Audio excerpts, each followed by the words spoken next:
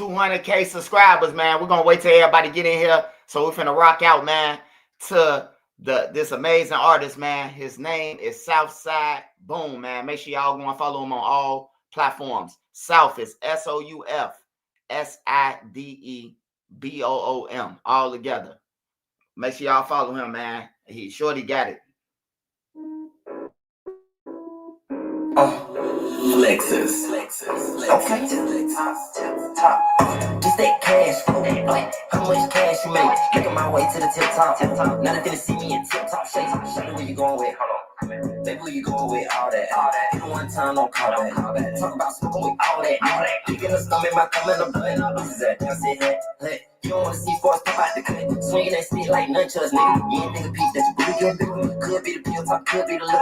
Moving them hips like Shakira. Say, look, baby, I don't hit her. Feeling like Malcolm, I'm stuck in the middle. This ice on me, and I'm sick of this blueprint, cleaning like jigger. Try me a river, little bitch. I'm not in the middle. Only competition, see, it's the mirror. You know, we wait, I'm in tip top shape. Ain't no mistake, this shit filling the place. Nigga can't keep up, this ain't a race. Big boom down the first place, nigga, come on, yeah. If you wanna ride, get in here. Feel like 10 years skin, yeah. Free all the guys in the pen. I ain't tryna make new friends. This ain't Milwaukee, I keep me some bucks. How much you make, you ain't making enough. So ain't no love, got my feelings put up. Nigga run up, yeah, I'm in tip top shape. I'm in tip top, I'm in tip top shape. I'm in tip, got me in. Just that cash, how much cash you make? Making my way to the tip top. Now they finna see me in tip top shape. Show me where you going with, hold on. Baby, where you going with all that? Hit one time, don't call back. Talk about smoking with all that. Kicking the stomach, my thumb in the butt. This is that. I said, hey. You don't wanna see force pop out the cut. Swinging that stick like nunchucks, nigga. You ain't think a piece that you really get bigger. Could be the pill top, could be the look. Moving them hips like Shakira. Say, look, baby, I don't hit her. Shout out Southside Boom, man. Shout out Southside Boom. Hey, make sure y'all go and follow him. Shout out to the Mod Squad and the Mods, all my riches. Shout out to y'all. We at 200K. We got some stories going on today, man. We got Yellow Beezy charging a Mo3 killing. That's Beezy, baby favorite. Make sure y'all check out Beezy, baby video, man. She dropping a video soon. Make sure y'all go over there and check out her Mo3 video, man. That's her. That's the person who I know that she loved, that she want to report about. So make sure y'all go and check out her shit. Shout out to Made Media Magazine. Make sure y'all go run up his page too. He got my latest interview over there. Sparks Visual, what's up? Sparks got the visuals, man. King of Mod. Shout out King of Mod, man. Hey, King of Mod, shout out for that drop, man. I love you, King of Mod, for that. Shout out King of Mod. Make sure y'all go and follow Dro the Mob. Go follow Trap God. Go follow NC. Queen Lotus. Go follow all my mods, man. Everybody. Savage Black. Everybody. Go and follow all them, man. All right, we finna you know I gotta start off my Mod Squad song. Make sure y'all smash that like button. Show me some love today, man. We got Big U, we got Yellow Beezy, we got everything today, man. We got it all today, man. Make sure y'all smash that like button. Hope everybody ate. Hope everybody ate, man.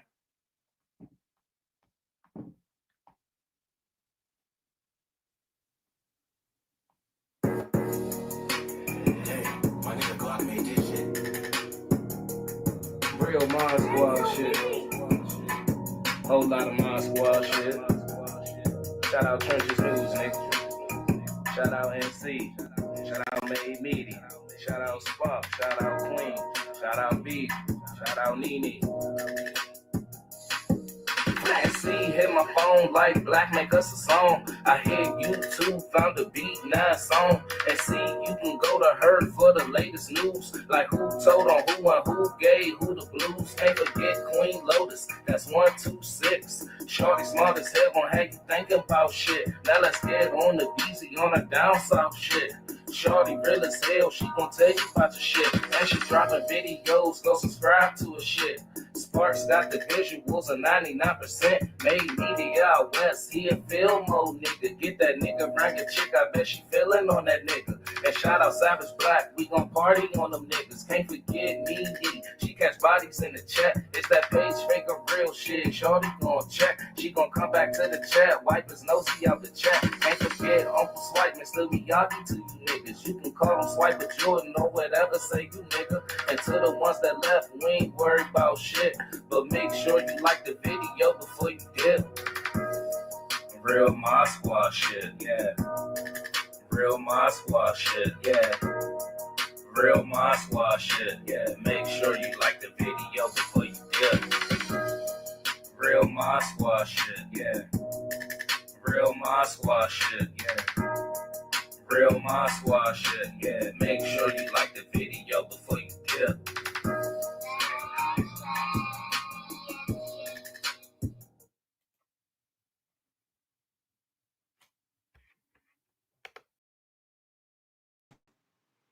All right, y'all. Hey, if y'all haven't heard, man, Mo3 mother has confirmed, man. Mo3 mother, his family has confirmed that Yellow Beezy has been charged with capital murder in the murder of Mo3. She put on her thing and said, my baby is finally getting justice. If y'all don't remember Mo3, man, Mo3 was talented, man. I know everybody know who he is. He was talented than a motherfucker, man. He could sing, he could rap, he was melodic, whatever you call that shit. The shit that Lil Durk and them do, he was cold at. He ended up getting killed over a female, man. Sort of like Duck and sort of like a lot of more people. He got killed leaving a female house. And her baby daddy was tender dick. But that wasn't the reason why he got killed. I mean, he got killed leaving messing with somebody else's baby mama. But according to these people, man, Mo3, the one who's behind this shit. Now, it's funny. I mean, Yellow Beezy. It's funny how Yellow Beezy came up under that page with G Ronnie. I don't know if y'all seen it. Lil Ronnie, Lil Ronnie, money sign Lil Ronnie Hood fame. The pictures one of the killers took a picture with him and CJ Casino. And he came out so motherfucking fast and said, hey, I ain't got nothing to do with that. Hey, don't put my name in that shit. You know, he jumped right off. I ain't never seen nobody, no rapper, no none of that come through and say that shit fast. And I was like, damn, he said that fast. He disassociating his shit with that fast. You know, that's usually when the people come and tell you that they're investigating you. They telling you, so you already know. It's like a target letter they got to give you. When you like, I don't know about capital murder, but I know the feds, they give you a target letter. They send you a letter letting you know that, hey, look, we watching you, we own you. And, yeah. Where the indictment at? The indictment ain't come out yet. It's just, he locked up right now in a family. He locked up right now in a family. And the family confirmed it. His mom confirmed it. His mama on Facebook says, that she getting justice for Mo3. So it is true. Now we finna look at the Mo3 thing, because the last thing I seen on Mo3 was 3 years ago. Now the guy who was charged with Mo3 murder, he did go back to jail. Like, he completed his federal time, and they said that he was sent back to the jail to face the murder of Mo3. I do remember that. Hey y'all, K Flock, he beat his murder. It's a typo. K Flock beat his murder too. Okay, we're gonna talk about that too. K Flock beat his murder, but he charged with the RICO and the gun. The gun that he killed dude with, he charged with that, and he charged with a RICO. So I don't know how much time that he gonna get. I don't know how much time he gonna get.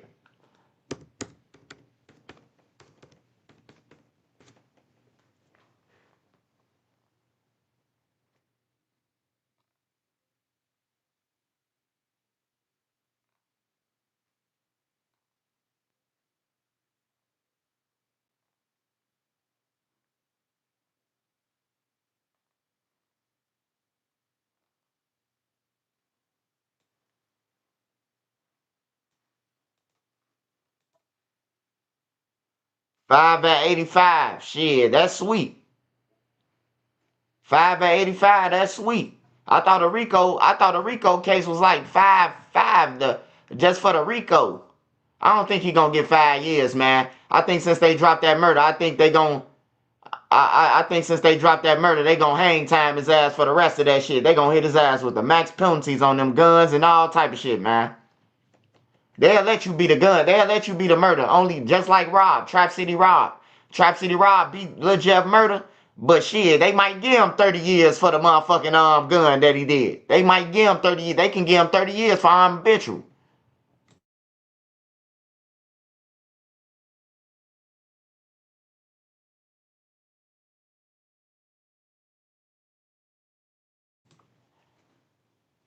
Hey, that makes sense. He been in there a couple of years. I'm finna do this video though, y'all.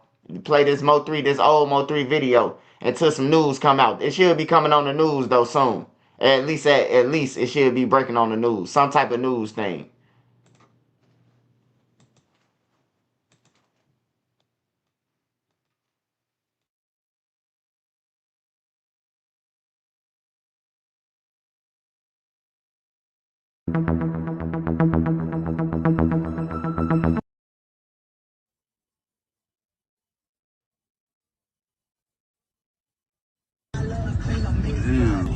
You got VVs in the jar?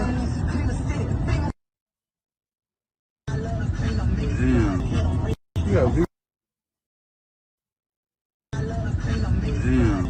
You got VVs in the jar? A Dallas rapper is dead today after he was shot on I-35. 28-year-old Melvin Noble, also known as Mo3, was shot on I-35 northbound near the Beckley-Zane curve. DPD says that Noble was approached by a gunman a suspect who was driving a dark-colored vehicle. Noble apparently got out of his car and ran southbound when he was shot. Police also tell us that the gunman shot an innocent bystander as well. The suspect, who was armed with a firearm, began firing several rounds at the victim, striking him.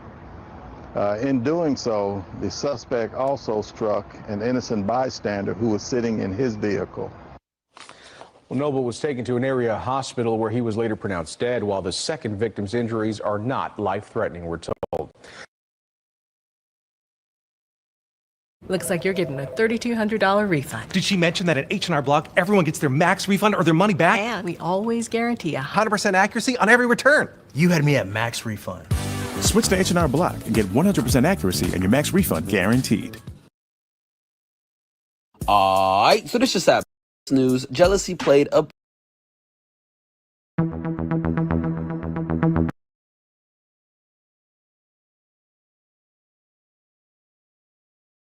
First, right off the top tonight, Dallas Police Department announcing within the last hour a $5,000 reward for anyone who might be able to help them solve the murder of a Dallas rapper. I'm Doug Dunbar. We're streaming live as we always do on CBSN DFW. Tonight, only on CBS 11, we spoke with the manager of Melvin Noble. He is known professionally as Mo3. He told us about the rapper's rough start and how he overcame the odds to help others.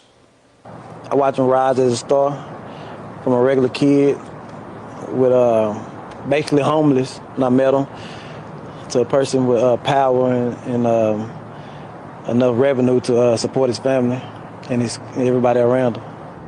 Dallas police are telling us that Mo3 was shot on I-35, R.L. Thornton Freeway, right near the Dallas Zoo, and it happened just before noon today. This was the scene.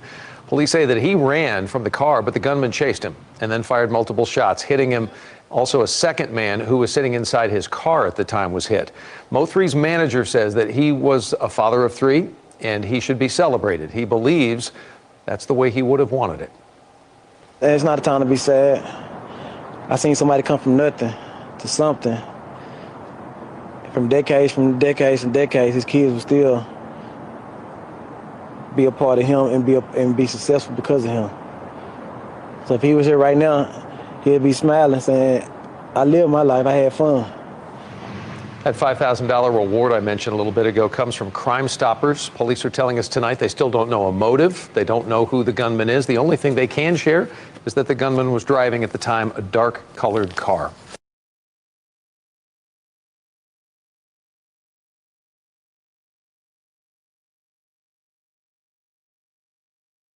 All new at 10 o'clock, Dallas police have made an arrest in the deadly shooting of Dallas rapper Mo3. Tonight, police are telling us that they have taken 21-year-old Kawan Dontrell White into custody for the death of Mo3. White faces a murder charge and also a charge of prohibited possession of a firearm. The rapper was shot and killed on I-35E out of his automobile near the Dallas Zoo last month.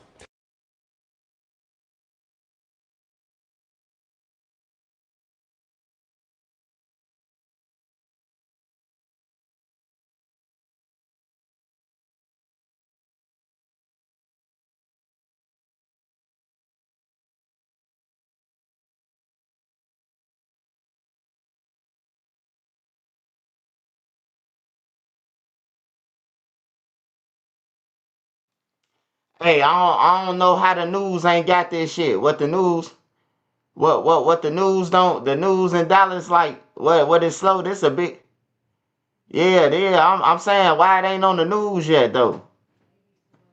I know the mother. I know the mother say that he got grabbed for sure. The mother confirmed it. But it's like, damn, the internet know before the news. The news need to.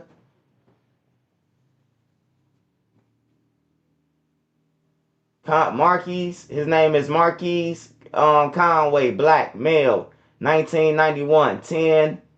He was born in October 22nd, 1991. In jail, his booking number is 250-11852. Booking date 2025, 3/20 at 4:45 p.m. Oh yeah, he only been in jail for 2 hours. He only been in jail for 2 hours, y'all. So it's gonna be on the news soon.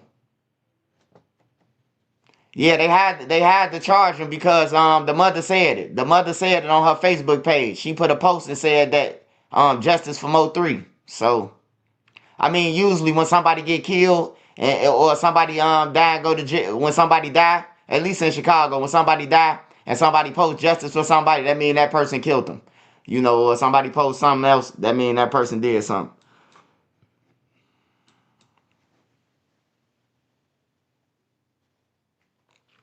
He was indicted 3/18. They got him today. Oh yeah, see? BA say he was indicted 3/18 and they got him today, man. Hey, they wrapping these guys up, bro. I ain't gonna lie to you. They wrapping them up. We gonna stay on the Mo3 case because Mo3, this shit hot. So any information that y'all find, y'all see on the news, tell me immediately so we can watch it. We can see what's going on. Cause they should be dropping some news, man. Mo3 is big enough. If they don't report about Mo3, man, rainwater ain't shit. Or like they just forgot about him, bro. Like, I don't know. Like that, I think this shit need to be on the news, man. He got killed on the expressway, bro. Coming from a girl house because a nigga was hating. Some jealous shit. Hey, we gonna skip off to Big U. We gonna come back to Yellow Beezy, man, because we ain't got too much information. We ain't got too much information. So we gonna go over to California because Big U them in trouble, man. I ain't gonna lie. And Lil Durk, don't ask me is Lil Durk coming home no more, man. Don't ask me if Lil Durk coming home no more. He ain't coming home, man. I told y'all. This all they was waiting on. This all the feds was waiting on in California. They finna rock the boat, man. They finna lean on them niggas. The feds ain't like the states. How Brick Baby was talking. Oh yeah. Hey, look, they finna lean on one of them niggas, man. And them niggas gonna tell who the fuck called. They already know who called though. They already know who made the phone call. But they had put Big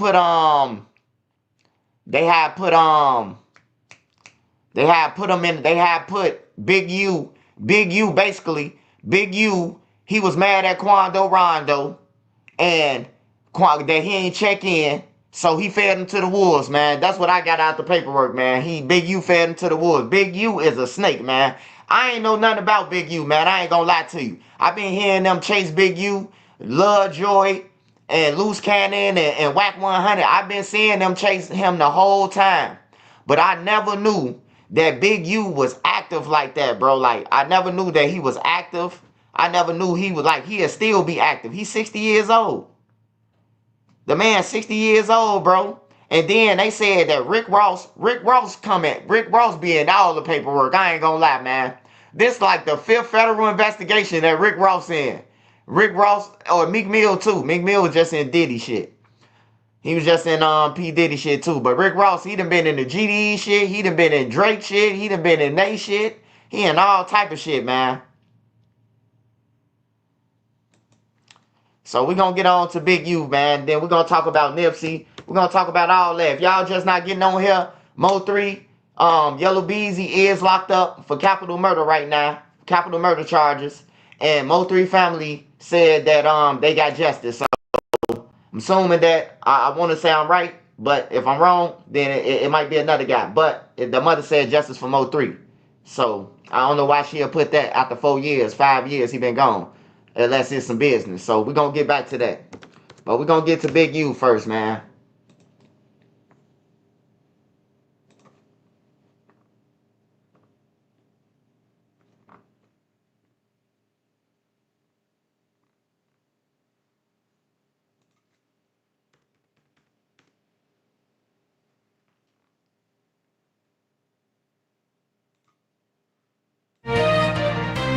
Are you sure your tax expert is... Hey, I just said that, man. Is Flock coming home?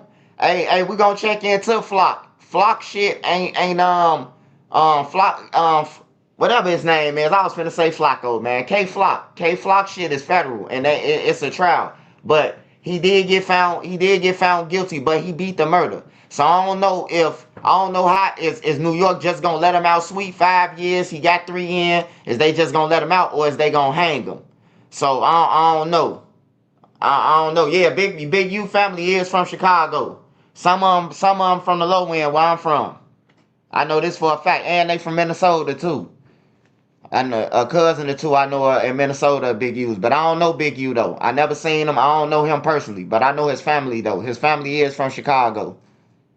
Hey, can you imagine me reporting about him and the nigga hitting you up like, man, my uncle innocent, man. Hey, look, go and tell that to the feds, bro. I ain't trying to hear that shit. Everybody think cause we cool that I ain't supposed to report about some shit, man. Hey, look, your uncle ain't sent you $1. Big U ain't sent you shit, nigga. Don't hit me up in my motherfucking inbox talking about some Big U while you reporting about my uncle, cause he on the news, nigga. he finna go down, nigga. Why you think I'm reporting about him? On some real shit, bro. Nigga hit me up yesterday and asked why I'm reporting about his uncle. Duh, he on the news, nigga. He threw a nigga in a ditch in fucking Las Vegas, dude. Like, these dudes be crazy. They be weird than a motherfucker, man. Hey, but we finna get on the Big U, man. I love y'all, man. 200K subscribers, man. Shout out to all y'all, bro. is right for you? Switch to TurboTax Full Service. You'll be matched with a TurboTax expert and get real-time updates on their progress. And you get your best outcome guaranteed.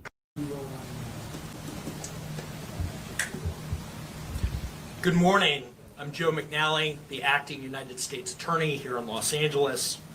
Today, we're here to announce federal criminal charges against Eugene Henley Jr., a career criminal known as Big U, who used his contacts and leadership role in the Crips criminal street gang, the entertainment industry, and a youth charity to further his own criminal enterprise, an enterprise that engaged in murder, extortion, robbery, human trafficking, COVID fraud, and other felonies.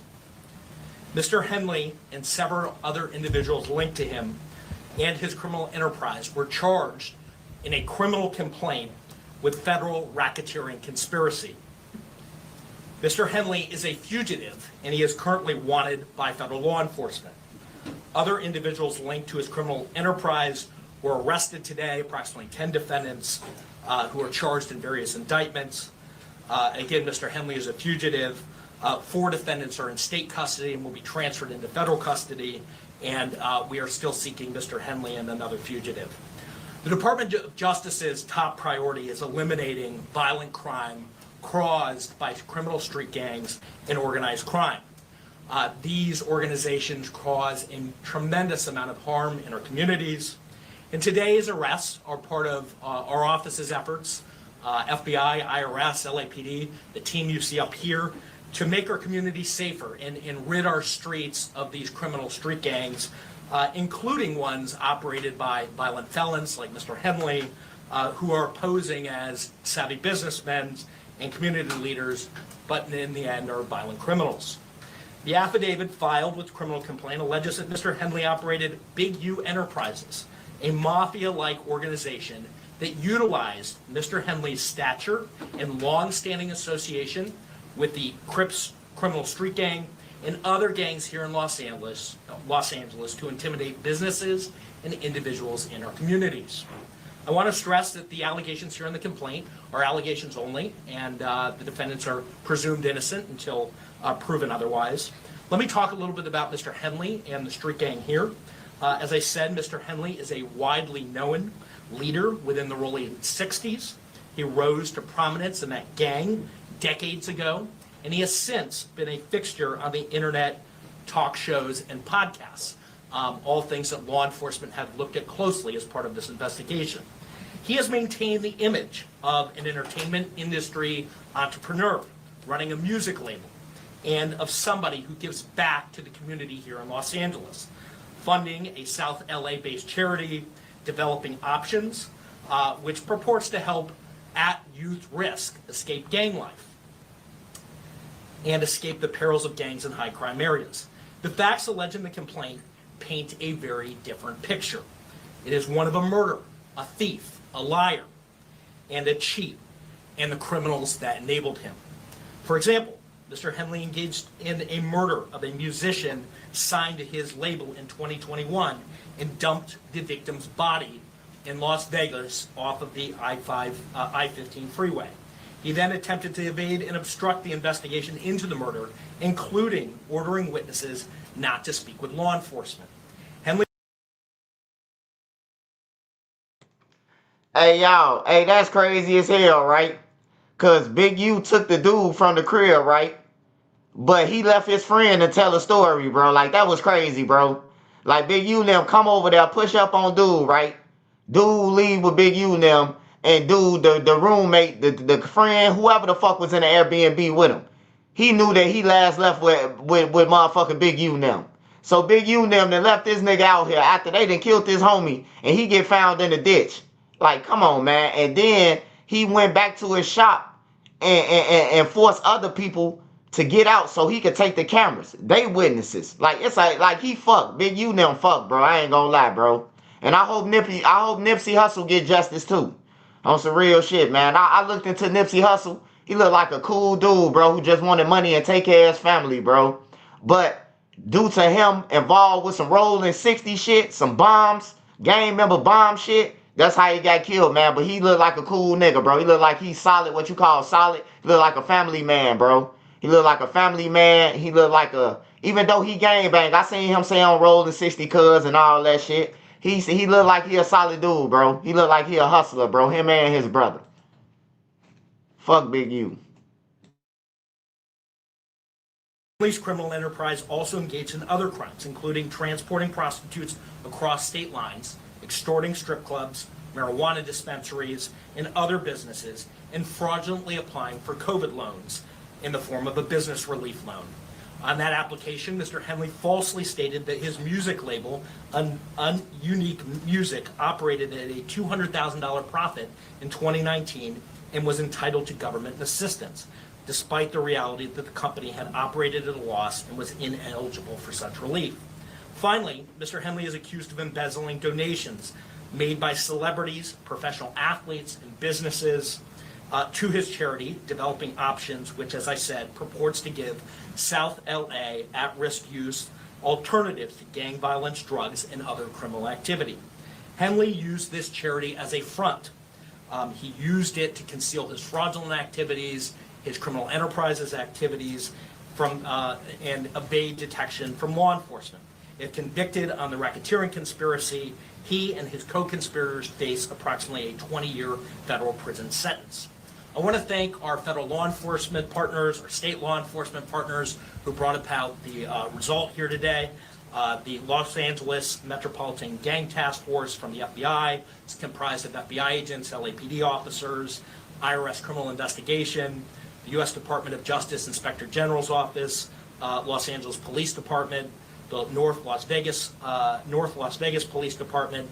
This case is a great example of state and federal law enforcement working together to address harm from a criminal enterprise. I also want to thank our prosecutors, Assistant U.S. Attorneys Kevin Butler and Jenna McCabe, for their diligence and dogged determination in this case. With that, I'll turn it over to our next speaker, FBI Special Agent in Charge, Ted Dox. Thank you, Joe. Absolutely. My name is Ted Dox, Special Agent in Charge of FBI Los Angeles' Criminal Division. These operations are truly a team effort, and I would like to recognize those partnerships. If not for their commitment, dedication, and follow-through, we would not be here today. First, I'd like to thank LAPD, IRS Criminal Investigations, and the U.S. Attorney's Office for working collaboratively for the past 4 years. In this case, with FBI Los Angeles Metropolitan Task Force on violent gangs. I'd also like to thank the U.S. Marshal Service.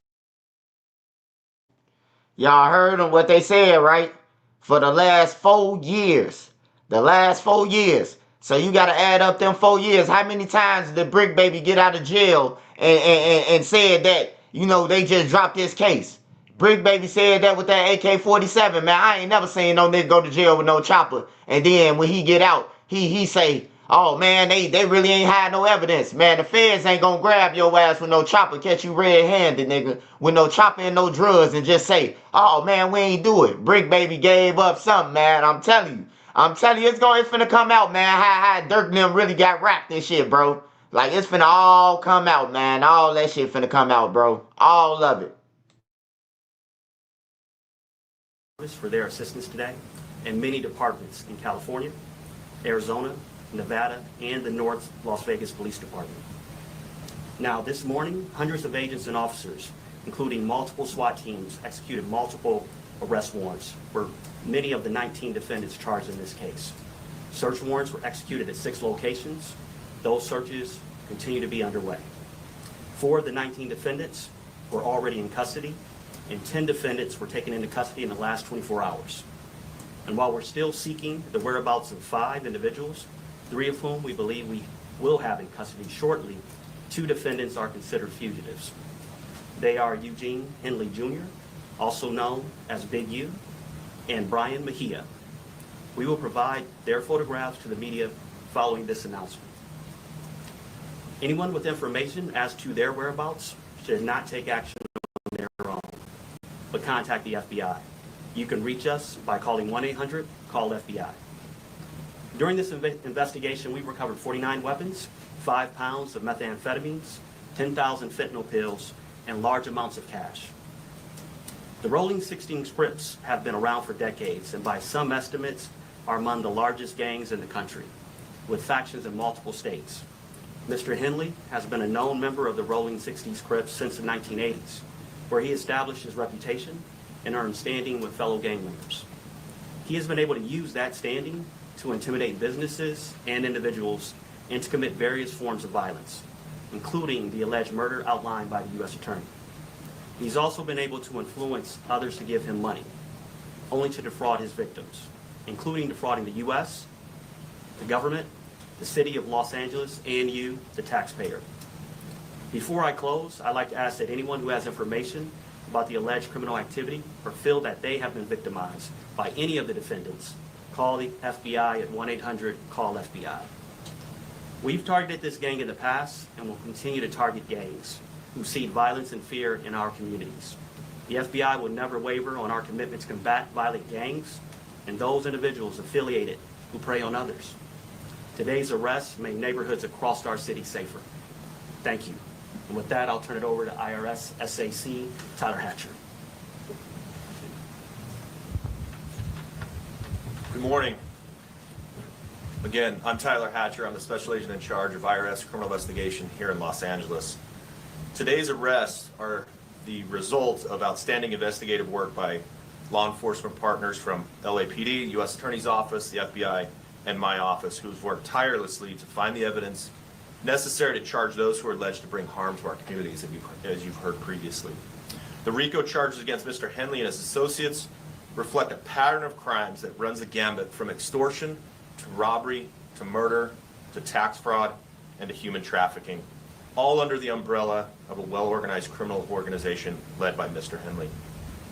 Additionally, Mr. Henley duped the County of Los Angeles by running a nonprofit named Developing Options, which was set up to pull youth out of the gang life and promote anti-gang solutions. Yet Mr. Henley continued to personally orchestrate violent gang activity that impact our communities. Donors trust that their donations will be used in a manner that's consistent with what the charity was set up to do and applied as intended. In this case, it was for the benefit of at-risk youth. Financial transactions leave a trail, and IRS Criminal Investigation Special Agents are the best at following that trail. The trails led to Mr. Henley's, allegedly lead to Mr. Henley's personal bank account, and the money trail doesn't lie. Organized crime victimizes our Los Angeles communities far too frequently, but the arrests made today demonstrate our commitment to making Los Angeles safer for everyone impacted by these criminal enterprises. IRSCI is proud to partner with our federal and state and local law enforcement partners to make our community safer and to protect from these violent acts. And on that, I'll turn it over to the Chief. Thank you, and thank you all for being here today. I'll keep my comments brief. From day one, the Los Angeles Police Department's been proud to stand shoulder to shoulder with the FBI and our partners here today in this critical investigation. The invaluable expertise provided by Operation South Bureau FBI Task Force on the Rolling 60s criminal street gang has played a pivotal role in securing these 19 federal indictments laid out this morning. It's a measured step forward in our ongoing fight against gang violence and brings hope and relief to a community that for too long has endured far too much. Together we will continue to protect and serve, working tirelessly to ensure safety in all of our neighborhoods. I'll return the U.S. Attorney Joe McNally for any questions follow-up. We'll take any questions. So Henley is still on the loose? He is. Do you expect to snag it today, or is this something where you...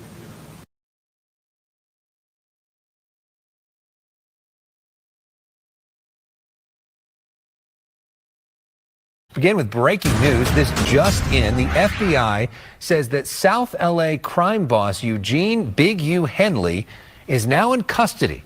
Authorities say he ran a mafia-like organization while masquerading as a music mogul and gang peacemaker. Fox 11's Christina Gonzalez spoke to a rapper who worked with him. She joins us live with a story you'll see only on Fox 11. And this story breaking as we speak, Christina. Yeah, as a matter of fact, I am hearing that Big U and the other person they were looking for, Brian Mejia, both turned themselves in. This is developing as we speak. And as we speak, people are coming up and saying, on the one hand, that he did a lot for the community. And then there are those like this woman who say things are not what they seem. Listen to her. No, I'm not surprised because I've been fighting this fight for a long time. Rapper Alicia Choi speaks about federal authorities accusing LA rap music executive and community activist Eugene Big U Henley of leveraging his connections with the Rolling 60s Crips to run a criminal enterprise, even funneling funds from his community nonprofits into his criminal operations. You cannot do evil when the cameras are off and smile and help kids when the cameras are on. Choice, who you may have seen in rap videos like this one, says she was a budding artist when she first met him. I was just a young kid wanting to rap and wanting to live out my dream and working hard. And, you know, he really took advantage of me. I wanted to help bring donations into his nonprofit Development Options. And with that being said, he just wanted to take over. He wanted to bully me. He wanted to control me. And when I wouldn't allow that, that's when he started jumping on me and beating me, extorting me, threatening people not to work with me. And I was scared for a long time to speak up. I was actually terrified. And I want to emphasize, these are very serious accusations.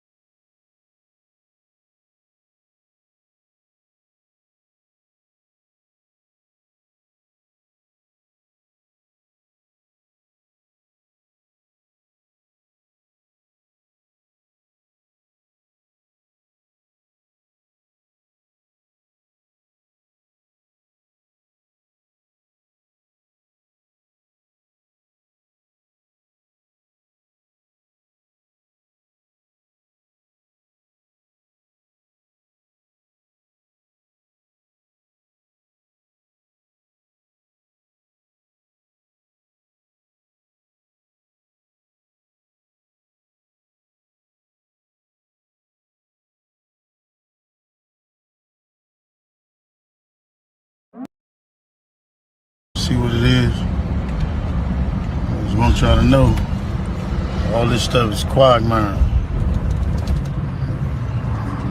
Shit is all bullcrap. I just need y'all prayers. I need y'all to... I don't even know what to say. 21 years, I was elevated my family, come back, sit in here and write and do what I need to do until I can come back home. People are supposed to help me. I hope you help me. You ain't, you don't worry about it. A lot of stuff y'all hearing is straight trash. And I appreciate the love, and I appreciate the people who've been helping me. I don't know. It's hard helping black people and not being hunted for doing it. Hey, y'all hear this nigga? Y'all hear this ninja? Man, this ninja talking about some, it's hard to help black people. You wasn't helping no black people, man. You was taking from everybody. Loose Cannon them in jail because of you.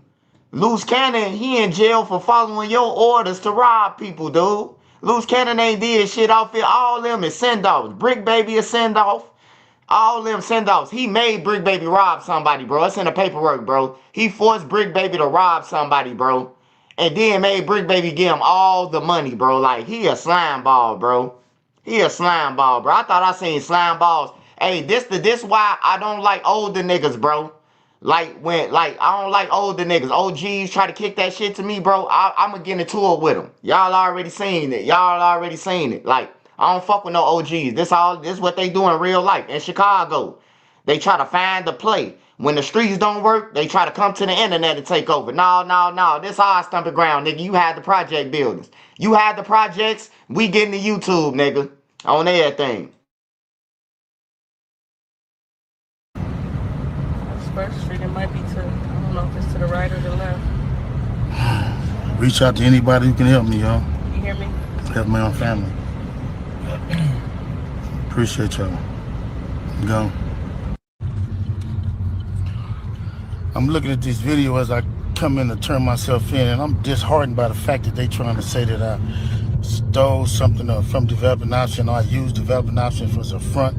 Developing Option paid my bills. They paid my house note.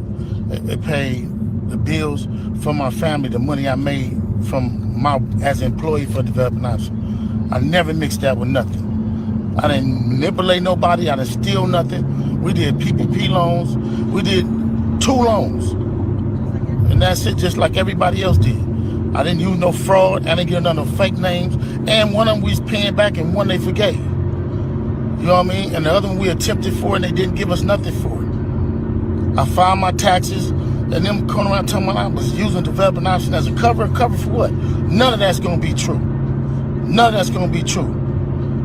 The government putting this big ass picture, they gonna arrest 21 dudes, some dudes I don't even talk to. I don't even know nothing about.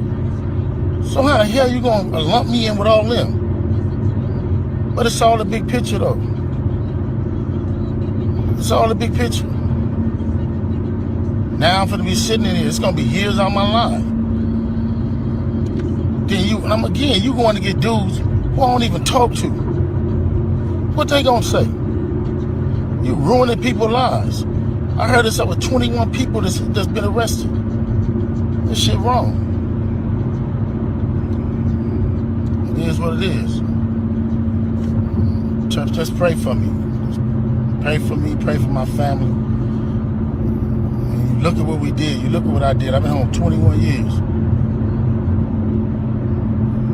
It ain't over though. That's what it's not. Blessings. I'm looking at all these charges on the news. I'm headed back to LA. Hey y'all, I ain't trying to be funny, right? But then he just say the last 2 clips, he only gonna make 1 video. Man, this man that made 5 videos. That's what happened when the feds get involved. You get to making 6 and 7 videos. You said you was gonna make 1, but you keep on doing 6 and 7 of them. He knows this shit real. That man said, all right, this is my last video, man. I'm gonna tell y'all about this and this and this. All right, I got 1 more video, y'all. Then he come back through that video. All right, y'all, I'm gone, y'all. Y'all just bless me. Say a prayer for me. All right, y'all, I seen some shit on the internet. Like his stomach boiling, bro. He got to take that number 2. He got to do. That man got to do. Look at his eyes. He looked like Uncle Charles. Remember that Bone Thugs and Harmony song? Man, I miss my Uncle Charles, y'all. Hey, go back to that Bones Thugs and Harmony video when they said that. The old man eyes rolled in the back of his head and they was black like this. Man, I miss my Uncle Charles, y'all, when he should have been gone in front of his home and the man they knew them wrong. Ooh, gotta hold on, gotta stay strong, finna go home, with his own. Brick bro, lose that rock on. Every day, every day, every day, every day. See you at the feds, bro, so you won't be lonely. You won't be lonely. Cause Lil Durk in that bitch, and Effie in that bitch. And OT Avani with you, and Lil Durk gonna be with you, and Lil Zay gonna be with you. They gonna be with you on the feds, man. Don't worry, Big U. You ain't by yourself, man. You ain't by yourself, man. You finna bump into Quando Rondo, who you set up. You finna bump into all of them. The person you set up, you finna bump into Quando Rondo. You gonna bump into Lil Durk, the person who gave you some money for the hit, for doing it in your city. We know you extorted Lil Durk for doing that shit in your city. I know, hey, tell me y'all can't see Big U doing this. Man, Lil Durk, man, I got all this heat on me, man. I at least lead $1 million. Can you see? I wouldn't be surprised if the feds got that on record. Him and Brick Baby calling Lil Durk on the wire saying, man, Big U said, man, we need some money, man. Y'all made it hot in California. Oh, man, just tell him to give us 2.5, man, in cash, man. $1 million worth of game, man. I love y'all, man. We got 200K. I love y'all. Make sure y'all subscribe to this button. Make sure y'all smash that like button, man.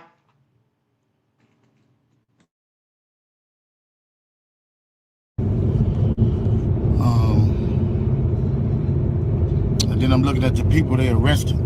How you gonna go arrest people that I don't even talk to?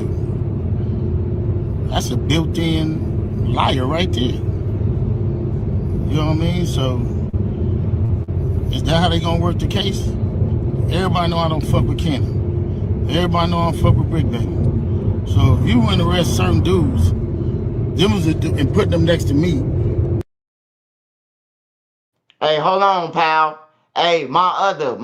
Hey, look, don't come on my page talking about you ain't never seen nobody so happy. Hey, look, brother. Hey, you need to be asking him, why did he have $1 million up $2, $3 million, $4 million, and he's still doing stupid shit? You gotta ask Lil Durk them that, man. That ain't Trenches News' fault. It ain't none of the bloggers' fault. And bloggers, don't feel bad, bro. Don't feel bad, because ain't nobody going to CNN. Ain't nobody going to that little white lady who just got off the TV reporting about Big U. Ain't nobody go to the dude who's behind the podium and say, man, why you reporting about Big U, cuz? Y'all ain't gonna fuck with them, but y'all want some of Trenches News. I know. Hey, somebody wipe his nose. Somebody wipe his nose, man. Welcome to my channel and exit my channel, dog. Wipe his nose, y'all. Somebody get him. Them is the dudes you gonna have to call themselves turning against me. Well, ain't no turning against me. I ain't going for that. You might as well go get 600 and Wack. These dudes been saying I did shit all year. So what they doing is they go on the internet and these dudes say that I did. Hey, did Big U just throw something out there for Wack, a fishing rod for Wack and what's the name?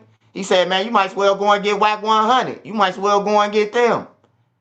Like, what is he insinuating? I don't know what he insinuating, man. Ain't he in federal? Ain't he on the run from the feds? Why is he mentioning them, man? Oh, they mention him too. We gonna watch that. Did shit on the internet. Then when you say I did on the internet, they go investigate it. Now you raiding my houses, raiding my shops, raiding all this stuff, and talking about I'm committing crimes and covering up with developing option. What crimes am I committing to cover up with developing option? You know what I'm saying? I ain't committed no crimes and covered nothing up with developing option. This shit crazy. But this how they get you. They get one or two people to say something. Ain't gonna be no real evidence. Ain't gonna be no real nothing. It's going to be a repeater thug. It's going to be a bunch of people in jail for a bunch of different crimes that don't have nothing to do with me. They finna lump all of us up and say it's all around the 60s.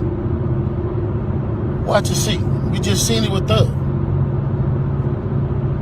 I'm finna experience the same thing out here. I knew it was coming. Now they on there saying all this stuff to assassinate my character.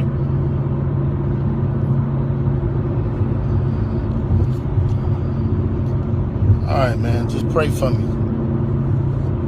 And again, they can do any one of us. It ain't nobody safe with these dudes. If these dudes feel they want you, how they going around talking about somebody's gonna raid my house before my house get raided? How they there with the police? And y'all sitting there following them. Everybody that's a part of them shows and 100 shows and all them shows, and y'all need to, everybody who following them, promoting them, anything. Y'all wrong. Y'all ain't black. And y'all show ain't for our people. They can put charges against anybody. So this is gonna probably be my last video. I'm gonna go turn myself in to see what's going on. They talking about I'm a fugitive. So they just raided all my houses. 600 was actually with the police when they raided my house. And he's actually got video and footage of it. So y'all know what y'all dealing with. And I just want to say this to y'all. When they raided my houses and my property, it was asking about Wack. Wack, loose cannon, 600, and this internet stuff. All of y'all filed. All y'all who be sending shit around the internet, all y'all who be promoting and listening to what these niggas saying, all y'all giving these likes and hidden likes, all y'all supporting this. All y'all guilty of this fuck shit. If you had something against a black man, you should handle it with a black man in the streets. Wack said 100 times he was gonna take my contracts. He working with the FBI. The FBI went to the city 3 days in a row and told the city they didn't want nobody to give me no more money. They went to all the different celebrities and told all the different celebrities, don't give me no money, don't help me, don't do nothing for me. They going around scaring and intimidating everybody. But y'all sending it around getting people in trouble. Like y'all don't understand what the FBI do to black men who try to help their community. I ain't been nothing but a help to our community. But I guess it is what it is. This the price of being black and trying to help somebody, trying to help your community and do what you can. You just guilty because somebody else don't like you and they go on the internet and do what the fuck they want to and y'all gonna promote it. It's crazy. But I'm going to go turn myself in though. Cause I ain't did nothing. This fact is, man, they done went to my house, kicked my houses in, bust my doors down, bust my windows. They calling my son at his football practice, threatening him. You know what I mean? These dudes tagging him. What kind of shit is this? But y'all gonna be rolling with these dudes. And I got this last thing to say. Wack said he was gonna destroy developing option, right? So who gonna replace developing option? Which one of you fuck niggas in the 60s gonna call yourself coming in? Cause whoever try to come in, y'all the ones that's working with Wack. Believe that. So remove me to get me out the way for somebody else to come in who gonna cooperate. That's what the play is. That's what the whole play is. I'm out. I'm gonna send y'all videos to put up, all of them until they lock me up.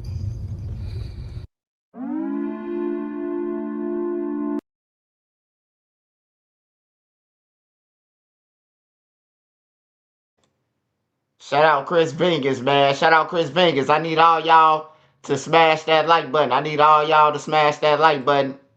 All y'all to smash that like button for me. I need everybody to smash that like button. Hey, Big U said that he was getting off the live like 8 times, bro. No bullshit. 8 times. He said, alright, this is my last video. Hey, 600. I did see a video of the guy 600. 600 had on a badge, bro. And he was outside Big U crib for real. I ain't gonna lie to y'all. He was outside Big U crib, bro. And talking to the police, Then he got in the car, drove around, looked at the police and all that shit. I'm talking about his name is Goodfella or whatever they call him. Big 60, Big 600. He had on the FBI. I don't know what type of badge he had on. That nigga had on the badge though. Hey, are we finna watch this? And then we're going to talk more about Big U. Then we're going to get into the guy who died, the guy who got killed. We're going to get into Loose Cannon. We're going to get into Brick Baby. We're going to get into K-Flock too, man. We're going to go over K-Flock. Lovejoy. Lovejoy, that's his name. And we're going to get into everything, man. Y'all just smash that like button. Rock out with me. Get your smokes, your drink, whatever you do. You know, just be responsible with it, man. Get it and tune in to me, man, because it's going down today, man.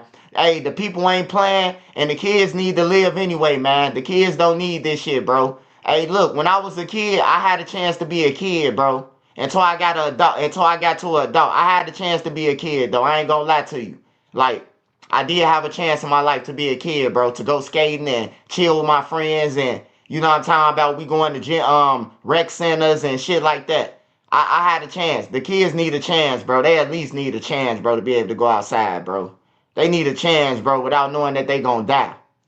And then the little motherfuckers who do got the guns, who running around, somebody need to say something, bro, on that block, bro. Like, we tired of ducking bullets. I know somebody out there tired of ducking bullets in Chicago. Somebody tired of seeing their loved ones seeing their loved ones on the ground. I know motherfuckers tired, bro. I know everybody tired of seeing going to funerals, bro. Like, if that shit ain't cool, then it ain't never been cool, bro. Somebody got to start saying something to these little niggas, bro. Like, for real.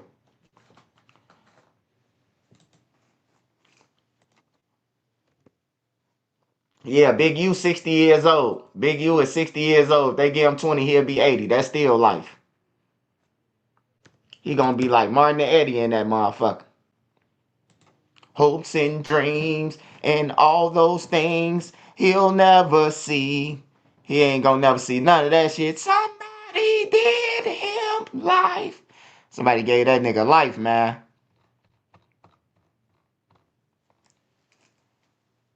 He did dude dirty, though. He did dude dirty because dude made a diss song.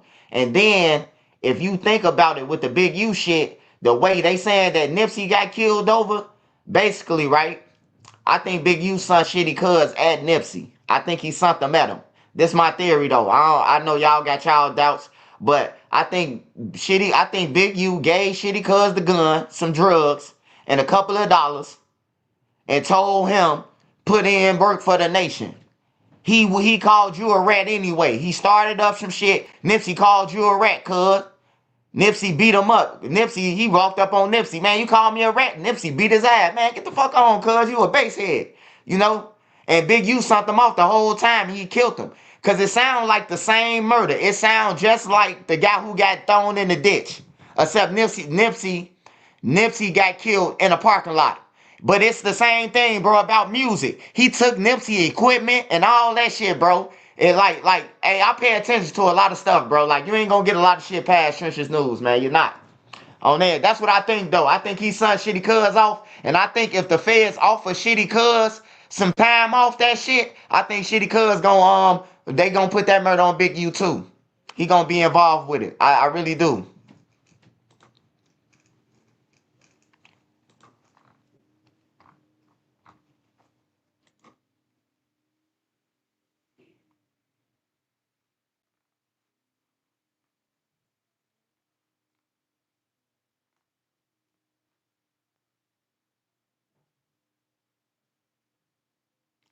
Oh, cuz deleting videos. All right, so check this out, right? I get the call. You know, I'm an early riser, you feel me? I'm up like at 5, just got off, I'm laying down, said, let me stay up and get this workout in, right? My phone blowing, they said, man, they hit Big U house with the flash bomb. I'm like, nah, you feel me? Let me slide up over there, you feel me? Let me grab my issue. I might have to pop on something when I'm over there, you feel me? Anyway, I slide up over there, and just in case it's a lie, I slide up over there. I'm not gonna, reveal his street and house and stuff like that, but I got the content. You feel me saying? Because this, for his family, ain't got nothing to do with this. Big U's a buster, right? So, I'm sliding up over there. Let me play a little clip of what happened. I can play this for y'all. I'm like, man, I got all the content out there back. This nigga outside, nigga. Niggas all black. Look. Hey man, it was a break-in? No, no break-in. What happened? Everything's good here. Operation?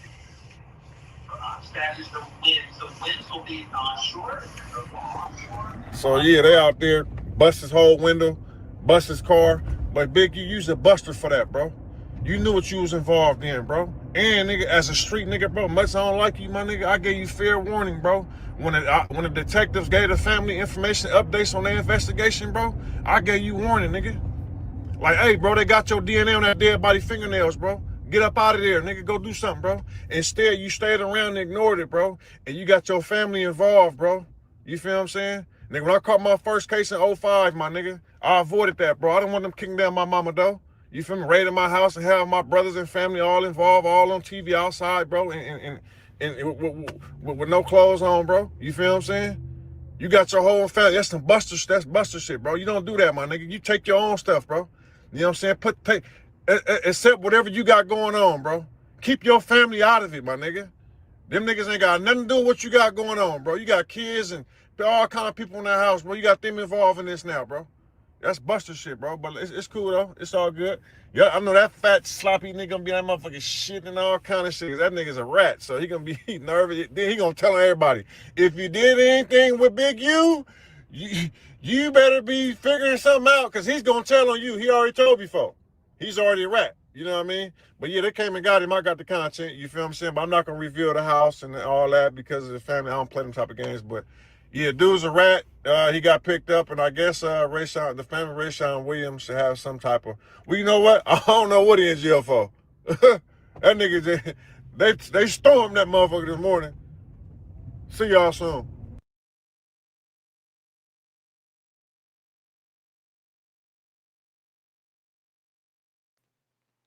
Hey, yeah, hey, man.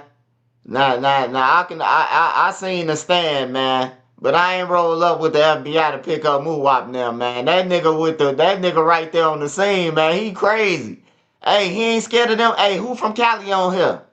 Hey, them Crips ain't gonna get on them, or they really don't mess with Big U. That's dangerous, man.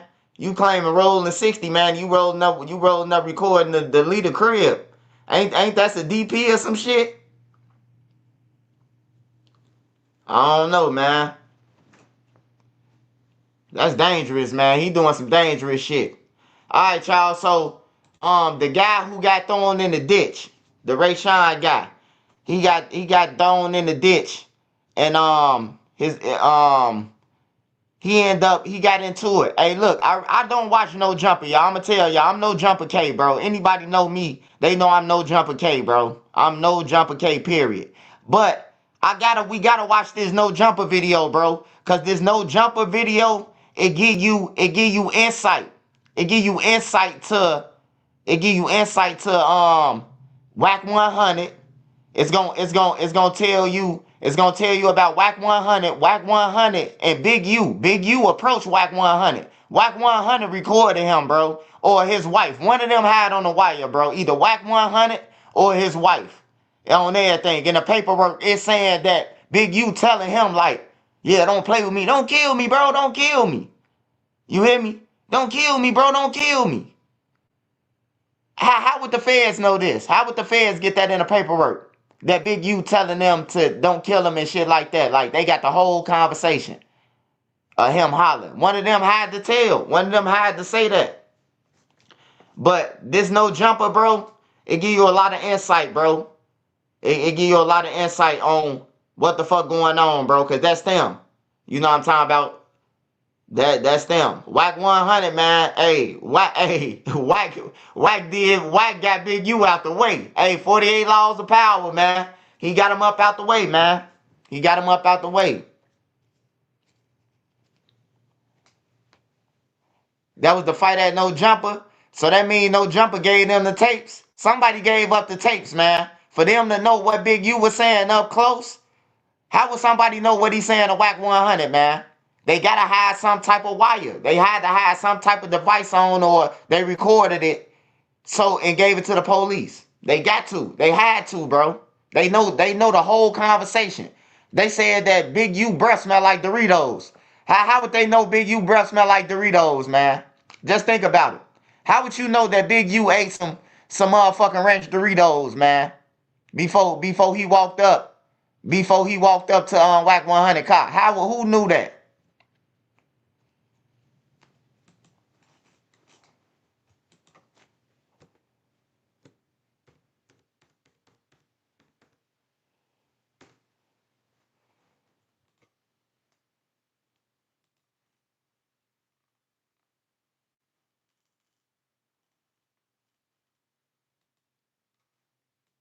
Big 22 still walking in. Big 22 in the shit. building. What up, Icon? The legend's in the building himself. Go ahead. The King Snitch. I just backed you up and said it's not your fault. It's not my fault. I just want to say that I was just as astounded as many of you to see this news come down. Especially, it feels like the cops want to be part of the narrative of the podcast last night. They saw how good it was doing, and they were like, we got to swoop in here. So I just want to say, free Brick Baby, free Loose, even free Big Uterus. We need all the Crips back on the streets.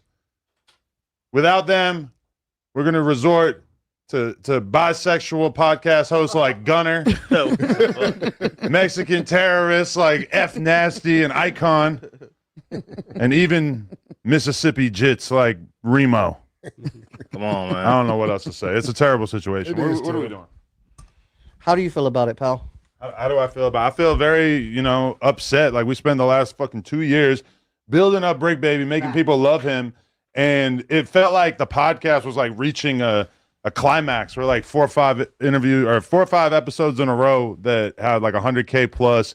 Last night we had more viewers than we had on the November show in the past couple years. And it's just like, damn. But I'm not going to lie, that whole time, people make a big thing out of it. Wack has tried to bring it up a million times, but Brick got his house raided about 2 years ago. They allegedly found an AK. I don't know if that's 100% true, but that's what Wack was always saying. And when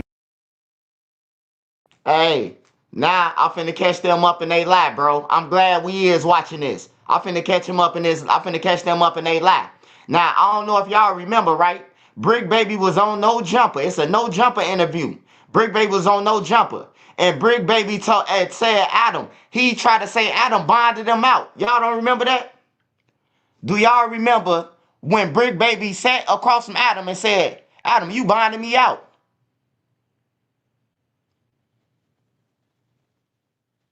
Now Adam saying he don't know. Adam playing slow now. Now that Brick Baby gone now. I'ma find that live too. I'ma find that motherfucking live, man. Brick Baby was explaining the gun case. He was explaining it, and he was said he was like, hey Adam, he said he got locked up in Oakland because couldn't nobody find him. Couldn't nobody find Brick Baby on the when he got locked up. I reported about it. We couldn't find him in the system. He done told like 5 different stories. Dirk and them fuck, man. I ain't gonna lie, bro. That's why he was running up that bag with Lil Dirk and them name in it. Lil Dirk and them this. Lil Dirk and them, they should have called the Cali niggas. All the interviews, he was running up a bag for real because he knew that they was coming for him, bro. Brick Baby knew that shit, bro. Brick Baby knew they was coming, man. He got to saying all type of weird shit, bro. And Dirk's supposed to be your homie. You can see Trench's News saying it because Dirk ain't my homie. But Dirk is Brick Baby homie. Dirk done gave this man money, took pictures with him and all type of shit.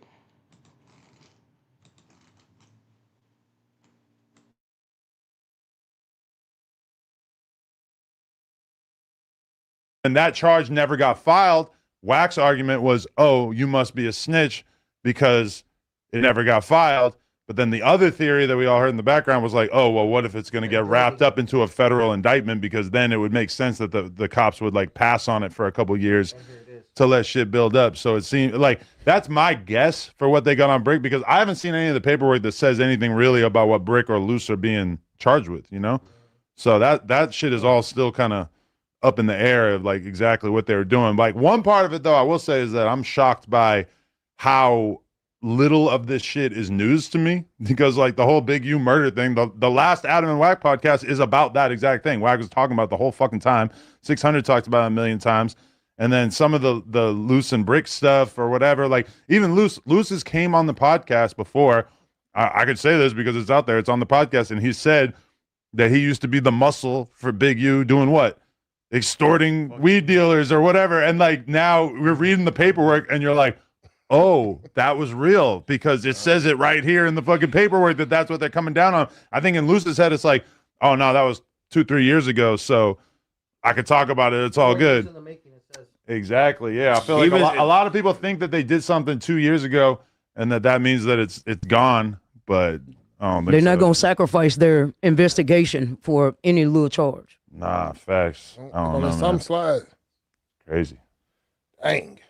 But I mean, shit. The best thing we could say is that we still haven't really seen like what they got on Brick or what they got on Loose. So hopefully, maybe they they have something too hopefully it'll bad. be little shit and it's not as big a deal as the murder charge that they put on Big U. You know. Yeesh. But damn, Big U 59 or some shit. That's a life sentence. Whatever they give him. More or less, right? That's Shit. crazy. And you know the feds have the highest conviction rate of any Yep. of any.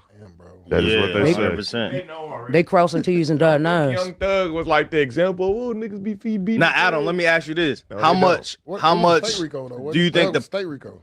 How much do you think the podcast played a part in them getting picked up last night?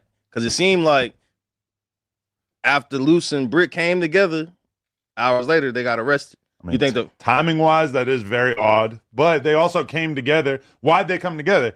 They came together because Luce was mad at Lovejoy and Wack for putting shit out there about Big U. So it's like there was all this shit building up where, like, you know, people were starting to get the idea, oh, they're building a case against Big U. And Luce was mad at, even though he hates Big U, he was mad at 600 and Wack for talking about it so much. So that was kind of the thing that led to them even being on the podcast together. But you got to think about it from the Fed's perspective that they probably are realizing like, oh, everybody's putting the pieces together on this and they're kind of figuring it out. So I guess now is a good time for us to swoop in and get them. and one would say, because to not be a hypocrite, they were saying that Luce was putting on allegations when he was saying that he got the phone call about Nipsey, 30 seconds, Facts. 30 or whatever, and then he called Luce. So they were saying like essentially you was kind of like dry snitching in a way by doing that. But then when Christopher Lovejoy get to talking about a case, you're upset with it. Maybe Luce knew he was tied to something. I'm not saying he was, but maybe that's why he wanted Brick or he wanted Christopher Lovejoy critical than the to, motherfucker. you know what I'm saying, slow down with that what he was saying. You would think that Big U is probably not the trigger man on a murder, that he's probably got dudes around him that could do it for him. Although who knows, maybe it was just a crime of passion where he was just so mad about some shit. Because that's what it said. I don't know if you guys got to that point, but they're saying that Big U had this artist who was this younger dude. I read it. He was, oh, you already read all that out loud? Mm-hmm. He was supposed to, record in their studio. He didn't want to record. Instead, he did a diss song against Big U, which is kind of like, that tripped me out because that's an old Wack 100 tactic. I remember True Car doing like a fake beef with Wack, like he's trying to get True Car to get some motion. So he tells him, like, I could tell that Wack told him, like, yo, beef with me. You got to go make a story where you come against me or whatever. Yeah. Apparently, Big U feels differently about a diss song because if that shit really happened the way they're saying it happened, then he took it to the furthest extent. Yeah. But Allegedly, they said a body got drugged through the desert. Yeah, they said his body was dropped off in the desert and free them niggas. Yeah, that's brave. Usually, though, when there's a case like this, like, think about when Dirk got arrested. We were all so shocked. This is not that shocking because there had been so much lead up to it online, whereas, like, there's so much that had been leading up to this. I don't know. It's like, it was too much talking. Niggas was talking way too much. We knew that shit was coming because these niggas told on it already. So now that it was Big U's ops talking about it. It's not like it was his homies talking about it. We just heard people with a microphone though. It's niggas on the street that's doing way more talking than that. Yeah, because who's gonna be telling is the craziest shit about this. Yeah. Well, apparently to Wack on Clubhouse was saying some guy named Flossie or something. That's the name that I kept hearing. The white dude? Not that dog. I'm gonna say, don't put my boy in it. He ain't got nothing to do with it. Not that guy. That's Hellcat's homie. It's another guy that I heard they were saying that him and Big U might have been putting on. I don't even know who Flossie is. Not the same one. Not the white dude Flossie. For sure, a different Flossie. But yeah, 100% a different Flossie. It's not Flossie. Not Flossie. Shout out to Now, Flossie. my thing is questions that, because, Chicago people was asking me, they was like, how much of this shit do you think is tied to the little Dirk shit, if anything? Because Brick's about to be sitting in the feds with Dirk. Like, realistically, they probably about to have a reunion, and Dirk's going to say, hey, why'd you do that song with Adam and Lush about me? Wow. That might be the first question Dirk asked. Nah, I think Dirk got other questions, but yeah, probably. Other questions too for Brick? You know, the whole thing was everyone was trying to allude that Brick was co-conspirator number 4 who dropped the low and gave you know, the OTF dudes Quando Rondo and them location. So a lot of people from Chicago was hitting me like, yo, do you think this has anything to do with, you know what I'm saying, the OTF situation? I don't know. From the documents and shit that we read, it doesn't say anything about This is OTF some or any strictly Quando LA Rondo shit, shit. I think. This is strictly Sure. LA shit, but as they just keep rolling out more information, I guess we're gonna find out. But yeah, like I said, free Brick, super unfortunate. Like, damn. I mean, like, it was kind of convenient for them that Luce and Brick were both in LA at the same time, I guess. Even though, as far as I know, they didn't get Luce yet because I was texting Luce all morning. But I feel like maybe it was his girl because they said that they caught Luce. Like on that sheet, it says in custody right over his face. But I talked to Wack not that long ago, and Wack, I think he said Big U's not arrested right now. he's not. No, he's a not fugitive for sure. Yeah, They said he's that. not, he's not in You custody. talking about Luce? Yeah, but Luce, I don't know. That's still kind of up in the air. The Yeah, surprising thing is that so many of these people on that chart are not podcasters, even though like 2 or 3 of them are. Like the Asian dude down there, he owned a clothing store. Yeah, exactly. Oh, that yeah? dude, he owns a New Leaf clothing downtown.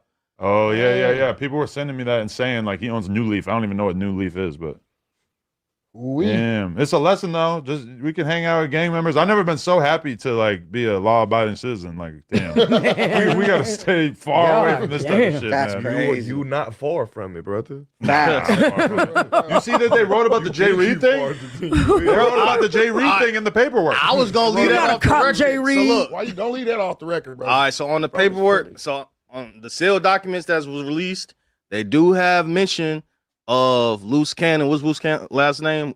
I forget, but they basically in the paperwork, Williams, they say Williams pistol whip the Jay Reed dude.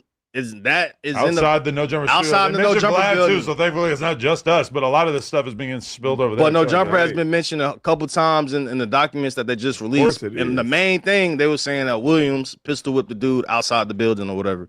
So On camera too. maybe that's the reason why shit It's just all common got sense. back hot. You know what I'm The saying? feds probably talked to him because it says in the paperwork that they took $5,000 plus worth of shit off of Jay Reed. How would they know that unless they had interviewed him? Oh yeah, he for sure. Let me. Has he said any Yeah, pieces it's on of the content internet. about that shit? He did an interview with Compton Rick Rock. So why wouldn't he do an interview with another feds? high?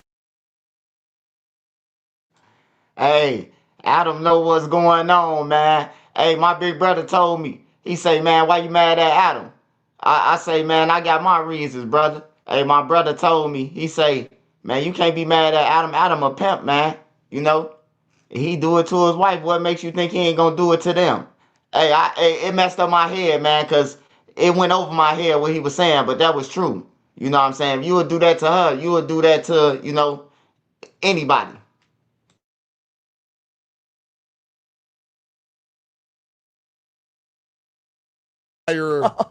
Enforcement. Because the thing was, he was supposedly not a street dude, and he wasn't gonna be pressing charges and shit. So thought he was a blood. That's what I'm saying. So that's what Yeah, people now were it's- saying, that there wasn't gonna be no lawsuits or anything because he's a member. So members don't, you know what I'm saying? They don't file charges. But then it goes to find out they have all this information about him apparently allegedly getting pistol whipped outside the No Jumper building. So maybe he did have a conversation with them. You gotta, But we can't put that on them because we don't know. No, you gotta know that the police cannot charge you if it's not a victim. So yeah, Yeah, they can. no, they can't. But they're not even No, they charging can't. them necessarily with anything related to that. How can they charge no victim? If it's no victim, Shout out to 16K. Oh, yeah. 16K people watching right now. If it's on camera, Oh yeah, No, it is it's different. 16K It's though. different if it's What in they're 4K. talking Shout out to the about whole is on Chicago. The shit they talking about was on camera, cat. Yeah, it's different if it's in 4K. That pistol whipping was in 4K. But if the nigga ain't talking, still, it ain't nobody to cooperate with the police. They cannot just put a charge on it.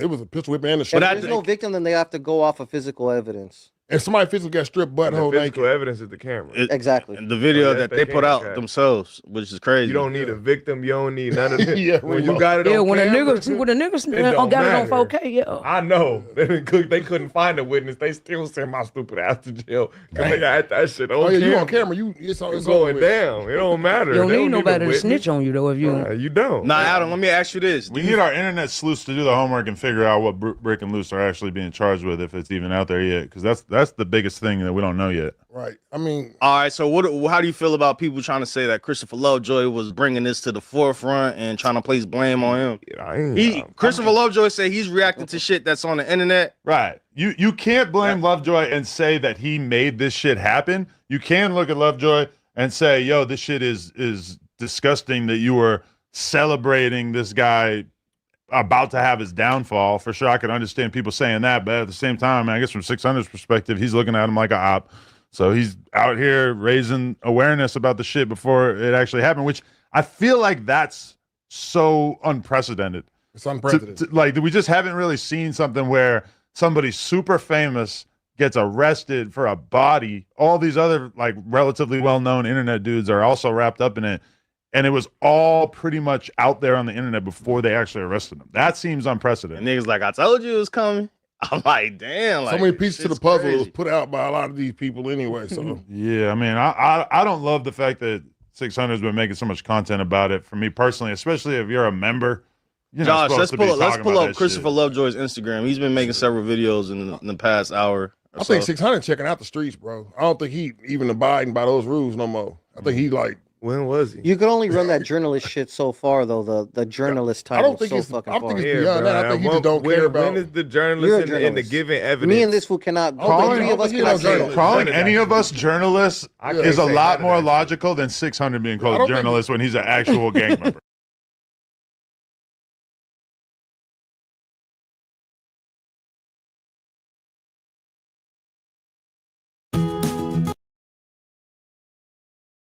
Hey, my bad, Mo3 people. Just in case you Mo3 people, my bad. I can't fix the title right now, but I assure you that I'm gonna fix the title. I don't disrespect nobody, man, who dead. I don't disrespect the dead, man. I'm gonna put his name in the title, though. I hear you. Hey, what?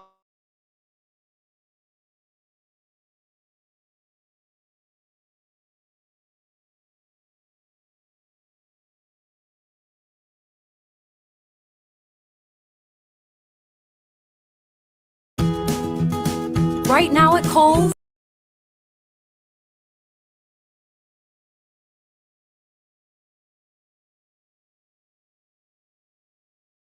Big 22 still walking in. Right. I mean,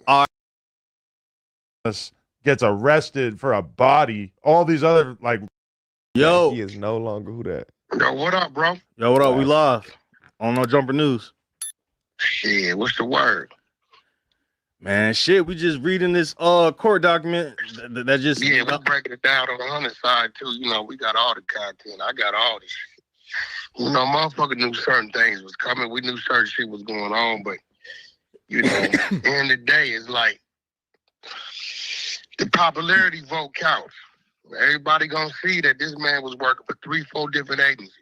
He was comfortable. He knew his phone was hot, knew his phone was wiretapped, but he thought it was hot through the people he was working with. He had no idea that them other agencies was on him as well. So, you know, you got we reading the New Jersey paperwork where he took all them Sue Surf, all that shit down, where he was in the paperwork 2 weeks later when the indictment come. Everybody's there with him. I see Loose Cannon is in there for a robbery, which that's something Big Q lied on that man about. He wanted him to do something, he wouldn't do it. And we got a call, which I got the content on my phone from the dude that's pertaining to. It's nasty, bro. It's nasty work. It's nasty work, and niggas is playing dirty ball, but it is what it is, man. Let me ask you this, Wack. How do you feel about them using the episode from the Adam and Wack show where Luce came on there and made the accusations that he said? What they use that at? All right, so on page 52 right here, scroll up, maybe it's 51. So we just read where basically they were saying how Loose Cannon, which last name is Williams, he admitted on the No Jumper podcast of Henley sending him to do robberies and getting the money back, and they said rapper RR and rapper MM, which is I'm assuming is Rick Ross and Meek Mill. And they basically saying that he talked about this on the No Jumper podcast, and they got your name in it too, where he said Wack is. He talked about that on the Clubhouse with all the Philly niggas when I'm listening. Yeah, Well, I mean, yeah, on the court document I'm reading and shit, they saying that this was talked about on No Jumper and Vlad TV, and it's just, what do you think about that? Like they were loose. What it say though? What it say? All right, go. It says, Williams later admitted to this robbery in the aftermath on a podcast, on the No Jumper podcast, after Williams stated that Williams was Henley's right-hand man. Williams explained, so basically he'll manipulate things. We'll go and do something, and then the same niggas we'll do it to, he'll show up to the house like 10 minutes later, and we'll try to count everything. And then he'll be like, how the fuck? And then Williams then said that Henley would state, well, we're just going to give like 40,000 back. This is not the part I read, but also says 40,000 back. What situation was that? They're talking about the Meek Mill and Rick Ross situation where supposedly It couldn't have been because this is what everybody didn't know, right? First of all, hold on. Let me read this part too, and then you can answer. So it says, scroll up, Josh. It says, all right, this is Loose Cannon speaking. You know why he wanted to give the dude back the $40, right? Because he was going to make the dude give him $20 for getting it back. Williams then agreed, of course, he did it to the two famous rappers.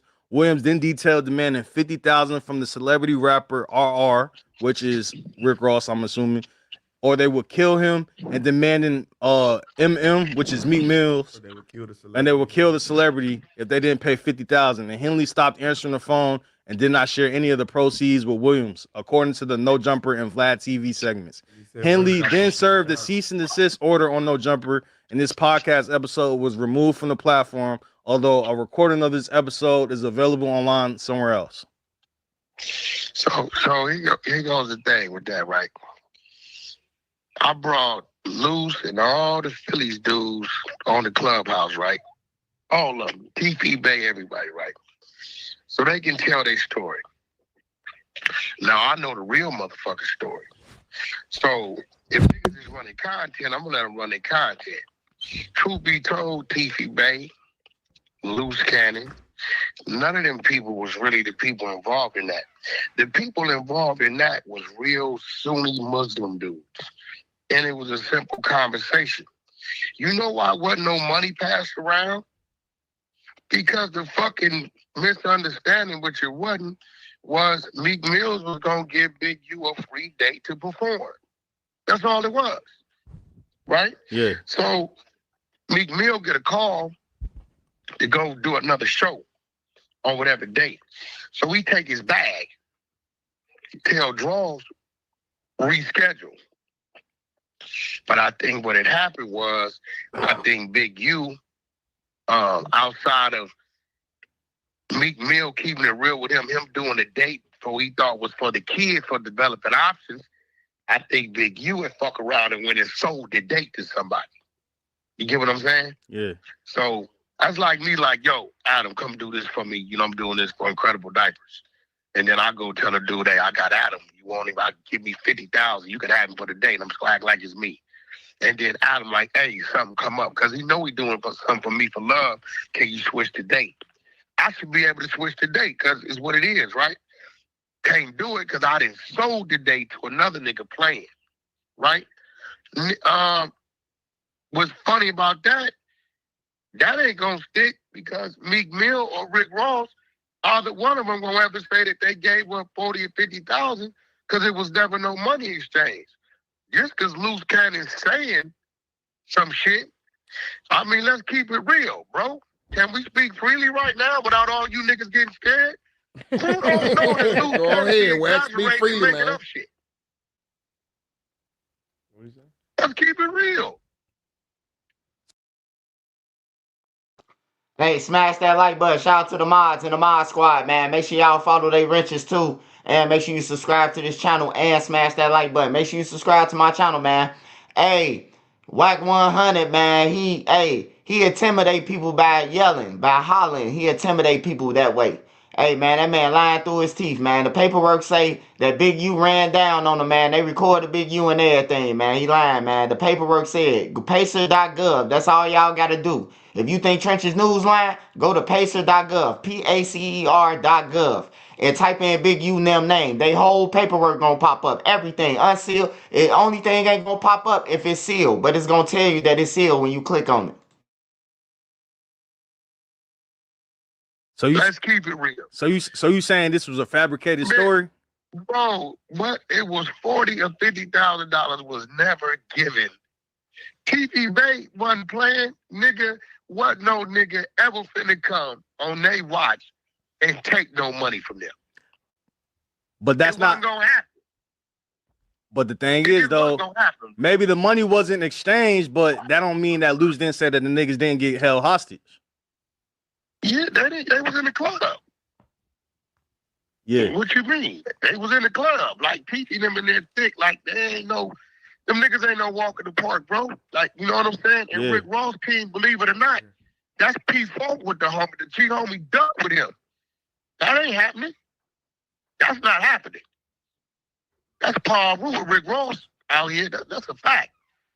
That's not happening. So, I mean, you know, it sounds like one of those Keefy D situations right now, where they taking what a motherfucker said minus the body and saying you did this. There is no way. Look, for this to be an issue on Loose, that means Rick Ross and Meek Mill gave a statement. Let's start right there. Can we agree? I mean, from the paperwork I'm reading, they just saying Williams is the one that made this public. I ain't really saying anything about. I can go on that motherfucker and say, nigga, I quit No Jumper because I robbed motherfucking Adam, took his fucking shoes and his computer out of his office. I can say that, right? Yeah. And then get the internet. Does that make it true? Did Adam call the police department and report that he got robbed? So I'm saying in order for that to be supported, right, it got to be a police report tied to it. What I'm saying. I know it never happened. Yeah. Listen, everybody gonna be the character they want to be. Brick Baby in the last 6 months, keep it real. We watched Brick Baby go from super gangbanger to fucking, I'm gonna say gay shit, I'm just gonna troll. Am I right? I put my fingers in the ass. I like pussy. Let's keep it real. Do you believe Brick Baby's gay? Nah, he running content. Oh, he running what? Say it again. He running content. Okay, so He what's trolling. the difference So what's the difference when he does it? Do you not know what happens? But the difference is though, is all right, Brick Baby trolling some gay shit, but the nigga Loose Cannon, if he running content, if he's telling real stories that happen, then that's a little different than running content. Hey, yo, let me ask you something. If you want to throw the story on the motherfucking No Jumper News today, talking about how you robbed Wack 100, witness pockets, pulled a gun on me, Yeah. I was slipping scared, and you took my rollie. What's going to happen in the algorithm? Everybody gonna be talking about it. It's gonna. In the last 12, 13 months, let's keep it real, right? What have the world seen me do with Loose Cannon's name? Free up your weekend and your budget with True Green. No one makes it easier or more. Hey, he deflecting the situation, man. He talking about Brick Baby and all them, man. Hey, Adam gonna ask him though. Hey, this why I tell y'all, Adam don't care about nobody, cause Adam gonna confront Wack about the situation. Y'all gonna see. It's funny as hell how Adam asked Wack, did the police ride down on him? That's funny as hell, getting questioned by a white boy, you know, quote unquote. He asking you, did the law ride down on you? You hear me? The civilian of the room asking the gang members, is motherfucker, did the police ride down on you? That's crazy, man. I laughed my ass off when I heard him say that.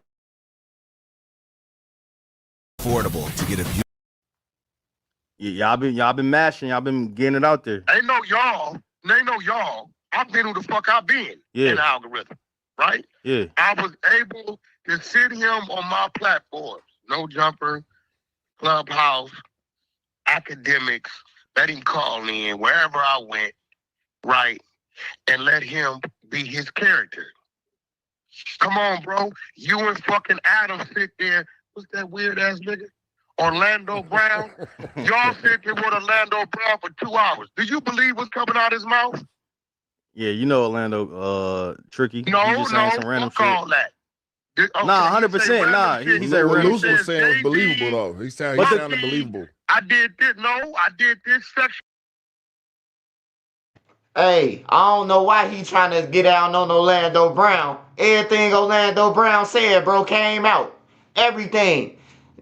Diddy, Busta Rhymes, everything coming out that he said. I don't even know why he mentioned and he trying to mention everybody except what they asking him about, bro. On some real shit. Orlando Brown he be telling the truth, bro. And when I thought he was crazy at first, but then when they got to start coming out, him and Jaguar, bro, all that shit came out. Everything that they said, while they was high, drunk, all that shit came out, bro. They been saying this since like 2021, bro. I've been seeing Jaguar Wright say the same thing, bro. And then when it all come out, she crazy. Actually, to this dude, all kind of shit, right? Yeah. And it hits the algorithm and goes crazy. Everybody watches. I know the nigga name not from no real shit because all he says is a bunch of crazy shit about celebrities, right? Who else did it? Big homie CC. You watched me expose him, did you not? That nigga been telling lies about all these industry dudes until I came and exposed him, brought the real security, and everybody said we never seen you. He stopped doing it. So what's the difference? You think if that nigga Loose Cannon really robbed them niggas of 40, 50,000, he gonna talk about it openly? He's talking about it because he know it never happened. All right, let me ask you about this. All right, so another big thing everybody is running with. So they feel like Christopher Lovejoy, with 600, he said he was just reacting to information that was out there, but that's a fact. They're saying that he was just like ahead of talking about the DNA being found underneath Big U fingertips. He wasn't ahead of nothing. If you go on TikTok, the daddy and the mama been going crazy. See, it ain't his fault that people don't know the content is there. Yeah. Right? I had a nigga tell me 3 years ago, damn Wack, nigga, you was finna get out with Michael Jordan in security. And I'm looking at this nigga like, bro, what the fuck is you talking about? How you know about that shit? It's a video up on YouTube. I had no idea the video of me squaring off with Michael Jordan and his fucking security is on YouTube, bro. So just because you don't know it's there, don't mean it ain't there. Okay, everybody know that Big U is a 600 nemesis. So anything about Big U, 600 little fans and his little people is going to send to him. You watch my phone, Remo. How much does my phone go off in a fucking minute, bro? Sending me shit. Anybody they feel I got an issue with, boom, boom, boom, boom, boom, they send it. So you can't get mad. Yeah. Is he running content that's already up just because you didn't know about it, nigga? That's you. I can tell you about all kind of content I know that's up that I just chose not to talk about it.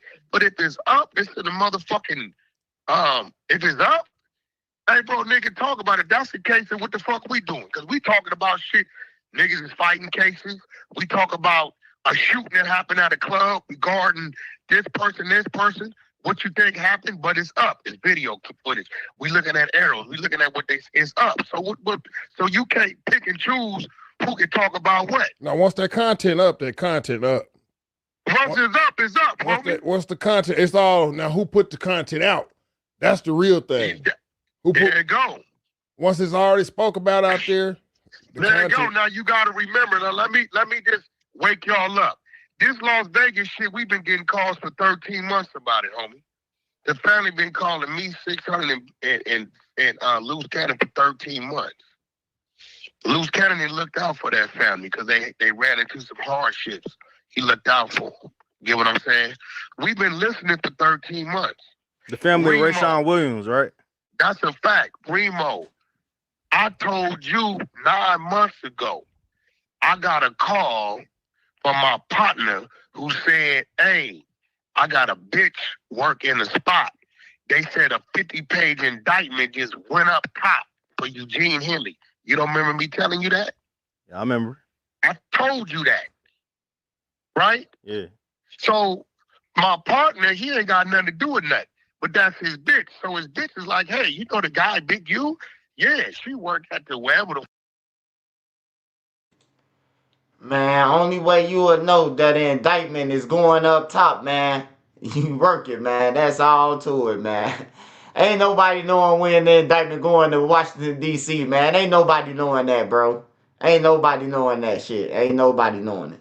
They not telling nobody that shit. That's not public record or none of that. That no police even know when it's going. The police don't even know this shit when they sending the files to Washington, D.C. Like, the feds is secretive, bro. So I don't know how the fuck he knew. He had to be in grand jury or some shit. Fuck they work at processing the work for them people. Yeah, he got a 50-page indictment, just got kicked up top. Whatever the fuck that means.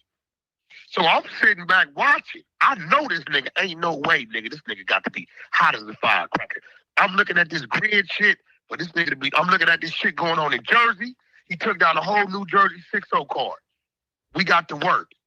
Ain't no way, nigga, you named, it's 14 of y'all. They got you named as number 4, the gang leader, recognized and acknowledged by the New Jersey Roller 60s for calling shots, for doing this, transporting the guns and drugs.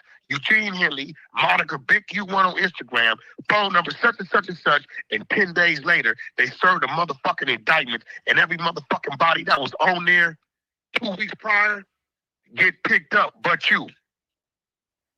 See, this murder 2021. Mm-hmm. They bullshitted the fact Big U DNA been online, like mine online. But they let us out that penitentiary, they swab us. Right? But if the nigga working here and working there and working there, they gonna buy their time to close their cases. When they close the case, they wanna throw a nigga away, you fucking with a body, they gonna get out the way. So it been there. They just told the family we gotta get DNA. Did they probably go do the warning, did it to go through the formalities? They probably did do that. But they've been having this nigga DNA since 2004. Eddie Boys is crimey. When Eddie Boy paroled, they took his DNA. Right? So at this point in time, what you about to see is 600 did what he's supposed to do.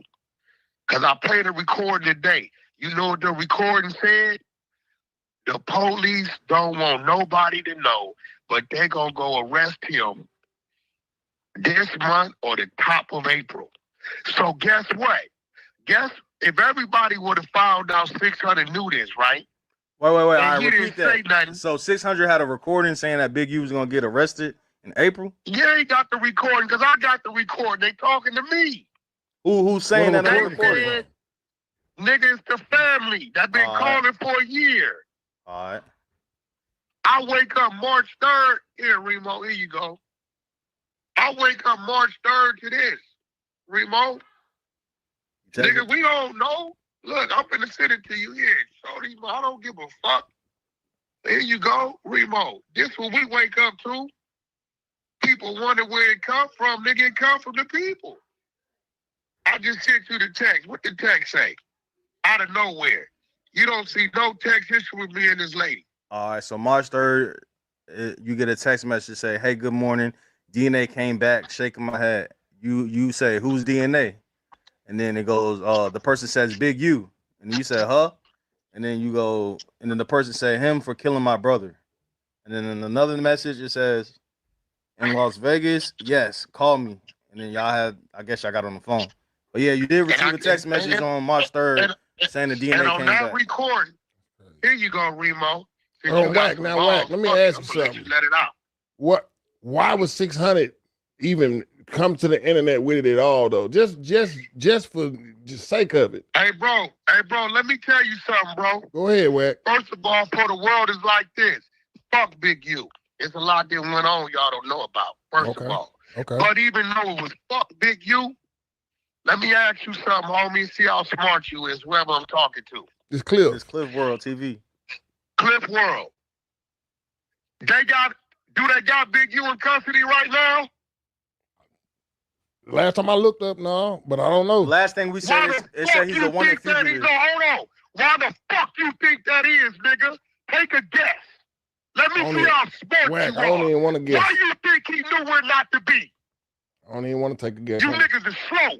You fucking one-track minded. Listen, nigga, I wish a nigga would play something to tell me, hey, they owe you, nigga. He really was helping the nigga. What the police said, we've been investigating since 2021. Okay. This shit come to us March 3rd. Whatever the fuck they was gonna do is done. Why you think Big U wasn't sleep in his house at 4:30 this morning? Take a guess, nigga. Hey, so which one you want?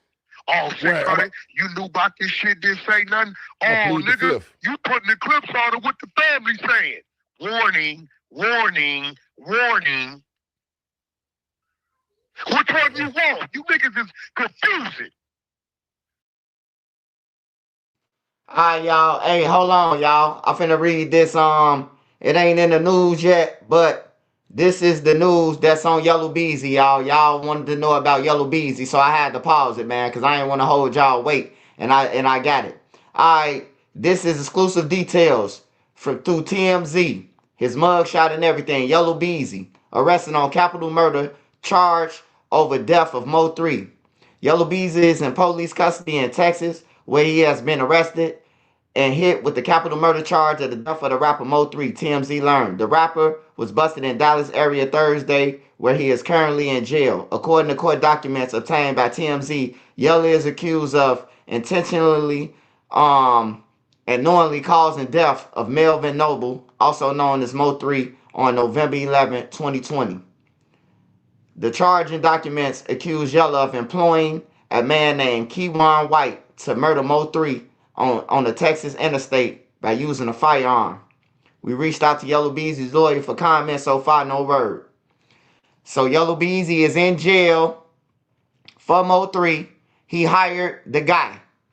He hired the dude, man. Keywan, man. He hired the one dude, Keywan, to kill Mo3, man. You know, one of the dudes was mad already that Mo3 was in his crib anyway. So Mo3 was gonna get teased anyway. You know what I'm saying? And I hate that, bro. Like, that ain't no gang shit. That ain't none of that. That's some coward shit, bro. Rest in peace to Mo3. Just like with Duck, bro. Like, this man made a phone call on Duck. Cause his girl, like, your girl ain't mess with you, bro, since your baby was 2. Your baby 12 now. And you thinking about Duck? Like, that's crazy, bro.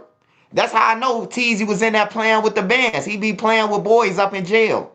Everybody who get mad about, you know what I'm saying, your baby mama who you ain't messing with in 20 years, bro. He like, you got to be playing with males in jail, bro. You insecure yourself, man. You know, rest in peace to Mo3, though. Yellow Beezy is charged. I will keep y'all updated when the news report come in. We finna go back to Slack 100 so we can hear Adam 22 and them question them. I finna fast forward it a little bit, matter of fact. Do we ride with the police?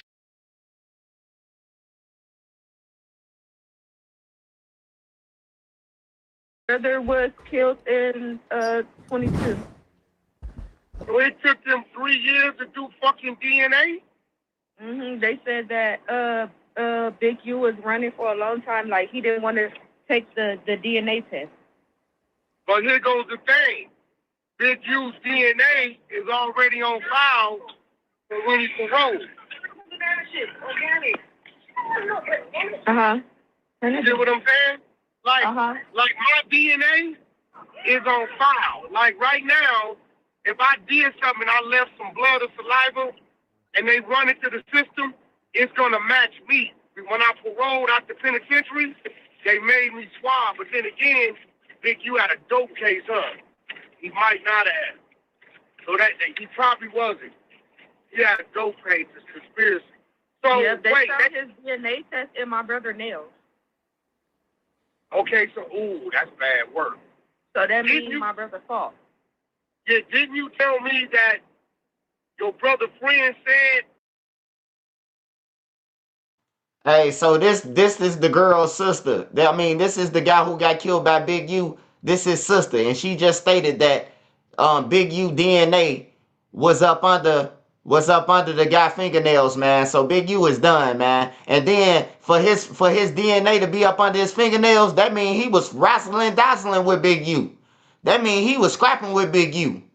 Big U probably tried to choke him to sleep. He scratching him on his head or scratching him across his eyebrow or something. He scratching him though. He got him good, man. If his DNA up under his nails, man, that means somebody was fighting for their life, man. That means it was a fist fight and Big U, give me the gun, and boom.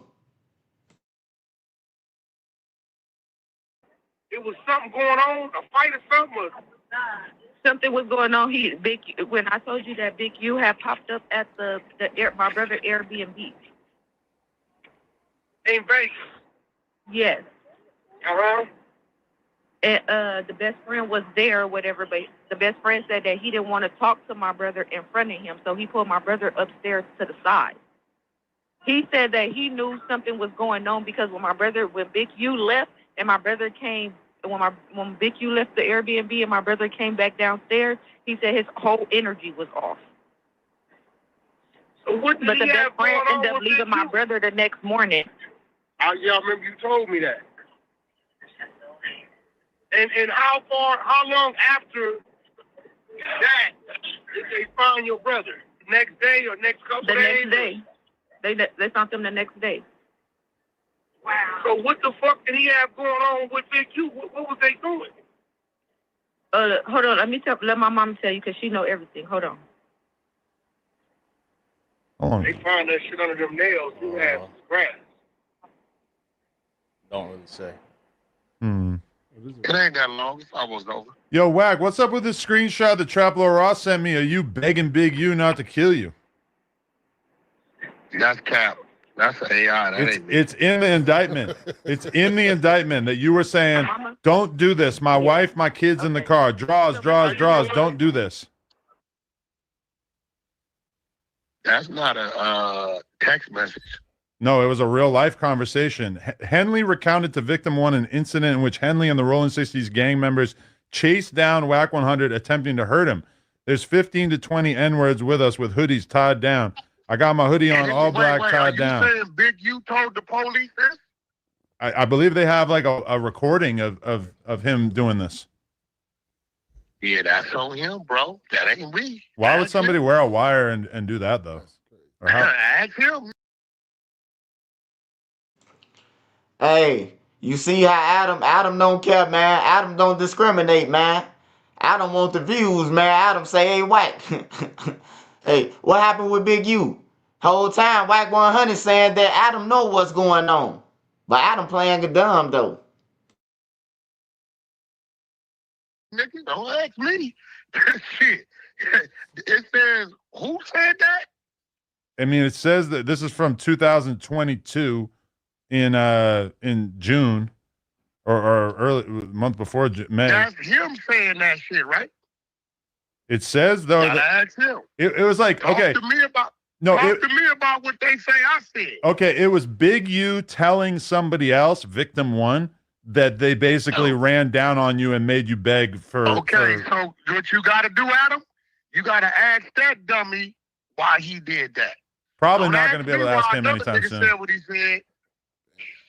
Get your facts right, Adam. No, I'm just reading this. The Traplo Ross just sent me the screenshot, and I'm like, oh Man, shit, listen, Wack you 100. gotta ask that. You gotta ask that dummy. And I'm glad he said it like that. You right. I was scared for my life. I didn't do nothing. Damn. Great. I think you know the real story, Adam. But if he want to put the 10 on it like that, that's cool. Hey, you know what? I agree. That's how it happened. Adam, you ain't stupid. That's the parking lot situation. If that was the case, you wouldn't have stopped. Damn. He know what stopped him, but if he's saying that's what stopped him, great. But that came out of his mouth, not mine, right? Yeah. But that's okay, what it well, says, yeah, there you go. Talk to Wack about what they say Wack said. All right, yeah. Has any law enforcement tapped in with you about any of this kind of stuff? Hell no. Because it never, listen, I ain't got nothing to say. Did it say I did something? Nah, it doesn't say that they even contacted you. Shit, listen, you gonna talk to Alex Kessel fucking with me. We're going to talk to Rosenberg. That's who you gonna talk to. Who? Rosenberg, 4Extra's lawyer. We need him on this case. Nah, he ain't nobody. Alex, he ain't nobody. That's Suspect's lawyer, too. He a good lawyer? He ain't fucking with nobody. Bro. He ain't fucking with Alex. Shout out to Rosenberg. Let me ask you a question, Adam. Sure. Let me ask you a question. You think that's gonna stop 20 niggas that's coming to get you? Just you saying, like, please no, please don't? I mean, that seems... So that sounded to me like he's doing what with his homie? What is he doing? He doing what niggas do, right? Doing a little bit of And cap. guess Just a little what? cap. That Little is a very true story. That happened. I begged for my life. That's all I did. I broke down on my knees and I said, Jesus, please. And I recited scriptures and I said, thank you, Jesus. Wack never did nothing else. Good looking out. At least he did more for me than he did for Loose Cannon. Because he lined Loose up. He told him Loose did a move he didn't do. And I don't even fuck with Loose like that right now. But what he said Loose did, he didn't do. When I see you tomorrow, I'm going to let you hear how I know he didn't do it. All right. What's your guess at what they're going to try to put on Brick, aside from this alleged AK situation that everybody's been talking about? They're going to put on him. But, okay, Brick told me straight up. I said, bro, why you involving yourself in this shit? You don't even fuck with this nigga. He said the nigga hold this video over my head. I guarantee you they gonna book Brick for a robbery. Guarantee you. Luke, the nigga, Big U, had a video of the nigga doing what he was doing and told him if he didn't get out against me and 600 at the time, because remember him and 600 was cool. You don't remember that? No, I remember. 600 was cool. Yeah. Right? If you didn't go against them niggas for me, I'm releasing the video. He threatened the nigga with that. And that's the blackmail that Luce mentioned yesterday. I guarantee you they gonna hit Brick with a motherfucking robbery and a possession of a thumper. That's the video the nigga had. The nigga ain't no good. Who, Big U or Brick? Big U. Brick didn't do nothing wrong. So you think Big U's a snitch already? I know he's a snitch. We've been telling y'all he's a snitch. You have been telling me that for a long time. And realistically, people who have even more skin in the game have told me that about Big U before. So if that ends up being the narrative, oh my God. He been working. Damn. He been working, but if a nigga listen, you know, niggas will get on the phone, they gonna make it do what it do. But we all know if 20 niggas coming to get you after a nigga been calling you a snitch from the other side, that conversation ain't gonna stop you. You know that. We all know what stopped him. And it was my blessings and my belief in the Lord that kept him from harming me. Yes, Lord. Yeah, that's what did it. Right? You can't get in trouble by law enforcement for believing in God. So I'm gonna run with his story, this narrative. This nigga been lying on all kind of motherfuckers. I don't even fuck with Luce like that right now. But the nigga put a robbery on Luce that he didn't do. Man, because Luce wouldn't do a move for him. Brick, he extorted the shit out of Brick, made Brick do all that shit he didn't want to do. That's why Brick never had an issue with me. You didn't notice overnight, Brick just started going at me in 6. He told that nigga, if you ain't my voice on this internet shit, I'm going to release this thing I got on you. I guarantee you, Brick is charged with a motherfucker. He got that AK case, but that comes later. They got him for a robbery that this nigga, Big U, turned him in on. God damn, I got to try to forget about this for a little bit and go fuck some hoes. I'll be back. The robbery's downtown, too. Again? Shout out y'all for... No, I still didn't even do the first one. That was just an interview. Yo, Wack, I'm about to go fuck some girls for you. Nah, you ain't.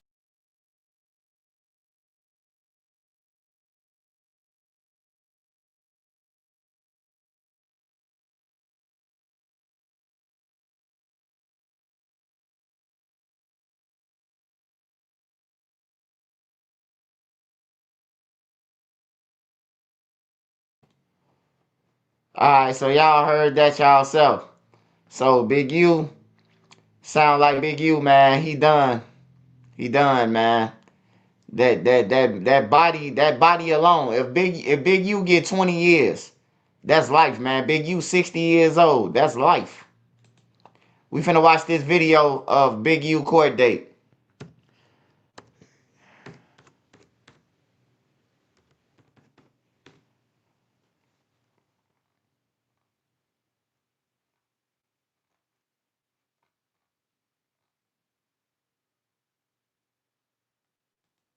This afternoon, the alleged leader of the Rolling 60s Crips gang made his first appearance in federal court. In fact, we just got this sketch in from the courtroom.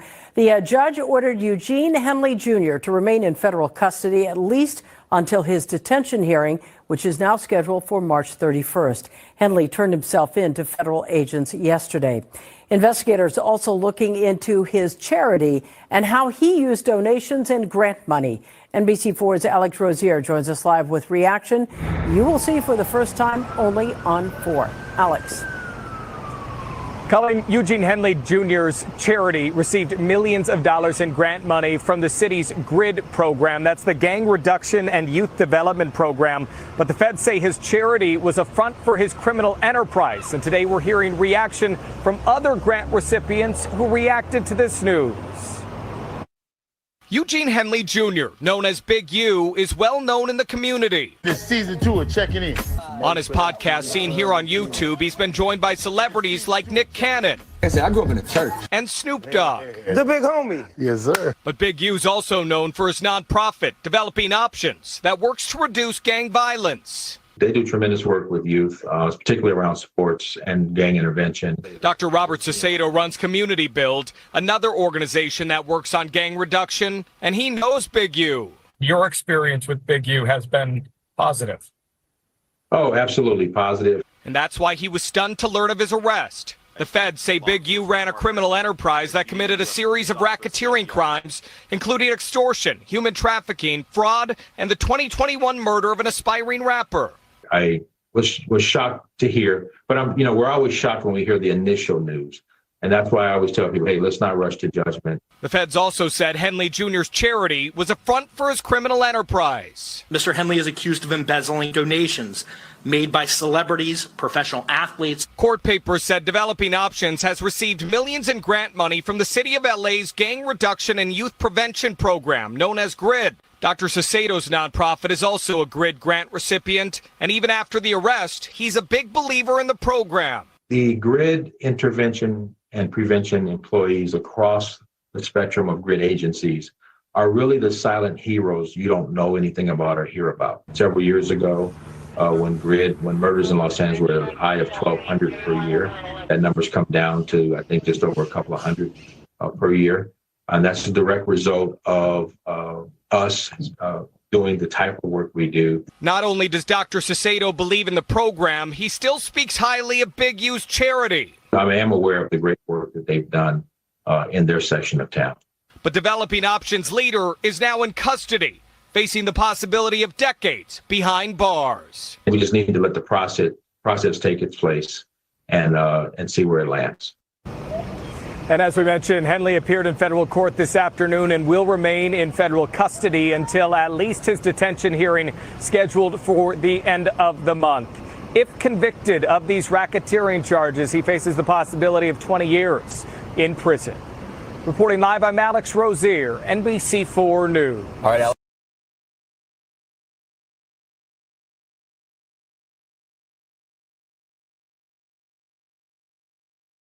This afternoon, the alleged leader of the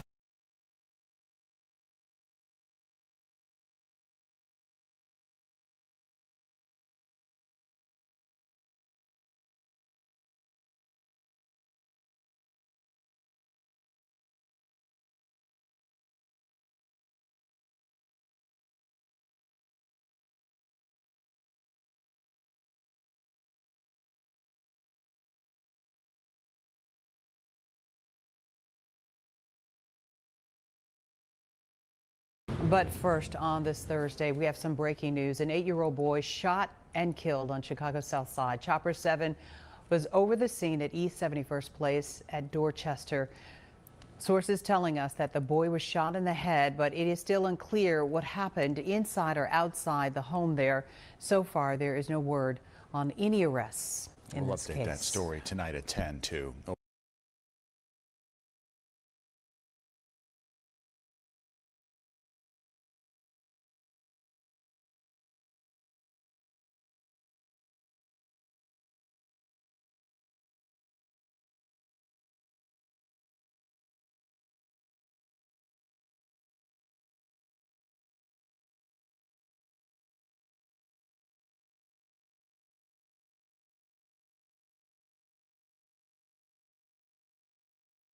You want ads that drive results. That's why we built Roku Ads Manager. Sign up at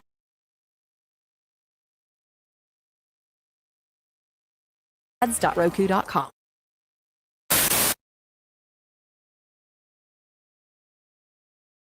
Paul Ross, I'm like, Ross, boy, this shit getting crazy. Drop off the 50,000 and we're gonna let Meek live on crib. So and do something, and the same niggas we do it to show up to the house like 10 minutes later when we trying to, you know, counting everything, right?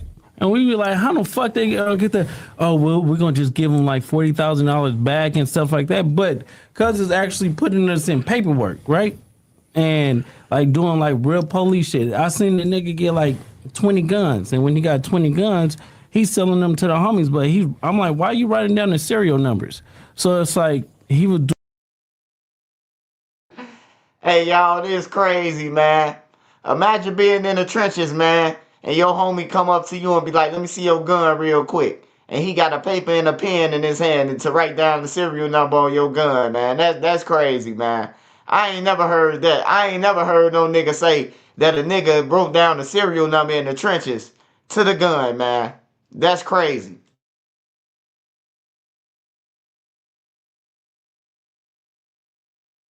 Oh, well, we're going to just give them like $40,000 back and stuff like that. But cause it's actually putting us in paperwork, right? And like doing like real police shit. I seen the nigga get like 20 guns, and when he got 20 guns, he's selling them to the homies. But I'm like, why are you writing down the serial numbers? So it's like he was doing like shit like that, and I didn't catch on. So it was like, I'm waking up now. You get what I'm saying? Because this is high tech shit. I'm his right hand man. You get what I'm saying? So when it came down to like dirt and stuff like that, I'm gonna get it. You get what I'm saying? And then like one day, you know why he wanted to get a dude back to 40, right? Because he was gonna make dude give him 20 for getting it back. Of course. And kept you out of it. Of course. He did that to. Yeah. So this loose cannon, he breaking down how big you be, like how he, for one, is facilitating information to them. He sent that because I called Ross. I'm like, Ross, boy, this shit getting crazy. Drop off the 50,000 and we're gonna let Meek live on crib. So Ross dropped off the 50,000, and so me and the homies we go back. Hold on, bro. Hold on. So they got some money. They got some money out of Rick Ross. That's why the GDs, that's how the GDs surrounded Rick Ross in all the stadiums and shit. Rick Ross paying that bag, man. I remember that year Rick Ross was performing for free, man. The GDs was outside every concert, man. Every concert, they wanted that money, man. Like, that's crazy, man. Rick Ross, at least he gave up the money, though, for letting McMills live, bro. Because they would have killed him like they set up, I'm starting to think they set up PB and Rock, too, now. I'm starting to think them crackheads, then that wasn't just no robbery. That was a PB and Rock gonna be over here. Like they knew the drop, bro. They wasn't just sitting in no lot, man. Niggas ain't checking in with niggas. That's the problem. Big U said it. If you ain't checking in, Big U say it's a problem, bro, if you ain't checking in with him. You check in with him and not somebody else. If somebody else and you don't check in with him, bro, it's a problem, bro. Big U stress that shit out, bro. He stopped answering the phone. He stopped picking up and shit like that. And we were like, what you doing? Like 2 days later, he called me. He was like, oh, nephew, where you at? And I'm like, nigga, where my money at? And he was like, oh, I needed it for bills. I'm like, what? Like, cause that's some weird shit. And then he stopped answering the phone because I'm trying to pull up on him. Like, bro, you got to come and see me. And then it's like, we were doing a TV show, like. So I wonder if they boxed Meek in the club, boxed him in the club, right? And then what Rick Ross gave the money to Big U, and he was supposed to break y'all off. I don't know, that shit sound crazy, but that's some cold shit. You send some niggas at a nigga, and then the whole time though they thinking they under your, you know what I mean? Like the tap in shit, how they be saying, oh, check in and whoa. Meek think he didn't checked in. Whole time he didn't checked in to get booked. A while back, right? And I'm on a phone, he FaceTimed me. So he FaceTimed me and stuff like that. He was like, Nipsey just got killed. I'm like, sick, so I didn't hear that. So I hang up with him. I called Nipsey, and I'm like, Nipsey, what's up? He was like, oh, what's up with it? Nipsey answered. Nipsey answered. He answered the phone. And I was like, I love you, cuz, or whatever like that. Did you tell him the call you just got?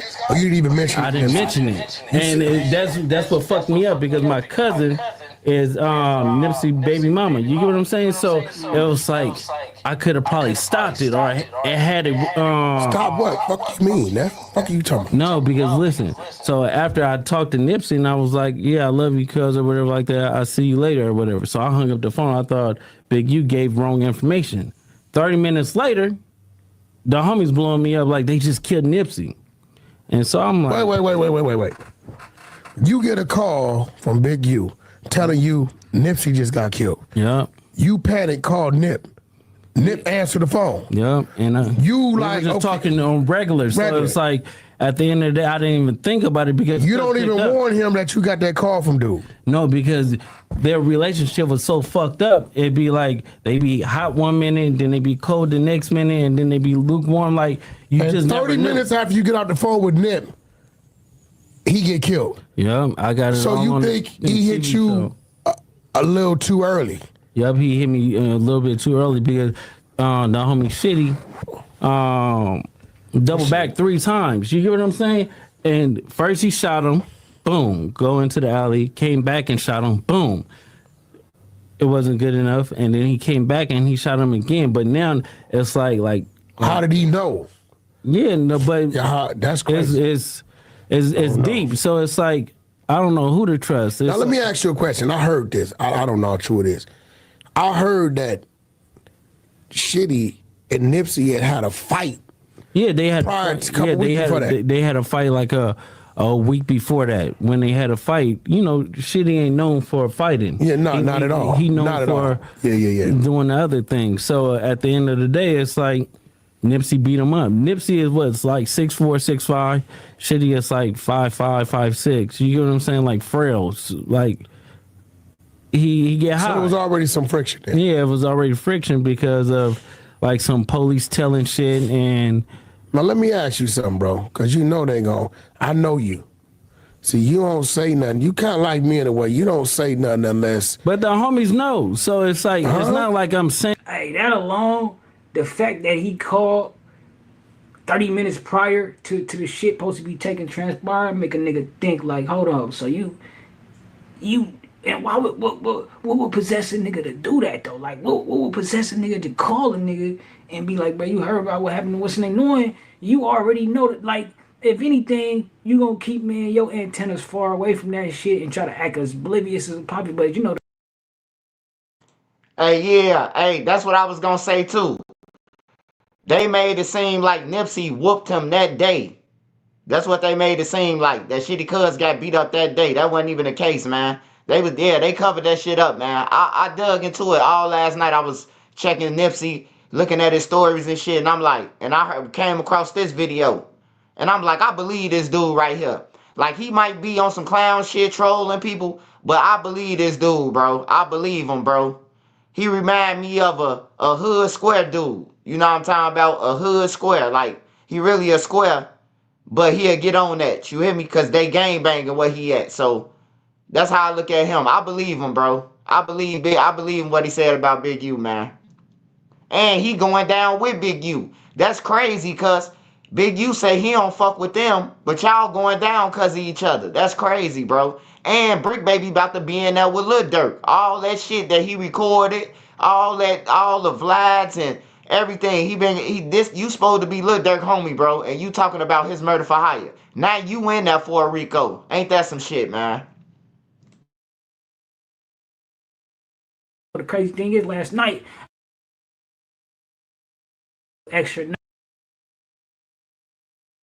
for me, it's like you telling me, oh, I'm fucking with the police or whatever like that, trying to smooth your background out. So I'm like, on 6-0, I'm going to expose your buster ass neighborhood crib. And if a nigga take it any type of way, they could get at me, or I'll pull up and get at them. It's like. So you pretty much saying he called you, told you Nip got killed. So, hey, shout out Loose Cannon, man. Shout out Wack.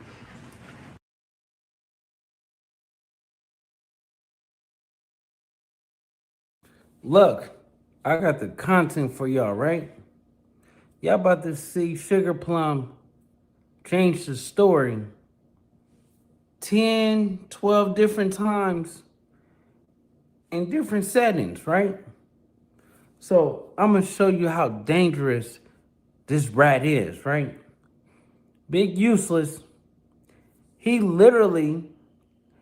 literally, right, do something, right?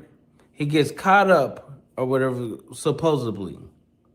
Put the feds on everybody. He know it's guns and everything like that. And when he know it's guns or whatever, he give a tip, oh, we gonna do this thing. Come and hit the bus, right?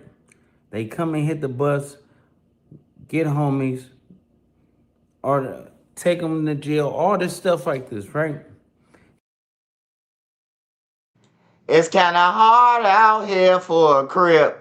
Man, if your leader getting you guns and then have the police bust you down, man, after he get in trouble, man, that's some shit. Hey, kids, get out the streets, kids.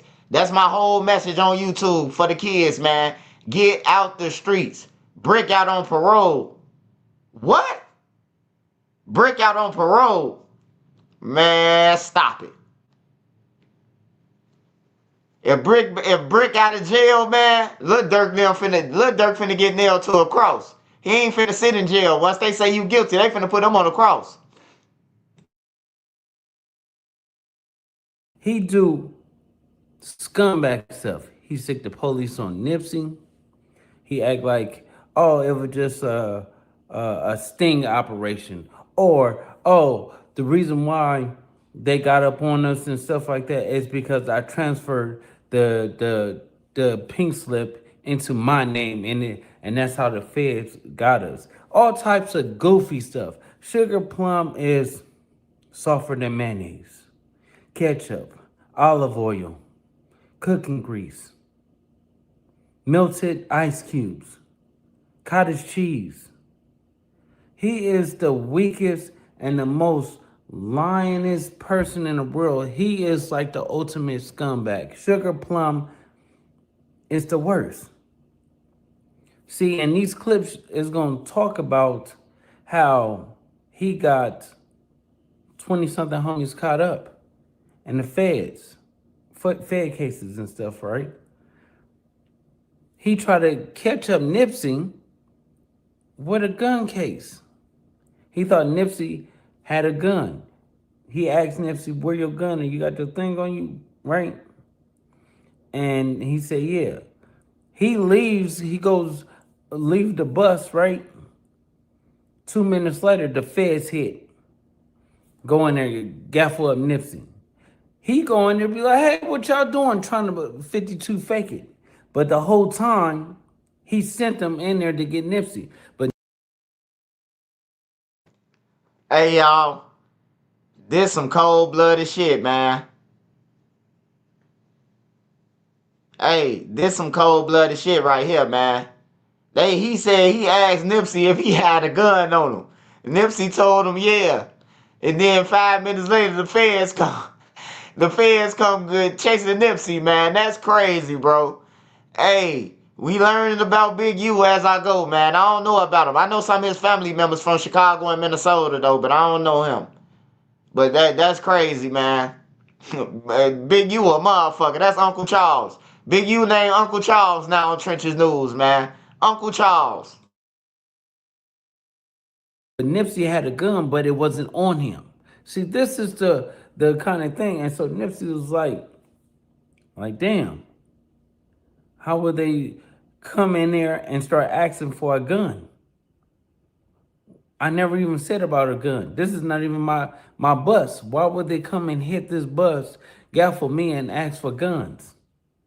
Because the prior conversation, Big Useless, he asked him, he was like, okay, I got guns. Do you got your gun on you? He said, yeah. This is the crazy part. This is the trickery that what he do. This is the sabotage moment. This is how he exploit homies.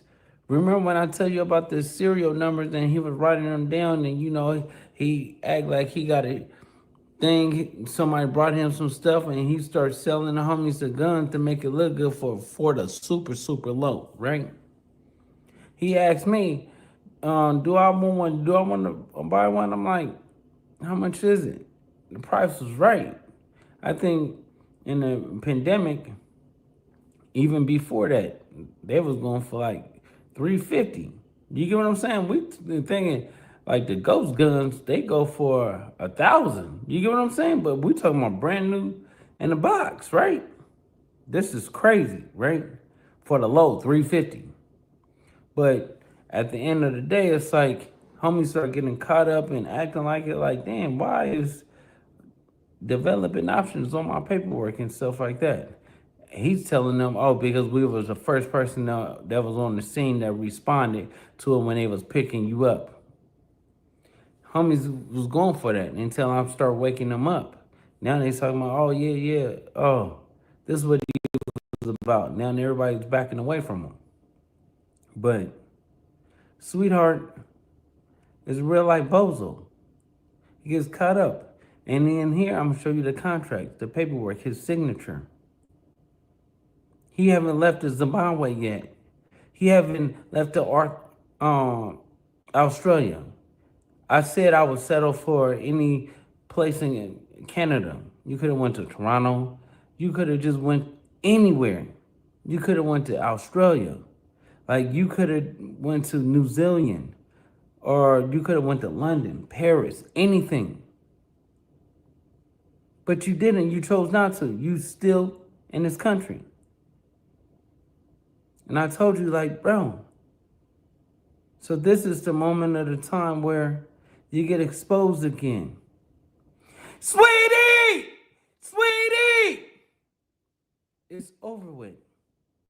This is the time you have to really look yourself in the mirror and say, all the scumbag stuff I did is coming back on me. I am a sugar plum. I am softer than a bubble bath. I am softer than a waterbed. Old school. I am worthless. They already call me Big Useless, but I have to find a new name. Big Uterus is not doing it.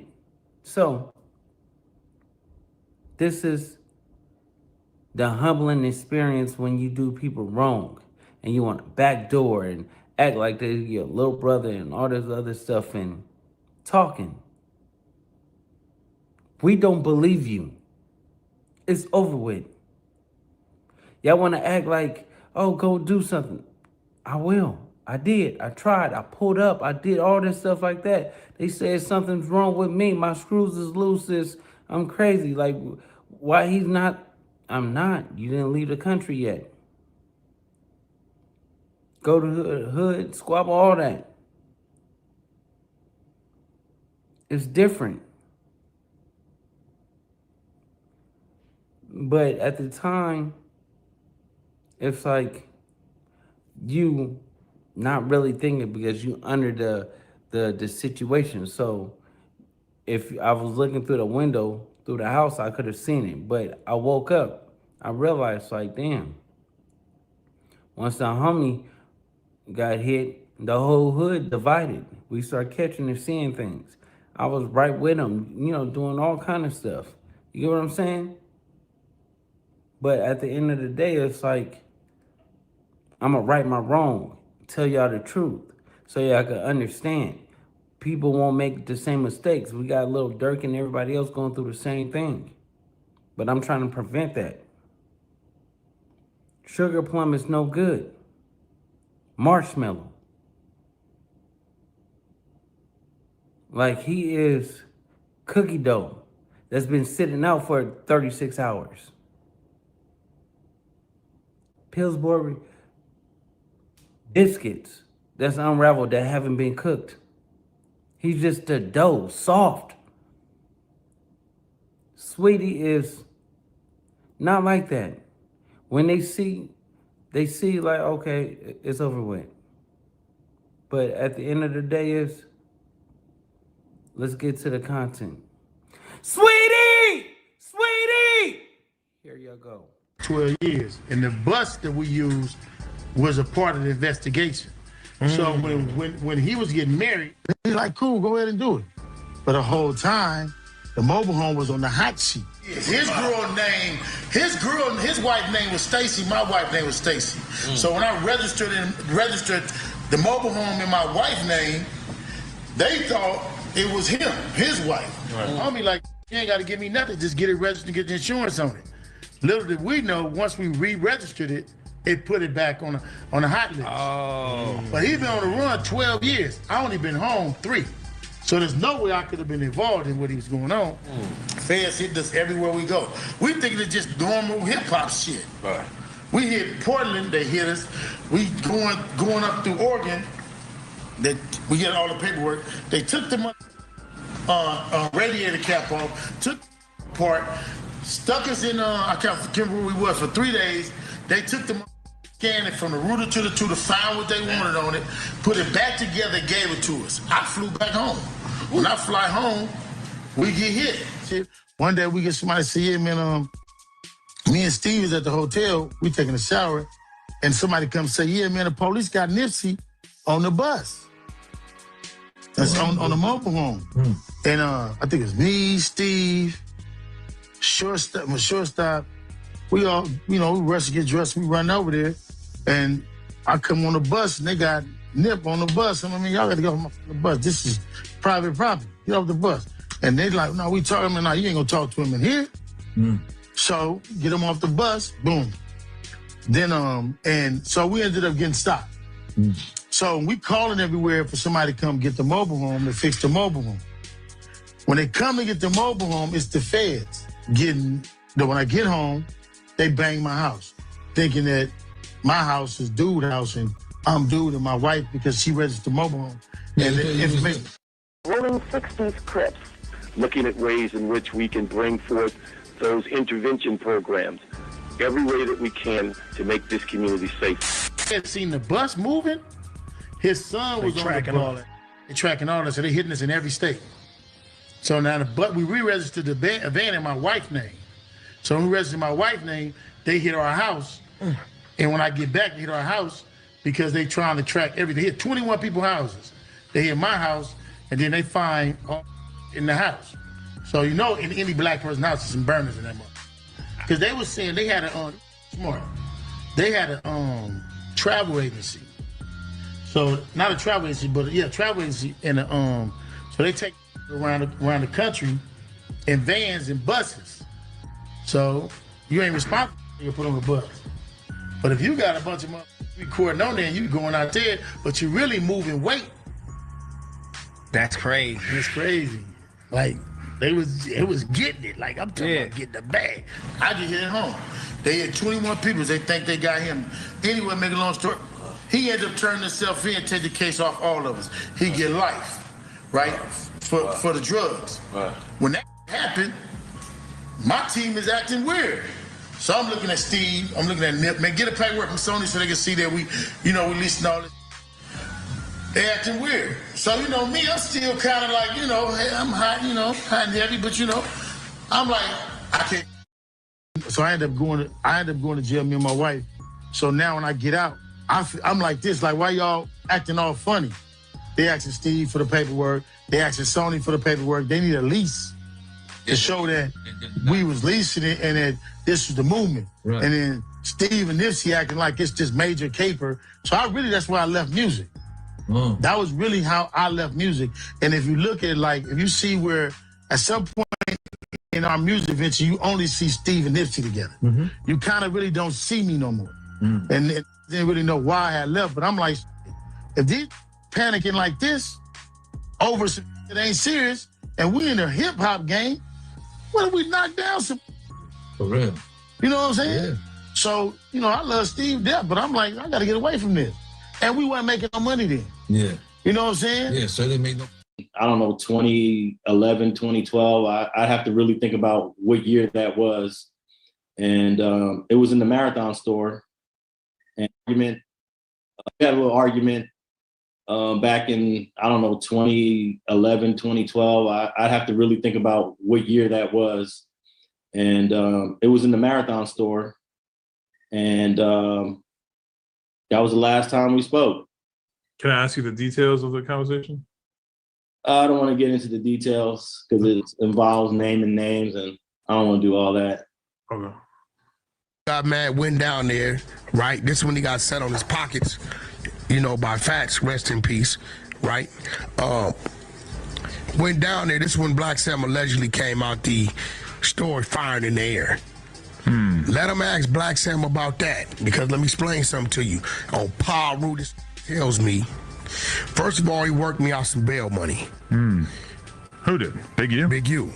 Because I get the call, I send the bail money, right? Come to find out, Rosé showed me that in the midst of all that coming, when the police came, Big U turns into grid worker. Came down here to police the situation, right? So he tells me, hey, Wack, the Black Sam, the police told me, leave him alone. That's one of his. He on parole, and they let the out before me. This what he feed me. Come to find out, Black Sam was off parole. Black Sam indeed had to bail out. Big U was the one that they let out. No strings attached. He turned into grid worker when all this hit the fan. He's got pulled over down the street, all this up. So, Big Boy didn't know to ask about that.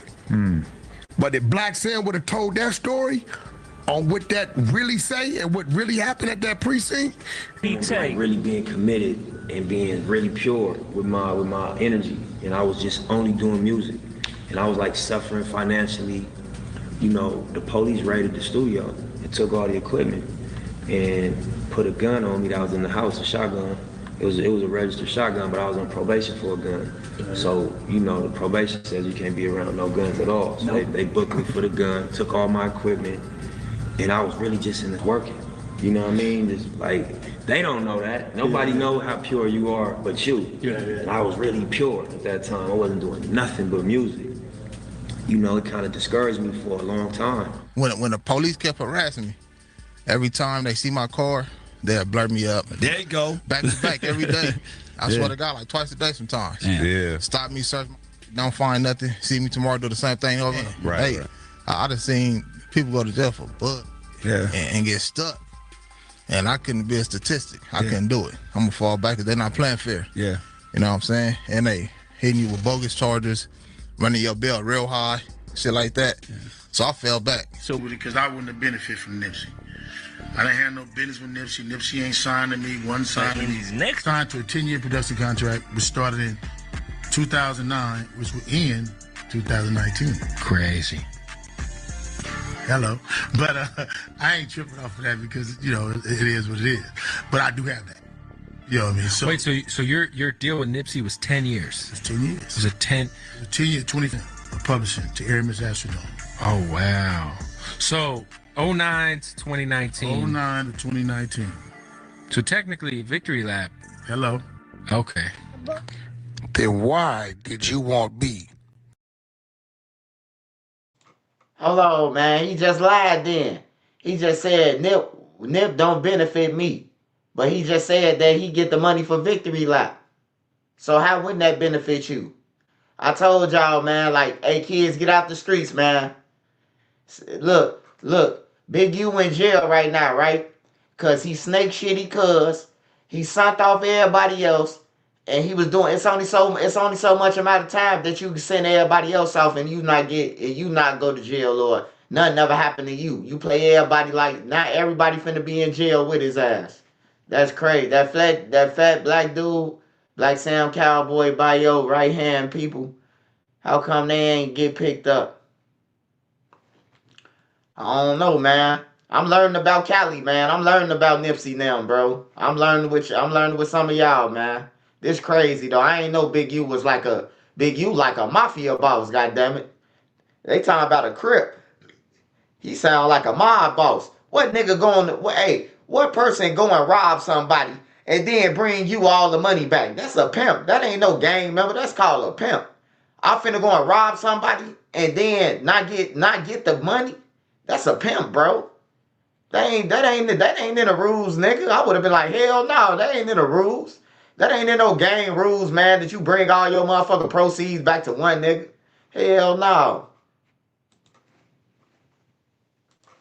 To sue the estate and act like I brought you out of the contracts 53 days after this man's demise. Can you please tell the people this? You lied and said you had no contract. Now you got a contract. 53 days after this man died, you wanted Wack 100 to go out to his estate. Nope.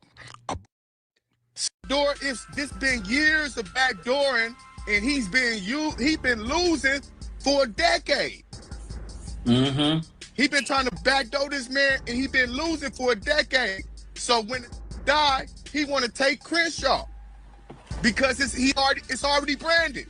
Yeah, but remember when he was at the building on Crenshaw and 43rd, right?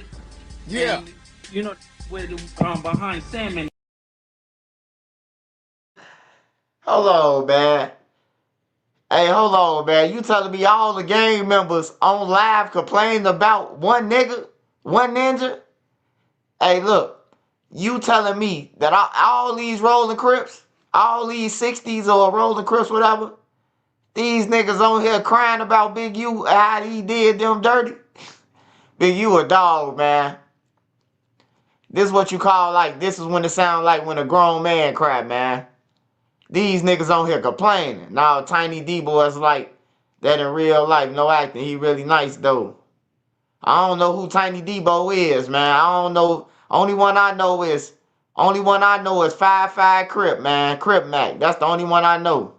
Crip Mac and Brick Baby them. That's it.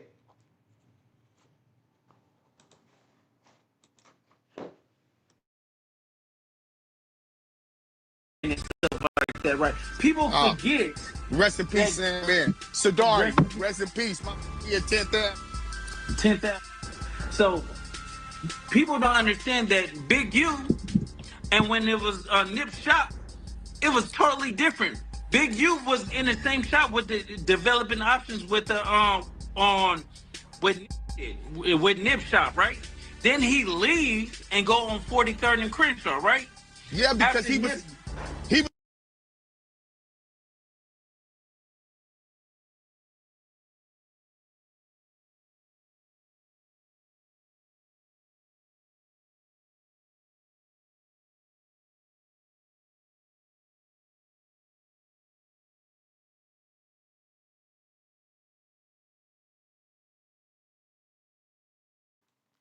Oh, yeah, man. Hey, Big U a dog, man. He a mob boss, man. Hey, what good videos, man, that we could watch? That got shitty cuds. We can find out about all them in one video. What video is there? I believe Loose Cannon. I ain't gonna lie. I believe him for some reason, bro. I just think that Loose Cannon telling the truth about all this shit, bro. He finally woke up and realized that he was getting sent off like a goofy, bro. He finally realized that when everybody else started talking shit to Big U, he realized that he could too.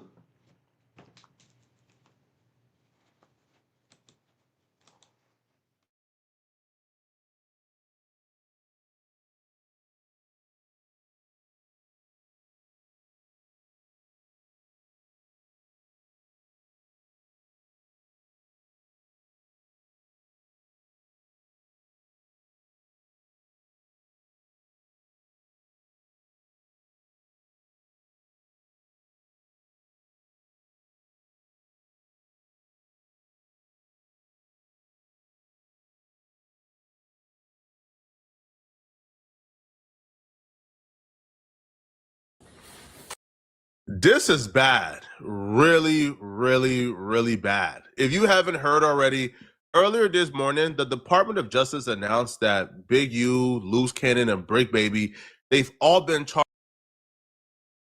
Hey, smash that like button for me. No, it's really 14,000 people in here. It's 14,562 people in here. That's what it really is in here. Shout out to all 14,000 people up in here, man. It's 14,000 in here. You might see 2,000 on the front end on your end, but it's 14K in here. Hey, shout out Made Media Magazine. Make sure y'all go and check out his page. Shout out Beezy, baby. Check out their page. Sparks is on Instagram, man, on all platforms, man. Dro the Mob on all platforms, man. Make sure you go and run up their pages. Hey, why he don't stutter? Why he stutter? Why he stutter on like on a podcast on Adam 22, but he don't stutter on this shit? I don't understand that, man. Do we be playing? Smash that like button for me. Charged in a federal complaint alleging racketeering crimes were committed by the Rolling 60s. 19 people total have been arrested and charged in the first federal complaint. Now, this federal complaint is surrounding Big U and Big U Enterprises, and the people you see on the screen are people the feds believe helped Big U commit crimes. Brick Baby is also the subject of another separate sealed indictment that we know nothing about until Brick Baby goes to court and the indictment gets Hold on, y'all. I want to point something out to y'all real quick. I was trying to find this shit on mine. Well, I don't know if I found it. But this right here. Remember Brick Baby got caught with that gun? And Brick Baby had said that the feds, when they ran this crib, they wanted electronic devices and all that shit. This what this is. Search warrant subpoenas below summarize information evidence obtained. Thus far, there's various investigation tools where Mitchell is the subject of a separate sealed indictment pending in case number, whatever that case number is, at certain points. But this the one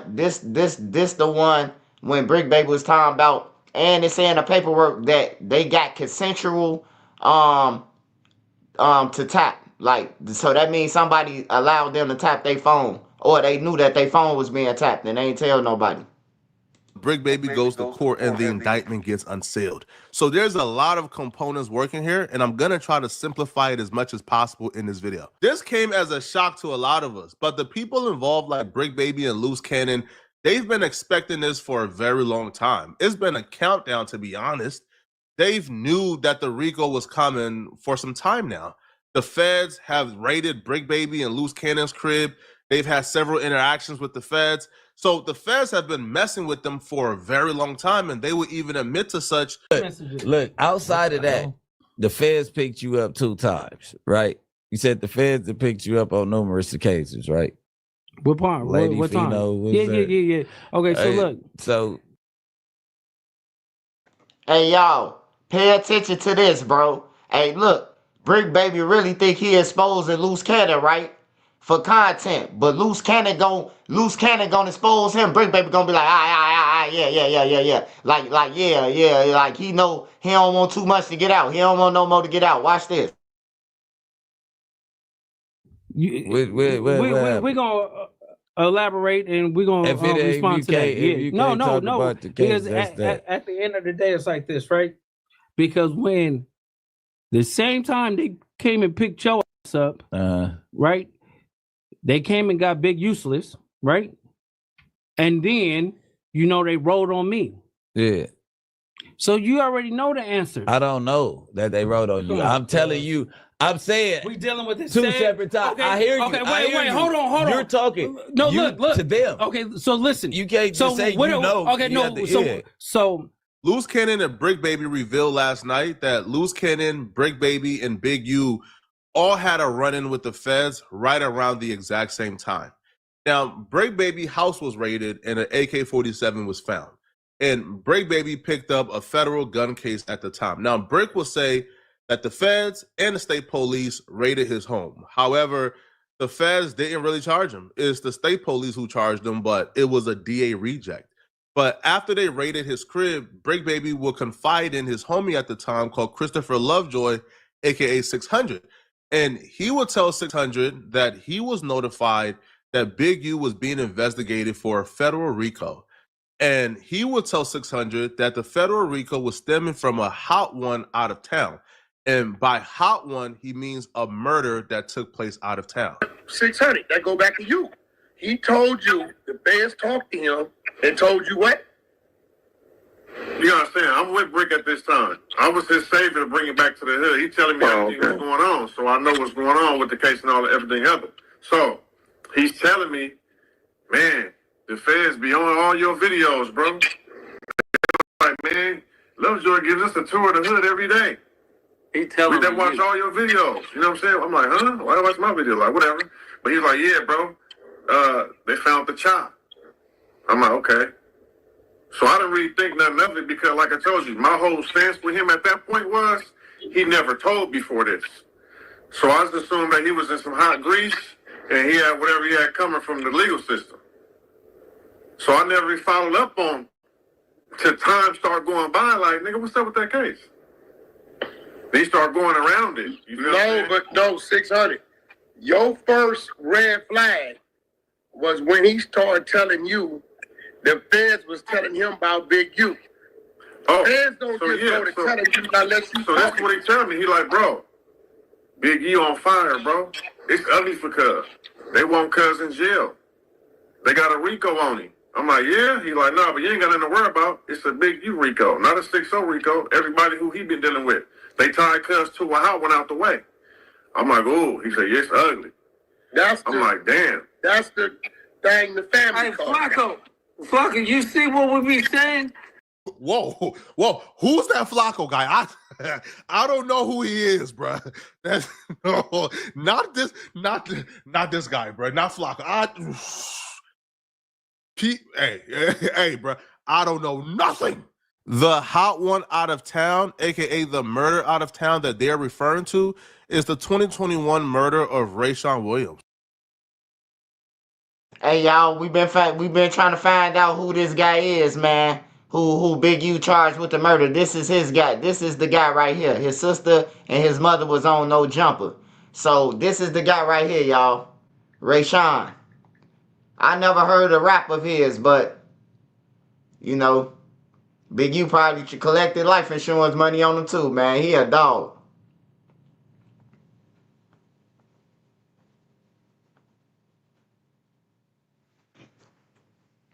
All right. Raan Williams is the best friend of Big U's son. Raan Williams lived with Big U at some point. Now, Raan Williams was found dead in a ditch with multiple bullet wounds in Vegas in 2021. Late last week, Christopher Lovejoy, aka 600, would actually take to social media to reveal that the family of Raan Williams told him that the police located Big U's DNA under Raan Williams' fingernails. Man, we got some pretty disturbing news, man. And I remember a couple of days ago when I mentioned that case where the kid, the football player, you know, Big U's son's best friend, played on the football team, who was living with Big U, was killed. And it was saying that Big U didn't show up to the funeral, never contacted the mother for any type of support, anything. Just blocked her and everything, right? It was just like, damn, bro, like you always say if you know anything about these gang murders to give you the information.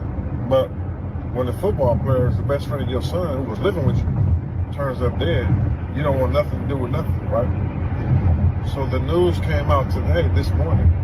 The mother said that Big U has been denying to give his DNA. So they had to send a warrant to get Big U's DNA. You want to take a wild guess whose DNA came back on his son? Big U, Eugene Henley's DNA came back on her son's fingernails. Wack 100 will follow this up by posting a call between himself and the family of Raan Williams, where they are alerting Wack 100 that the police plan on arresting Big U in late March, early April. You got a dope face, it's conspiracy. So, yeah, they found his DNA test in my brother's nails. Okay, so, that's bad work. So that means my brother. Now that's what y'all been hearing. This one ain't nobody heard. Let me find this shit. Since of April. They still ain't arrested you, nigga?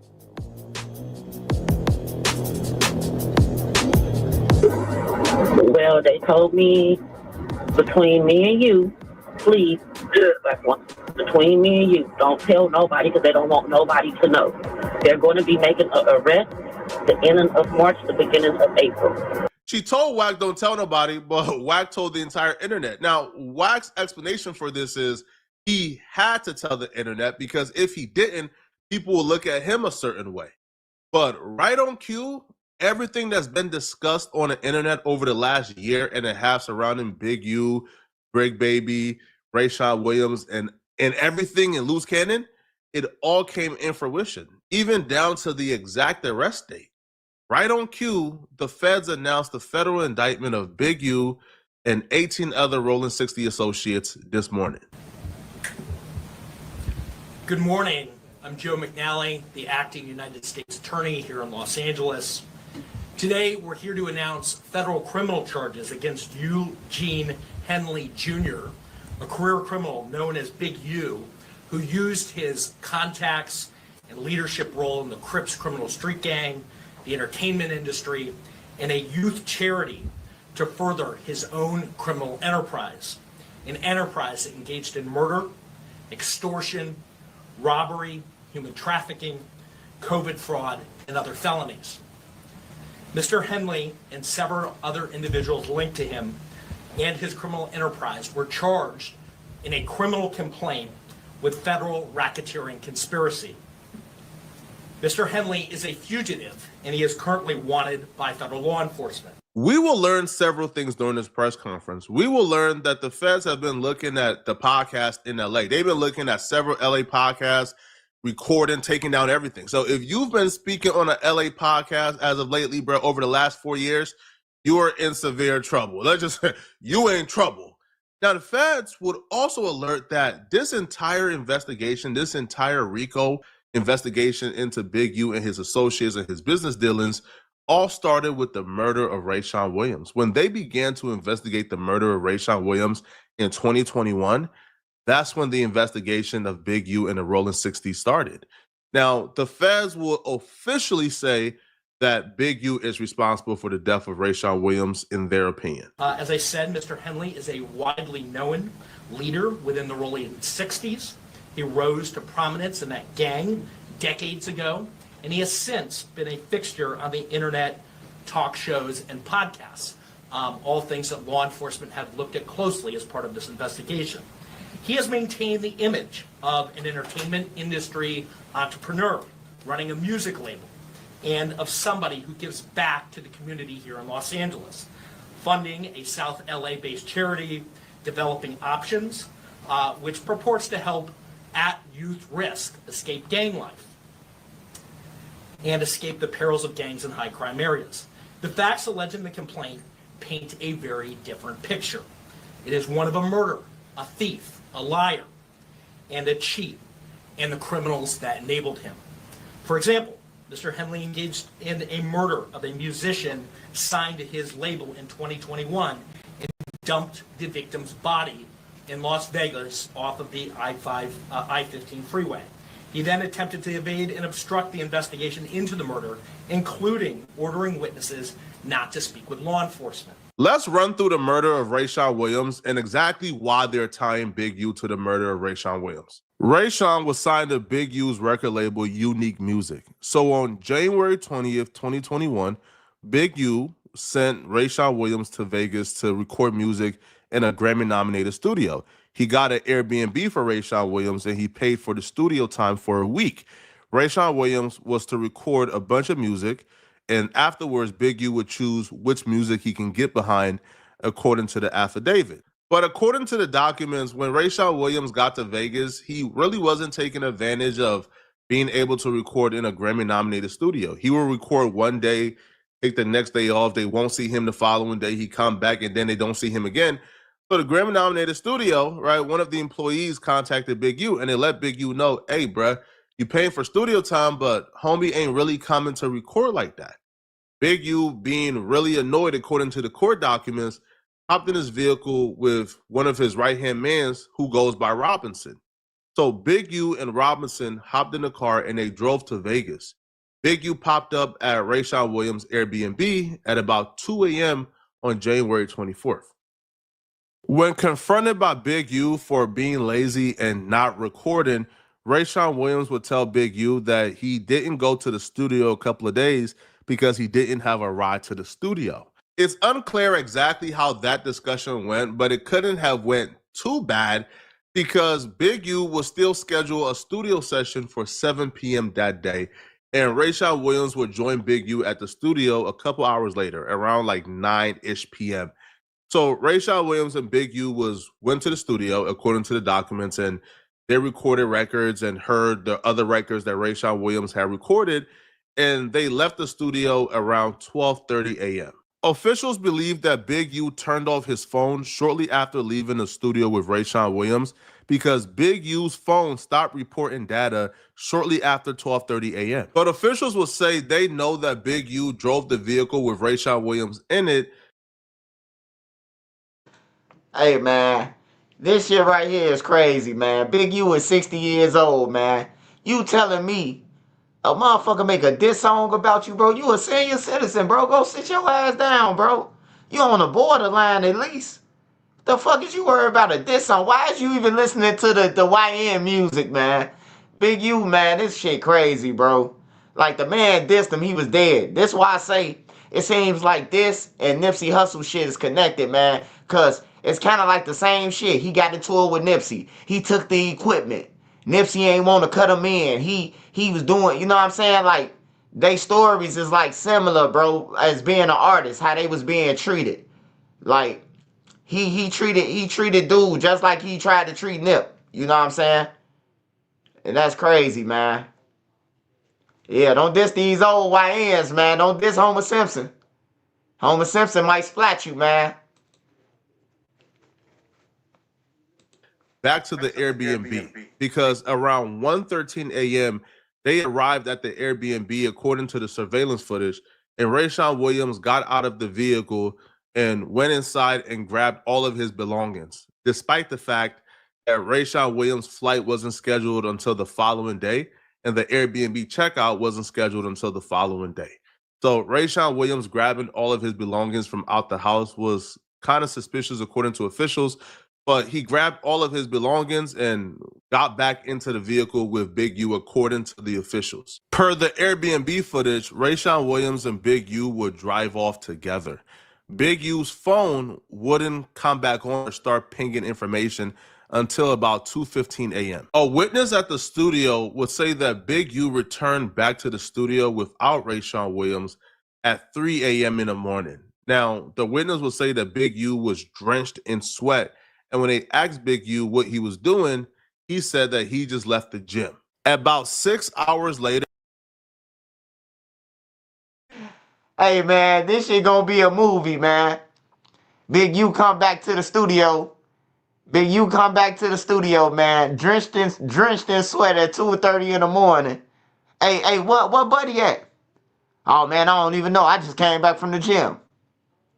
Man, Big U ass cooked, man. He is over with. He was better off just running, man. I ain't gonna lie to you. He should have just stayed on the run, bro. Because he ain't coming up out of that motherfucker on everything. He gonna die in the feds.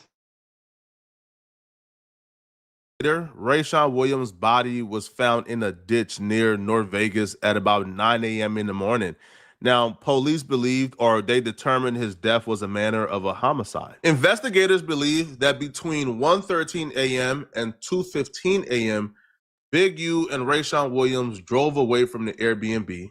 Big U drove Rayshon Williams to North Vegas, shot and killed Rayshon Williams, and dumped his body in a ditch, and then drove back to the studio drenched in sweat. Investigators will say, according to witness testimony, that Big U and Rayshon Williams had an altercation at the studio before they ultimately left together.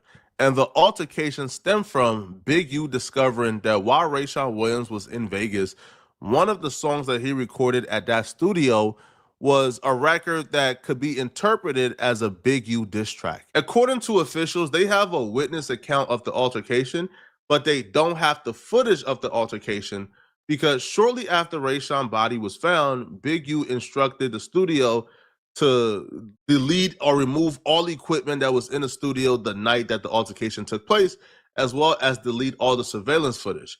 So they don't have the footage of the actual altercation, but they have a first-hand account of it. And that's why they're charging Big U with the murder of Rayshon Williams. Answer questions when he was down there. They asked him when the last time you saw this person or this person, that person, and he told them, oh, 6 months, a year. Nigga, it's not believable that a human being went that long without washing their hands because your skin get up under his nails.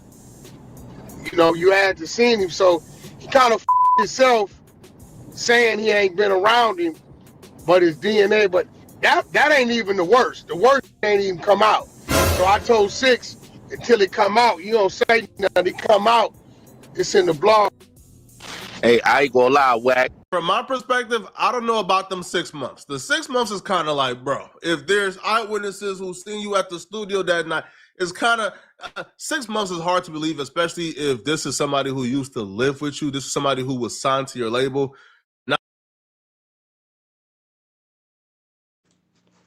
Did that man just say he'll be out in 6 months or I'm too high? Put the weed down, y'all. He said he'll be out. Who will be out in 6 months? Boy, if they think they walking out that Fed building in 6 months, bro, he might as well go ahead and smoke some K2.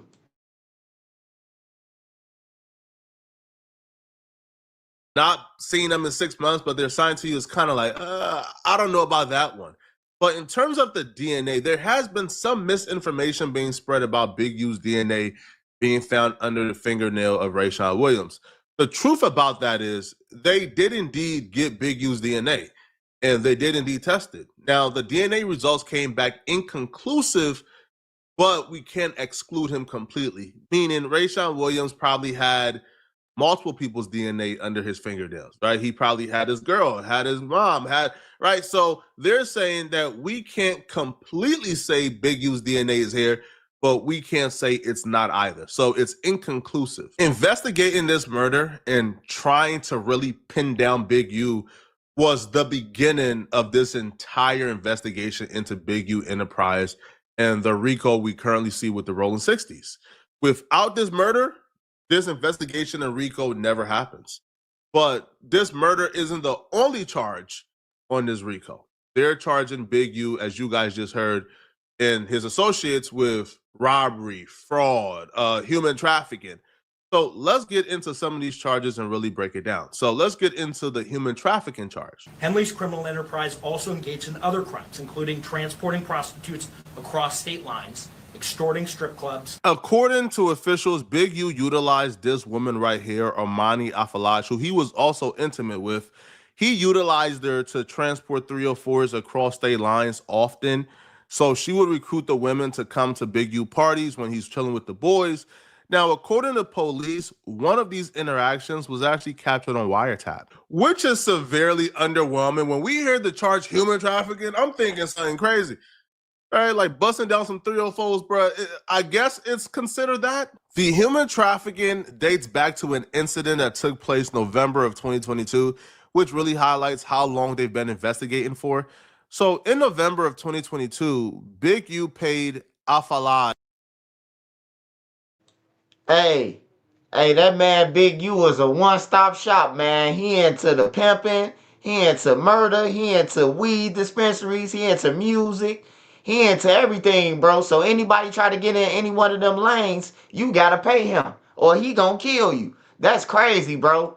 I'm thinking like the Rolling 60s was like, you know, how Chicago gangs is like, yeah, you like we respect you. You a board member, but you ain't finna touch us or none of that shit. You know what I'm saying? You ain't finna be doing no stupid shit like that. Like I thought it was like that, bro. I ain't know that one nigga could control the whole block and tell them to, man, go and rob dude, and then, you know, like I ain't know that, bro.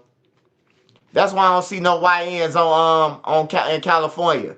That they all be old. Everybody who be talking, they be old. I ain't seen no YNs in California get on live yet, besides some rappers.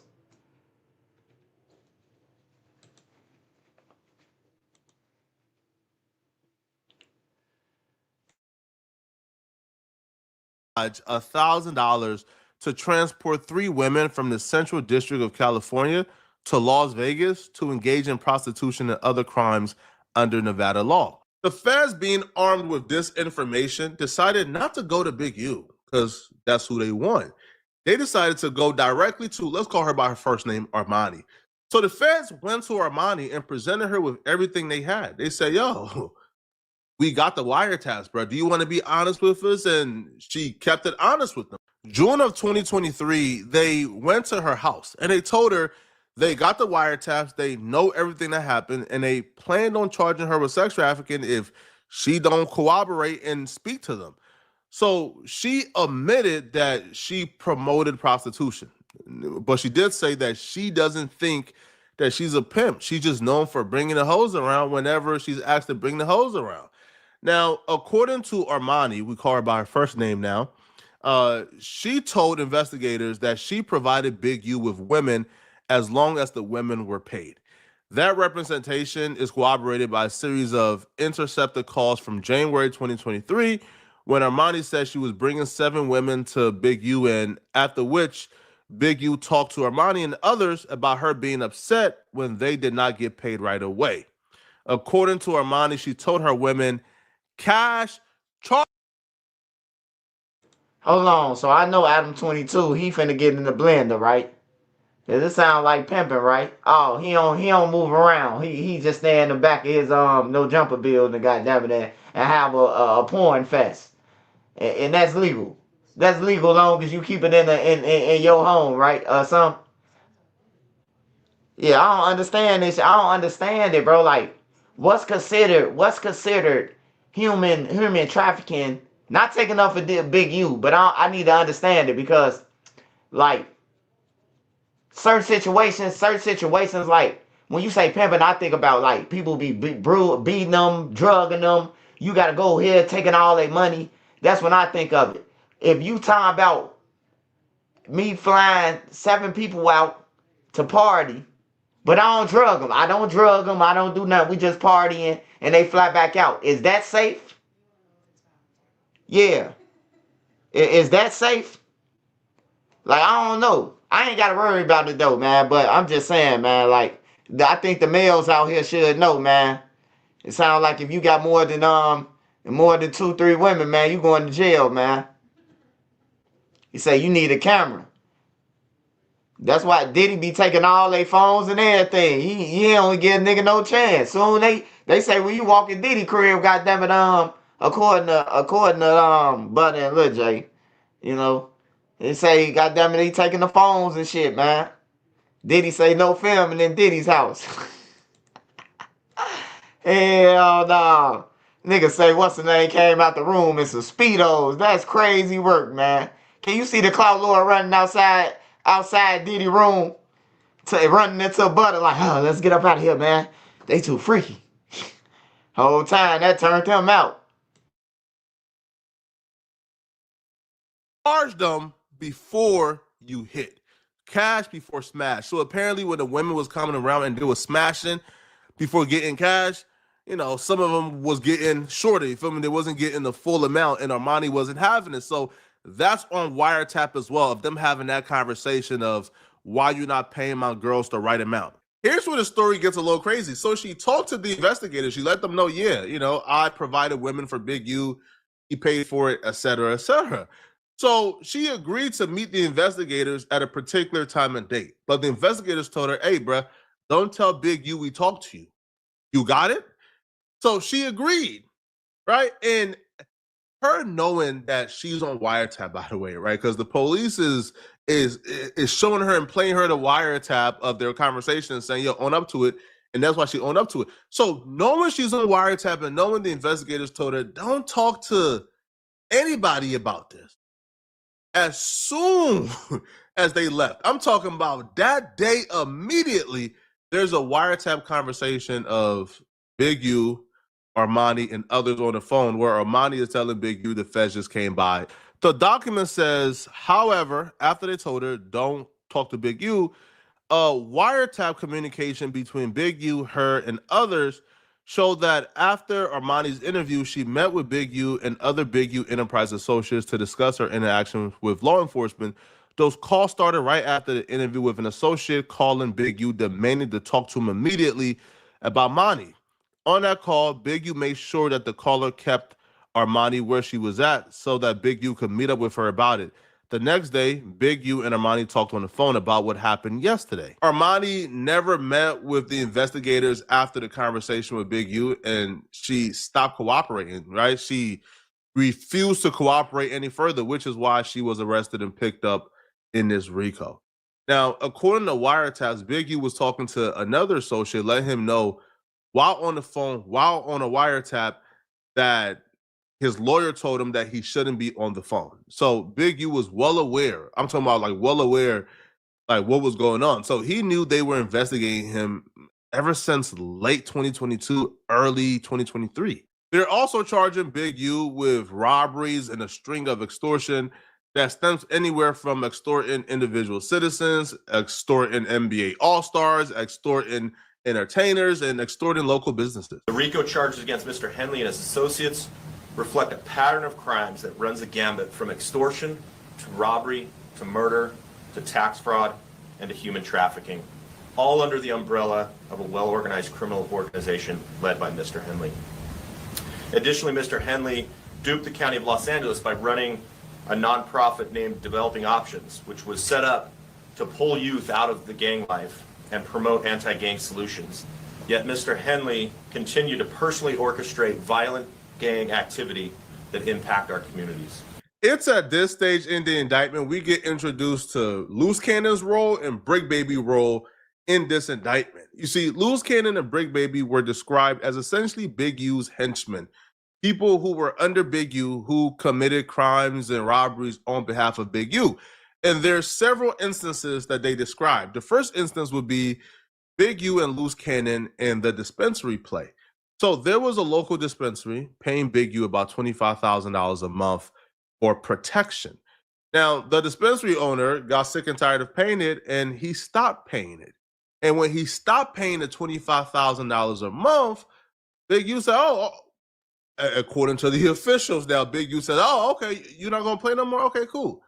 So in retaliation, on July 5th of 2021, a couple of Big U associates, about a dozen plus, they ran up in a dispensary with guns and armed. Now, strategically, they ran up in a dispensary with no mask on, barefaced, because they wanted the victim one to know that we are Big U guys, and this is because you didn't pay Big U that $25,000. And one of the dudes involved, as you guys see right here, Tremaine Williams, was Loose Cannon. Bruh, $25,000 a week. He a greedy ass nigga. And then they running in there and ain't getting shit. He getting everything, bro. That's crazy, bro. That's crazy. I guess if a duck can pull a truck, then hook it up.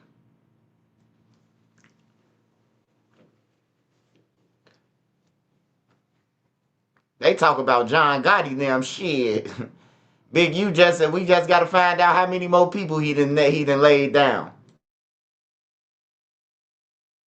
Took the belongings of the customers, the owners, anybody that was in the dispensary. They robbed you. It don't matter if you were a customer or an employee, you got robbed. They took the marijuana, they took all the cash from the dispensary, they took it all. Now, here's the part of the story that I found almost unbelievable. Like, I couldn't believe it. All right, if I didn't already hear this story before, I would think it was impossible. So during the robbery, apparently one of... Hey, hold on, man. One more time. I gotta stop it. Cause somebody 25K a month, not a week. Shit, that's still a lot. 25K a month, that's still a lot, bro. What a business slow. I still gotta pay you? No. Hey, he say, how you tell another man tell you how to commit a crime bareface? Hey, you heard what Loose Cannon them said. Big U do shit like that. Big U had them on camera, right? So they could go down for it and not him. Hey, y'all see them on camera. Y'all got them. What y'all grabbing me for? They did it. Big U was smart, bro. He was a good manipulator, bro. He was a good manipulator, bro. Big U 60 years old, bro. They still kids, bro. He a jail, he a prison con. He a con already. He a con artist. They babies, bro. Brick them slow to the fact. The assailants contacted Big U according to authorities. They put the store owner, the dispensary owner, on the phone with Big U on FaceTime, where Big U is letting him know, hey, bro, I try to warn you, man. I told you to keep paying that $25,000. According to officials, now Flacco, I don't want no smoke. I'm just reporting the news, people, all right? So after they robbed him, they put, the dude on FaceTime with Big U, and, Big U essentially said, all right, listen, they taking your stuff to my crib. Come over to my crib, and we can have a conversation about you possibly getting some things back, but we got to reinstate our original agreement. So the victim went to Big U's premises, as you guys see right here, and others were there, including Loose Cannon, according to the victim. Now, Big U told this person, that's how you rob yourself. Then Big U demanded $10,000 from the victim to ensure that other robberies did not occur. Now, according to reports, Big U also directed the victim to identify other businesses or dispensaries that he could similarly rob and assure that the victim, would not get robbed himself, and they will also compensate him from whatever they get. They reinstated the agreement, but it wasn't 25 bands a month as it used to be because he was no longer at that peak of business. So they agreed and settled on a lower amount. But here's the thing. Victim one went working with the police, bro. He said, bro, I done had enough, bro. All right. I'm talking. So then he began to cooperate with the police, and they began to scheme up methods to really catch Big U in the act of extortion, which we will get to shortly. And so basically it's like, cause he'll be like, he'll manipulate things. Like, we'll go and do something, and the same niggas we do it to show up to the house like 10 minutes later when we trying to, counting it. Hey, no, man. Hey, this nasty work, man. Hey, I just caught on to what he said. He said Big U will have them rob somebody and then bring the niggas back to where they count the money at, the person who they robbed. That's crazy. That's crazy, bro. That's crazy right there, bro. After we done robbed somebody, you bring them back to my house. Wherever we at, you bring them back to where we chilling at. Like, hell no, man. That's crazy, man.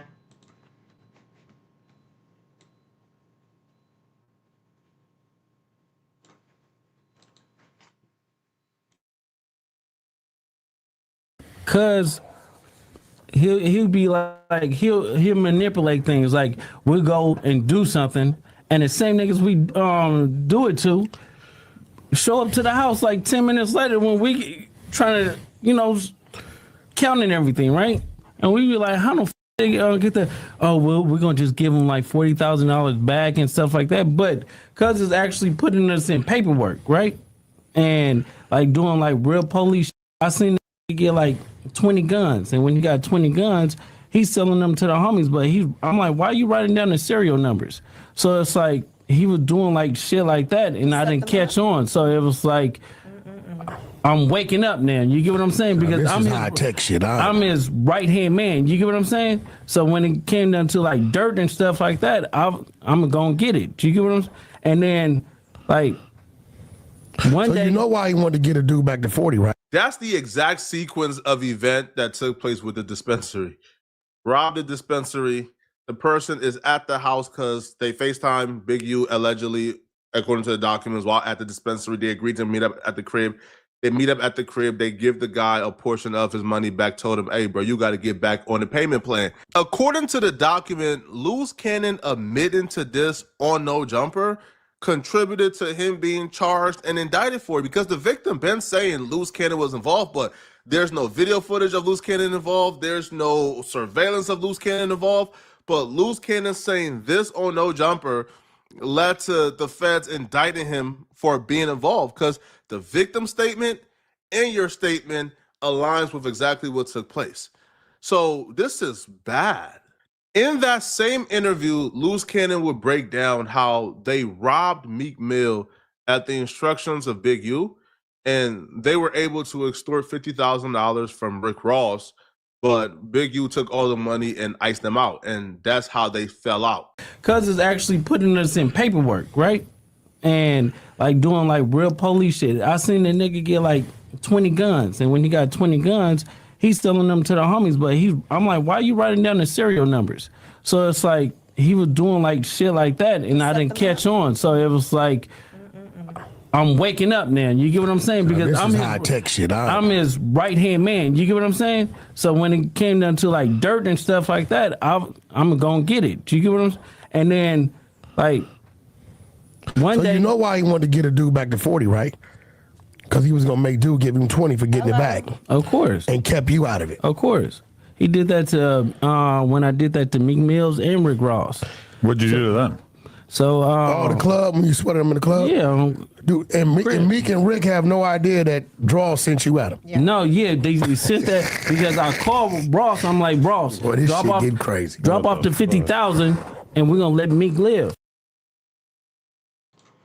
Hey, they definitely going to jail, man. Hey, we ain't got to worry about no witnesses. Hey, he just broke down the whole play. They said they was going to kill Meek Mill. That's crazy, bro. I know Meek Mill's watching this shit like, damn. He said, bro, when he gave up that money, they was going to kill Meek Mill, bro. I ain't never going back to Cali, man. I love Cali, man. I love all y'all, man. Just send me a postcard. I ain't going to Cali. Hey, nah, when I went to Cali, though, the vibe felt off, man. Like, the vibe felt off like a motherfucker, man. You see the people who work in the hotel, bro. They got Crip rags on and shit. You know what I'm talking about? Where I was. I'm like, damn, the motherfuckers who getting us our room pass is Crips. Oh, I'm about this motherfucker. We, had to go to Beverly Hills. Had to go where the people say, hey, sir, would you like the Great Papan? You know? Fuck that. The motherfuckers will get your ass up in a minute. Meek Mill having a hard time being RD and extorted. They gonna say because he's checking in, but it was because he was pushing Nipsey heavy after what first died. On Crib. So Ross dropped off the 50,000, and so me and the homies we go back. He stopped answering the phone. He stopped picking up. Loose Cannon and Big U's relationship, as it's identified in the document, it's similar to Big U's and Brick Baby's relationship. Now, Loose Cannon is indicted for doing robberies on behalf of Big U. Brick Baby is also indicted for doing robberies on behalf of Big U. On November 11th, 2022, Brick Baby and Big U had a conversation that was wiretapped. During that conversation, Brick Baby identified as Mitchell. Big U identified as Henley. Mitchell, Brick Baby, was, having a conversation about how much money Brick Baby should give to Big U in the recent robbery they partaked in. Now, if we scroll down, you will see Big U is talking to another gentleman in a wiretap call, and that conversation goes, they robbed which is Brick Baby, from some ish. They made a ninja call his plug, and then they booked him. So in another wiretap call, Big U was talking to somebody who confirms that Brick Baby made somebody call their plug and then they robbed the plug. And apparently, Big U only got a portion of the money because they had to split it between 5 to 7 people. And remember the owner of the dispensary that allegedly got robbed by Loose Cannon and Big U? Well, that owner began to cooperate with the feds, right? Began to cooperate with police. And they began to record all his interactions with Big U. When Big U called demanding he bring his weekly payments, when he pulled up to give Big U the weekly payments, all of that got recorded on video. This is one of the dudes I really feel bad for. He was just a legal business owner who opened up a dispensary in the wrong neighborhood that was ran by Big U in the rolling 60s, because you can see here, they agreed, give us $2,000 every Monday, and he had to bring $2,000 every Monday, 8 bands a month. It got to a point where, the agreement didn't even matter, right? According to the document, Big U would call him and be like, hey, bro, I need $3,000, right? I'm trying to get a gift for somebody. And he had to bring the money whenever he was called.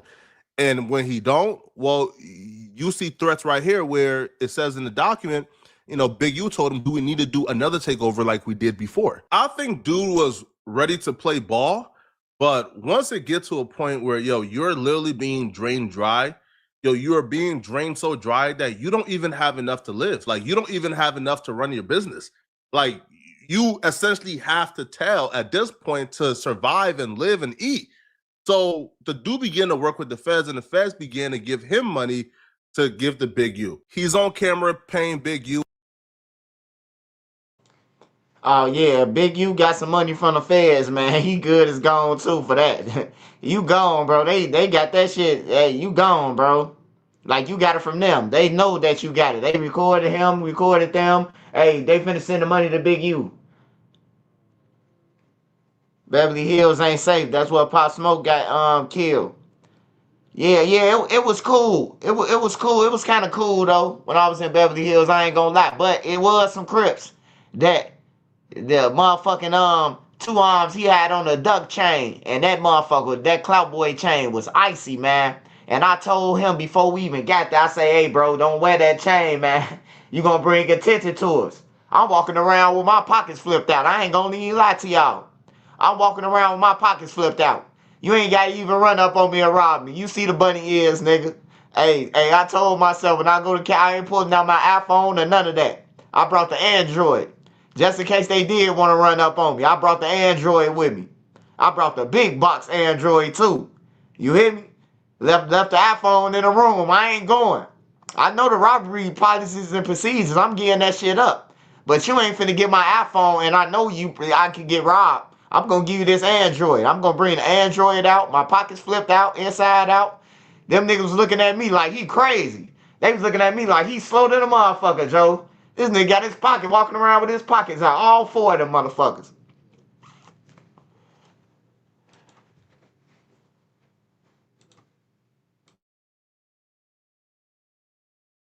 Do $1,000 of his extortion fee, $1,500 of his extortion fee, $1,000, and then it got to a point around 2023 where I guess Big U was sort of understanding the feds were investigating him. So then his homeboy began to accept the money on his behalf. Robinson accepted numerous weekly payments on behalf of Big U, according to the officials, and all of this, by the way, is on camera, including the wiretaps where they're demanding that the victim bring them their money. There's a great deal of extortion claims, and if I cover everything, we'll be here all day. All right, we'll be here all day. But I think it's unfortunate. As of now, Big U is innocent until proven guilty. As of now, Loose Cannon is innocent until proven guilty. As of now, Brick Baby is innocent until proven guilty. Now, I think it's very unfortunate that they find themselves in this situation. And at the end of the day, man, this should be a wake-up call to everybody, bro, that living a life of on the straight and narrow, bro, is always the best option, bro. Right? Because it don't matter how long ago you do crimes, bro, it's always going to come back to bite you. Now, this is part one where we address the prostitution, the murder, and the robberies and the extortion. In part two, we're going to do a deep dive into the fraud claims, like the PPP loan, the grid program, development options. So, we're going to take a deep dive into the wire fraud, the embezzlement and things of that such, because it's so complicated, it's so intricate that it's going to take me about 40 minutes as well. So just to not overextend you, we're going to stop it here, right? But if you're still watching and you like this video, click on this video. Hey, shout out Poteet, man. They don't like him. I fuck with him though on everything. Hey, he might as well don't even go on no jumper. He don't need no jumper. You getting 333,000 views on your own channel in 23 hours. He don't need no jumper. I mean, he probably getting that little $10 though a month shit. That's for free and you keep your channel. Ain't no leaving that shit. That's how they probably be looking at it. Yeah, no jumper full of the gang members, man. But they ain't gonna never go down in no RICO though. The gang members is. The gang members is. The black people gonna go down. And Adam gonna report about it. Like he doing now. He finna monetize like a motherfucker. He said, we're going to court. We're gonna document all this. You hear me? Like it's a history class or something. We're gonna document all this. Yeah. I told them, bro, Adam don't give no fuck about nobody. When I went on there, I was like, man, he don't give no fuck about nobody. DJ, you like, how was your experience, man? This shit was garbage. Shit was weak.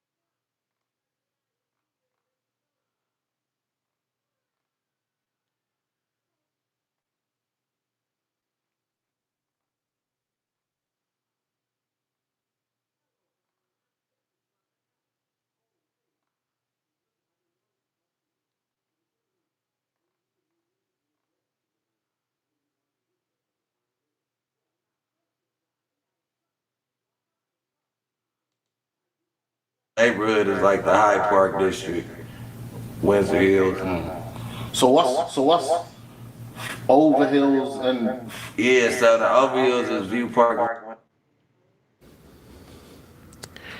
Breaking news, this just in. Yella Beezy has been arrested for the murder of Mo3. Smash that like button. Make sure y'all go and run up Beezy Baby page. Beezy Baby got the Mo3. Beezy Baby got it on her page, man. Make sure y'all run up her page, man. Go and subscribe to her channel. She do documentaries. So make sure y'all go and subscribe to her channel. This channel right here up on the screen. Make sure y'all subscribe to her channel. 16,000 people up in here. Smash that like button for me. Some of y'all can't smash the like button. Y'all ain't on YouTube. I understand. I appreciate everybody on Twitter. What's the other? Twitch. Yeah, shout out to Twitch too. It saddens me to report this because I actually broke this story 2 years ago. I remember when I got the call the day that 3 was killed and found on the highway, right? Chased down, running for his life, and dude hops out the car, shoots him.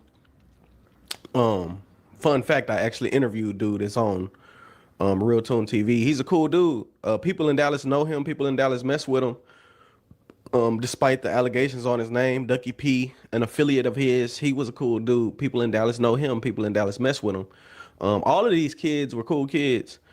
And it's very unfortunate that they got themselves wrapped up in a situation like this. And if you look at their background, you'll know that these kids, they don't have much. They don't have much money. They're from the slums of Oak Cliff. And if you've ever been through the cliff, you know, like, they really got it hard out there. You know what I'm saying? Like, all parts of Dallas, they really got it hard out there. Not all parts of Dallas, you know, the Cedar Hills and the suburban areas, but most parts of Dallas, they really got it hard. So there's no surprise that after doing a year or so and not having any support, not getting credit as, oh, you did something good, because remember at the time of 3's death, everybody hated 3. People didn't like 3. 3 wasn't a fan favorite. 3 wasn't loved in the city of Dallas. Like, yeah, he had love. Most of his love came from places other than Dallas. So the killers of 3 probably thought they were doing a good job or a good service when they signed up for the task. They probably thought they were going to be praised. They probably thought they were going to go down as hood legends. They didn't know that everybody would turn out to love 3 and despise those who stood against 3, right? They didn't know that. So it does not surprise me that somebody is telling. And it doesn't surprise me that Yella Beezy is caught up in this mess. And I'm going to be the first to say it, right? Because I actually mess with Yella. I mess with Trap Boy. And, you know, I kind of took a step back from the type of content that other blogs was putting out because it was kind of accusatory. It wasn't real journalism work. But come to find out, many of these blogs had a point. And I think the whole city kind of knew Yella may have had something to do with it. Like, it was very apparent, right? Because he started being quiet. Now, Trap Boy Freddy, 3 called him a backup dancer, and he did back up Yella. He did play the backup role. But Yella was the shit popper. So how does all of a sudden the #1 shit popper is now quiet as a mouse? NC in the for building. the last 2-3 years. NC. Right? Quiet as a mouse. There's only one explanation for it. Either one, he fell all the way off and lost his sauce, or 2, he's scared. He's scared.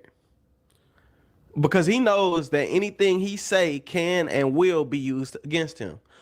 Now, is Trap Boy guilty? I don't think so. I don't think Trap Boy had anything to do with it. Trap Boy is so smart. He's such a real street guy that if he did have something to do with it, he wouldn't say it. You know what I'm saying? He'll speak his piece and he'll get out the way. But I don't think he had anything to do with it. I think Yella Beezy is very unfortunate. And we seen that often. We seen a trend of Yella kind of running from the situation, running from the problem. We seen Yella Beezy's associates and artists that he signed, like Jose Bodega, right? In videos with the person who was picked up for killing 3. So come to find out 2 to 3 years later, does the feds have more evidence? No.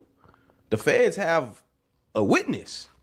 The person who y'all left in custody, forgot about, didn't give any shout outs to, probably quit feeding them, probably stopped feeding his family. And Hey, you see what I'm saying? Hey, kids, get out the streets. That's what they do to everybody, man. It ain't just in this situation. This shit been happening, man. Motherfuckers go to jail, bond $500. A nigga outside on the block shooting dice. It's $20,000 on the ground at the dice game, and ain't nobody gonna come bond you out. I done seen it. I done got off the phone like, hey, Scud. He say he locked up, man, for a pipe, man. This bond $1,500. They said, shit, tell him to go to court and get an eye bond on everything, bro. Like, for real. Like, for real. Tell Shorty to go to the court and wait till they give him an eye bond. Them motherfuckers don't care, bro. Hey, this shit, a gang is made for the leader, bro. For the leader and his lieutenant. His 1 and 2 lieutenants. Everybody else is bait, bro. Him and his 2 protectors, bro. The niggas who protect his life. They don't give a fuck about nobody else, man. They say, Shorty, we love you, man. We love you, Shorty. They don't love us, man. They lying, bro. They lying like a motherfucker, man. They trying to use you. They trying to use you, man. Hey, when they say they love you, they using you, bro. Them old niggas and all that shit in the streets, bro. Ain't no love, man. Because if you love me, bro, you will make sure mom's straight. You will make sure when dude die, the mother shouldn't have to pay for shit. That's your friend. Y'all was out in the street. The reason why he dead. Y'all supposed to pay for this shit. But it ain't like that, bro. Niggas will show up at your funeral and give your mama shit. I'm telling you. And he told, you know what I mean? Who's going to stay in jail that long for something that they didn't even know they were getting themselves into? And what I mean by that is these kids under 24 years old sign up for things that's going to cost them the rest of their life for a temporary satisfaction that won't even cover the cost of an attorney, right? Won't even cover their attorney fees. And so, yeah, there's some ranting going on, and that's as simple. That's all there is to it. I saw the mother of Mo3 spoke out. I'm actually going to pull up the news article and read and see what they actually have going on with this situation, right?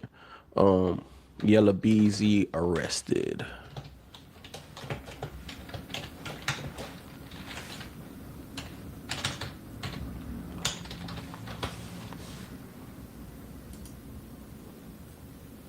Hey, Beezy, I'm going to yours next. Beezy Don't too. worry. He had it so bad. I got you, Beezy. When you read it, it says you got phone calls and everything. You type in I Yellow fuck with Beezy's Real name. Tune though. Shout out Yellow Real Beezy Tune. arrested on suspicion of They sexual helped my channel assault. with It's Lil like, Mike come on, situation. bro. This Like, they they were trying to cousin. get him for anything that they could.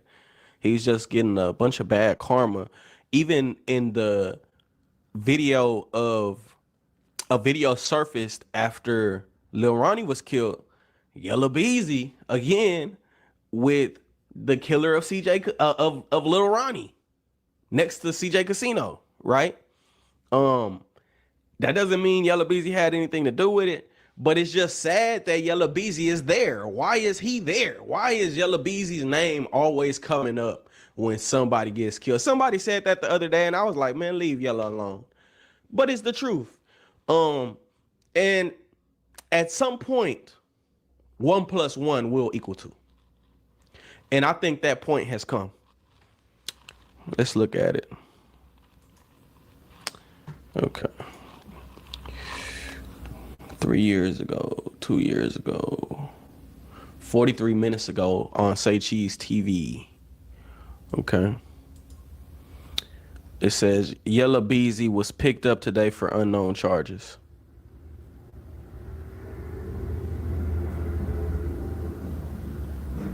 Details coming soon. Yella Beezy has officially been charged with capital murder in connection of the 2020 death of fellow artist Mo3. Yep.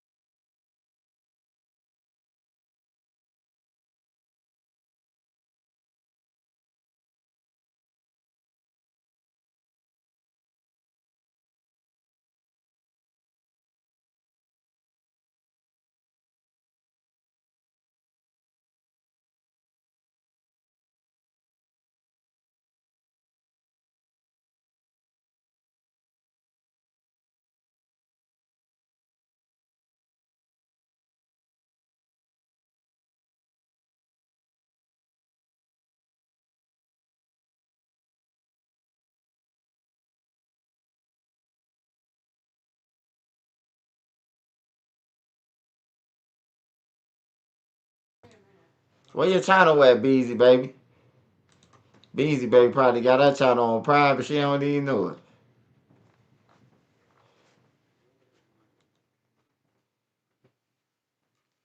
Is I'm spelling it wrong? Or I got too many caps? Does the caps matter? B-E-E-C-Y-B-A-B.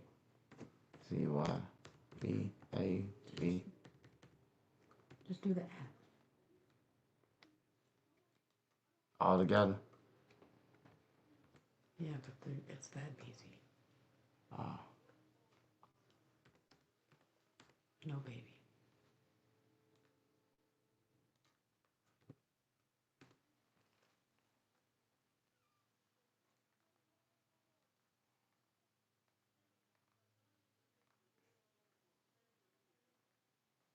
Lowercase b. Man, that shit shouldn't matter.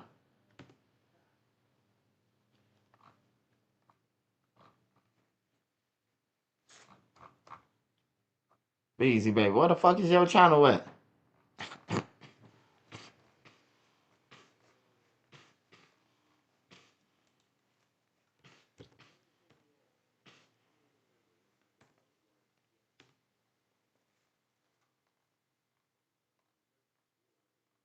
I swear I ain't saying that channel.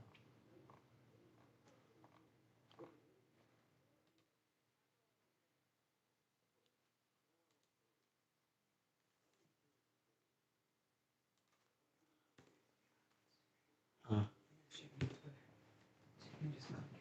Yeah, share it on Twitter. You found it?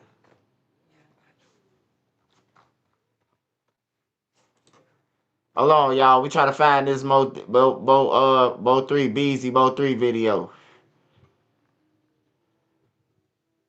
Oh, this why. Wait, no, I still ain't found it.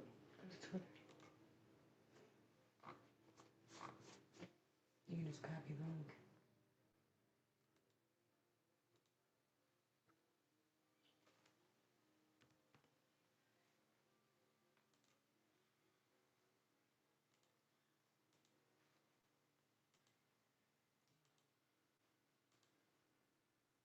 I got to share the screen. It's not on Twitter though. What is on? Go to Twitter and copy the link. Hold on.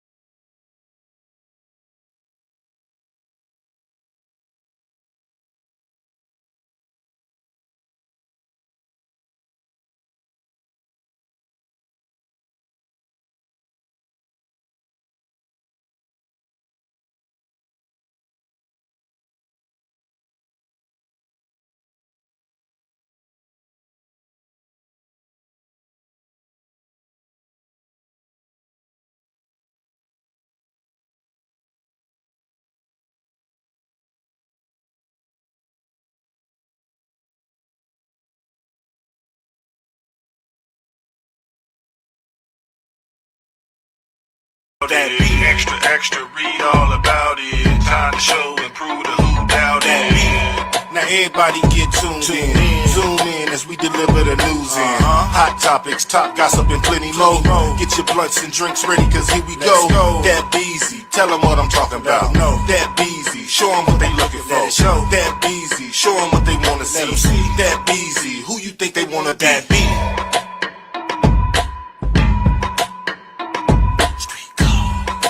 Hey motherfuckers, I'm coming to y'all today with some breaking news. The rapper Yellow Beezy has been picked up and charged with murder for hire by hiring Keyone White to cause the death of Mo3. Mo3's mom took to Facebook screaming justice for her baby in the news of Yellow Beezy's arrest. Now we all knew he was involved. It was just a matter of time that he was picked up. And I'm sure several others will be picked up as well. The second man that was arrested involved in Mo3's murder, Devin Brown, he was indicted on 1 count of felon in possession of a firearm and 1 count of conspiracy to possess with intent to distribute a controlled substance. He called home and he had a lot of things to say. Hold on, let me let you check it out. I love all y'all, no cap. No shit don't be what it seems, so y'all just keep watching the movie. Just know everybody gonna have to stand on the road they played and the choices they made. I think his head starts and laughing them in the same race. Shout out to God, I'm blessed and had your favors. 069 on my end. Y'all know them 3 letters. GRC that. I don't know when, but the day I come home, what's up? Somebody tell my kiddos I said I love them. Oh yeah, tell Shorty we ran out with my 15K, my chain, my Cuban link bracelet, and my car. You gonna reap what you sow, and you gonna pay what you grow. I promise you that. God works in mysterious ways. Ain't nobody ever got down on me and got away with it. I ain't gonna say no names to make a fuck girl famous, but you know who you is. But on another note, what's come better than what's been? What's nice come twice. Hey man, it sound like he just told Yellow Beezy, man, he don't send that money, he gonna come in there with him. That's what I got from that shit. Hold on.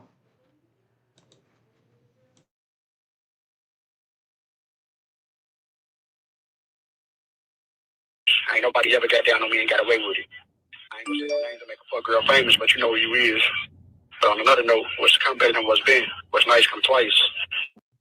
These 2 shall pass, so I'll get up with y'all in a minute. So if you didn't understand what he said, the man said everyone will have to stand on the part they played and decision they made, which means I'm telling every single detail and I ain't worried about it because I'm the real hitter. Now, Keyone White, the one hired by Yellow Beezy to kill Mo3, he went live on Instagram, and I want y'all to hear what he had to say. What would it be? I don't know, man. I don't know. I don't even think it's gonna be one. How they keep saying, I don't even think it's gonna be one, man. Fuck a trials, case dismissed. You know what I'm talking about? Lack of evidence, case dismissed. Like a motherfucker. No face, no case. You hear me? Fuck a dead trial. nigga can't talk. A dead nigga can't talk. How you gonna walk in trial? You hear me? Dead nigga can't talk. A dead nigga can't talk. How you gonna walk in trial? He said, why he lied to them niggas? You just hating on me, man. I'm a big story. I'm not no normal nigga, man. Why he lied to you? These labels ain't giving nobody that. Hey, this motherfucker in jail on the phone, talking on the jail recorder phone, talking about the dead person, bro. Like, that's crazy, man. He talking about his victim, which is Mo3. He basically bragging before trial even happened. A dead nigga can't talk. Hey, he gonna talk. Watch that state's attorney gonna talk for him. Watch this. That state's attorney gonna talk for him, bro. You ain't gotta worry about Mo3 talking. That state's attorney gonna put the belt to y'all ass. Watch. The last deal was 750. My mama, last deal was 750, man. Last deal I told him no, I ain't signing, man. Cause you did that as a favor. I ain't do that as a favor with nothing. Shit. I'll let y'all say that I ain't did shit, nigga. I don't think I Only thing I did was got caught with a bunch of guns, man. Money, man. Let us go ahead and hear something. Drop that shit. Man, I can't hear this drop shit, that man. shit. Give it to him. They ain't ready for it. I don't even know what to give them niggas, Give it man. to him. Give him this fed talk. Give him that fed talk. I'm gonna give y'all a little something, man. Give me that fed shit. Okay, that nigga talking. Tell him stand on business, we gonna see about it. Fuck all that friendly shit, I catch you. I'm gonna end you quick, this shit'll never end. To me, you either dead and gone. Been in my bag, I know that hate, that's why I dropped the song. Jumping in that big body, full of loaded, I've been popping. I'm on a jail call, so broke home, it's time to ball. I'm on another level, might drop a 50, just go get the shovel. I'm Gucci stepping, me and my daughter, we got matching bed. Don't say you feel my pain, cause my clouds dark and they full of rain. Can't get y'all too much, I give y'all a little sample. Yeah. That chick was garbage, son. Live from the feed. Freedom boys out the kids. Everybody dying. Everybody dying, man. Yeah, long little Kiki, man, out of point. Benzo Bling, get out of jail. I ain't dying, man. I'm bulletproof in the truck, man. What Trout say, man? Spent 250, told them bulletproof the truck. Nigga said that they gonna catch me. Nigga tell them it's good luck. Bitch, it's good luck, ho. How you gonna kill a ghost? How you gonna kill a ghost? You can't even see that. You know we on there thugging, man. How you gonna kill a ghost? You can't even see. Karma is that bitch that you don't want to fuck with. I'm sorry to have to say it like that, but you can't go around doing things like this and expect to live your best life. You're gonna have to pay for all the things that you've done, especially when you hiring people to do it. They sitting in jail while you out here. Somebody gonna tell. And Devin Brown done let it be known he finna tell everything. So I'm sure it's gonna be some more arrests coming behind this. I wanna give a shout out to Soul Player TV. I'm gonna put his link in the comments. Y'all go over there and check out his lives and his videos. He going to more depth about what's going on in the Mo3 case and everything. So shout out to Soul Player TV. I pray everyone that's involved with this murder, I pray they caught and brought to justice. So Mo3's family, his kids, his mom, his brother, nephews, they can live in peace and he can finally rest in peace. Make sure y'all like, comment, subscribe, share this video. Let me know how y'all feel about this in the comments. I'm gonna link the Mod Squad links at the end of the video, so y'all go follow them as well. And shout out to Trenches News. That will be me.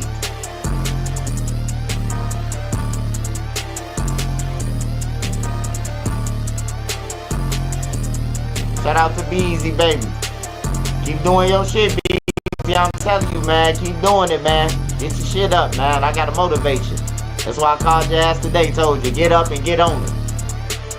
I ain't even want to drop no video about it. I seen it. I'm like, I ain't gonna drop no video about it. I'm gonna let Beezy get her video off first before I think about reporting about it. Cause I know that's who you love. You always talk about Mo3. You been talking about him since he been dead, goddamn it. On everything. So, you know, I got out the way of that Mo3 shit. I told Nene, hey, send it, we getting to Beezy.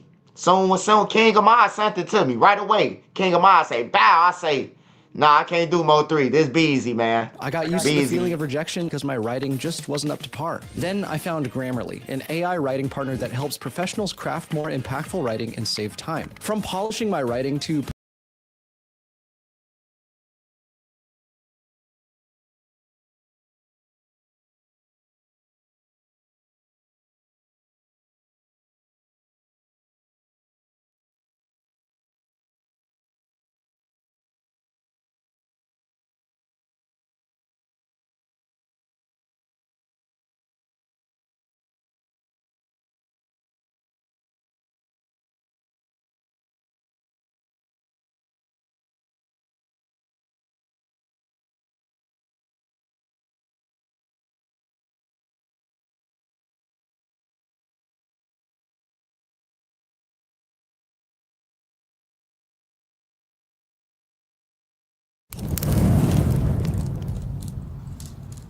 Yo, what up? It's Captain Rick. Ride with Captain Rick.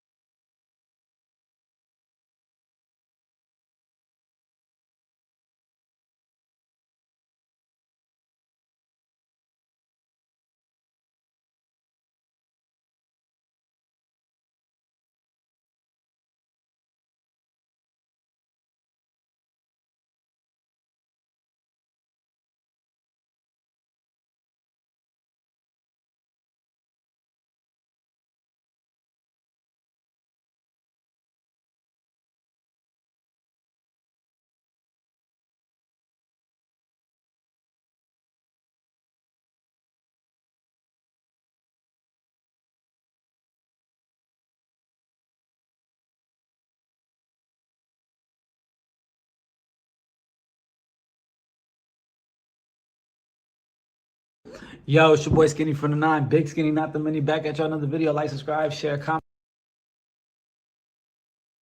Hey, I can't find no other video on him, but shout out Skinny from the 9, man. I'm always with the underdogs, man. Skinny from the underdog, Skinny a underdog, man. On his side, man. Shout out to him. He covered the trial though. He was listening to that shit. I don't know K Flock now. I had to ask my son who was K Flock when y'all asked me at first. I'm telling you. Don't come with them motherfucking old jokes either.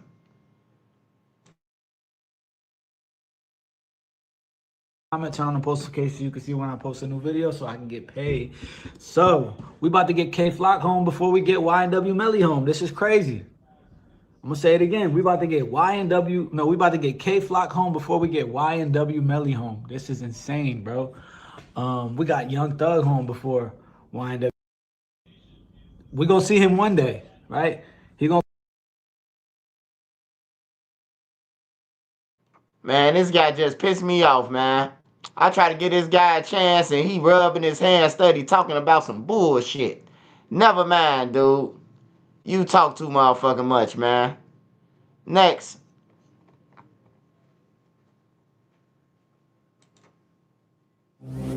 Certainty starts here with the original equipment parts. Gave that nigga a chance. He lost the break. He wanna talk, rub his hands, shit, nigga.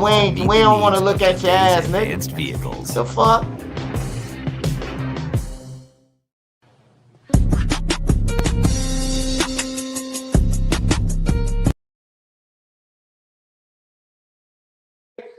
The jury couldn't make a decision. You know what I mean? Happened, man. I knew he was going to beat the body. I told y'all he was going to beat the body because the body had to be in furtherance of the racketeering. The jury came in. Count 1, RICO, guilty. Yeah, they came in. Count 1, RICO, guilty. Including Oscar Hernandez, the foreman said no. So they couldn't prove that the body was in furtherance of the RICO. I've been telling y'all, there's nobody that been breaking it down like how I've been breaking it down. People seen earlier today, the jury couldn't make a decision. You know what I mean? But people don't understand what that really was. You know what I mean? People don't understand what that really was. They couldn't make a decision on one count. Shout out to NY Drill Official, but they posted something saying, oh, they can't agree on all counts. No, it was only one count they couldn't agree on, and that was the body. You had some people saying no, some people saying yeah, but I try to tell y'all, bro. See, Shani Bonnie, her testimony, it helped. It helped when it came to the body. You know what I mean? But being that these other dudes testified, these dudes are testifying to RICO activities. They testifying to RICO activities. I told y'all, you know what I mean? Look at the counts. I told y'all, man. This is a sad day in New York drill, man. A sad day in New York drill. I told y'all what was gonna happen, and it's messed up because like this is somebody's life. But and I don't want to just say, oh, I told y'all, but it's law, man. You got to know the law. See, now he got to put in for appeal. You know what I mean? The body, you know, that came out to natural life if he would have blew to the body, bro. You know what I mean? These are the counts right here, bro. Racketeering and aid, racketeering conspiracy. That's what he blew to. Racketeering conspiracy. That's what he blew to. Use of firearm resulting in an unalivement. Yes, because you got to realize the use of the firearm, he did use the firearm to do that. So K Flock lawyer knew he was going to blow to that at least. They knew he was going to blow to that at least. You see how in the state you could beat a body but blow to the gun? That would have happened at least. So he was looking at a 15-piece anyway. And I try to break this down to people. People, you know, they want to make the content about me. Oh, I don't want to share car reality stuff. I don't want to do that. You know, I know I'm new to YouTube and dudes got more subscribers. Hey, shout out Kai Reality TV, man. Hey, bro. Hey, do your thing, man. You from New York. You won't interfere with me, man. Trust me. I got a million stories, bro. I ain't even did a fucking eighth of what happened to on everything, bro. I'm talking about devious people, you know, good people who made it out the hood. I got a lot of stories, bro. Like killers that turned to church. You know, I got all them stories, so I ain't worried about you, man. Shout out to you, though, my guy. Shout out to the whole New York.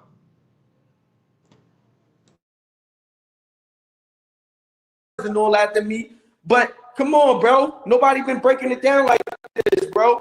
Nobody been breaking it down. This is what everybody thought this was a body trial until I start putting up the content like, yo, bro, this is RICO. This is not no body trial.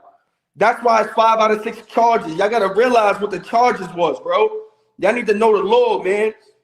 This is crazy, man. For real, man. KK Blue, man.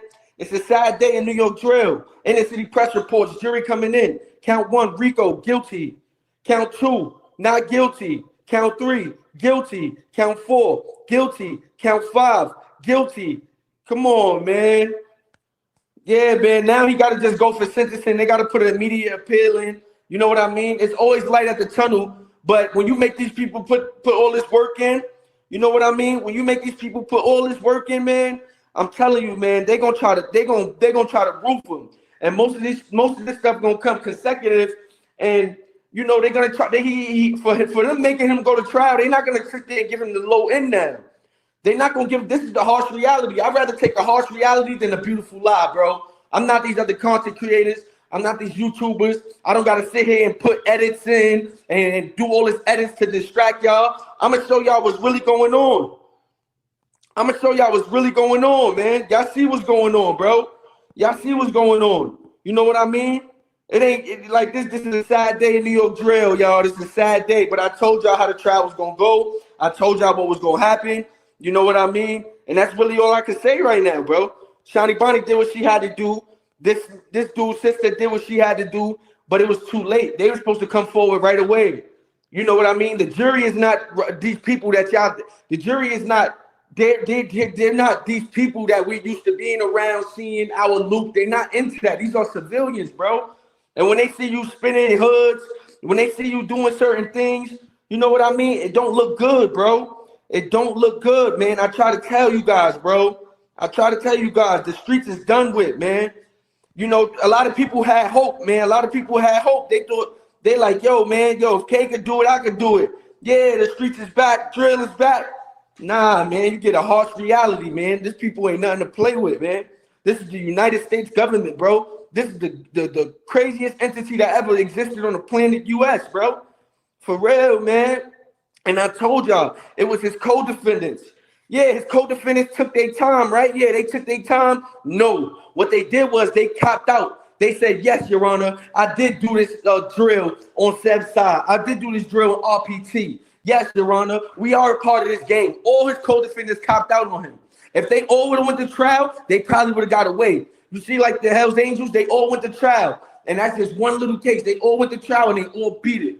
By them copping out, they threw K-Flock under the bus. Look at my old episodes from last 2 months ago. Look at my old episodes from last month. Look at every episode I got on K-Flock. And y'all gonna see how I broke this trial down. I broke it down before it even happened. I'm telling y'all, it's certain mechanisms and certain methods where you just can't win, bro. You just can't win. This is a RICO charge. This is racketeering. Yeah, this is racketeering. Y'all see what happened, man. Y'all see what happened. You know, the dudes that did what they did what they did, but you can't all the way just blame the snitches. You got to blame the dudes that copped out on him, his so-called mans. They supposed to be stand up, right? They supposed to be real dudes. Nah. I'm just saying, man. I'm just saying. So what these guys, they know they did it. They caught on camera, but they supposed to still go in front of a judge and say, no, that ain't me, judge. That's crazy, bro. Like, hey, black people, Dominican, brown people, we got to change our mind frame, man. We got to change our mind frame, man. If you caught on camera, man, you just, hey, it's you, man. You caught on camera, and they say y'all give you 20 years if you cop out, you on camera. If you go to trial, 50. Because this nigga want to go to trial. Like, fuck no, man. Like, hell no, nigga. ACO. That's crazy, man. Kids, stay out the streets.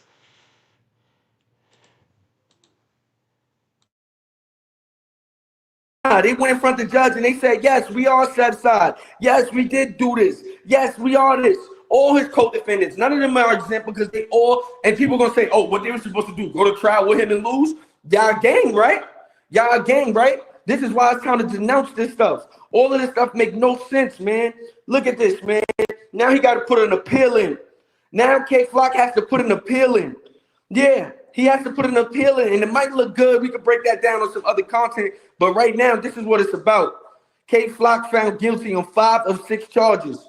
We told y'all what was gonna happen. I was on Twitter. I was following the whole thing with Matthew Lee Russell. Hopefully we get an interview coming up with Matthew Lee Russell on 050 The Movement. You know what I mean? Whatever he asking for, you know we're gonna kick that out. You know what I mean?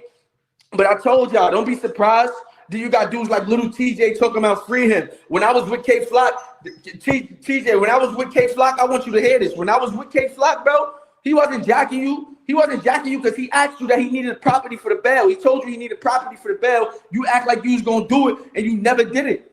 You didn't even pick up your phone for the dude for months, bro. Stop it, bro. You know, a lot of stuff that I was gonna sit back and I wasn't gonna say, but stay tuned, man, because I'm about to put out everything, man. Yeah, I'm about to put out everything. Y'all know I was with KK. We didn't become friends or nothing like that, but we was next door neighbors, man. We was in the box, and he was telling me everything that was going on. Nothing criminal, you heard? Nothing criminal, you heard? For real, man.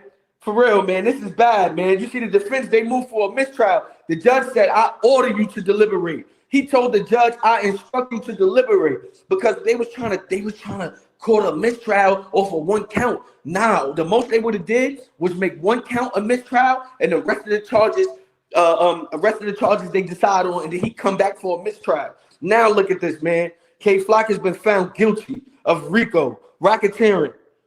Dang, man. I feel sorry, man. Word up, man. It's unfortunate. It's an unfortunate situation. But one thing I'm not attached to characters or people emotionally when it comes to content. So if somebody did right with their content, if somebody did right with their information, I'm not gonna, I don't like this person personally, so let me not tell the world that this person did their job. You know what I mean? The content is the content. Once it's out, it's out. You know what I mean? But I see a lot of you guys, a lot of you YouTubers, a lot of you guys with these pages, you guys don't know nothing about the law. You guys don't know nothing about the law. You guys all thought this was just a regular body. Y'all.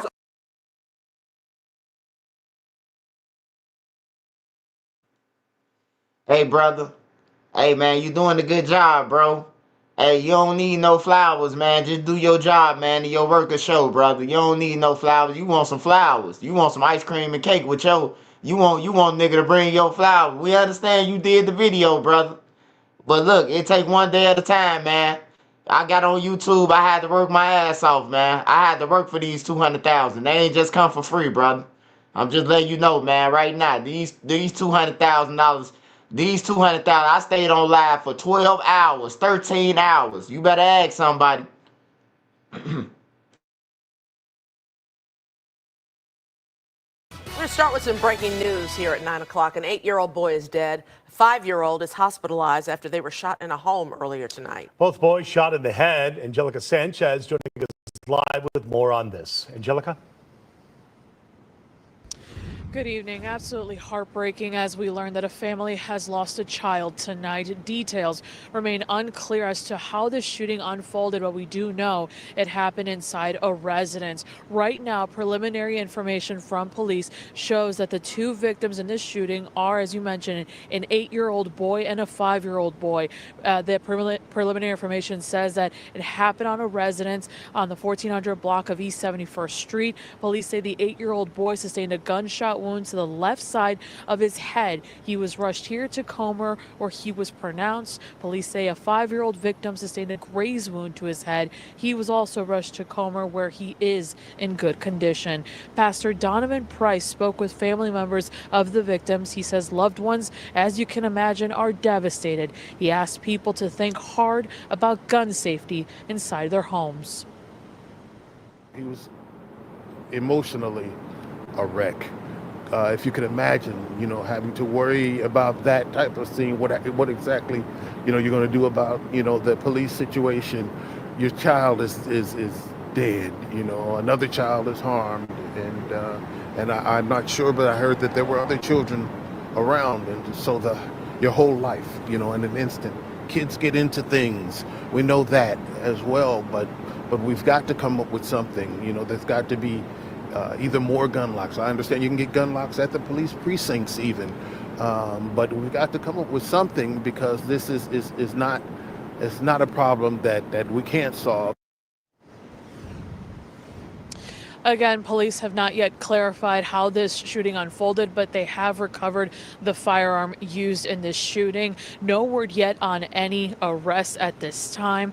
For right now, we are live outside Comer Children's Hospital. Angelica Sanchez, WGN News. Thank you, Angelica.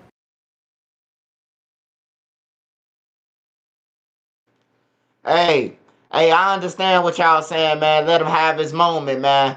But, hey, you want to take it from somebody who did it, man, who came in the game, bro. Hey, look, people gonna steal your shit when you come in here, all your shit, bro. You know how many millions of views I'm supposed to have more?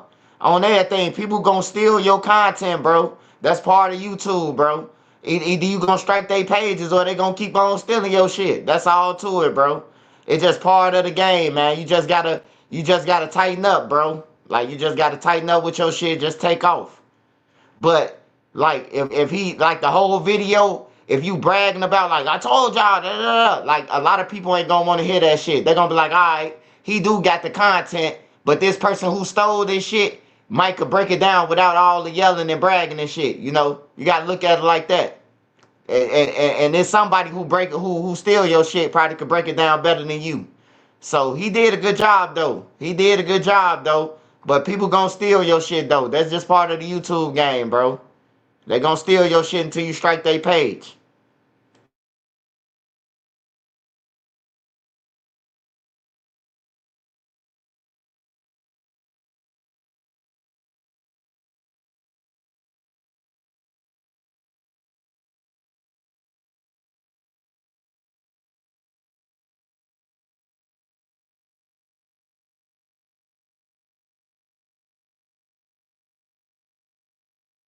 Nobody wins when the family feels.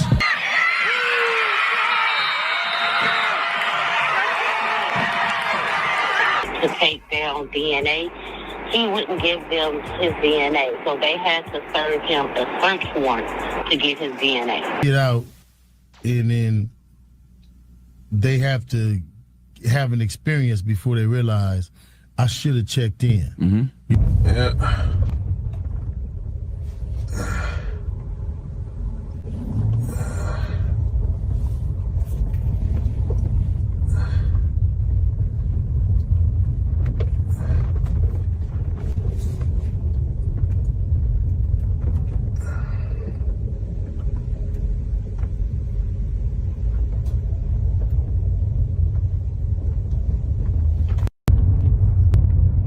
The acting United States Attorney here in Los Angeles.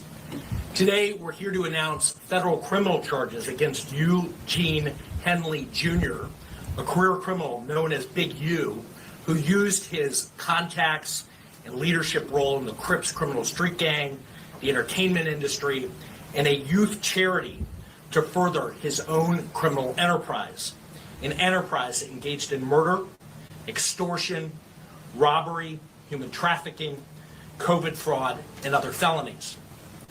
Mr. Henley and several other individuals linked to him and his criminal enterprise were charged in a criminal complaint with federal racketeering conspiracy. Mr. Henley is a fugitive and he is currently wanted by federal law enforcement. Other individuals linked to his criminal enterprise were arrested today, approximately 10 defendants who are charged in various indictments. Again, Mr. Henley is a fugitive. 4 defendants are in state custody and will be transferred into federal custody, and we are still seeking Mr. Henley and another fugitive. Looks like you're getting a $3,200 refund. Did she mention that at H&R Block, everyone gets their max refund or their money back? And we always guarantee 100%. Another RICO had just took place that had prominent figures in that indictment. This time we're going to Los Angeles, family, where we talk about the Rolling 60s Crips, a gang that was well known for people like Big U, a man that's also in this indictment. Also associated with this gang was the late rapper, may he rest in peace, Nipsey Hussle. Big U always has some form of talks surrounding his demise. Who put the hit out? Who was in control? Is it still real leadership that someone in your own gang, who's not technically the boss, take out such prominent figure in Nipsey Hussle? Also in this indictment is a man who recently made his waves in podcasting on No Jumper, a man who'll go by the name of Brick Baby, alongside 18 other defendants. Today we go over this story. With so much speculation throughout the years, we finally have confirmation in black and white. Recently, the feds have listed a number of events: extortion, politicking, and the damaging of them all. Murder. The murder of a high school standout football player who was the best friend of Big U's son. He was also a rapper, and according to the feds, he made a diss song which we'll later discuss. And after making that diss... Hold on, man. Now this Big U son friend, like that's crazy, man. That's crazy. Like your son wasn't gonna notice his friend who he called every day gone. Like that's crazy, man. That's crazy. I know that's your daddy, but damn, you killed my friend, bro. Or you ride with your daddy on some bullshit. Like that's crazy, man. Big U, he a slime ball, bro. The more I learn about Big U, it's like he a mobster, bro. He like John Gotti them, bro. Sammy the Bull, all them, bro. Like for real, he a killer. Whether he killing or sending somebody, you responsible for that body. If somebody else kill it, but you sent it. If you went with them, you killed them too. You ain't pull the trigger, but you was that nigga. You killed them. Song which seems to aim at Big U. That man was found deceased, thrown in the middle of the highway. Now what make this story even more crazier, this was brought up about 6 days ago by Wack 100, a man who allegedly is a leader of the Bloods gang, once friends with Big U, but lately they turned enemies. And I find it ironic that Big U get indicted just 6. Hold on, man. Wack 100, a gang member? Bro, what the fuck I been at, bro? I've been watching Wack 100 for like 3 years, bro. He in the gang? Nah, bro. Wack 100 ain't no nigga named Wack 100. First of all, ain't no nigga with the name Wack gonna be in no motherfucker in no gang, bro. Wack 100 a Pyru? Man, I'm thinking these guys some music execs or something, man. I'm thinking he just a person who got connections with Birdman them, man. These niggas gang members. And they gang members and they on podcasts talking about murders, talking about robberies, who robbed who. And that ain't snitching? Bro, I did not know that. I did not know that Wack 100 was a gang member, bro. I did not know that, bro.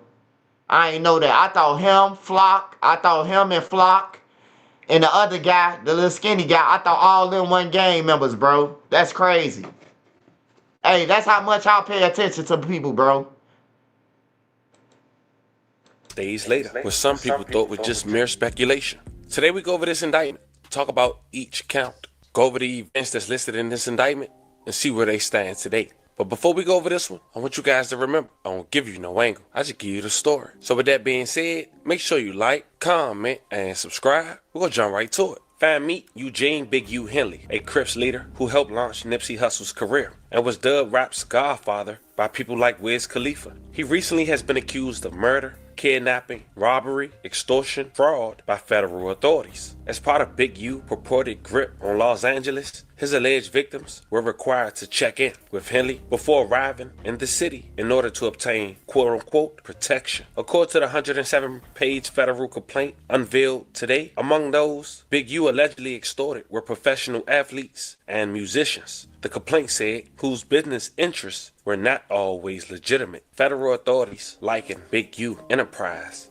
to a, quote, mafia-like organization, end quote, that relies on his stature and long-standing associates with the Rolling 60s and other street gangs to intimidate businesses and individuals in LA. Authorities said today in a press conference, which we'll later check out, that Big U is a fugitive on the run, and more than a dozen others are in custody tied to a sprawling criminal case. The U.S. District Attorney, quote, Big U has maintained the image of an entertainment industry entrepreneur, running a music label, and of somebody who gives back to the community of Los Angeles. The U.S. Attorney Joseph had, quote, "The facts alleged in the complaint a very different picture. There's one of a murderer, a thief, a liar, and a cheater, and the criminals that enabled him." Following a years-long FBI investigation, federal authorities have accused Big U of kidnapping and fatally shooting a young rapper in the face and leaving his body in the Las Vegas desert over perceived disrespect, which we'll later discuss in further details. According to the indictment, in directing the robbery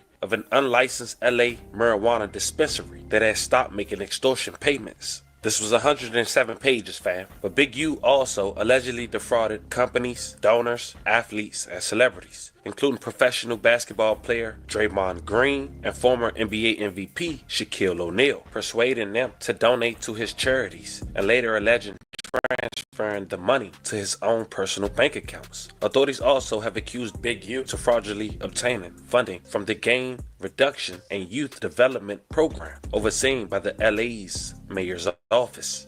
Now, the backstory on Big U, he previously served 13 years in prison after trying to rob an undercover sheriff's deputy of 33 pounds of cocaine in 1991. His son is a linebacker for the Los Angeles Chargers. This weekend, and one former WSU Cougar was lucky enough to hear his name called in the third round. KREM 2's Andrew Quinn sat down with Dayon Henley to discuss his big day. Well, it's the call every football player longs to hear, and it came on day 2 of the 2023 NFL Draft. Hey, now I ain't taking nothing. I ain't taking nothing from his son or none of that, right? But like with the shit that just popped up, right? And all the extortion and everything, right? Don't it kind of look like, man, his son ain't get up in there by that. Man, he muscled his way. He muscled his son. He muscled him through all that shit. Niggas had to do what Big U say. The Crips everywhere, man. He probably showing up at the crib, at the coach's crib. You better play my son of mine, nigga. I'ma hang you off a cliff. He learned from Suge Knight, y'all. He learned from Suge Knight, bro. Big U got Suge Knight tactics, bro. For real, man. This Suge Knight tactics. This what Suge was doing, man. Yeah, he extorted Shaq for $5 million, man.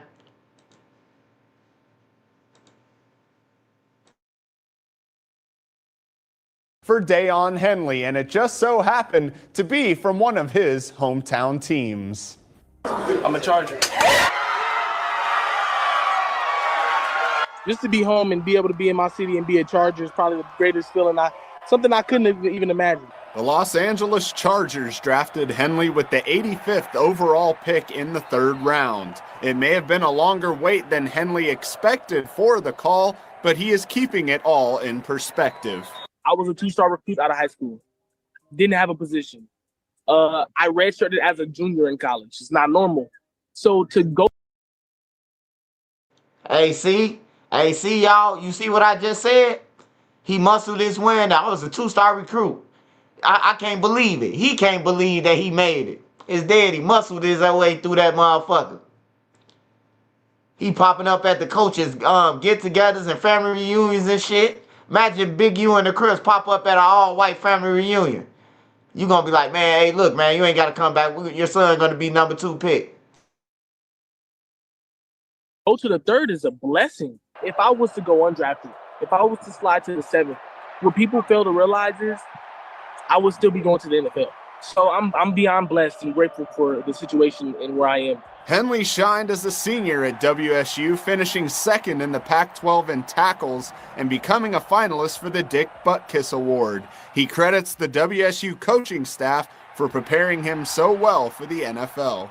I spent a lot of time in that film room, a lot of time with my coaches talking and having extra conversations. Coach Dickard, asking him a million questions because I knew that he had knowledge upon my position and just eating off of those with greater knowledge than I have in the sport that I love. Henley now joins a defense filled with longtime NFL stars, and he hopes to soak up even more knowledge to help improve his game. Shout out SpongeBob. I'm trying to be the biggest sponge above ocean level and take in anything I can, you know. I just aspire to be like the guys that I'm going to be around, and I want to be accepted in as a key role player eventually. And I know nothing is given, so I want to earn that, of course. Henley will wear number 0 in LA, and when I asked Dayon why number 0, Hey, somebody said, I'm surprised his son ain't a 60. Hey, no, that's what gang leaders usually do. Gang leaders who extort and do all that shit, they kids live in the suburbs. All the gang members that I know, they kids that's out here now in the streets. That's why I say I know a lot of these guys, bro. They daddy had them in the suburb, bro. They stayed in good houses, bro. A lot of these guys in the drill scene, they never stayed on 63rd and none of that. They was coming over there from nice houses, man. Some shit that I wouldn't have came on 63rd if I lived over there where they stayed at.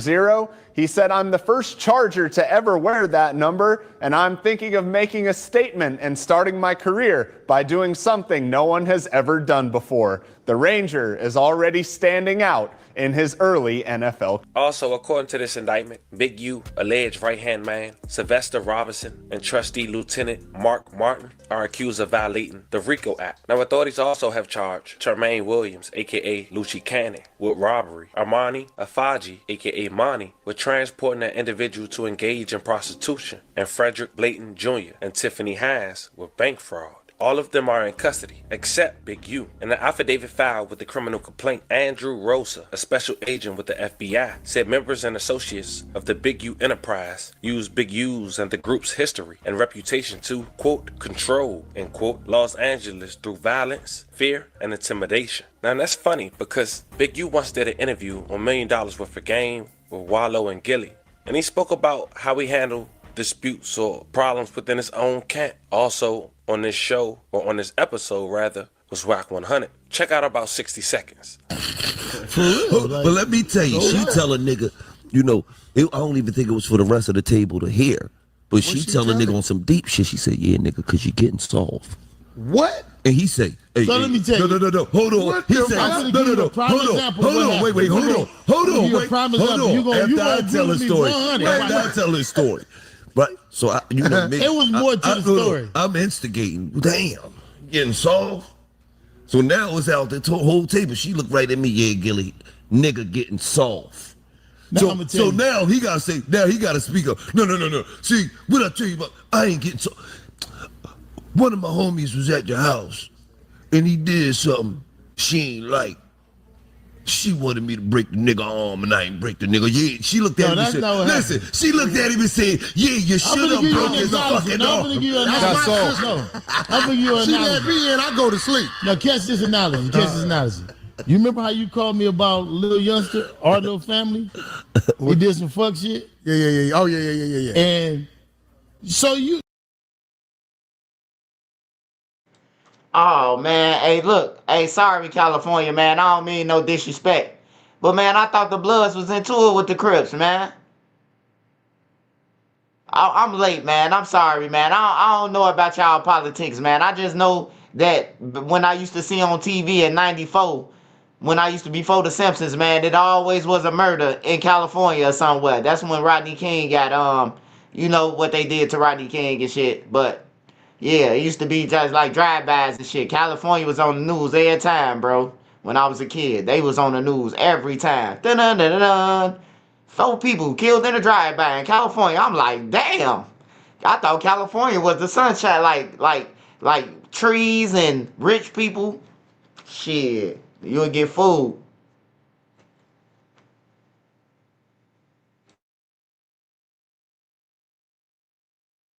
You could have cut his head off. Yeah. Or cut an ear off. But we don't. Stacy was like, you should have cut the nigga ear off.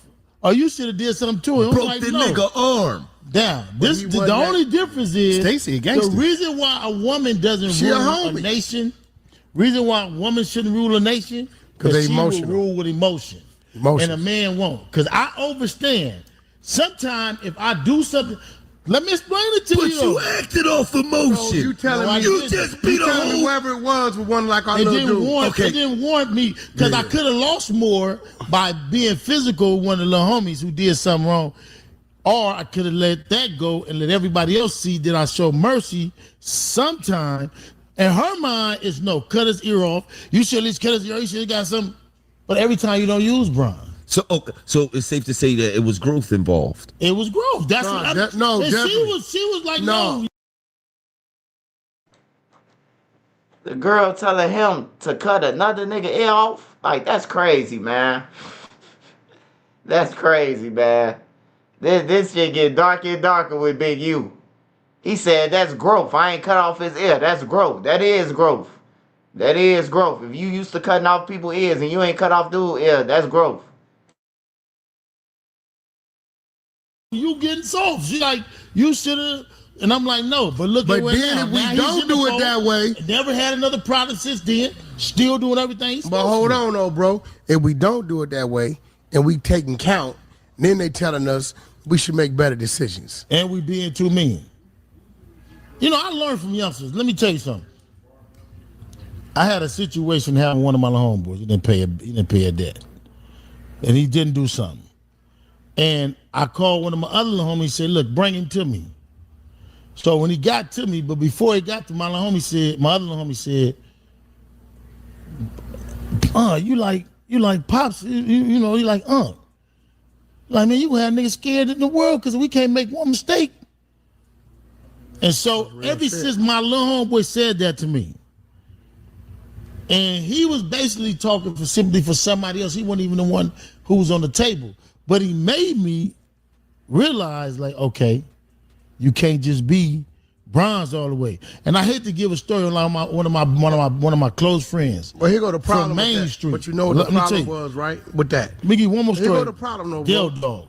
Now, the feds claimed that the Big U enterprise was a front for promoting himself as a reformed gang member focused on bettering the community. But now you got a pretty good idea on who Big U is, well, at least according to the public. Let's talk about the details in this paperwork, starting with the Las Vegas killing. Fam, meet Raan Williams. He was a wide receiver for Crenshaw High. He lived with Big U because he was the best friend to Big U's son, who now played for the Chargers. 5 days before his demise in January of 2021, Raan Williams recorded a diss song. In his affidavit, the agent said he believed that Williams' diss song was about Big U, whose independent record label, Unique Music, was representing the 21-year-old rapper. Now, it's unclear whether Big U heard diss lyrics prior to the killing, according to the complaint. In the diss song, Williams referred to Big U as the, quote, bro that makes some money, end quote. Now, Williams rapped himself that he might get himself shot in the face for thinking shit funny. He mentioned a .38 revolver with no trace. Now, 5 days later after that diss song,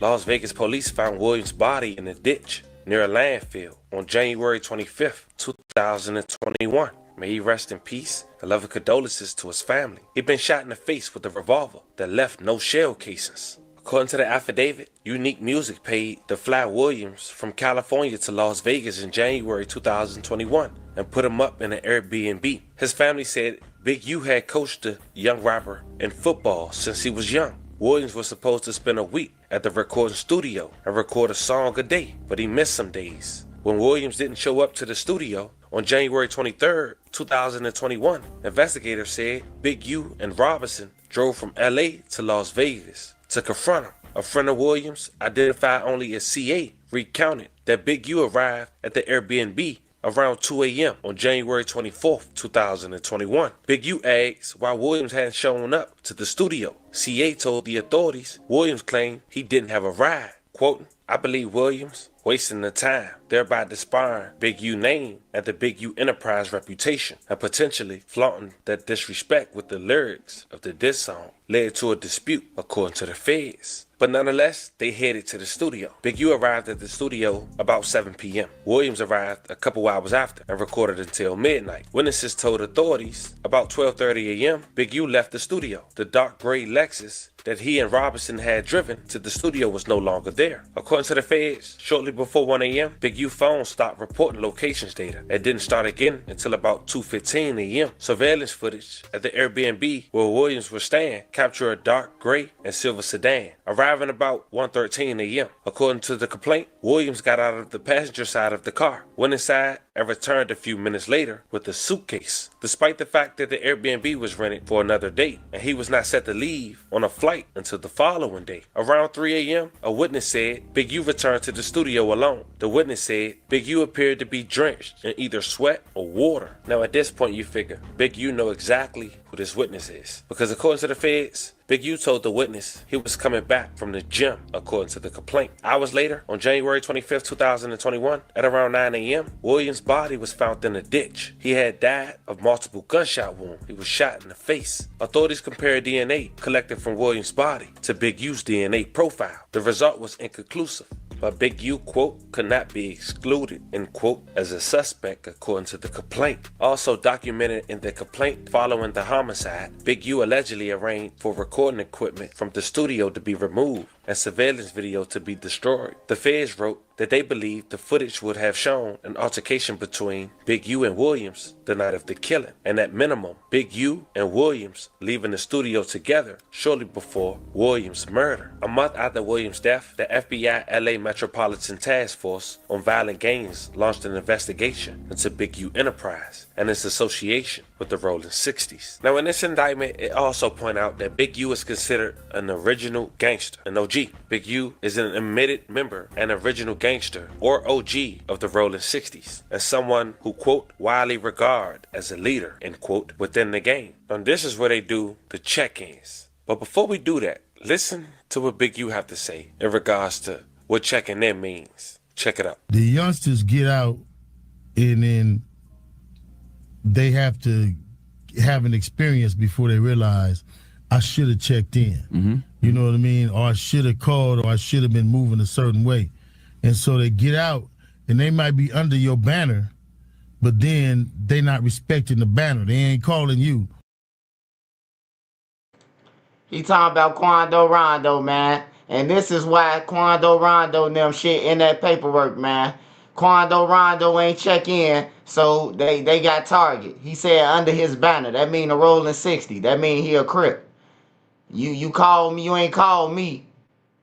Man, this is shiesty ass shit, man. Even if you check in with these niggas, you still finna have to give up something. Hey, that's crazy, bro. Now that's crazy right there. If you don't check in, you dead. But if you do check in, you gonna still get robbed probably and beat up and killed still. So you might as well don't even tell them niggas when you in California, bro. Just get you a bulletproof cop, man, and move slightly. They got your number, they know who you is, but they feel like they bigger than the program. You know, and you got a lot of dudes, like when I was here last time, that claim my neighborhood that's in this music shit, but they don't really fuck with us until it's a problem. Then they call it. Like Quando Rondo. I just showed Envy. Like, you can't call me now. You can't call me when the fire hot. You didn't fuck with me before that. You know what I mean? You had my number, you could have called me, you could have did all that. You know what I mean? But he was a. Hey, I guarantee somebody in that RICO who locked up, one of them in that box, one of them. Hey, look, one of them who locked up right now, out of them 20 motherfuckers, man, one of them dropped that low. I guarantee, man, one of them is number 4, bro, out of that box that's locked up. They ain't finna leave number 4 out there still. They didn't grab Big U. That's why they put all in with Big U. Big U say he don't even know half of them guys that's locked up. He said he don't even know some of them, and they locked up with him. So that mean that the feds finna they just got them because they had to grab up somebody with number 4, so they won't know who telling. So they just grabbed 20 motherfuckers.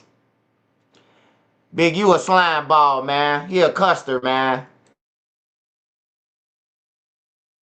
Roundabout, but how is that fair to me? How is that? So now you know how Big U feel. In 2022, according to the feds, they interviewed a witness identified as CW1, cooperating witness 1, who claimed that rap artists, athletes, and other visitors needed to pay Big U a fee when they came to the city. CW1 told authorities about a large buy-in dice game in LA in June 2019. The game involved a professional boxer identified only as AB, AB's associates, and several prominent NBA players. According to CW1, AB and his associates fixed the game, cheating the NBA players out of millions of dollars using teased dice. After the game, according to the feds, Big U directed his associates to rough up AB, who had not checked in with Big U, and to get the money back from him on behalf of the cheated NBA players. Multiple members of the Rolling 60s allegedly arrived and were used to press AB. Big U stepped in, CW1 told authorities, quote, because he was involved in and/or would approve of any dice games or similar events, such as parties involving large sums of money and prominent NBA players and celebrities, end quote, in the city. According to the complaint, CW1 knew other times in which NBA players or celebrities would need to get approval in advance from Big U to ensure their safeties at events such as parties, games, or advertising shoots. CW1 said the celebrities would have to pay Big U for protection and approval or face retaliation from Big U Enterprise.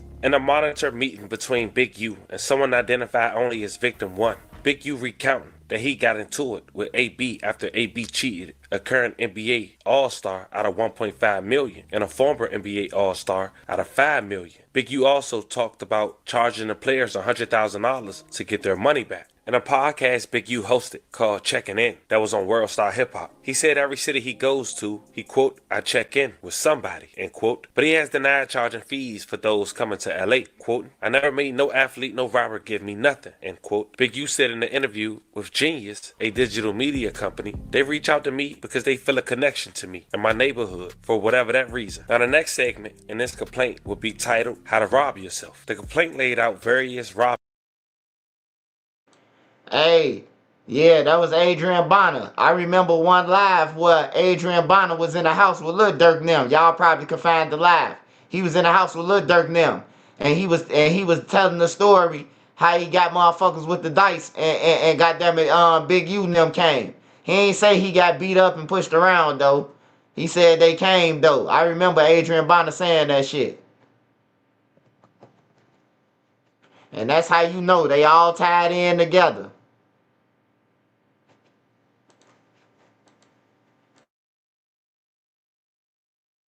Allegedly carried by Big U Enterprise, including one at an unlicensed marijuana dispensary in LA on June 5th, 2021.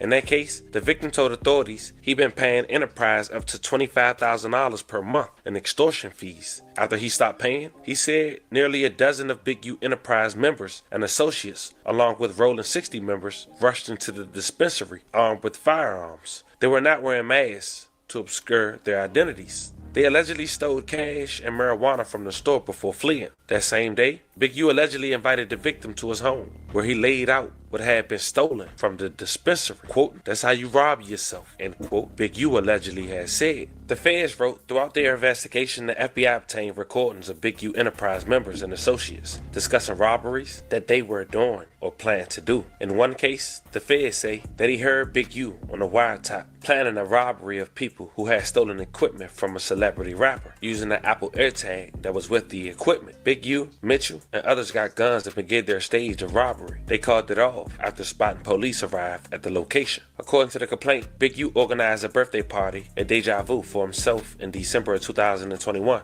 He allegedly negotiated to receive roughly 33% of the bar proceeds and promised that famous rappers including Wiz Khalifa and T.I. would attend. The night of the birthday party, Big U, Robinson, Martin, and others associates turned up at the club. A victim told authorities he watched as Robinson, Martin, and 3 other associates took a different victim into a back room and extorted $30,000 from him. And by the way, fam, none of the prominent celebrity rappers arrived according to the complaint. Now here's the alleged fraud of the complaint. Authorities also accused Big U of fraudulently obtaining funding from the LA mayor's office through the Gang Reduction Youth Development Program. Since around 2015, according to the feds, Big U nonprofit Development Options has received $550,000 annually as part of the program. The nonprofit was allotted over $2.3 million from the city from July 1st, 2018 to June 30th, 2023. From that, according to the feds, Big U has drawn hundreds of thousands of dollars, purportedly in salary. According to the complaint, the GRYD program, quote, has extensive mandatory handbook that is apprehended to each contract and that Developing Options, like every other GRYD contractor, must comply with, end quote. Among many requirements are extensive criminal background checks, compliance, training, approval of employees, attendance at meetings, logging activities,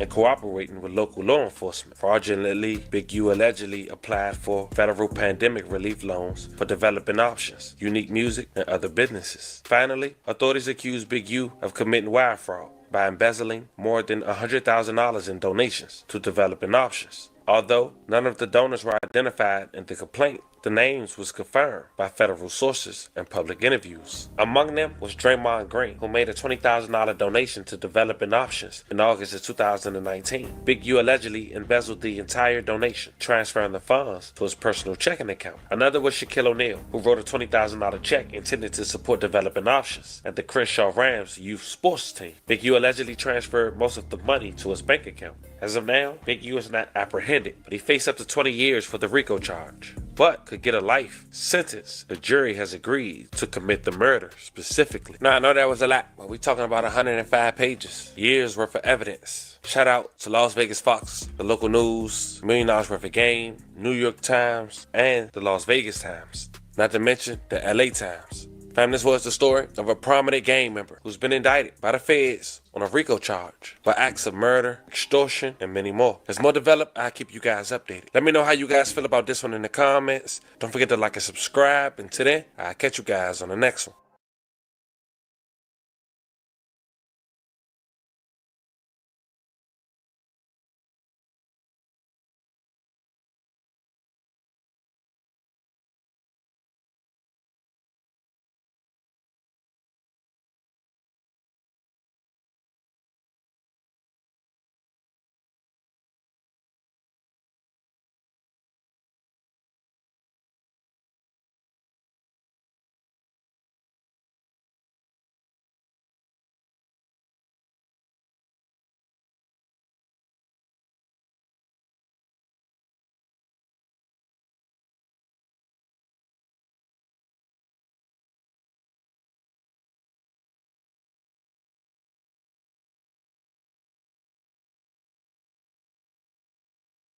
What we talk about? On hood. We outside. Hold on, show your tats. Hold on.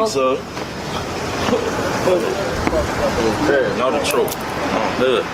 60s, nigga. On hood. You know the truth. Niggas ain't playing out here. They 60s though, nigga. Yeah, all that. On hood. Nigga, I don't even be over here. They don't even come around like that. They be trying to like sneak over here. They sick so crib, nigga. Hey, like I said, I walked through this motherfucker there. On her. But I'll be in the touch. Right here. We walk through this motherfucker. Niggas ain't worried about shit. Oh, look. Be a little bit about our story. Yeah. On her. Yeah, y'all with the Crips, man. Live and direct with the Crips. You understand me? Nigga, the 60s though, nigga. Usually be homies on every block. Yeah, nigga. Everywhere we go, nigga, there's homies around, nigga. Crib, nigga.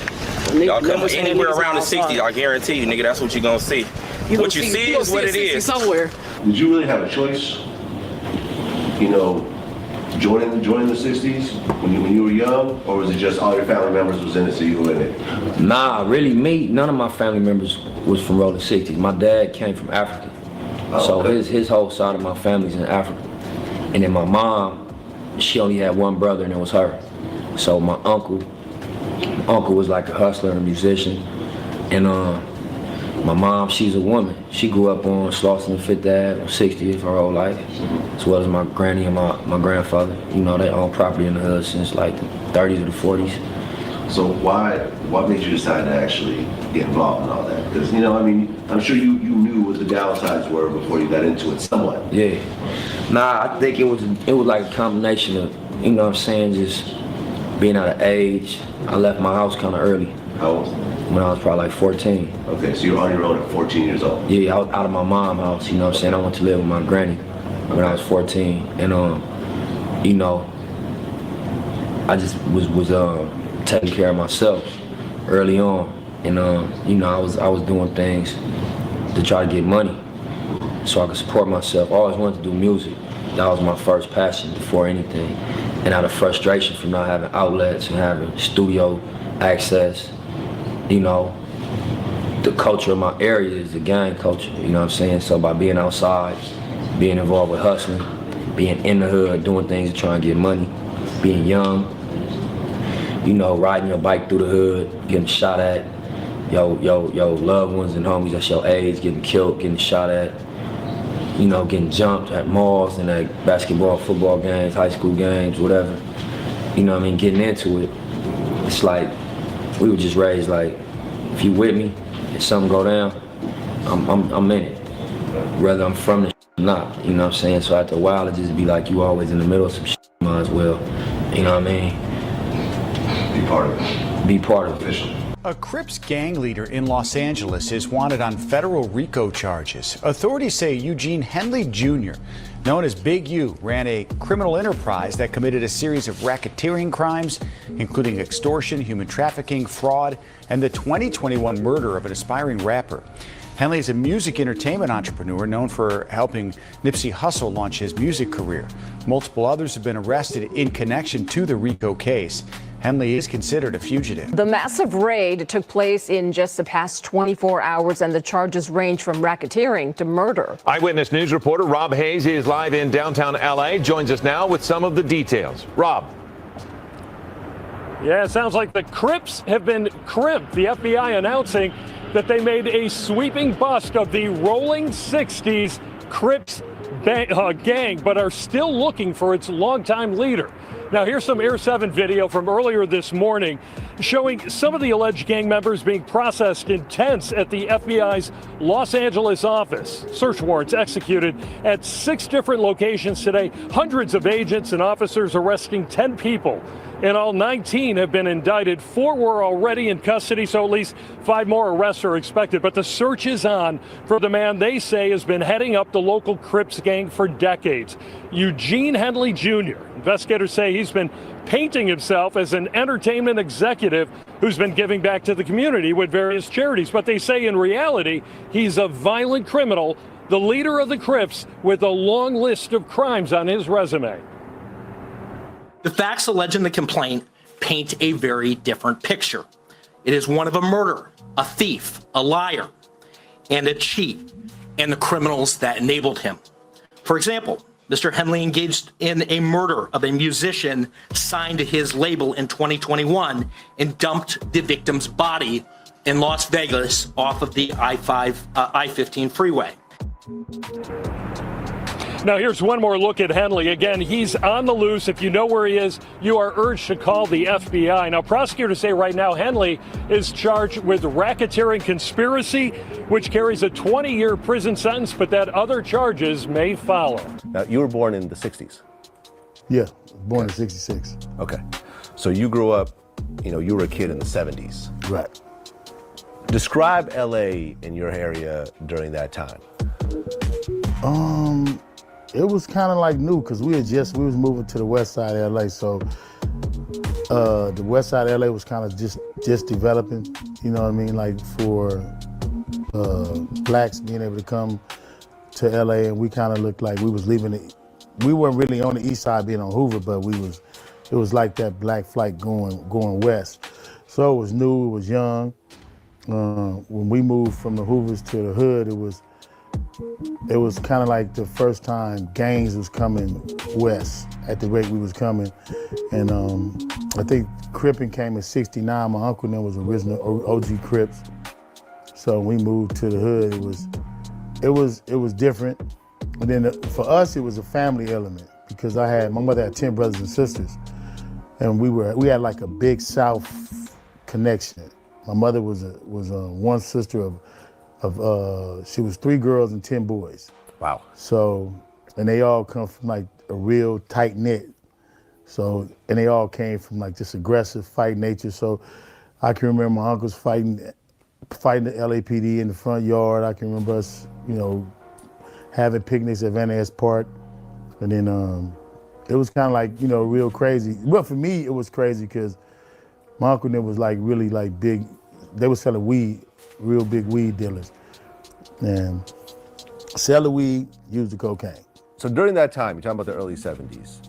Yeah. That's when Tukey Williams and Raymond Washington came together. That was like, what, 71, I think? See, that's kind of like before my time. And it's like a quagmire with how that's told. With Tukey and Raymond Washington, I was like, them dudes like 10 years older than us. Mm-hmm. And it's a difference between what they was doing and what eventually morphed in what is today. Like they're the original Crips and where the name came from. What we ended up doing after '79 was what we call gang banging. And that was where everything had changed. Los Angeles, a city where dreams are built on palm trees and pavement. But beneath the glitz and glamour, there's a darker undercurrent. A world few dare to speak about, where power isn't earned through fame or fortune. It's taken by force. At the heart of this underworld, one name carries weight heavier than most. The Rolling 60 neighborhood Crips. And one man with it, Eugene Henley Jr., known to the streets as Big U, is the name that strikes fear and demands respect. Authorities say Henley wasn't just a gang leader. He was a mastermind, running an operation so large, so intricate, they called it a mafia-like enterprise. But that's only the surface of what they discovered. Murder, extortion, human trafficking. It's a web of crime with Big U at the center, pulling every string. Yet, what makes this story even more chilling is how Henley balanced two worlds. He wasn't just a street figure. He was an entrepreneur, a community leader, even the face of an anti-gang charity called Developing Options. To the public, he was a man trying to make a difference. To the streets, he was something else entirely. The facade began to crumble with a single, shocking murder. An expiring rapper, known only as RW, found lifeless in the ditch off a Nevada highway. Prosecutors say his crime wasn't robbery or betrayal. It was a song, a track that dared to defy Henley. And in the world of the Rolling 60s, disrespect isn't forgiven, it's punished. Along with the arrest, Brick Baby and Loose Cannon were also apprehended. They're both Rolling 60 members that started to make a break in the YouTube space, becoming content creators. Right now at 11, a big announcement from federal authorities about the Rolling 60s neighborhood Crips gang in South LA. Detectives have arrested multiple people, and this morning they're still looking for others. Good morning, everyone. Thank you for joining us. I'm Annabelle Sedano. Let's get right to it. We have live team coverage of this breaking news. NBC4's Michelle Baez is in Westwood with more on the arrest. But let's get started with Alex Rozier. He was at that press conference and joins us live from downtown LA. Alex.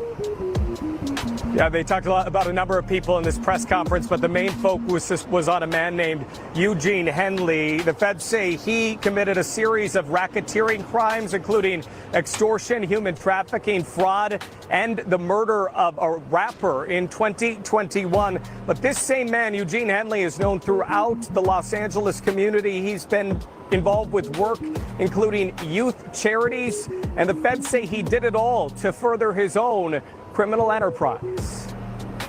He has maintained the image of an entertainment industry entrepreneur running a music label and of somebody who gives back to the community here in Los Angeles, funding a South LA-based charity, Developing Options, which purports to help at youth risk escape gang life and escape the perils of gangs in high crime areas.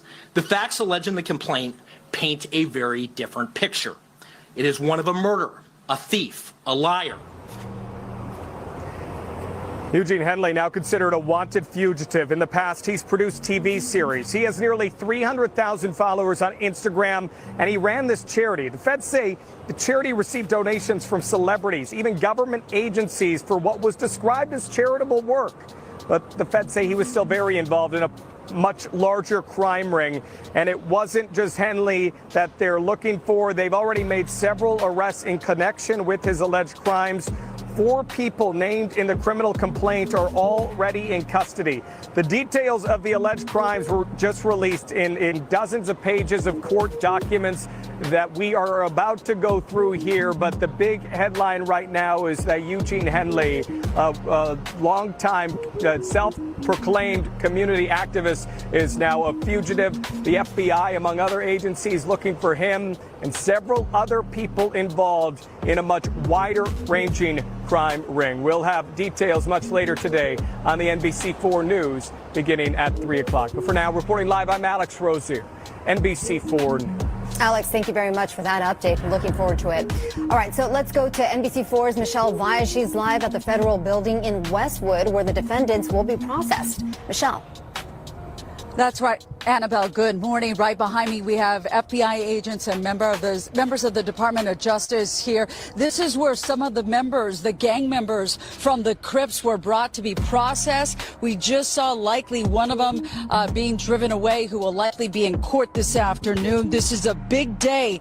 This is where they're processed. Many of them still need to be processed to face those federal charges. A big day, but big agents need the big get, a.k.a. Big U. Eugene Henley, now a fugitive.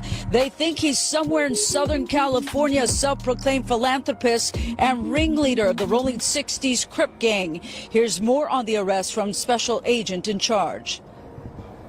4 of the 19 defendants were already in custody, and 10 defendants were taken into custody in the last 24 hours.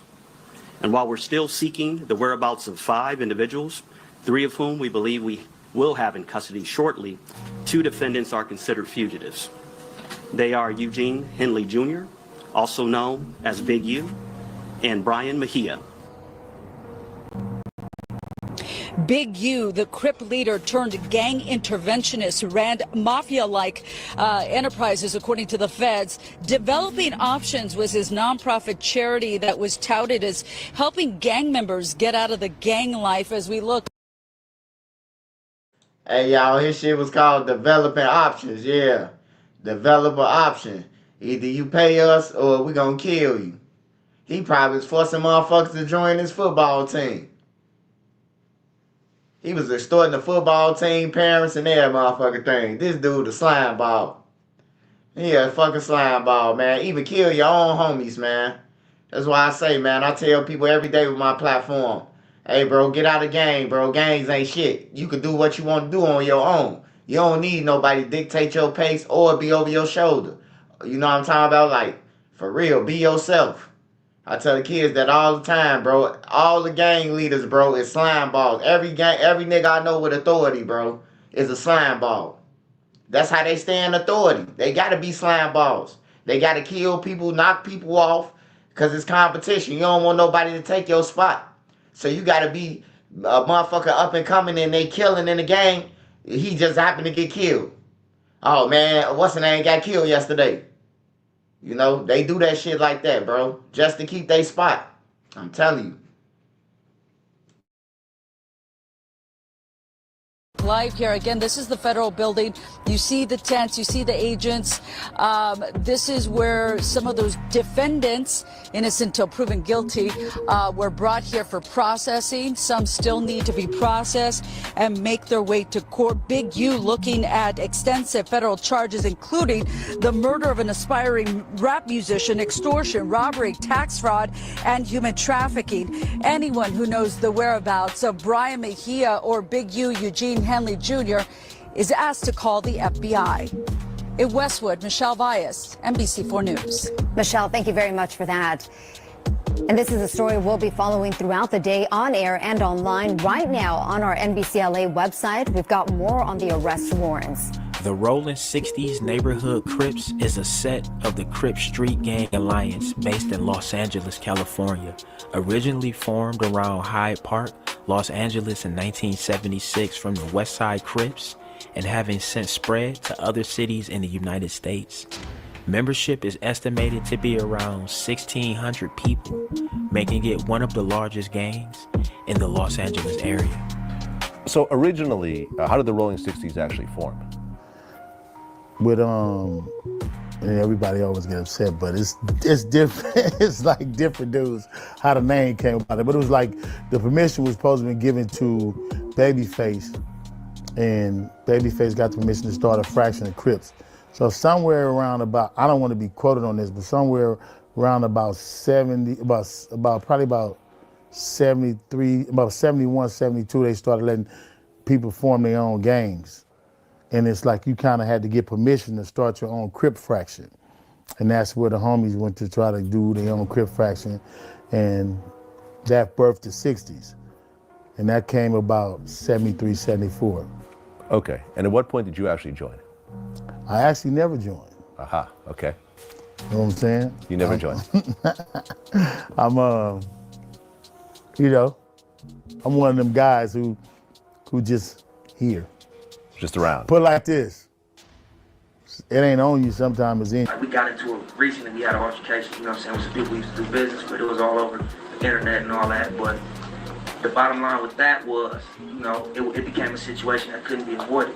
You know what I mean? It had to be addressed, but with me, 9 times out of 10, my reaction as an LA, as somebody that came up out here, as somebody that with the bullshit at the end of the day, is to just go hard. But you can't do that. Because, you know what I'm saying, you wanna live life in the direction of where you're going. And you wanna, the person you're trying to become, you wanna live like that today. You know what I mean by that? Like, you wanna be successful, you wanna be a mogul, you wanna be, you know, a legendary artist. So you have to live like that today. Or if you want to be a nigga that got life in jail, or that got 100 years, or that on the run from the police, you can live like that today.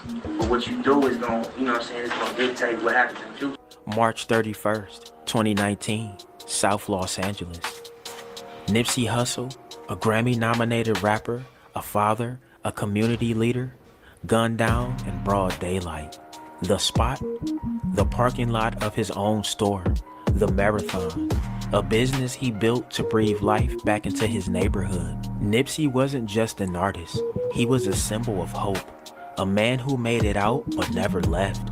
He stayed, determined to lift up the streets that raised him. But on that day, hope was cut down by a hail of bullets. 10 shots, one final, brutal kick to the head, and the shooter walked away. Eric Holder, aka Shitty Cuz, a man Nipsey once knew. They grew up together on the same blocks. They shared the same past. But that day, their paths collided in the worst way possible. The cause? A quiet conversation, a mention of paperwork, a word that carries deadly weight in the streets: snitching. The prosecution says Nipsey wasn't accusing Holder. He was offering advice, a chance to clear his name. But in a world where respect is everything, even the whisper of an accusation can light a fuse. Holder left after that conversation. He returned minutes later, armed. What happened next left the neighborhood and the world in shock. Thank you. Some breaking news to tell you about out of the entertainment world. Rapper Nipsey Hussle was shot. 2 others were hurt in a shooting here in LA. This is a live picture where you can see fans gathered outside a store owned by the artist. The shooting was reported around 3:20 p.m. That's LA time, so that's 6:20 our time here in Atlanta, in the Hyde Park section of the city of Los Angeles. Hussle apparently opened the Marathon Clothing Company store in June of 2017. We want to let you know that there is a news conference that is scheduled to tell us more about what happened. Also, some of the stars are weighing in right now, including Rihanna, who says on her Twitter account, "This doesn't make any sense. My spirit is shaken by this. Dear God, may his spirit rest in peace, and may you grant divine comfort to all of his loved ones. I'm so sorry this happened to you." A lot of folks, not only in LA, Alicia, but here in Atlanta, because we are part of the music industry here. Yeah, one of the capitals of music in the country. Certainly this news breaking, hitting home right now. Again, rapper Nipsey Hussle shot and killed out of Los Angeles. Live picture there. This is a story we will stay on top of throughout the hour. And again, on CBS 46 News at 11. So much more to follow on this one out of Los Angeles. Holder fled, wearing a red shirt, a bandana. One gun wasn't enough. He carried 2, a semi-automatic and a revolver. The streets erupted in chaos. The hunt began. 2 days later, he was caught. 2 months later, he was indicted. First-degree murder. 2 counts of attempted murder. Life in prison on the table. Well, that's right, and it was a packed courtroom. A lot of people came here today curious to see the suspect, Eric Holder, who is charged in the murder of rapper Nipsey Hussle. Now, one thing that surprised everyone is when attorney Christopher Darden walked in. He is representing Holder in this case. The defendant, Eric Holder, pled not guilty as he stood behind his attorney trying to hide from cameras. His defense attorney is Christopher Darden, the former district attorney who was one of the prosecutors in the O.J. Simpson case. Nearly 20 deputies in the courtroom today, a large show of security not usually seen in an arraignment. Darden left right after the hearing. He would not comment about the case or how he became defense attorney.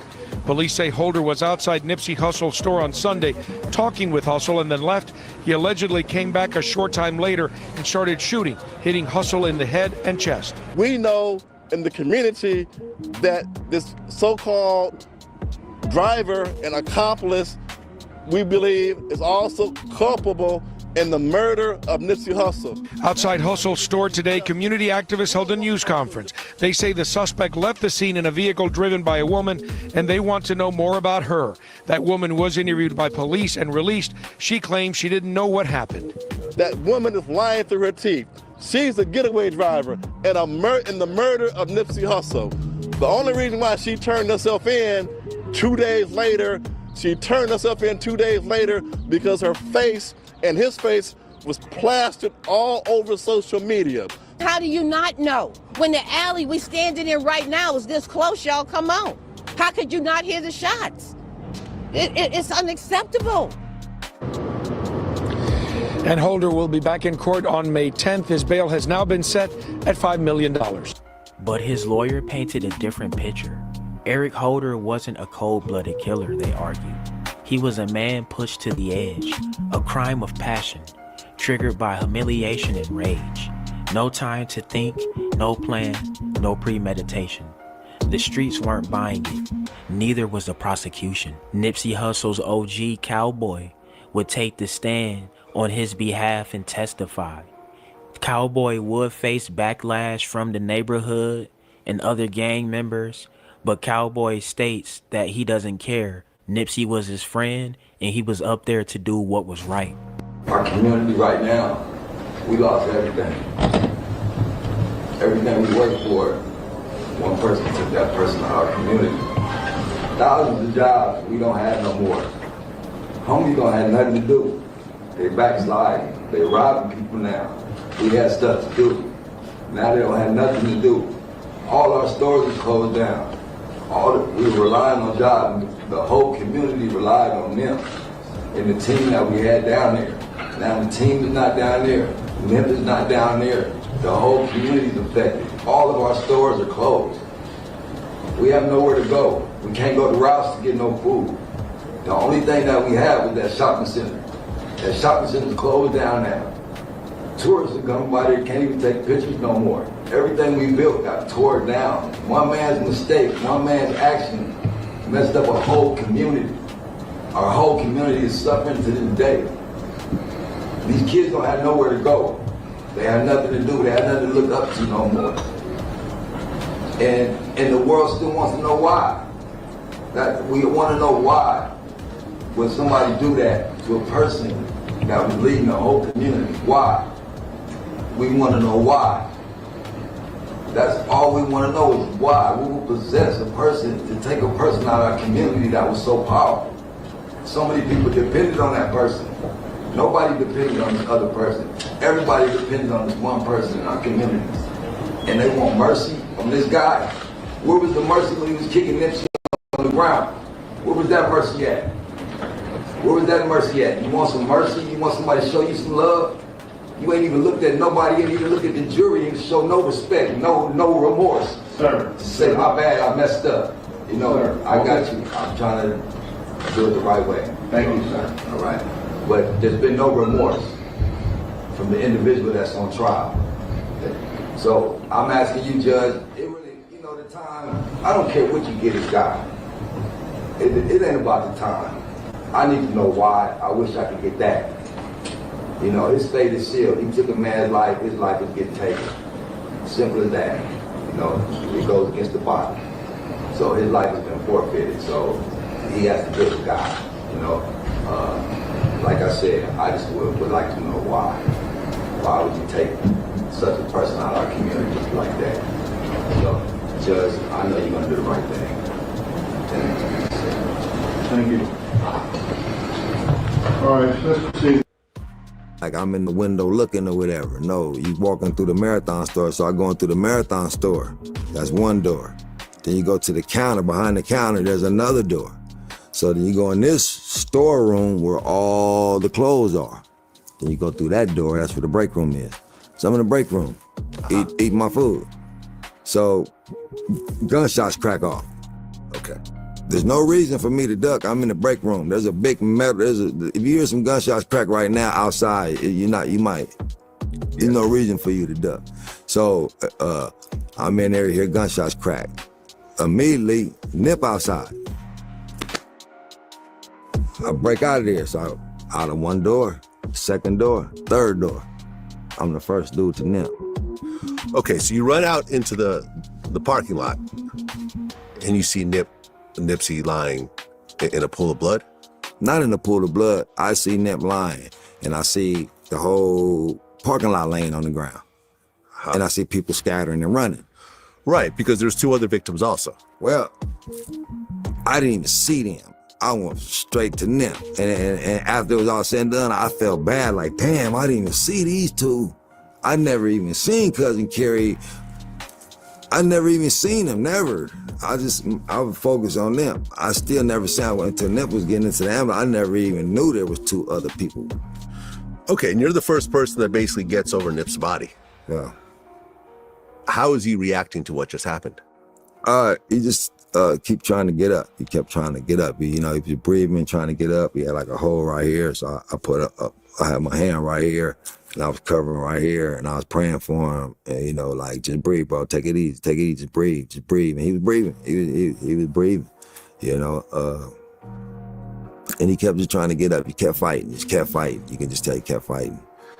I mean, here you are trying to cover up your friend's bullet holes as just pandemonium, and you don't even know if you don't even know who the shooter is at this point. Exactly. So you're in danger yourself on top of it. It's like, if I could have seen the shooter, if I could have been in the window and seen the shooter, then there's no need for me to run the Nip. I would run straight after the shooter because I figure he out of shells now. He done did what he had to do. So it would have been better if I could have seen. It'd been better if I could have been if I could have seen, and then I didn't. So you gotta realize, when I run out, I see everybody scatter. I even see Shitty Cut scattering and going, but I don't know what he done did. All I see is my nigga on the ground. When Nip passed away, automatically Big U did it, or had something to do it, or did this, and niggas just be like, social media, the investigator, now nigga come to your house like, hey, what's the deal, bro? You know what I'm saying? You did it. Like, and niggas are suckers damn. too, because I seen when that first happened, how they was man, that's crazy. Like, I remember Unc went live too, and he's sitting there talking about it. I'm like, that's crazy that y'all, if y'all really know them and you know their situation, them niggas loved each other. Like, bro, now you don't even gotta go through that. We was just in every video. Mm-hmm. Like how we was beefing when all his songs, every album he put out, since we had the so-called altercation, he shouted me out. Brick Baby is a rolling 60 Crip, and he goes by the name Lil Shitty because he got his name from his big homie, Shitty Cuz, the same man who shot and killed Nipsey. Brick Baby is allegedly tied to the murder that happened to Quando Rondo's cousin when they were in Cali. Right now, the search is on for 3 people who police say shot at a Savannah rapper, killing a member of his entourage. It happened in Los Angeles, and cameras captured the aftermath. Shots fired, a fight taken to the streets, and this chaotic scene, the ending of a shooting that started in Los Angeles, California. Sheriff's deputies pulling out a man who had been shot in an SUV. Savannah rapper Quando Rondo, a passenger in that car, frantic at the site. It all started at this mobile gas station at 5:30 Friday evening. LAPD says witnesses heard multiple gunshots, then watched a couple cars zoom off. 3 people in one car shot at this black Cadillac Escalade. It's unclear if those inside shot back. Can I get some space, please? It ended at Santa Monica Boulevard. Deputies found it peppered with bullet holes and a shattered window. One man inside, a member of Ronto's entourage, had been shot. The 23-year-old was taken to the hospital where he died. A scene left with remnants of the fight, shoes left in the street, doors flung open. The suspects still on the run. We still don't know what spurred it all, but LAPD says it started at a gas pump. Victim vehicle, they pulled up, they were pumping gas, and it looks like they probably finished pumping gas, and the suspects approached from the alley, got out of the car, and started shooting at those victims. Investigators are still trying to piece together details, but they're looking for a white four-door sedan with suspects wearing dark clothing. Police helicopters overhead, so we knew something was up. People in the neighborhood shocked by the news. Disappointed. There have been a lot of incidents in the past couple of years. It does seem that things have been happening more often on Melrose, between Fairfax and Melrose and around here. According to TMZ, Rondo was not injured. Brick Baby has ties to Dirk and OTF and has personally been around Dirk on multiple occasions. It's rumored that Brick dropped the location of Quando to Dirk the day that Quando was ambushed and his cousin was fatally shot. Brick Baby became a host on No Jumper. You said that if you actually knew Quando's address, you would have given it to Dirk. Just like on some loyalty, I just said that again right here. I said, had I been low on some money or something and somebody just called my phone and I had a location, like Adam even agreed today. He like, damn, I ain't even think about it like that. Like, damn, if I gave up somebody's location, I'd be fighting a murder too. Like, he had to think about it, but I'm just like, me knowing myself and the loyalty that I got to certain people, like, that was a layup. Really? It was a I would not layup. involve myself. If I knew someone wanted to kill somebody, I would not put myself in that situation under no circumstance. If I knew exactly where that person was staying, if they were right there in my house or they were right down the street, because now you're part of a murder if it actually happens. I'm from another breed of nigga. I ain't gonna lie to you, bro. But it ain't, that's what I'm saying. I ain't been that thirsty. But it just like, all right, what I'm saying is like, take away 8 years of my life in I was 28 years old. Somebody called me like that. The man was fried. That's what I'm saying. Like, I had to put some like clarity to what I'm saying. Like, at the point in time I'm in my life right now, like I wouldn't have touched it. But back in the day, oh man, it was a layup. Loose Cannon is being indicted on multiple charges, but one of the most notable charges included in the case is when he and some other Crips assaulted 2 men outside of No Jumper. The men were badly beaten, stomped, and kicked in the head. One of the men was stripped out of his clothes as he lay unconscious and bloody. This very incident is one of the main charges Loose Cannon is being charged with, along with everything else. Even though both Loose Cannon and Big U are both rolling 60 Crips and both under the same neighborhood car, Loose doesn't have any respect for Big U because he feels like Big U was responsible for getting Nipsey Hussle killed, and Loose has been very vocal about it. So I'm like, wait. You get a call from Big U telling you Nipsey just got killed. Yeah. You panic, call Nip. Nip answer the phone. Yeah. And you like just talking on regular. So it's like at the Loose Cannon. Look that up. Look up that No Jumper. Loose Cannon.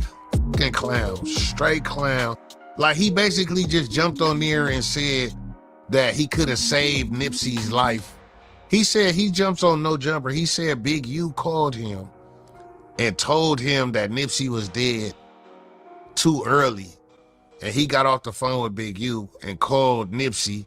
And Nipsey answered the phone and he asked Nipsey, oh yeah, you good? Oh yeah, I'm straight. Oh, all right. And just got off the phone. He didn't even warn him, tell him that, oh, Big U called me and said you just got killed. I was like, none of that. So you basically just jumped on the internet and told people that you basically possibly could have saved Nipsey's life and gave him a heads up, but you didn't do it, bro.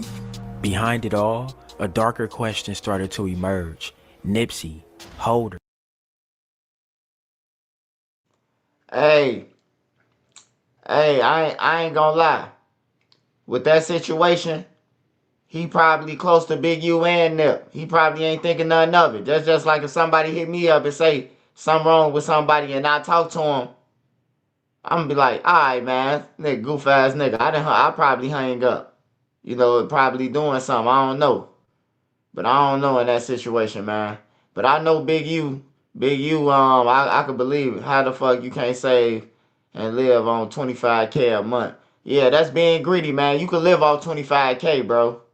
You could live off $25K. Him and his 7 kids, bro. They could live off $25K a month, bro. You living beyond your means, man, if you can't live off $25K a month. Big U. They all shared the same streets, the same gang. And Big U wasn't just any figure in the rolling 60s. He was the figure. A man with 1 foot in the underworld and 1 foot in the spotlight. His charity, Developing Options, presented him as a community activist, a man reforming the streets. But prosecutors claimed it was a front, a smokescreen hiding an empire built on fear, violence, and manipulation. They called it the Big U enterprise. Authorities say Big U wasn't just a leader. He was a puppet master, extortion, trafficking, fraud. Even a pandemic relief loan wasn't off limits. And when words turned to whispers, when defiance threatened his reputation, the consequences were deadly. Just ask RW, the rapper whose voice was silenced forever. 2 stories, 1 neighborhood, a chain of events leaving South Los Angeles scarred and grieving. Nipsey Hussle's death wasn't just a tragedy. It was a symbol of a community torn between hope and the streets. His name became a rallying cry, a reminder that his dream didn't die with him. The marathon continues. But the rolling 60s takedown, that story isn't over yet. So this is gonna probably be my last video. I'm gonna go turn myself in to see what's going on. They talking about I'm a fugitive. So they just raided all my houses. 600 was actually with the police when they raided my house. And he's actually got video and footage of it. So y'all know what y'all dealing with. And I just want to say this to y'all. When they raided my houses and my property, they was asking about Wack. Wack, loose cannon, 600, and this internet stuff. All of y'all 5. All y'all who be sending shit around the internet, all y'all who be promoting and listening to what these niggas saying, all y'all giving these likes and hidden likes, all y'all supporting this. All y'all guilty of this shit. If you had something against a black man, you should handle it with a black man in the streets. Wack said 100 times he was gonna take my contracts. He working with the FBI. The FBI went to the city 3 days in a row and told the city they didn't want nobody to give me no more money. They went to all the different celebrities and told all the different celebrities, don't give me no money, don't help me, don't do nothing for me. They going around scaring and intimidating everybody. But y'all sending it around getting people in trouble. Like y'all don't understand what the FBI do to black men who try to help their community. I ain't been nothing but a help to our community. But I guess it is what it is. This the price of being black and trying to help somebody, trying to help your community and do what you can. You're just guilty because somebody else don't like you and they can go on the internet and do what the they want to and y'all gonna promote it. It's crazy. But I'm going to go turn myself in though. Because I ain't did nothing. Tonight, breaking news, a music executive and a community activist wanted by the feds, accused of running a notorious South LA street gang, is now in custody. And KCAL News assignment editor Mike Rogers at the desk. Mike, some pretty serious allegations here. Very serious allegations. And Pat, moments ago, we want you to know that he was taken into custody. That's according to the U.S. Attorney's Office. We're talking here about Eugene Henley Jr., a 58-year-old man who is a music executive and a self-proclaimed community leader here in Los Angeles. The feds say he is actually the leader of a notorious South LA street gang accused in a series of very violent crimes, including murder. Earlier today, the United States Attorney's Office held a press conference announcing he was one of the the few that they were still looking for connected to this large operation. They say moments ago he is now in custody, being held by federal officials. He is accused of a murder back in 2021. He runs a music label, and according to the feds, he signed on a young aspiring rapper to record a song for them in a Las Vegas music studio. When that rapper then turned around and made a song, essentially a diss track against the duo, that, according to the feds, is when they traveled to Las Vegas, took him in the Nevada desert, and shot and killed him. There's a number of other crimes they're accusing him of, including RICO operations throughout the Southern California region. Tonight, the federal government says the fact that he claims he is a community leader is all wrong. The facts alleged in the complaint paint a very different picture. It is one of a murderer, a thief, a liar, and a cheat, and the criminals that enabled him. In addition to this, the federal government says he fraudulently obtained and used COVID-19 money as part of this whole operation as well. We will wait to see. He should have his initial appearance in court in the coming days. But again, he is in custody tonight after the feds putting out his photo earlier today. All right. Thank you so much for that, Mike. That story is really just going to grow. Absolutely. As we find out more information. Authorities are still searching. The enterprise he built may be crumbling, but how many more secrets does it hold? And how many more lies will it claim before it falls? Some stories end with justice, others linger in the shadows, waiting for the next move. This one may just be getting started. All right, y'all, there y'all have it. That's the story of Big U and the Rolling 60s takedown, man. Hey, get in the comment section. Let me know what y'all think. You already know what it is. Drillers and trappers, we out here trapping and drilling 247. Don't go nowhere. Watch that next video. Gang!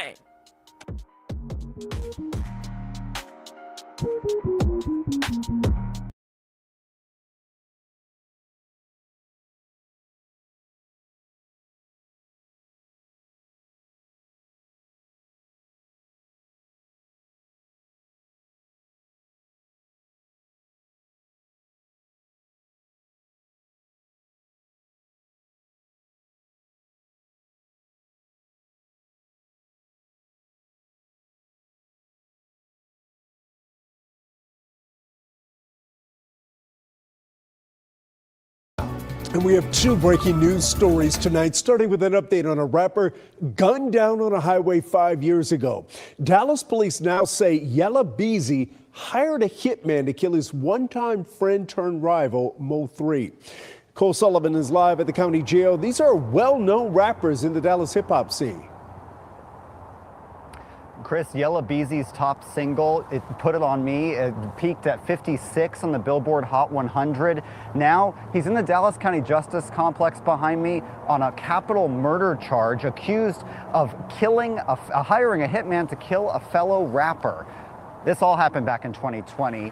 And just before noon on the middle of Interstate 35, just south of the Dallas Zoo, Dallas police arrested a 22-year-old and charged him with murder. Initially, that 22-year-old's in federal prison, convicted of gun charges, but now, 5 years later, they say he was the trigger man. Police say Yella Beezy, whose hot song top song That's On Me, hired that 22-year-old and promised him cash for killing Mo3. A grand jury handed up an indictment this week and booked Marquise Conway tonight. The killing of Melvin Noble, known as Mo3, led to an outpouring of grief from his fans. Dozens held a memorial outside Dallas City Hall that week. He once was friends with the man now accused of hiring someone to murder him. The killing has long been suspected to be the result of a rap feud. We reached out to Yella Beezy's legal team tonight and have not heard back. We're waiting to hear back on a bond amount for him as well. We'll bring you updates tomorrow on Daybreak. Chris. All right, thank you, Cole. You know, we've been following Yella Beezy's career, and this isn't his first run-in with the law. Go to WFAA.com, where we posted a story on his previous arrests, as well as the time he was shot several times in 2018. We begin with breaking news in Dallas, where rapper Yella Beezy has been arrested and accused of orchestrating the murder of another rapper in 2020. Rapper Mo3 was gunned down on I-35E. Images of a gunman on the freeway were widely shared at the time. NBC5's Allie Spilliards joins us with more on the arrest. What do you know, Allie? Brian and Brittany, on Tuesday, a grand jury indicted rapper Yella Beezy, otherwise known as Marquise Conway, with capital murder while remuneration in connection to the 2020 shooting death of Mo3. Today, Conway was booked into the Dallas County Jail. A grand jury referral says Conway hired a man named Keywan White to kill Melvin Noble, also known as Mo3. Noble was killed in a brazen attack on I-35 near Marsalis Avenue on November 11, 2020. Police say Noble stopped on the freeway when a dark-colored vehicle approached him. They say that's when the man in the other vehicle got out of his car with a gun and began walking towards Noble's car. Noble then got out and ran away. Investigators say the armed man chased Noble and fired several shots, hitting him at least once. A second person in a nearby car was also struck but survived. Now, up until now, Keywan White and another man named Devin Brown had been indicted on a murder charge linked to that shooting. While police have said White is the suspected shooter, they said Brown was upset over a relationship. As for Yella Beezy's alleged involvement, police have not given a potential motive.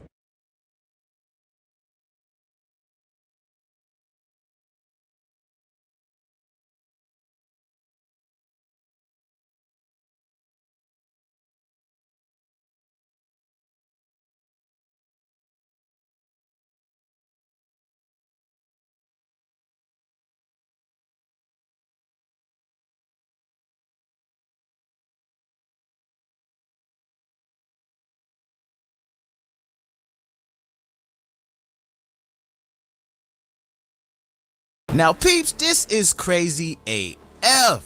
2025 is all bad.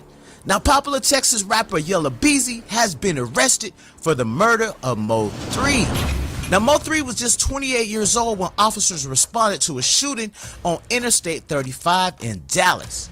The suspect, described by police as an adult black male, got out of his car and approached Mo3 while he was sitting in a car.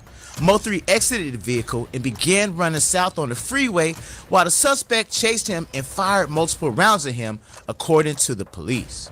Now, according to new explosive details, Beezy is accused of hiring Keywan White to carry out the fatal shooting of Mo3.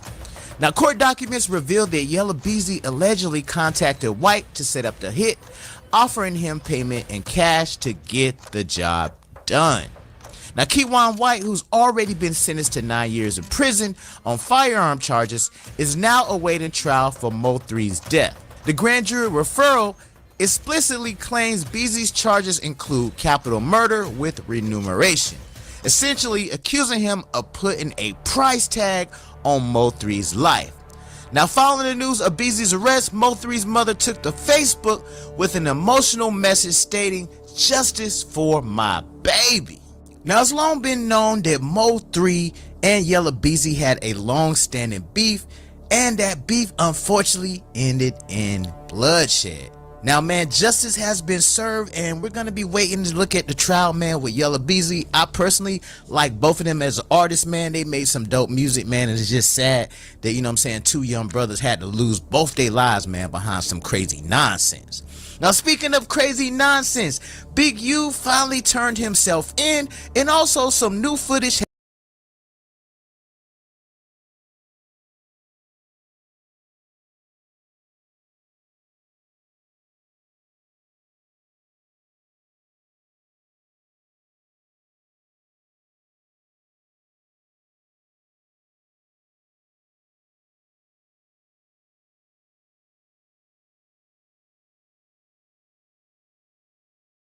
Not private. It will be recorded and may be monitored.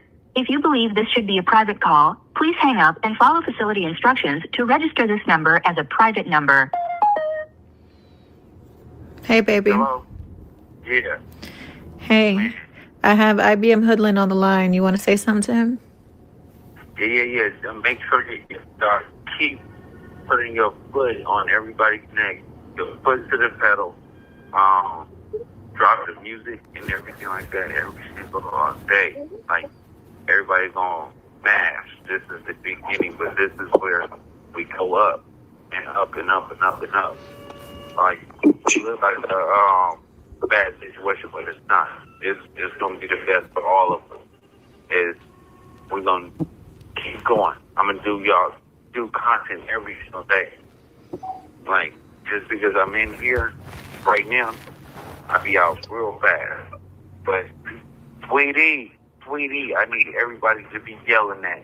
I need everybody to still be calling out the sweetheart. I need everybody that is still buying this IBM or something. Shout out to everybody.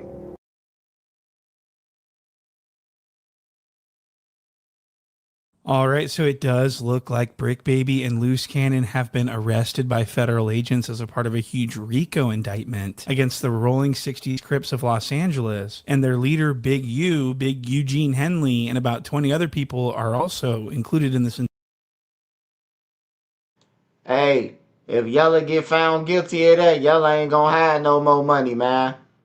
Mo3 mama or whoever got his estate gonna have all that, man. They gonna have all that, man. He better hope he ain't got nothing to do with G Ronnie trying to hide people out, or who was gonna pay for G Ronnie to get killed, cause he was in a picture with the killers with dudes. So, you know, that's conspiracy. That's called conspiracy, to conspire. Yeah, they money gonna be ate up. All that's on me, baby. All that little money he get every month, that shit going to Mo3 mama.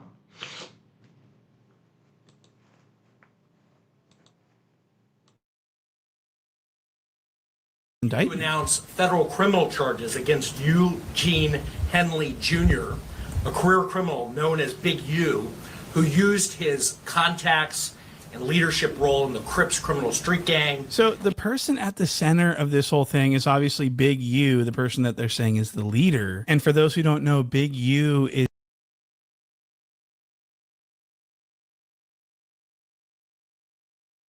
all right, so it does look like Brick Baby and Loose Cannon have been arrested by federal agents as a part of a huge RICO indictment against the Rolling 60s. Big U just made a really big mistake in his last.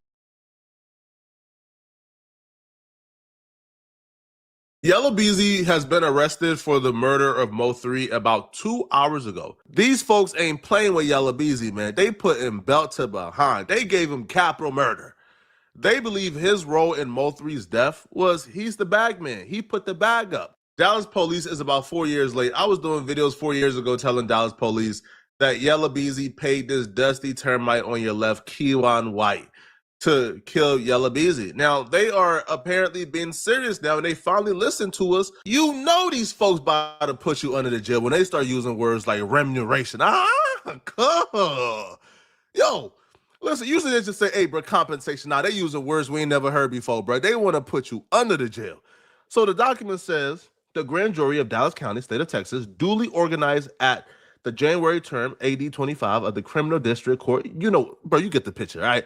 That Marquise Conway, Yella Beezy, hereinafter called defendant on or about the 11th day of November 2020 in the county of Dallas, state of Texas, did and very intentionally and knowingly caused the death of Mo3, an individual hereinafter called deceased, by employing Kewan White to murder the deceased for compensation and the promise of compensation, namely United States currency for defendant, and pursuant to said agreement, Kewan White did then and there intentionally and knowingly cause the death of the said deceased by shooting deceased with a firearm, a deadly weapon. First off, I don't even want to make it sound like I'm celebrating because, yo, this is just an unfortunate situation.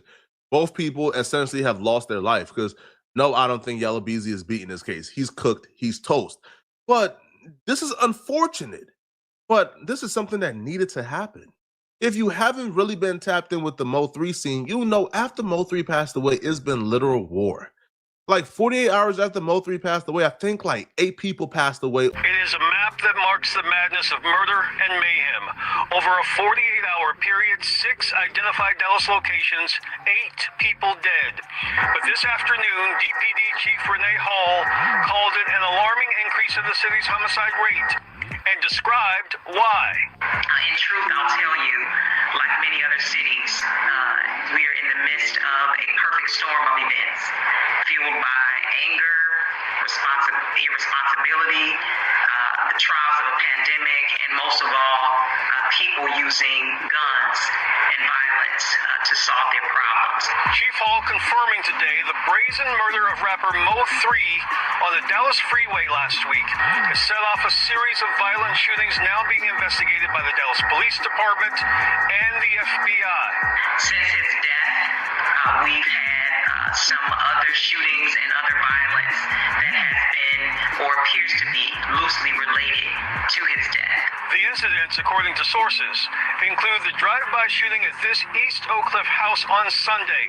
43-year-old Terrence Reed was killed. A lot of y'all might think this is unfair, and if it's unfair, put it in the comment section, critique me. I'm not above critique, to be honest, bro. I love when y'all critique me, but I'll put all those people's death, I'll put the blood on Yella Beezy's hand, because him pushing this button to get Mo3 killed, this right here sparked nothing but a murder spree.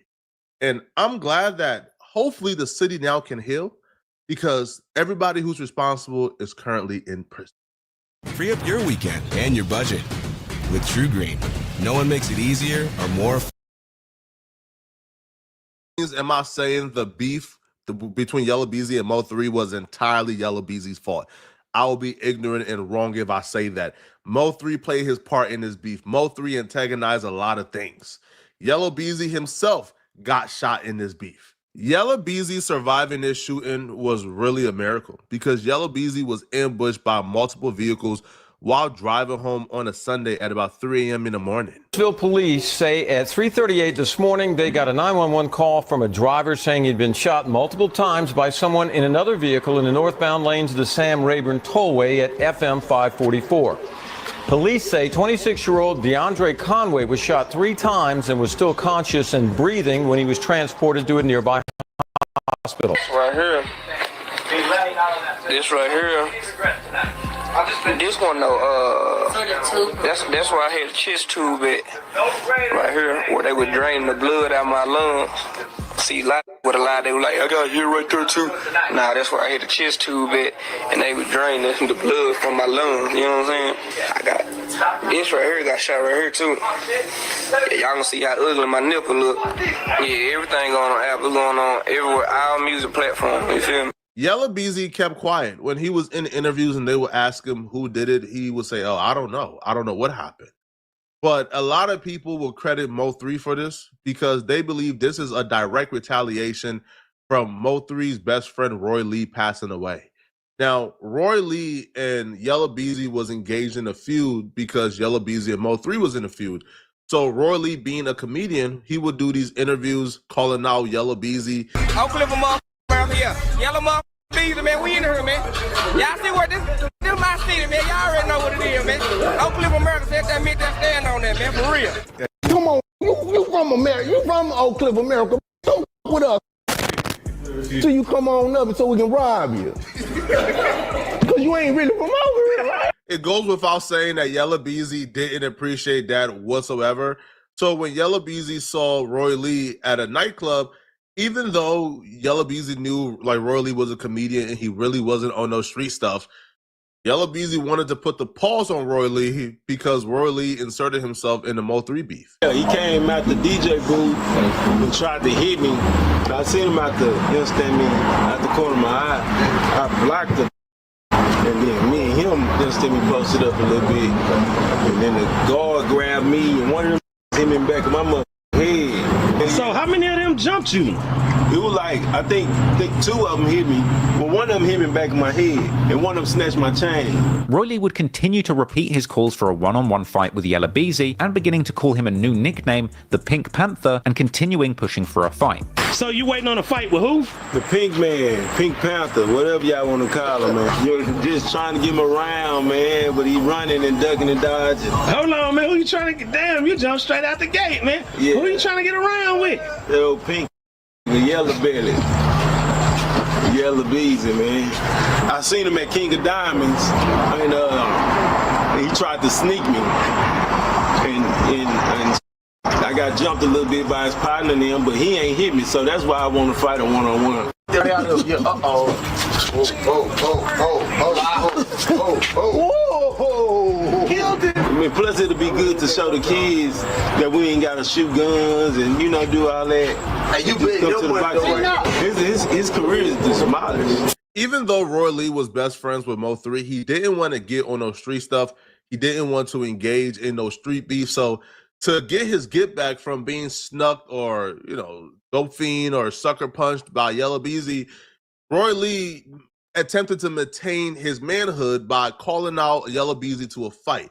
Now, he called out Yellow Beezy to a fight on camera, on social media, and when he called him out, he made it perfectly clear he didn't want guns involved. He just wanted a good old-fashioned squabble. I did an interview and I was talking about I ain't lying in the interview. You understand me? This beef ain't got nothing to do with nobody else but Yellow Beezy and Roy Lee.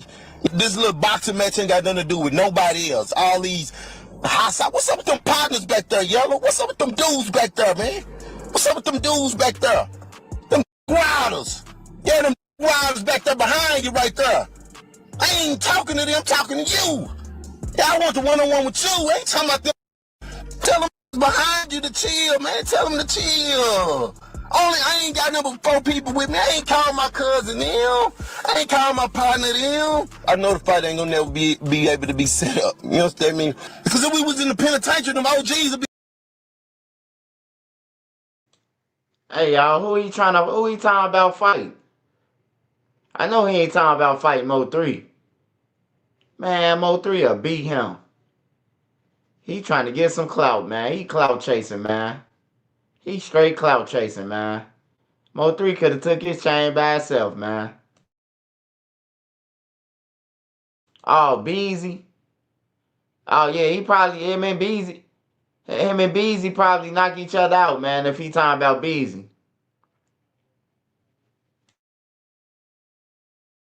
Be like, y'all youngsters go back there and fight one-on-one real quick, man. Go on and get that off y'all chest. You set up the fight. I've been trying to call all the big dope dealers in the city, all the ballers in the city, set up the fight. What's wrong with me setting up a fight and I'm the one that got hit? And everybody talking about let it go. Well, how I'm gonna let it go if y'all didn't let it go at the front park when you got snuck? How I'm gonna let it go when you got snuck at the club somewhere and you ain't let it go and you seen him at Walmart you was trying to fight? How I'm gonna catch him one-on-one when he always deep somewhere? When he always 10 or 8 deep somewhere. And I don't be numbered by 4 deep because I'm in the Cadillac. Now it's on YouTube. Now everybody want to interview me about it. I ain't gonna bash him. I'm just mad because you snuck me and then don't want to fight again. Come on, man. That ain't nothing. I'm just talking about squared up. Oh, you're a rapper. You don't want to get embarrassed or you don't want to lose. You don't want to get out there and look slouchy. Roy Lee wanted no guns involved. He didn't want to take it to the streets. Yellow Beezy apparently ain't get the memo, or allegedly ain't get the memo. Because shortly after dissing Yellow Beezy, shortly after the fight at the club, you know, shortly after going on other podcasts and talking about Yellow Beezy again, Roy Lee would meet his demise. You see, when Roy Lee was backing out of a Texaco, Roy Lee was shot. Roy would take to Instagram to announce his own shooting. Now, Roy was shot, but he was taken to a... Hello, hey, he a comedian, ain't he? Is Roy Lee a comedian? I think I seen him on a skit before. I think I seen him on some comedy shit or something. Some bootleg ass comedy. Yeah, that's him. A hospital where he was left in stable condition, according to the police. Yeah, I know your leg's broke. So I know, that's what I was saying. No, by my ankle. The left ankle. It's out my hands, man. It's out my hands, man. No, I got shot, Brandon. I was just about to go. I was just about to drive out. I said, I'm at Texaco. Oh, I thought you said shells. So I just backed in and parked at the barbecue spot. So obviously they seen me at Texaco. I'm just saying, I think they was watching me at Texaco. Because Texaco and shells across the street, across from each other. I was just sitting in the car. After the shooting, he survived and he went on to do other comedy shows and began to work and do interviews per usual. But due to the shooting, due to complications from the shooting, he suffered blood clots and other complications that unfortunately took his life shortly after the shooting. And even though I guess the bullet itself didn't take him out on the spot, the complications took out Roy Lee. And Mo3 was hurt. Mo3 would even do an interview with No Jumper where Mo3 would say, bruh, Roy Lee is a comedian, bro. Like he was no threat. Like, why would y'all even? Was it like when he passed? It hurt me. Yeah. Yeah. I never put him on a shirt. I never put him on a shirt. Because it meant too much? I put him right here. Shirt. It's like he wasn't supposed to die yet. Like, you know what I'm saying? A comedian. He ain't no gangster. Him getting shot and all this, it's like, that wasn't for you. You get what I'm saying? Like, that ain't even for your whole. You get what I'm saying? Right. Shoot a comedian who tell jokes on Facebook, bro. And it was rumored that Mo3 got get back for Roy Lee. And people were saying the get back was, you know, Yellow Beezy being ambushed while on his way home. Now, Yellow Beezy would actually go on a Breakfast Club and he would say, bro, that's all cap. Now, I don't know if he's just keeping a gangster, right? If he's just keeping a gangster, going by the street code and trying to deviate attention from Mo3, but he would say, bro, Roy Lee wasn't even one of those people. So it's impossible that he will get ambushed and shot because of Roy Lee passing away. Roy Lee wasn't even a gangster like that for somebody to try to avenge him. But I think he underestimated the love that Mo3 had for Roy Lee. That was rumors it was retaliation for somebody that got killed. Yeah, man. That, like, I ain't never spoke on dude in interview. I ain't gonna speak on them, but like he wasn't even no threat to do no stuff like that. You know what I'm saying? Like, and from here, he would open up and make it clear that they were referring to Roy Lee, with Yella Beezy bringing up Roy Lee's offer to fight, saying that he would have fought him if he saw him, but denying having anything to do with his death. The whole time you were screaming out fighting. That's what we wanted to do. So when I seen that's what we gonna do, we had already had a conversation where we did that. I did that. Like you not no threat. Like rest in peace to him. Like I don't wish no death on nobody. You know what I'm saying? Like they ain't had nothing to do with me. If you were paying attention to Mo3 social media at the time, it would appear that Mo3, essentially after Yella Beezy got shot, was pretty content now, right? He felt like his get back was kind of gotten if Mo3 was involved, because Mo3 has never been identified as being involved, but Mo3 was now saying, hey, yo, we can just fight and end the beef. So Mo3 was actually open to just fighting and squashing the beef there. Celebrity boxing, man, you understand me? Three versus whatchamacallit, T Diddy, knock T Diddy out third round. You get what I'm saying? Boom, boom, boom, he ain't got nothing. You know what I'm saying? And then whatchamacallit is the icing on the cake. You know what I'm saying? That's really what they want to see. They don't want to see T Diddy. You get what I'm saying? Not them facts. You get what I'm saying? Like, the T Diddy, the backup down, so we're going to get him out first. Let him come out, do his dance around the ring, whoop, whoop, scoop him up. He out of there. He had been squashed that down. It could have been squashed, probably. You get what I'm saying? When the promoter said, hey, do you think you can be on the same show as whatchamacallit? Duh. What is you talking about, bro? I do 1,000 shows. Ain't no man gonna stop me from not getting on stage. But according to Yella Beezy, at this point, the beef was too far gone, right? People done got shot. Somebody done died. It was too far gone to just fight and get over it and squash it. So Yella Beezy was not into the mood to fight and squash it. No, right? He wanted blood. And he got the blood he wanted, because shortly after, Mo3 was shot and killed coincidentally on the highway, similarly to Yella Beezy. I'm not really great with directions, so I'm trying my best here. So Mo3 was driving what would be up north 35 East. Now, while driving up north, he would notice a car following him. Now, you can see footage from the incident right here, because as like the car is following Mo3 began to swerve in different lanes. You see here? So Mo3 began to swerve in different lanes and then hit his brake. So Mo3 would hit his brake and then hop out and try to run to the passenger side to grab his gun. But what you will see when Mo3 runs to go grab his gun, the dudes like far out right now, like they hop out. Well, one of them hop out. So he hop out and he's chasing down Mo3. So essentially it's a game of time right now. So Mo3 realized as the dude is chasing him, he don't have enough time. So he runs, but the dude hawks him down and ultimately kills him. The assailant you just seen in the video hawking down Mo3, his name is Keywan White. All right, now Keywan White is who I affectionately describe as a dusty termite, wannabe rapper. Yo, Keywan White is such a dusty that after he was arrested for the murder, all Keywan White was concerned about was how famous he was now for killing Mo3. Man, I'm feeling good, man. I mean, this living life, man. You know what I'm saying? This come with a gangster, man. This what it come with. You feeling good, fam? I can't do nothing but it is what it is, you know what I'm saying? I'm locked up, I can't do nothing more than just live life, man, you know what I'm saying? This ain't the first time I did time. Man, I'm innocent, man. I ain't did nothing, man. I'm just a rapper, that's it. A rapper, I'm innocent. Instagram account had 1,000 or less followers. It's now at 18.6. See, I ain't gonna lie, when Ducky told me, like, I had called Ducky one day. When I came to the field, I called Ducky the first day I came. I was like, what's up? He was crying. He was like, damn, you finally made it. You famous now. You finally got what you wanted, but the wrong way. Like, man, you famous now. What? So my story getting 100,000 views. Post getting 100,000 views. So shit, I was like, damn, it's crazy. I done been famous, but for the wrong thing. And it's not even true. They picked the worst type of Igga to commit a body on their behalf. This right here is, when I say Igga-boo, this is who I'm picturing in my mind. This is the epitome of an Igga-boo, right? Kawan, Detron White, whatever his name is, bro.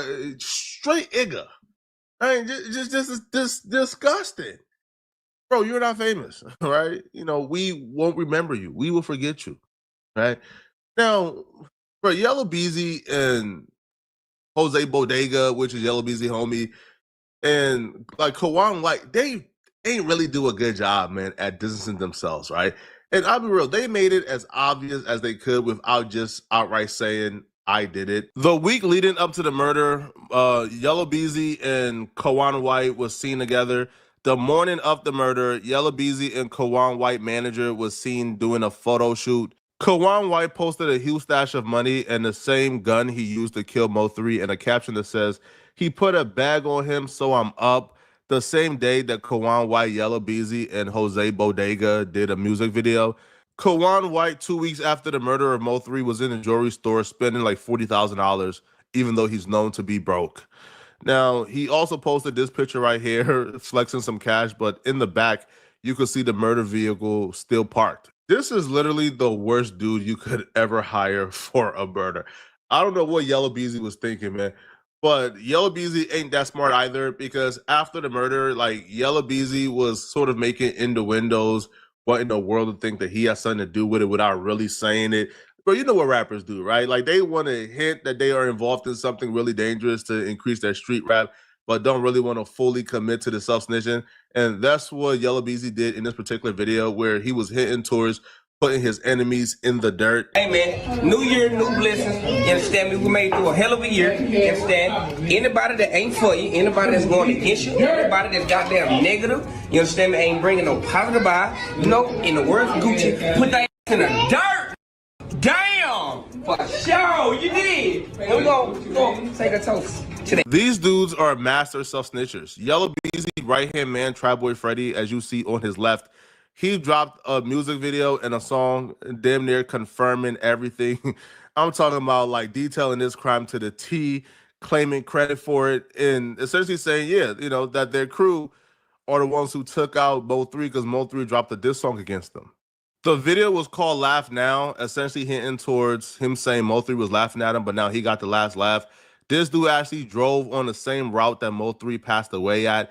So he really wanted the world to think that he committed it, right? You see, like, the exact same place that Mo3 passed away, he went there and included it in his video. He wouldn't stop there. He would also drop incriminating lyrics such as, tell him laugh now, heard they jumped up out the whip, he got ran down, why you ain't tell him before the beef you was fanned out.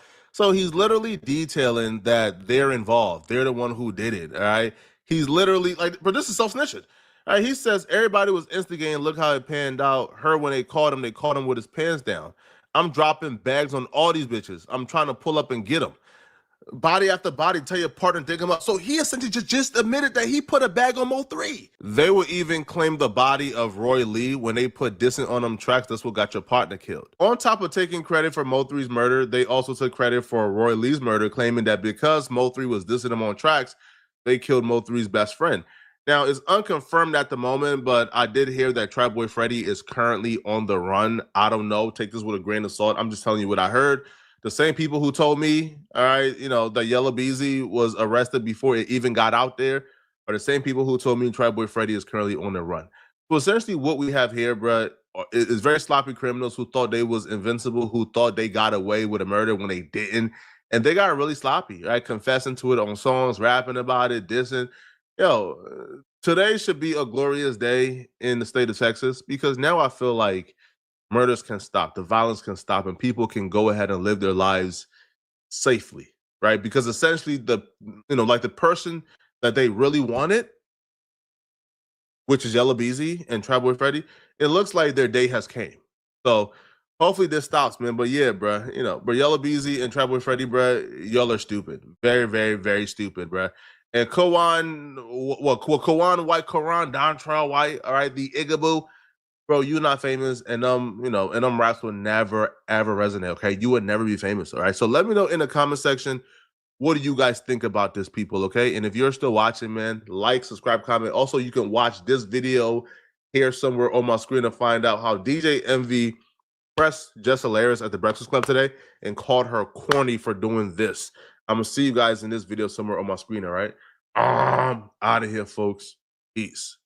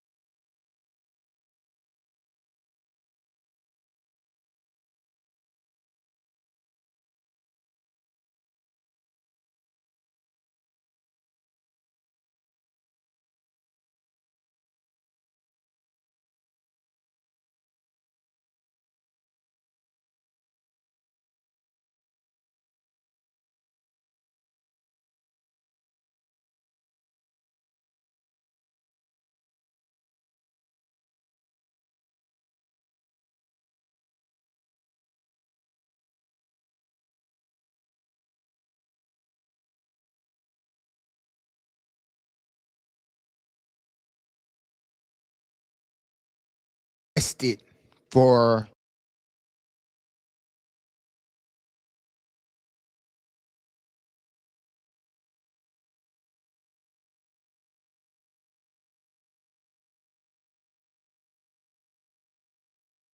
nigga gay in the bitch. Pussy ass rap niggas. Pussy ass rap niggas, that's why I'm scared of y'all right now. The shit y'all be doing. I'm scared. I'm scared right now. You pussy ass rap niggas. You gay little bitch. I knew you was gonna do that.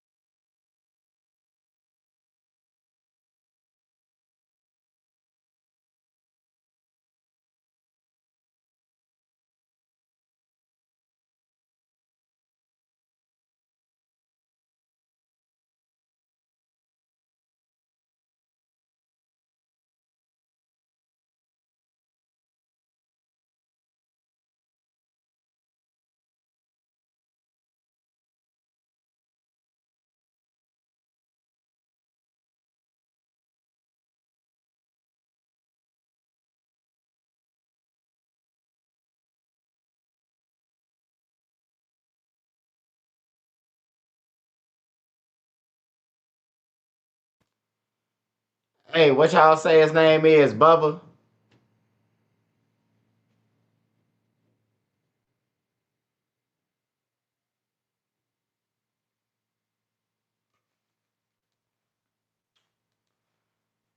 All right, I'll go back to Yellow Beezy.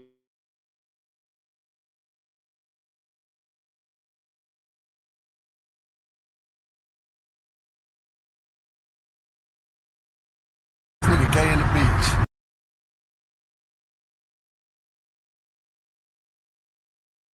Yella Beezy has been arrested. Wack 100 fires back at Big U and even revealed some pretty unsettling things about Big U's family dynamic. If you guys are unaware why Wack 100 is firing back at Big U, it's because when Big U did his surrendering video, when Big U was surrendering himself and turning himself into the police, Big U dropped a 9-minute video. And in that 9-minute video, he declared his innocence.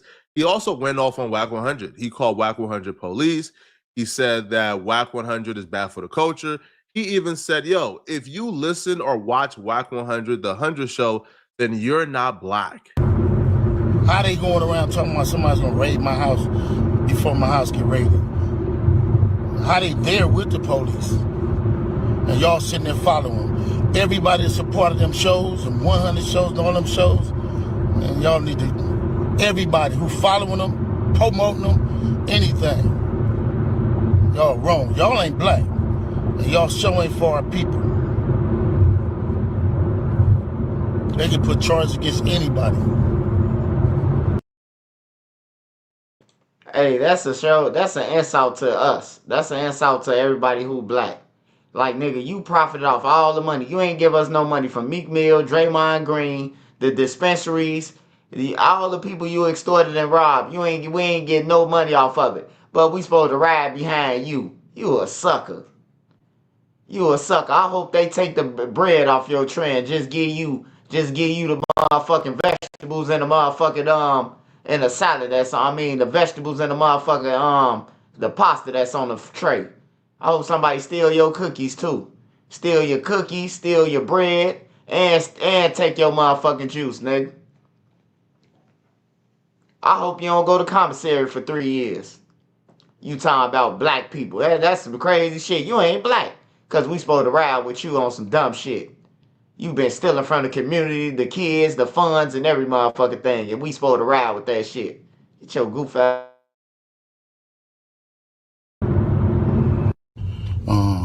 600 was actually with the police when they raided my house. And he's actually got video and footage of it. So y'all know what y'all dealing with. And I just want to say this to y'all. When they raided my houses and my property, they was asking about Wack. Hey, another bad thing for Big U on Big U part, y'all. Another bad thing. Big U made this video and just said that about 600. So if 600 come up dead, Big U gonna have another murder. Yeah, 600 showed up with the police in front of my crib, so y'all know what to do with that. Like, bro, like, this shit slow. He too old for this shit, man. Wack, loose cannon, 600, and this internet stuff. All of y'all filed. All y'all who be sending around the internet, all y'all who be promoting and listening to what these saying, all y'all giving these likes and hidden likes, all y'all supporting this. All y'all guilty of this. If you had something against a black man, you should handle it with a black man in the streets. Wack said 100 times he was gonna take my contracts. He working with the FBI. The FBI went to the city 3 days in a row and told the city they didn't want nobody to give me no more money. They went to all the different celebrities and told all the different celebrities, don't give me no money, don't help me, don't do nothing for me. They going around scaring and intimidating everybody. I guess it is what it is. This the price of being black and trying to help somebody, trying to help your community and do what you can. You're just guilty because somebody else don't like you and they go on the internet and do what the they want to and y'all gonna promote it. It's crazy. But I'm going to go turn myself in though. Because I ain't did nothing.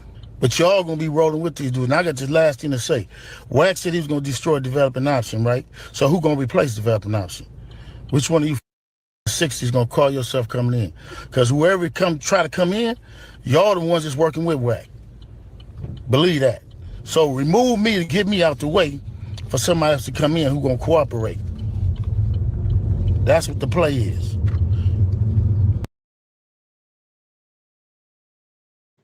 Hey y'all, sound like he still want to run the neighborhood, the foundation from jail, man. He don't want nobody else to step in and help the kids. He want to run it from jail. Who gonna step up and run it? Everybody scared of you. Don't nobody want to run it. Shit.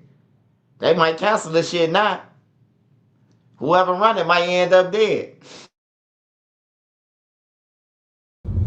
That's what the whole play is. Wack 100 heard everything Big U said, and Wack 100 is upset. He's upset that Big U would even put his name in this situation. According to Wack 100, he has nothing to do with it. As a matter of fact, he would say, yo, point to the document. Where do you see me involved in this? I'm not involved at all. Now, Wack would also say that he has an issue with Big U asking people to pray for him. Get this right, Big Useless. Let me get this right. So you telling me, you stupid mother, this is 2025. See, here go the problem. You must then take heed and go attorney up. Because your attorney would have told you, come to me, don't say nothing, don't do no videos, and we're going to walk you in if that's what you're going to do. Because what you just did, dummy, is you gave the federal agents all the motherfucking firepower they need, because now you can't renege on none of this shit. See, your stupid motherfucking ass ain't read your motherfucking superseding indictment paperwork. We just learned about this March 3rd, 2025. Bozo. This investigation started 2021. How do they know? I'm going to tell you how they know. If you watched my videos yesterday, then you know that I agree with Wack when Wack says the video that Big U made before he surrendered himself, I think that video was a big mistake. I think it was a huge mistake, yo. Because, first off, you are already speaking about your codees who you have to rely on to keep it solid. Like, you have to rely on Loose Cannon and Brick Baby to keep it solid. So you going off on them isn't smart. But past that, though, and this is how I know Big U don't really think that Wack 100 or 600 is the police. Because if Big U thought that Wack 100 and 600 is the police and they were cooperating, then essentially what you just did was, like, try to out people who you believe are cooperatives. That's witness intimidation. So I would hope he don't really believe that Wack 100 and 600 is witnesses, because I don't think so either, right? I feel like that's absurd. But if you did think so, and if you thought they were really working and risking their reputation on the line to work, and you went at them, that's witness intimidation, and I don't think that's smart at all. Now, Wack 100 would say that he's not responsible because he learned about the situation March 3rd.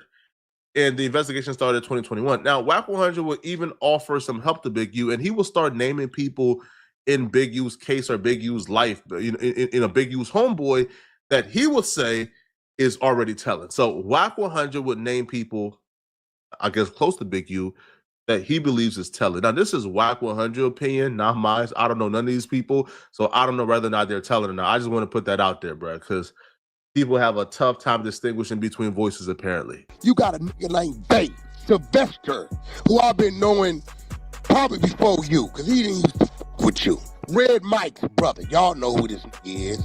You done took this nigga, a regular nigga. Let me tell you what type of nigga you is. You took a regular dude, a regular civil dude, because you had no more firepower or no more soldiers or flunkies around you. A regular dude, and you intimidated him and made him do things and participate in things that you knew damn well didn't fit. And what he started to do, you know what he did? He turned into motherfucking Sonny Brasco. You remember how Sonny Brasco's motherfucking, his wife started telling him, you're starting to become them. You're supposed to be undercover. They started to think he was really a rolling 60 Crip. I got the power. You ain't gonna like this. I'm the only buffer between Big U and Big U. If I get out the way, this gonna happen. You sending niggas over there to extort for $500 and $1,000. Let me tell you something, you silly, dumb, stupid, nitwit, get with it, bozo ass. You picked up more than 10 occasions we read the federal motherfucking money. The Fed said in the federal complaint, they have over 50 witnesses. So there are people who are literally going to take joy in making sure Big U never gets out because they don't want to see Big U out, because Big U apparently has been terrorizing them for as long as they can remember. Now, when Wack 100 says that Big U took a literal civilian, turned him up, made him feel like he was invincible, and then that literal civilian literally began to cosplay as a literal gangbanger and began to even do things that gangbanger wouldn't do and really became vicious, that's a mistake, all right? Because, yeah, in the moment it's cool to cosplay. In the moment it's cool to really feel like you got the power to go from being a civilian with no power, with no backing, with no crew, with nobody behind you, and then you transition into like damn near El Chapo. but you feel like you got the backing, that's really bad because that person will literally do anything without the fear of consequences because they're on like a power trip.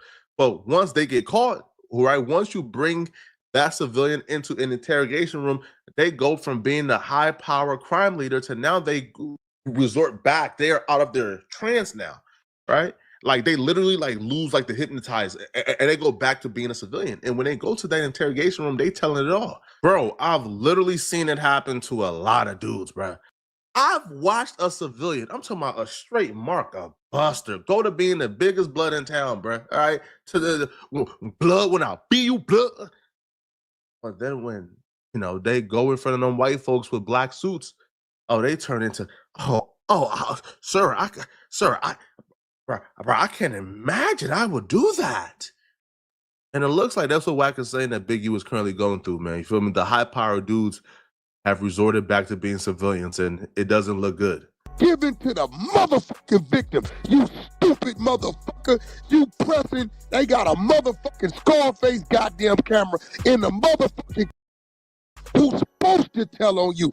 They ain't no goddamn gang member. I said it, that nigga Vay talk about pop out of football all goddamn day. Got an all-white woman, live over there in goddamn Port Ranch for a wife, and want to come over there, help you with the football. You know what you do? Come fuck with me, cuz. Go fuck with me, cuz. Hey, how you doing? I'm Eugene Henley, developing options. I'm here for the people. I'm here for the community. Kill the motherfucking kid, though, right? You bitch-ass nigga. Nah, nigga. Raan Williams, that's who the fuck we need to pray for. You bitch-ass nigga. Raan Williams was the best friend of Dayon Henley, your son that played for the San Diego Chargers. That's something that's not being talked about enough. Yeah, we heard from pretty much every media outlet that Big U is being charged with the murder of Raan Williams, which is Big U's son's friend.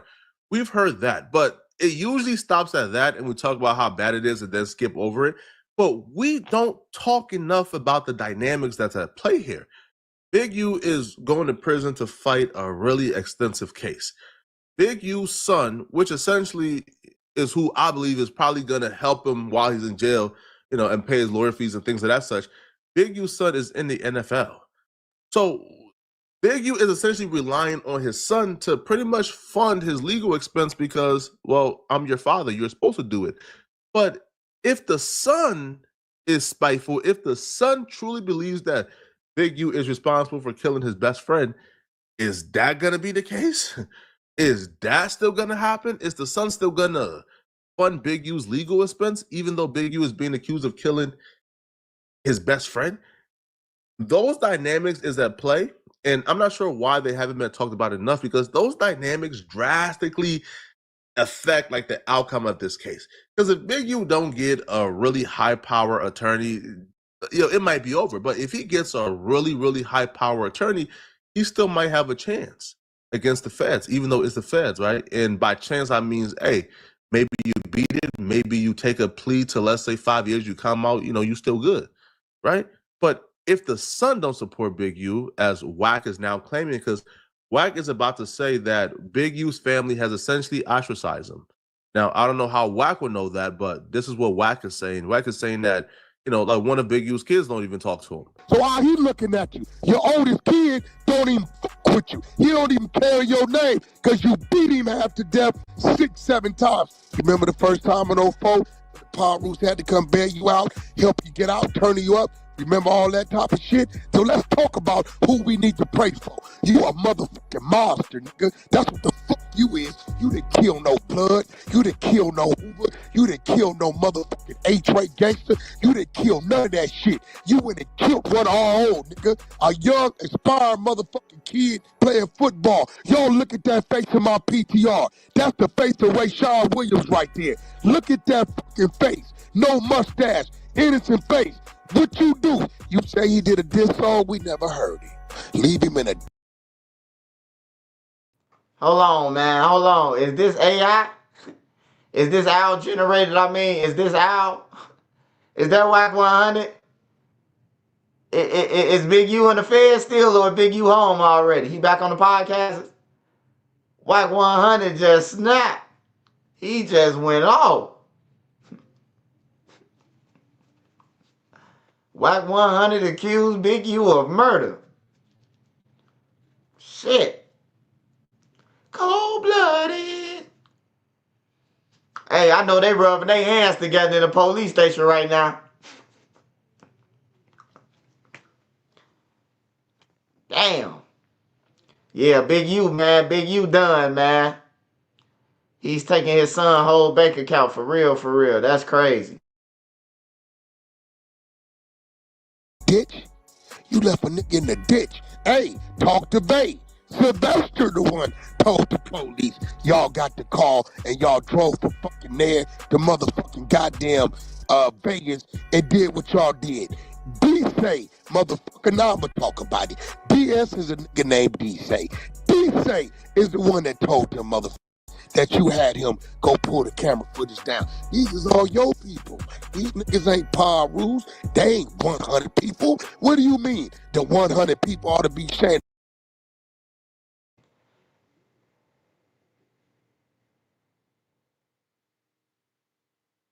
Hey,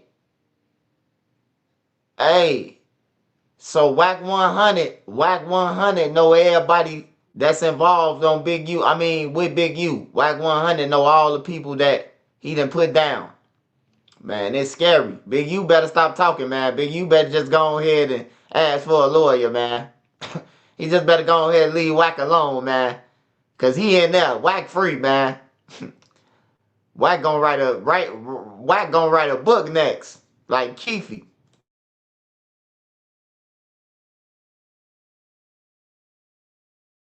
For yourself. No, it shouldn't be. They should burn down developing options. Crenshaw Coach, all you parents, if any of y'all show up this season fucking with that, y'all ought to be ashamed of yourself because that could have been your motherfucking boy in a motherfucking ditch since you want to pop my name. This is just a battle of public perception, right? Like they're both competing for the public perception. Wack 100 want the public to turn against Big U. Big U want the public to turn against Wack and support him. So they both put their pitch out there. Now, if I'm just being honest, Wack 100's pitch is a little bit more convincing. Like Wack 100 is speaking with passion, right? Wack 100 is kind of laying things out methodically, right? Even like the pitch of, yo, look at my PTR. See this innocent boy with no beard, no nothing, just an aspiring artist. And Big U has been accused of killing. Like that, that's an effective pitch. Big U's pitch of, if you listen to the 100 show, You're Not Black, it ain't really have, the fortitude it should, especially if you're pleading for your life, right? From my perspective, man. But I guess y'all can let me know, right? Now, I don't know how true it is regarding who's cooperating, who's not. I guess we will find out as the case progresses, who's snitching and who not snitching. But y'all let me know in the comment section, man. Whose side are you guys on here, man? Are you guys on Wack 100 side? Or are you guys on Big U's side? I know the decision is probably tough, but try to make your best to answer the question, okay? And if you're still watching this, click on this video here somewhere on my screen to find out about the really huge mistake that Yellow Beezy made that got him arrested today for the murder of Mo3. They believe that Yellow Beezy engaged in murder for hire and hired the hitman that ultimately killed Mo3. So click on this video right here.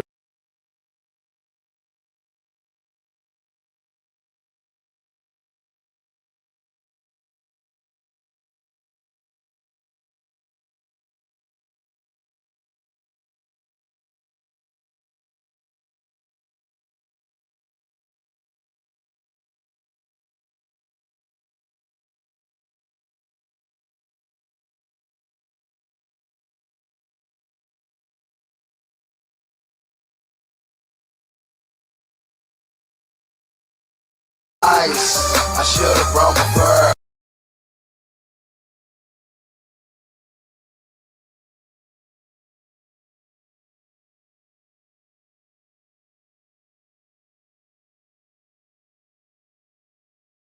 Back in the day, but street beef split them up.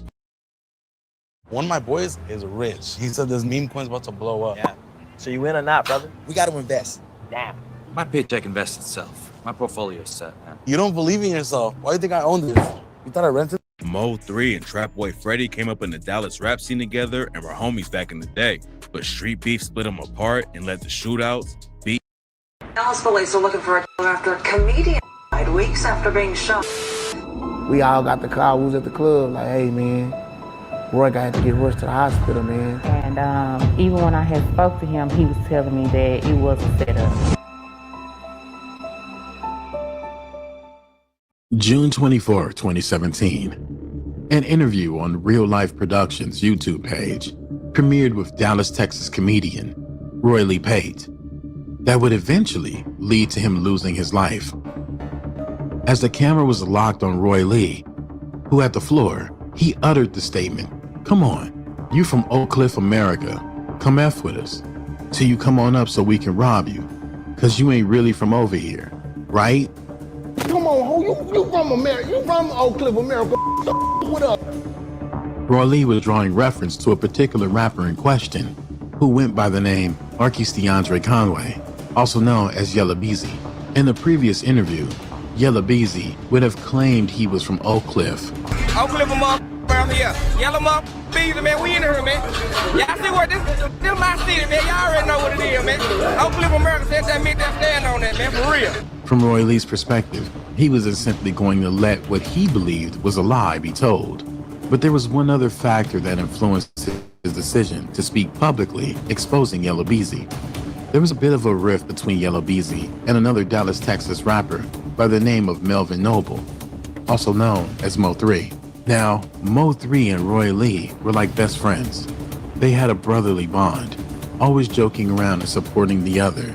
Yeah, I had to do the Mo3 challenge too, man. It's from my city, man. My nigga Mo3 on the block, in the paper, and I always kept them noodles, and they was all on me.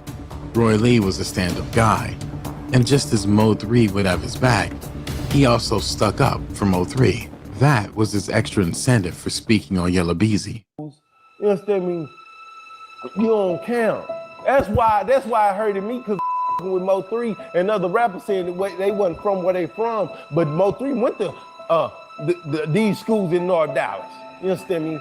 Those statements would escalate the already building feud between the rappers. But now, Roy Lee had a target on his back and would soon be ambushed for his words. That reality would become true in less than 2 months after the interview. Rival Yella Beezy would find Roy Lee and have him jumped by his entourage. As recounted by Roy Lee, he was at the King of Diamonds club where the incident happened. Yella Beezy would swing with the punch, but luckily, Roy Lee saw the incoming blow from the side of his eye and was able to dodge the impact. However, that did not deter Yella Beezy from carrying out his intentions.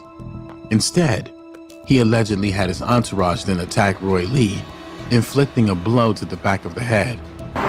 He tried to sneak me, and shit, I got jumped a little bit by his partner and him, but he ain't hit me, so that's why I want to fight a one-on-one. It was at that moment that Roy Lee came to know Yella Beezy held a grudge over a statement in the interview that insinuated he was a liar about where he was from. Although no footage of the incident has been spread, there is one source where footage of Roy Lee fighting in another club of the same type show him being surrounded by a group. Just in this case, the first punch was thrown by him. Viewers who came across the rare clip speculate this may be the footage of the incident, but Yella Beezy cannot be made out in the clip, and it contradicts the story of him being ambushed, so maybe it's of another incident. After his altercation with Yella Beezy, Roy Lee further pushed the boundaries of issues that stemmed from his interview and the ambush of him at the club. He was adamant about getting his fair chance to redeem his honor, or as the street culture would say, get his lick back. So we trying to go the good way, because I'm getting my lick back one day. I'm getting my lick back. To get what he felt like he deserved after being ambushed and outnumbered. Roy Lee called out Yella Beezy to a one-on-one fight where both of them put up a cash amount of $8,000 and used their hands instead of guns, with no one else involved but just them. Roy Lee grew more and more aggressive in getting his opportunity at a fair fight.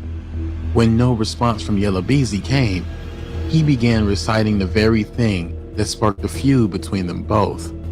Even more, Roy Lee started taunting Yella Beezy, about being robbed 2 times in the city because he's not from where he said he's from. You got robbed in the Bronx.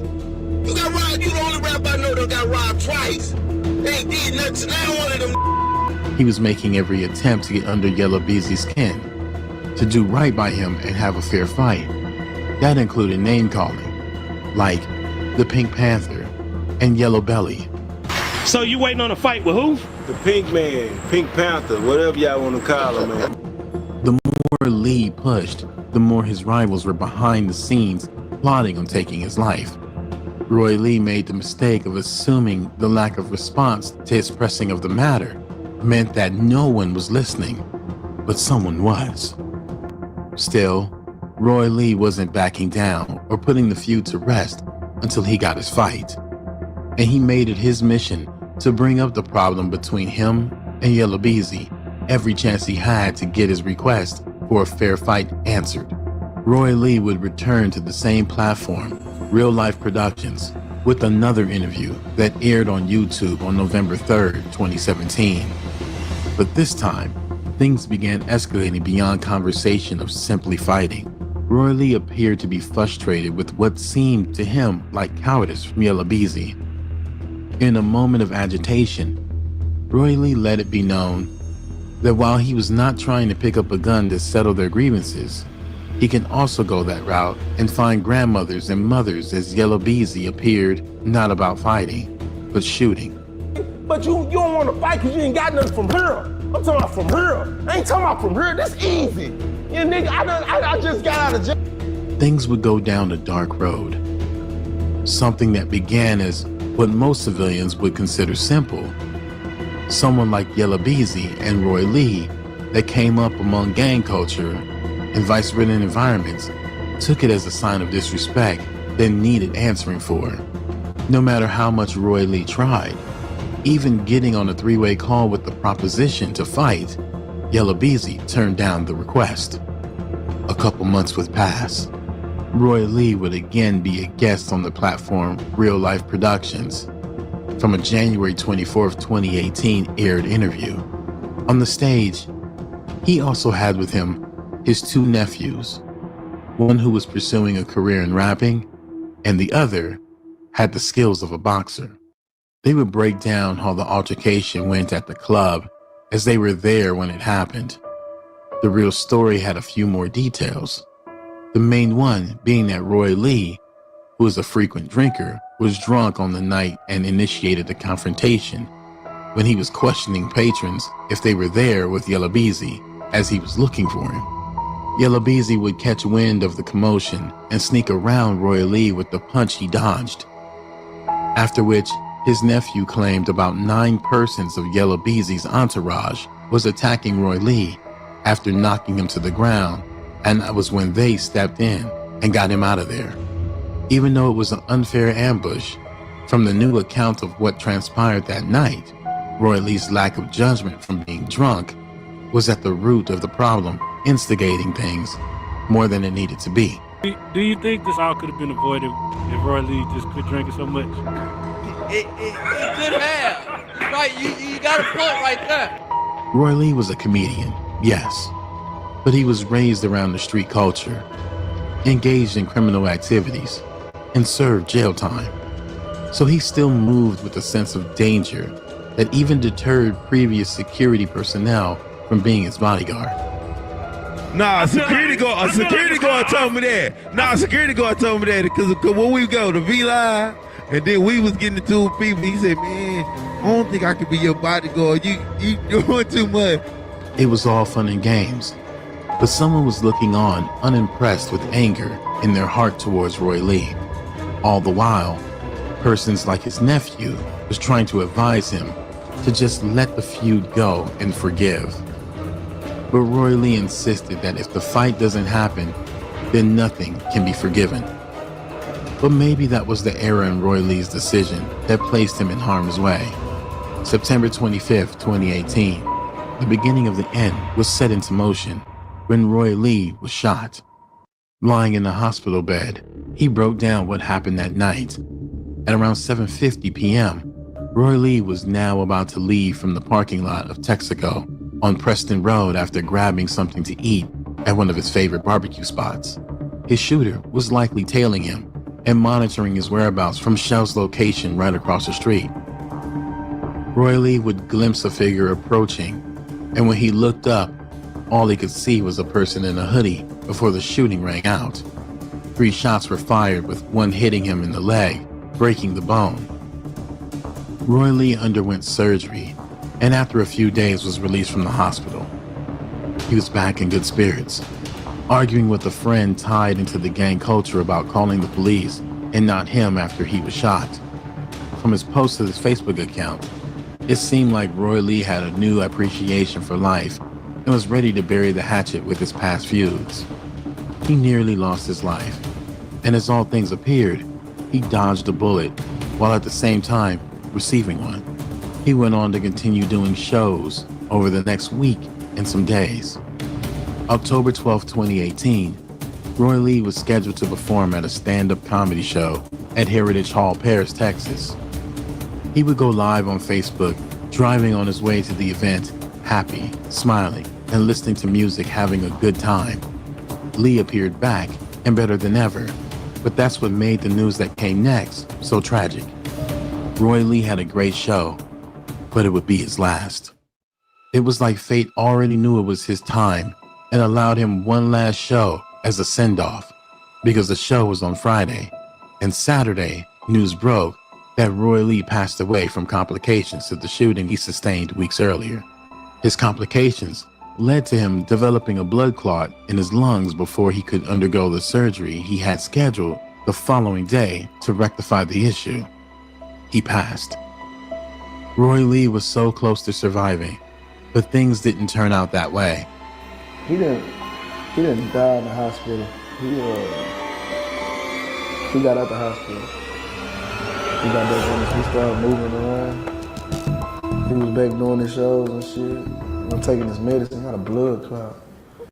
His passing shook up the entire community, but the one whose life was forever damaged by his passing was his best friend turned brother, Mo3, who fell into dark times. So how did that affect you when he passed away? Fucked me up. Still can't believe my nigga dead. You know, he a comedian. Roy Lee's passing ignited the feud between Mo3 and Yellow Beezy even more. Shit escalated when Roy Lee passed. Roy Lee just wanted to have a one-on-one fight with Yellow Beezy. Ultimately, Yellow Beezy would be targeted by rivals, being shot 4 times. How many times were you shot? 4 times? Unfortunately, Mo3 was also shot, but unlike his rival Yellow Beezy, he didn't survive his wounds. Such a sad tale of lives lost to a cycle that seems to never end. Rest in peace, Roy Lee Pate.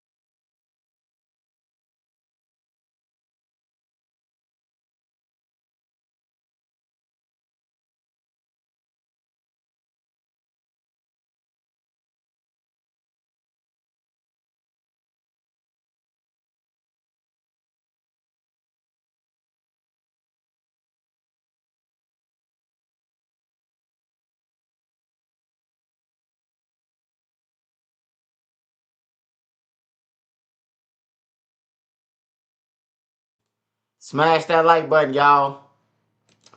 Yeah, it is crazy, man. They trying to clean up the world though, man. The kids got to be able to go outside. The kids got to be able to play this summer, man. Next thing. There you go.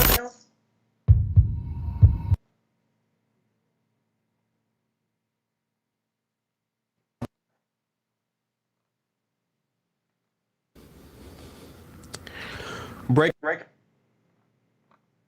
Oh man, so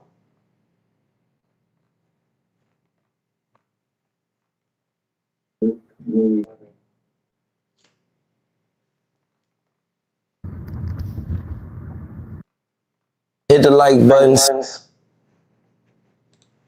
I'm trying to see something. They talking about, they say old boy on the run.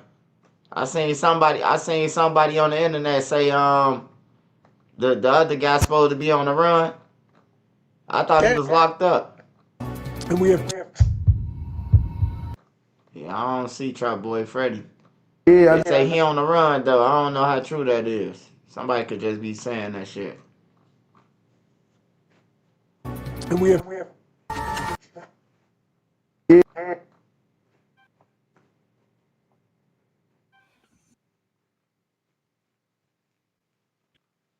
Single Lit Podcast. It's your boy Jesus.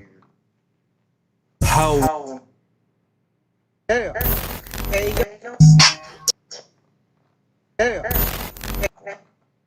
Welcome.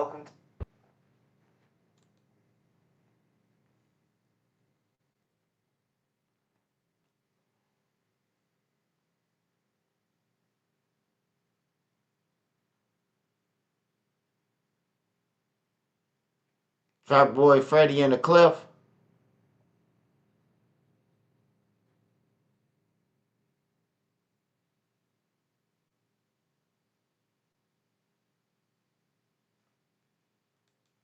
Welcome to.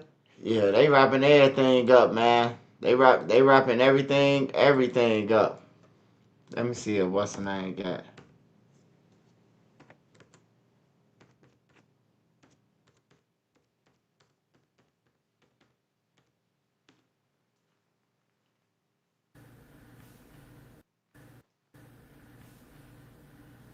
Good evening, family. Dallas, bro. Man, whoever got the motherfucking freeway blocked out need to... Man, whoever got the motherfucking... Whoever got the freeway blocked off.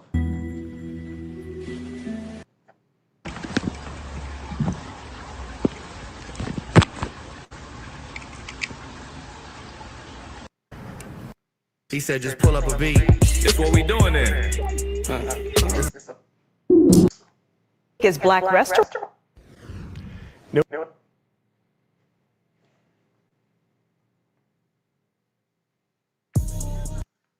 I know part of that arrest was, has something to do with like a gun. Hey, them niggas scary, man. They ain't want to fight nobody, so they just killing motherfuckers. Everybody who want to fight them dead, because they can't fight. They some pussies, man. Hey, real tone, there's some real money in the room. Okay. All right.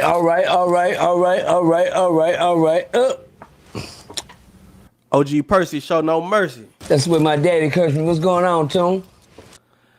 Man, well, since the last time we sat down, a lot more has transpired in the news. So, you're familiar with Brick Baby? Hey, he credible. Hey, he credible. Who from down there where he from? They starting to look like smokers on this motherfucker, man. Look like straight Sherm base heads, man. He credible. They look like he just took a hit off the pipe. How he twisting in that chair. All right.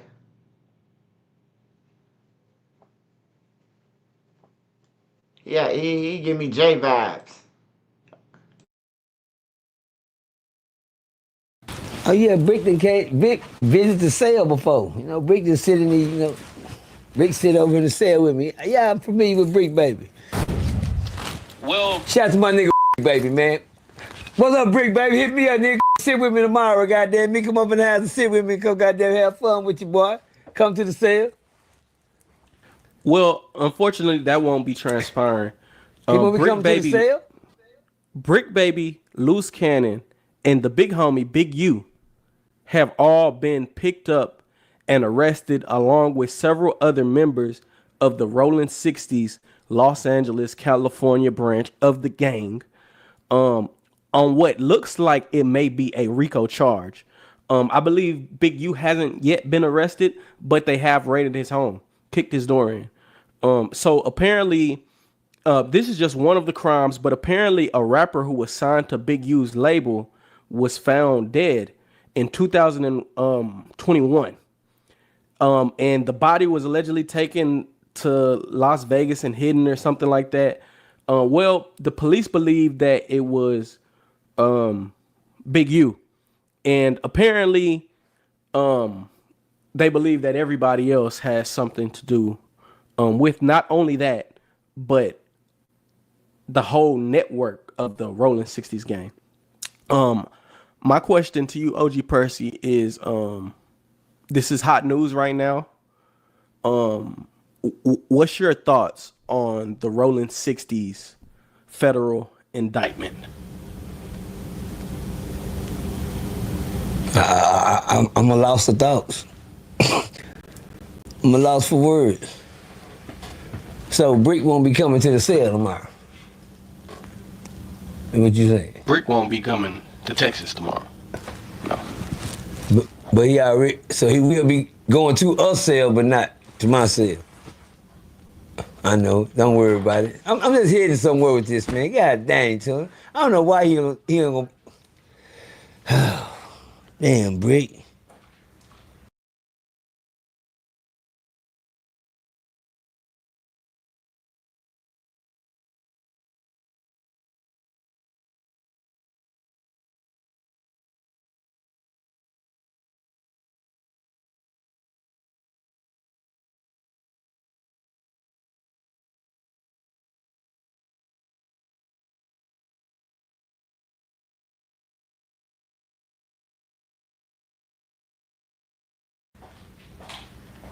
Damn, I can't believe you won't come sit.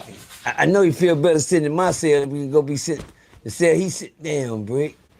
Damn, you. Yeah, he must be high, man. Damn, what's my other boy name? He We just gotta talked be high about or it, something, man. man. Loose cannon. I told him don't lose his balls, man. Didn't I, man? I just told Loose Cannon, goddamn, you don't shoot your last cannonball, man. Oh, man. Oh, shit. Got another round of, Let's play Conspiracy. Yay! Another round's up, y'all. You know what fuck up tune? How niggas pay attention? Man, listen. Execution method. It's a lot to say on this situation, because without saying nothing on the situation, because I don't know what's going on. I don't even know what you niggas in trouble for. All I can do is guess and think what y'all in trouble about. But what I do know, y'all boys in trouble. That boy in trouble. Well, here go another, Whoop. Pimp C said something that stuck to me for the rest of my life. Look like when he get out, I be going in. When he said that, that means that tells me, you know, even that's like a revolving door out here with us black folks, culture-wise. Seems like when one situation dies, another one comes up. Another situation dies, another comes. Now we just got rid of the Young Thug case, so all that's over with. So we need another high profile. Don't worry about it. Y'all don't see what the system is doing right now. It's called a system, y'all. The system is like a matrix. If you don't know how to move around in it, you're gonna get trapped in it. And it's like a maze too. You can't go one way and think it's something else. It's an illusion, y'all. Y'all playing with it. But one thing they gonna see is the truth once them people bring them back down to earth. Yeah, only thing bring you back down to earth is a sale. A sale. It really don't take that if you catch common sense while you already out here. What's common sense? What am I saying? These other niggas already know what's going on. How does this mother keep revolving around the same astronauts? Come on, man. How y'all keep getting caught on the same planet? When you just seen how man, how many revolving doors have we watched go through? I watched the, I can't say the Slim Thug, the YSL, the these type of trials. The shit, I sit through the goddamn O.J. Simpson trial. Shit, nigga, I sit through the goddamn the Bill Cosby case. You know what I'm saying? I watched Mike Tyson go to trial. Shit, I sit through the Tupac court hearings. Goddamn me, we watched a lot of high-profile cases, come and go. Now it's rappers' time. We've seen Jay-Z sit up in the courtroom. We done seen Tupac Pac in the courtroom. We ain't seen Lil Wayne in the courtroom. This shit ain't nothing new. I'm trying to find out how these niggas keep getting their same finger slammed in the same car though. God damn. Ugh, how you keep getting your finger slammed? Come on, man, they looking at what's going on and ain't nobody doing nothing different. Now we finna see who know what's going on. Damn, Brick. I hope they don't tie no bricks to you and put you in and throw you over the bridge. Oh, my bad. Something happened to somebody. Somebody got, I don't know what's going on. I was just saying. I just heard some shit. Somebody got through over a brick. I don't know, man. Man, I love Brick, baby. That's my homie, man. I always wanted to see Brick make it. Brick know he needed a little time out anyway, but not this much time. You know, I want to see Brick Baby come out big and tell you know how to be because once he get his shit, y'all in trouble. Tell you. Once he get his weight back up, you niggas, you better hope, you know, they don't let him out. He gonna come out an animal. You know what I'm saying? I ain't saying it like that. I want to see Brick free. Big U, I don't know you like that, but you should have busted U-turn. You knew you was going the wrong way anyway. Bars. Hey, hell no, man. The nigga said Big U. The Big U should have busted U-turn, man, because he knew he was going the wrong way anyway. Yeah, he out some shit. Hey, see, I gotta work for my money, man. Shit, I ain't coming here playing. You knew you was going the wrong way anyway, you. You should have been hit that U-turn, man. But Big U, I ain't gonna even knock you. You did a lot for the community, homie. You said a lot of things out here. You done did a lot for a lot more than what other niggas thought you'd done just to be selfish. I can't say you're a selfish person, Big U. I hate to see you in trouble like that. But you know what's going on. And you know you in trouble. You know this is it for you. Don't you? Don't you? It's like the eyeball, you know, scenario. Used to you though. You. Ain't no fingers pointing at nobody but you. Right now. My bad, you. This ain't a laughing situation, cause I know once them balls get back there, this where you gonna find out who your friends. You know, niggas gonna hold water. You know, it's time for somebody to play the what's that nigga that got out on Slim Thug? What's my boy name? That Charleston met. What's that nigga? The young nigga cool, them motherfucker like him like an old bald head dude cool. YSL Woody. Oh, Woody. My nigga, my bad, Woody. I'm wrong as hell for getting your name. You don't fuck with me like that, so we ain't got no relationship with each other, but YSL Woody. Man, I like Woody. Woody's the truth, nigga. He ain't do no sneak niggas fake as fuck. These niggas that's why ain't nobody fuck with you. can't touch Woody. Woody played the system so mother that nigga he was gonna tell him and then and tell shit. And guess what? Y'all can't make me tell nothing. Cause you just try to trick him in the question. Lady, you just asked me the same thing in 2 different ways. They thought Woody was slow. Boy, Woody is the truth. For you to go in a courtroom and high profile and do like you did, shit on some way. If they gonna lock me up, they gonna, man, I never made my deal. Let me out, bitch. Go. Quit asking me something. But, you know, this is a whole different game, y'all. This is a whole different Monopoly game. You're not worried about the name brand niggas. Name brand niggas wants to worry about it. It's the no-name niggas you ain't seen yet. That they say the other Crips. See, one thing about the other Crips, they gonna make sure them Crips, all the motherfuckers talking about, shit. Let me tell you what the other Crips, the other niggas, they said it wrong. Hey man, please don't shit. Right now, I plead the fifth. I don't know what's going on with nothing. All I do is go here and talk. And I know podcasting ain't sending these niggas to prison. But podcasting gonna send these niggas to prison. For what? Because they used it the wrong way. Now you use it the wrong way. This motherfucker kill you. Listen, man, did y'all hear what I said in my rap years ago? The shit you do on the internet will get you killed in real life. They said RICO. So and them niggas, I said, On 6-0 so many times on camera, man, it's pitiful. On 6-0, so what do that mean? Is that like a curse? That's affiliation. Man, On 6-0 is affiliation. Okay. So what we say when we say on God? Hello? What that mean, Toon? We say on God, what that mean? We affiliated? Okay then. Amen. All right, we gonna let that rock. I agree with you. But you know, you in trouble. Well, this is where all the I explained to y'all a while ago when I was on a video Toon just did a few days ago, you might just drop. I had just explained to y'all cats, you gotta know the rules before you get in the game. Do y'all remember me telling y'all that a couple of hours ago, a couple of days ago when y'all got this interview? You gotta know the rules before you get in the game. You just can't jump out of here and get, because this is where if you don't know what's going on, your ass gonna get, come on, man. Hey, this is where you speak no English, but you know no English. This is the place where the smart niggas are the dumb ones. They have to play dumb now. This is where the smart niggas are the dumb ones. What you mean by that person? Because they don't know shit going on now. Let me tell y'all one language that people never learn.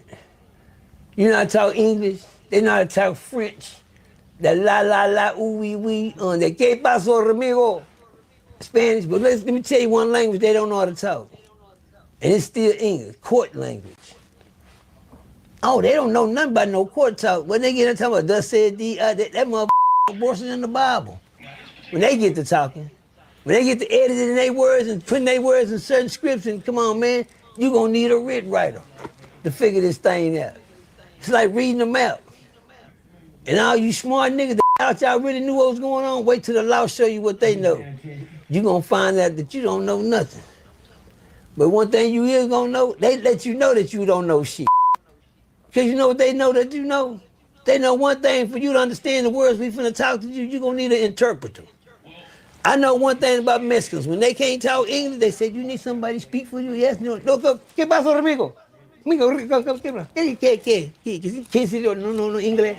No, English. They say, oh yeah, he said this and this and this. Okay, why I'm saying an interpreter, because when they go in there and get to talking to y'all with English words and they don't sound like regular English, they'll say, what's wrong with you, sir? Well, I don't know what you just said. You say you don't know, I just English, plain English to see.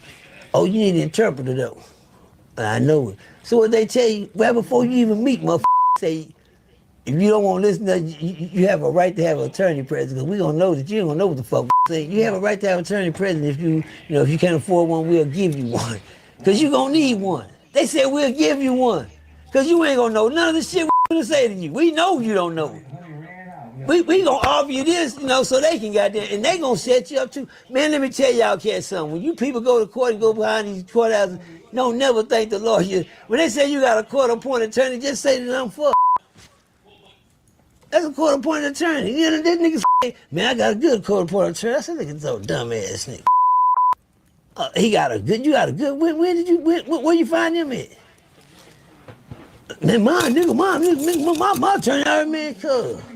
And I sit here and I watch these people run circles around these cats. Now, we got a whole nother game to watch here. I'm telling y'all these stories to know, because everybody's gonna run through their own interrogation tactics. Everybody got their own interrogation. When this interrogation is like playing a chess game, you gonna lose a couple of pawns on the board. Couple niggas gonna make a couple of good moves, some of them gonna get knocked out the board, some of them gonna be still standing, waiting on the next nigga to make his move. Some nigga, if he don't tell it, I'm protected. But if he tell it, he's gonna wipe the whole front line out. Only chess players know what I'm talking about. Saying that to say what person? It's gonna be a good old chess game to watch here, y'all. We're gonna lose some pieces on the puzzle. We're gonna lose some pieces off the board. Let me tell you about this game here. Some pieces gonna go home. Say that. I'll be back to say I told you. Make it make sense. There we go. Can our cameraman say it? Make it make sense? Yes, sir. Okay. Yeah, make it make sense. Some of our people, we see it all the time. We see they come home and we wonder how to, wait, hold on, wait a minute. That nigga. Oh. You know what, we've been watching the game. See, we didn't know the game. at first, but since we didn't watch it so much on the internet and we watched all these cases come up and niggas get out and we get the little woodies and you know, shit, just woodies. It started with the, shout out to my boy, man. Shout out to my, didn't I tell you gonna start a trend? Hold on. I said this, y'all. I came to this man rescue when he came home. Well, can I get a tell from Crip right quick? Well, I'm on the clock, man. I'm probably getting, hold on. Tell him a Crip, man. When I knew this nigga, man, he was part of the goddamn, one of the worldwide notorious gangs that ever hit America. And when it came down to his music career and their career in the music, all over the world knew him. And he was a part of the clique. As a matter of fact, he was so part of their clique, they made a song about him. Well, anyway, this young man, he ended up goddamn getting in trouble, you know what I'm saying, behind the clique that he was running with. You know what I'm saying? He did a little work, a couple of dirt, ended up catching a couple of cases, and ended up he catching the case, and he took the dirt. He took the fall for the clique. They made songs about him. They called him this type of nigga, that type of nigga. So the nigga went to jail one time, goddamn me, you know what I'm saying, just for the clique. Took out for the clique, a real soldier for the clique. But every time he called their number, all he heard was the phone go click. Damn. You can't get anybody answering my calls now? Oh no, ain't no call. Click. Damn nigga, hello. You gotta collect calls from click. Damn, that hurt your feeling to hear a nigga answer and hear what the phone call is, then they hang up on you. That's a sad to see picture. But on that note, the nigga goddamn me ended up getting a life sentence, y'all. The clique gave up on him. The clique say, fuck, you know, this nigga, goddamn it, I need to find me a way. You know, niggas say I can't jump no fences, I can't dig a hole under the ground and go under the gate. I gotta find a way. And the man became one of the smartest men in the world and pulled off one of the majors games in the world. The man ended up getting out. Everybody looked at this man. Look how you looking at me too. Everybody looked at this man like, damn, how this nigga got out? He out. Then they found out how he got out. They said, oh, that's fuck nigga. How he got out. That's some fuck shit he got. When I heard how he got out, I said to myself, nigga was smart, nigga. Cause I didn't never think you'd get out. And guess what? They didn't either. That's why they fuck about it. They didn't want you out. Any nigga still complaining about what you going through, and you out, he didn't want you out. That's what you think, he didn't want you out. On that note, the nigga, man, I'm out, so make the best of it. I said, yeah, nigga, you out. I'm saying, you know what, you out, but guess what it's gonna do? It's gonna start a trend, nigga. Guess what? You the first nigga that ever got out like that. And ever since that nigga got out, the trend has started. Everybody been doing what that nigga want to get out. Tell him something. Well, they don't give a fuck who they tell it on. Yeah, I ain't gonna lie, Unc dropping game, man. Unc dropping game. I thought Unc was on some junkie shit at first, but he dropping game, bro. He been dropping game for like shit the last 20 minutes. Goddamn it, he been dropping nothing. He dropping game. He high, but you know a motherfucker who high always drop game. See, it ain't about telling it, it's about getting boots back on ground, nigga. You want to get boots on ground, homie? Shit. If you don't get boots on ground, you gonna lose. So I decided one day, you know, to invite the nigga that got out to my house. I said, man, you a cool ass nigga. You know how you got out, nigga? I got on his ass, he got out. I said, nigga, goddamn. But you a smart nigga. Because you out here, nigga, nobody ever, it's gonna be a book in the law library with your name on it saying, nigga, I'm the nigga that created this law, this how you get out. The nigga in my house one day, me and him sit here and chit chat for a while, goddamn, I said, nigga, nigga. And ever since then, he been an all right nigga. Shout out to my nigga Terrence Gangster Williams, man. I knew it.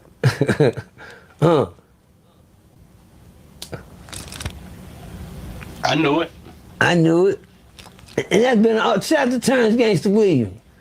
One of the smartest, cleverest guys to ever beat the system. Something these cats ain't gonna be able to do.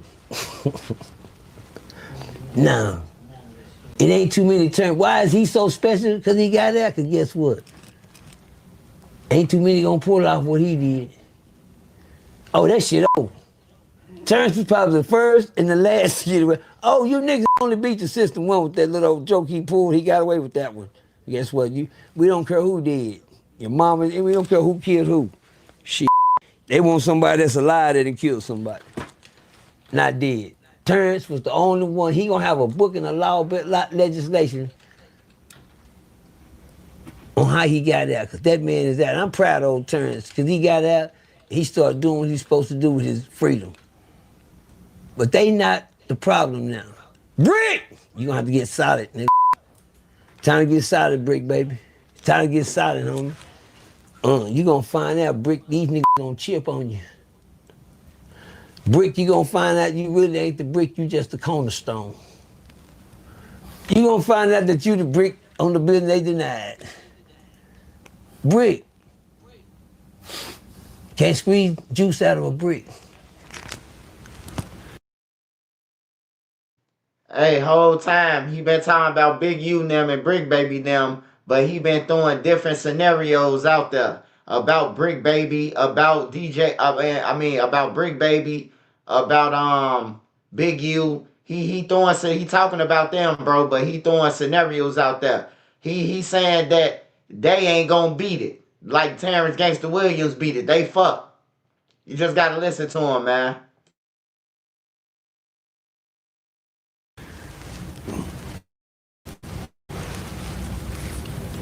I know you ain't gonna crack, Brick. You ain't the one I'm talking about. I love you too much to talk about you. Like I say, you can't squeeze juice out of a brick, but them niggas you with, shh. When they finish squeezing them niggas, the brick will crumble. It'll chip. Brick Baby, hold your head up, man.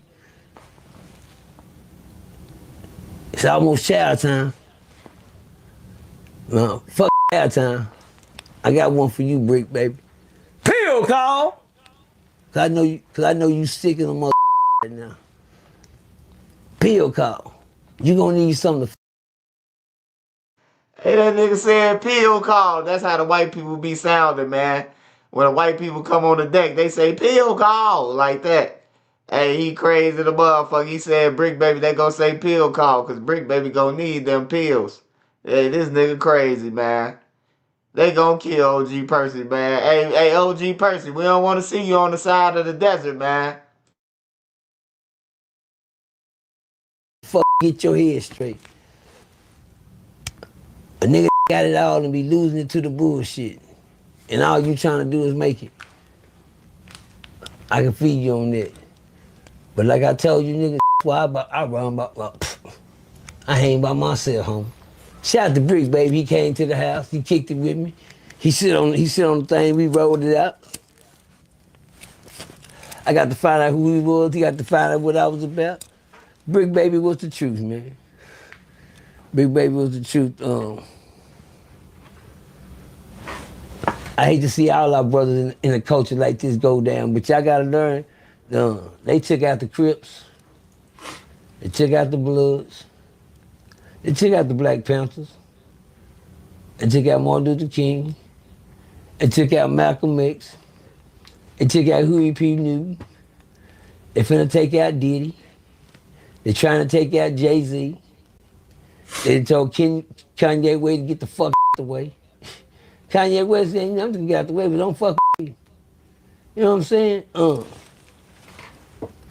Why am I saying this? These things like this been happening around us, y'all. Get ready for the Monopoly game. Now let's play Who Gonna Snitch? Who wanna play that game?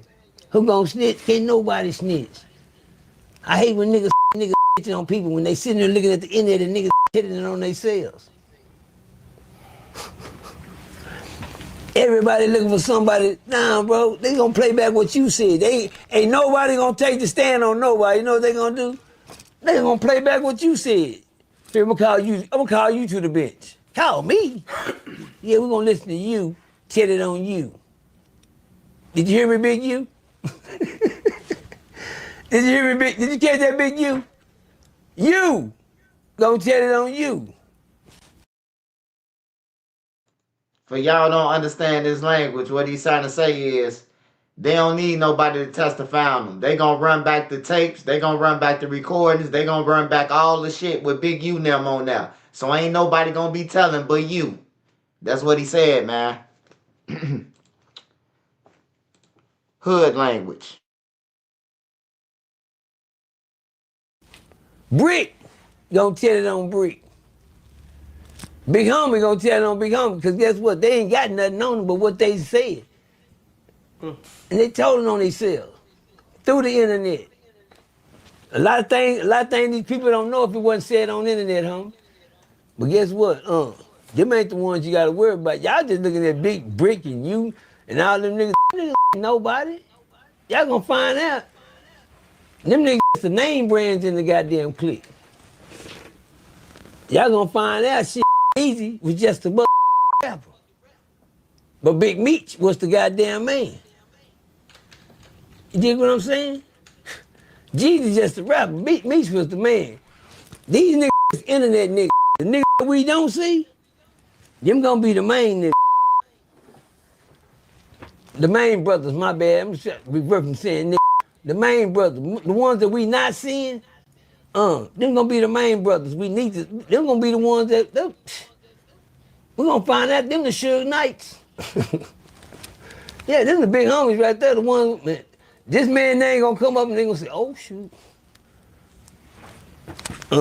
That's a lot of people to link to a rolling 60 goddamn case. That means a lot of people being watched. And one thing y'all gotta know, when them folks right there, it's a difference between this knock right here. Hey, come on in. Did you hear that knock at the door? Somebody say. I said, shh, hold on. Why y'all ain't gonna like to answer the door? Shit, they knock.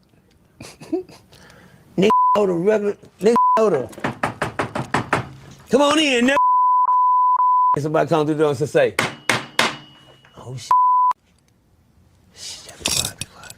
Who was that? Nigga, answer the door, nigga, answer the door, nigga. Your house. You know how niggas. All of a sudden it's your house because of the knock at the door. Well, them niggas, when that knock happened today, that was a different knock.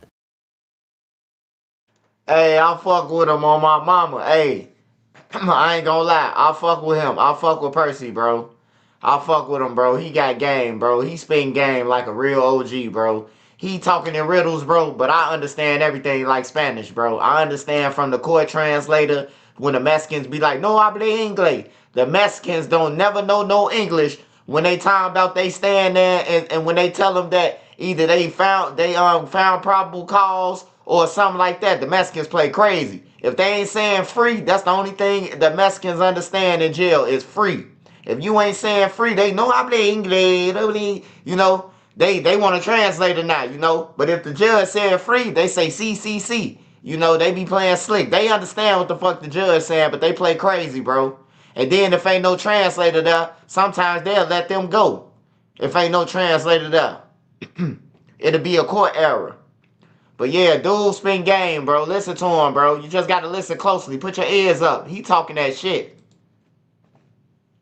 He trolling too, though. He is trolling, but he talking that shit. He speaking real shit. That knock coming for everybody that's gonna get knocked, that's doing wrong. You hear me? Let me let y'all learn something in life. I'm not against right and I'm not against wrong. I'm just against righteous. You know what I'm saying? If you know right from wrong, nigga, do it, because I'm gonna let you know, I tried every way in the world to do wrong. And I found out it ain't no right in it. I just tried to make it right. I feel if I do it this way, it'll work different. But you're still doing wrong, person. But I'm trying to do it the right way. How the fuck you trying to do something wrong the right way? When it's wrong, it's always gonna turn out wrong. But guess what? I had to learn it the hard way. And so you know what I said to myself? And I'm out here selling dope. I'm out here selling dope and doing drugs at the same time. But you know what? When I got caught selling dope and standing out on the street, I say, no, fuck that shit. I ain't on the street corner. No, fuck that. I started running up the cars. When I got caught, I ran up to a car, jumped in the car with an undercover cop once. I said, God damn, my luck can't be too damn bad. Soon as I get in the car with him, all 4 doors locked. And about 4 cars rushed up on me. I was like, what the fuck going on here? Who they getting? Oh shit. Oh man, this man crazy. He said, man, he was thirsty, man. He ran up to a cop to serve motherfucker. He said it was an undercover, goddammit. Then the doors. He said all the doors was locked. They had the child safety zone. He wasn't getting up out of that. They had the child safety zone for his ass. Oh shit, this nigga crazy, man. He crazy than a motherfucker, man. They coming to get me, guys. That ain't this shit. I jumped in a bait police trap car. Jumped, turned around again. I ran to the store, goddamn it. Nigga get in the car, come in, go take. I take him and go score for him. Now I got a possession. Now I took the nigga to the dope house. They didn't hit the dope house. Now look, them niggas looking at me crazy. Cool. I ain't know the nigga law. That was law. God, this gets. Now I gotta sit in the tank with niggas that's in the dope house that I didn't run the laws to. I'm not a snitch. Shit, I just got suckered. And if you nigga want to fight about it, fuck, what's up? We in jail now. You niggas sell dope, but you niggas tough in here. Y'all just tough when you got the dope. When you get in here, this my world. The tables turn. Ain't that right, Kevin Shea? You better ask these niggas. I'm square business. You get slapped in the mouth in the tank, talking on the phone, telling me to be quiet while you talking on the phone. That's Charleston White bodyguard. Hey, y'all, I ain't gonna lie. Hey, I appreciate y'all, man. I appreciate y'all. Y'all gave me somebody to watch, bro. I like OGs like this, bro. Like an OG who gonna tell you what he been through and shit like that. I don't like them OGs who be trying to send motherfuckers off. You gotta do it this way. This our way. We gotta do it like this. Nah, we ain't gotta do it like shit. We gonna do it how I do it. He do it how he do it. You know what I'm talking about? We all grown ass man. Ain't no leaders. Ain't no leaders to me but God, bro. Like, ain't no nigga gonna tell me none of that without, you know what I'm talking about, me thinking about it and knowing, making my conscious decision. Because if you don't, bro, you'll be in jail for the rest of your life, man. Listen to another nigga, man. A nigga send you off just to be with your family, bro. Man, his girl thick. I could take care of his kids. Man, I'm telling you, bro, niggas be thinking weird, bro. Niggas got some weird ass minds out here, bro.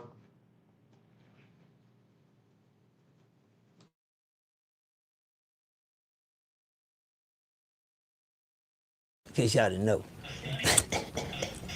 I'm gonna keep that one to myself. But anyway, I hate to see the new Monopoly game, but it's gonna be a lot of heads on this game. Y'all keep them brothers in y'all prayers. All bullshit to the side. All bullshit to the side. All bullshit to the side. I'm not gonna bash them brothers. A lot of people gonna boil down on them. They gonna feel like their world coming down, crashing on them. But not I, but Christ be seen, be heard, and be known. Please, keep y'all heads up, brothers. Don't let this one right here be your last strain, man. Find your way back home. That's all you gotta do. We just know the system and capture. Hey, real tone, there's some real money in the room.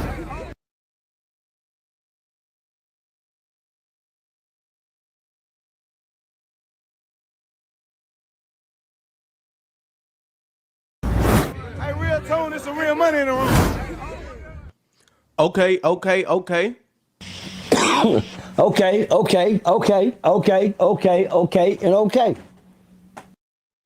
OG Percy show no mercy. That's the way my daddy cursed me, man. What's the word on the street, too?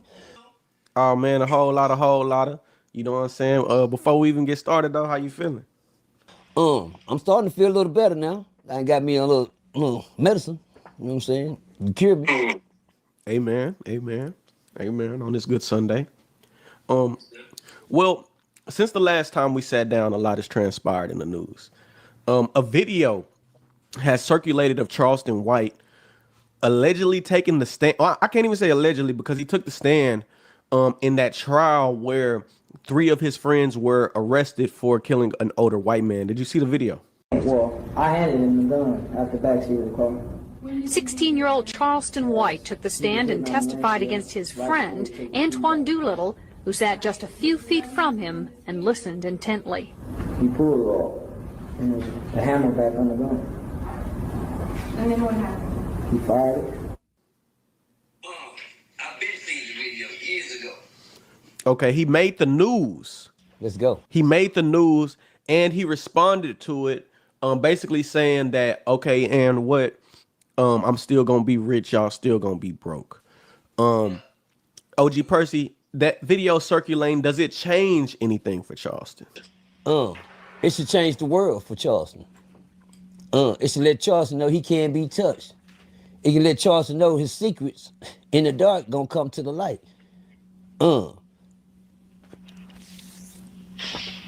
I'm glad somebody can see what he can't see.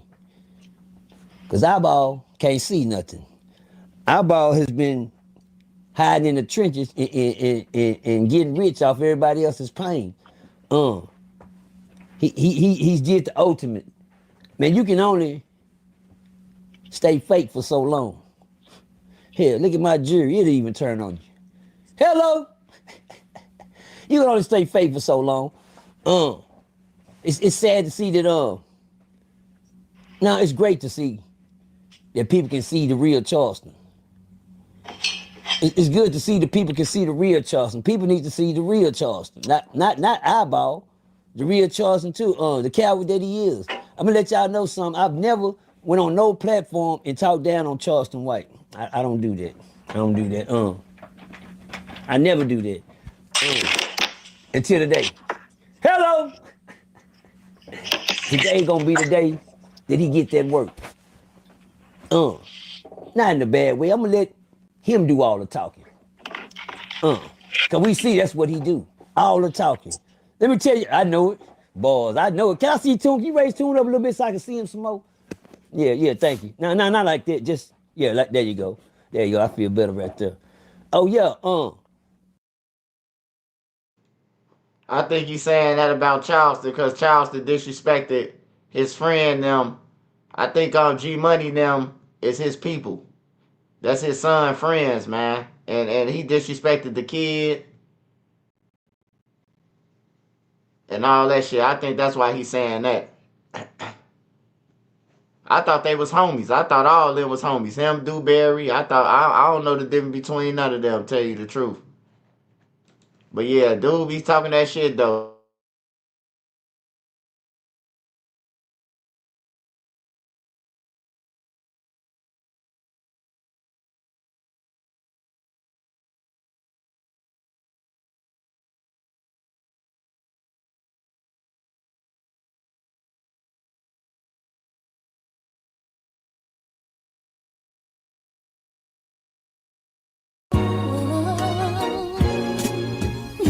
Is that Chris?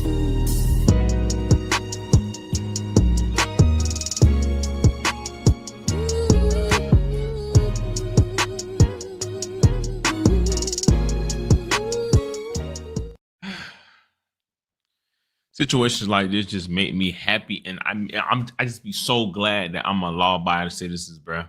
Like, this situation is so crazy, and this the one time, I ain't gonna lie, I thought that maybe he had nothing to do with it, and it's the internet just going too far and just pretty much putting their nose on something that they ain't got nothing to do with it. But now that they finally picked it up, and it's in 2025, you are cooked, brother, and that's on me, baby. Man, what is good, YouTube? Y'all already know who it is, bro. It's Lucas J here, y'all. Back with another video, man. And today, y'all, we got a crazy, and I mean, crazy and wild video to talk about, man. It's been pretty much all on social media, y'all. It seems like we got Yellow Beezy on the roster. Yes, y'all, we got Dallas artist Yellow Beezy on the roster. And it seems like it's been trending all over social media. He's officially been picked up today. And he's pretty much being charged with M for hire for the passing of Mo3 back in 2020. Now, this got the internet streets going crazy, and we got to talk about it. But before we do real quick, but y'all know my little routine, you feel me? Just hit that like button and comment, tap in if you're tapped in down below, bro. And also smash that notification bell. So for one, you can be notified anytime I drop a video. And also, bro, I can just keep y'all updated on this situation, bro. Now, as I said, bro, we got Yellow Beezy on the roster. Yes, y'all know Mr. That's on me, baby. Pretty much it's trending all over social media, and he's officially been charged with capital M in connection to the 2020 passing of Mo3. Now, if y'all don't know what's going on, sadly, back in 2020, November 2020 to be exact, Mo3 was shot and killed, chased down and ran down on the highway, and two guys were picked up for the situation. Now, it was a guy that goes by name of like Q1 White, and I forgot the other guy name, pretty much ran him down broad daylight on the highway, and they took his life. And, he passed away. Now, before he passed away, him and Yellow Beezy were not seeing eye to eye. Now, I ain't gonna lie, it seemed like every other day Mo3 was on social media going at Yellow Beezy or going at Trap Boy Freddy and just making fun of him getting popped when Yellow Beezy got popped, and they were just going back and forth. Now, things got ugly and he lost his life. Now, today it has been released and it's been put out on social media, and as y'all see, y'all can see that he's been charged in connection to the passing. Now, as y'all see, it says the state of Texas versus Marquise Conway, which is Yellow Beezy's real name, and it says in the name and by the authority of the state of Texas. The grand jury of Dallas County, state of Texas, duly organized at the January term AD 2025 of the Criminal District Court number 4, Ford County said, upon this oath, due present into said court at said term, that Marquise Conway, hereinafter called defendant on or about the 11th day of November 2020 in the county of Dallas, state of Texas, did then and there intentionally and knowing cause of death of Melvin Noble, which is Mo3, an individual hereinafter called deceased, by employing Keywan White, which is the guy that is arrested for it, to murder deceased for remuneration and a promise of remuneration, namely United States currency, from defendant in pursuant to said agreement. Keywan White did then and there intentionally and knowingly cause the death of the said deceased by shooting deceased with a firearm, a deadly weapon. Now, as y'all see, pretty much they're saying that he dropped the bag on it, pretty much saying that he hired that dude to do what he did to him and that he paid him in currency. Now, this is crazy. Now, what crazy thing about this is I remember when the whole situation went down, he was one of the first guys to say that he had nothing to do with that. He didn't even really speak on Mo3. I think the first time I heard him speak on Mo3 was, I think last year in the interview with Say Cheese, and he said he had nothing to do with that. And he even said he never even paid attention to Mo3. He never had a problem with him. Mo3 just used to always say stuff to him on social media. I think it was like 3-4 video, dude. Like I told my label about that the other day. Like stop attaching me to that. You know what I'm saying? But it's like it's one of them things. Like he attached himself to me, so regardless of what it is, I'm gonna get the blame for anything. Yeah. Just leave me up out of it. I ain't got nothing to do. I didn't have nothing to do with it then. I ain't got nothing to do with it now. Don't care to talk about it. Just leave me out of the shit. That's all I be wanting. Like, bro, like you can spam my comments how you want to, bro. That's not gonna change the fact of anything. You know what I'm saying? Yeah. Like in a respectful way. But you never addressed like you probably have. I don't want to say you didn't, but you never. I don't think you've ever like addressed like your feelings toward the situation, like apologizing to family members or giving your condolences out, or like you didn't say anything. Yeah. And I feel like a lot of people pick on that narrative because you just went cold. Yeah, because I'm not saying you fell off. I'm just saying like even you stopped releasing this, like everything changed. The whole thing changed. It just, I ain't gonna lie, that's why I tell people that I started releasing because I was getting out of situation with but at the same time, it happened at the same time, so it made it look like maybe he stopped recording music. I ain't never stopped recording music. Now, I'm gonna keep it real with y'all. The Key One dude, I remember it was one point in time, transgender was even saying that, like they was messing around. Not saying that meaning, I was just throwing it out there. Or I don't know if it was Key One, it was the light skinned nigga that looked crazy. Regardless, the whole situation was wild, and it had me thinking like, he ain't had nothing to do with it, because the word around town was that it was about a female. You feel what I'm saying? And the dude had been watching them, and then he pretty much went to the wrong side of Dallas, and that's how they followed him, whatever case maybe. But come to find out, it was way deeper than that. Now, what's crazy and odd about all this is that Trap Boy Freddy, Yellow Beezy, and Mo3 all were cool at one point in time, and to see it escalate to this situation is wild. But I always said one thing about life, what good was done in the dark comes to the light for the most part. You feel what I'm saying? Especially when it comes to bodies. And it's crazy that 5 years later, they finally arrested him, or they finally put him behind him, because I thought maybe he was cool. I thought generally, he was above all that. But people were saying that, Mo3 had something to do with him getting hit up back in 2019 or whatever, where he almost lost his life. So that's just how I go, bro. Crazy situation, bro. He had a good run, but hey, you can run, but you can't hide, bro. This is wild, man. But give me y'all thoughts and opinions down below about this in the comment section, man. And let me know what y'all think about it. Y'all already know who it is, bro. Look, it's Jay. Thank God for another day. May y'all be safe. I love y'all. Christ loves y'all so much more than I ever will. And yeah, bro.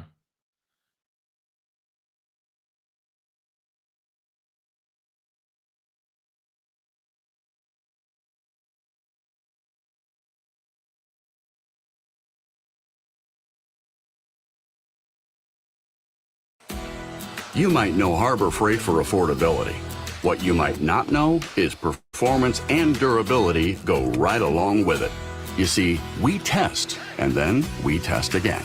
World-class engineering and rigorous testing to ensure our tools perform at the highest level and stand the test of time without testing your wallet. Now, it's time. Clock in, clock in. Black guy that just walked in. Ain't talking about no pay. Hold on, I ain't trying to talk what it is and what it ain't. We can write it up. Huh? I said you can't.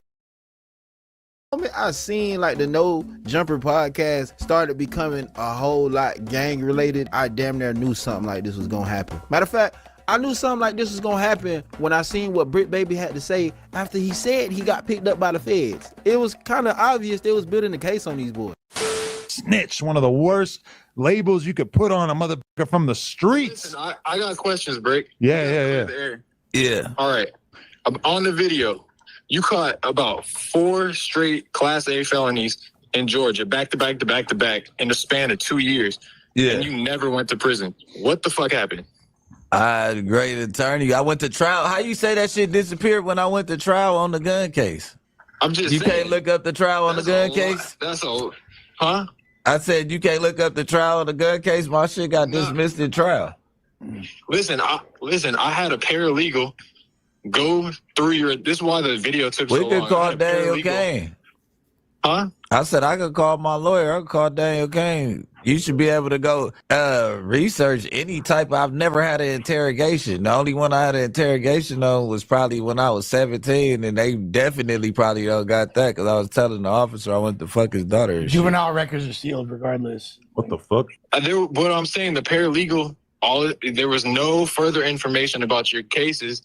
Which in Georgia, everything's out there. You can find anything about it. It's not like LA where they steal everything. So I could get whatever from my lawyers or whatever. I gotta go get. I already know my I shit. got another. You I already gotta know. put something else out there. But nah, my shit got dismissed second day of trial. All right, I got a better question. I was on Snoopy Badass's stream earlier watching, and by the way, horrible stream. He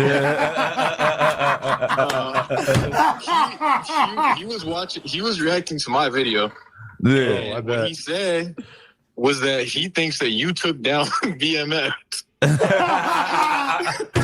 And he was saying that you're the reason why Big Meech went down, and that when you caught those 75 pounds, that Big Meech was already in jail. What the fuck are you talking Wait, about? how is that not an amazing stream? What are you talking about, Swap? That sounds incredible. He really said that? Yeah, he said it, but his quality was so bad that well, I'm gonna get him right. You gotta respect it. You gotta respect him for doing a Sherm stream, though. You feel me? That's a YouTube first. You love a good snitch streamer, huh? Talk about I'm gonna get him right. But listen. I never said in the video that you had anything to do with Big Meech going down. I never even insinuated that because they went down. They went down in 05. Your case was in 06. Yeah. So if you ask me, Brick kind of cleared that up right here. So now that we see that Brick got locked up for the situation that just happened, is it safe to say right now, y'all, that Brick Baby probably wasn't and hasn't been an informant at all? Or is he still an informant in your book, but he's just going through all the scary movie tactics to not be caught?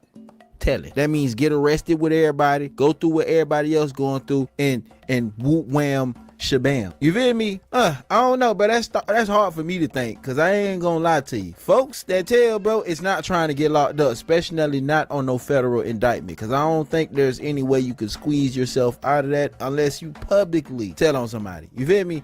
Now, Wack 100 been pointing out that Brick Baby been a snitch for a minute. He been making claims that Brick had to been given some type of information for him to, be going through this stuff and then not get locked up behind it. But for some reason, Brick Baby just kept covering himself when it came to the Lil Durk situation. Now, next I'm going to hear something about this, but to be honest, they saying Wack is in paperwork on this situation. But this is what Wack had to say about Brick Baby being an informant.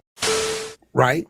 That he had a DA reject in Compton court for the AK-47. Mm-hmm. So you know what I did? I called Mr. Reggie Wright. Reggie, he said, Wack, I got a few DAs down there. He goes, his first, last name, date of birth, whatever, January, whatever, 86, right? Great. Reggie goes and runs it, comes on my YouTube, on the Honey Show, and says, ran it on that date. The only charge he was arrested for that the state charged him with was possession of drugs. The AK-47 was not charged on the state side, which means he said himself it was two agencies. I didn't say it. The feds and LAPD. That means it's on the fed side. So why would you tell me out of your mouth you got a DA reject for an AK-47 out of Compton Court when you know darn well that you was never charged with the gun on the state side. The feds have it. But isn't that the DA reject thing? They didn't charge him because it was rejected? No, it was two agencies. The feds is holding.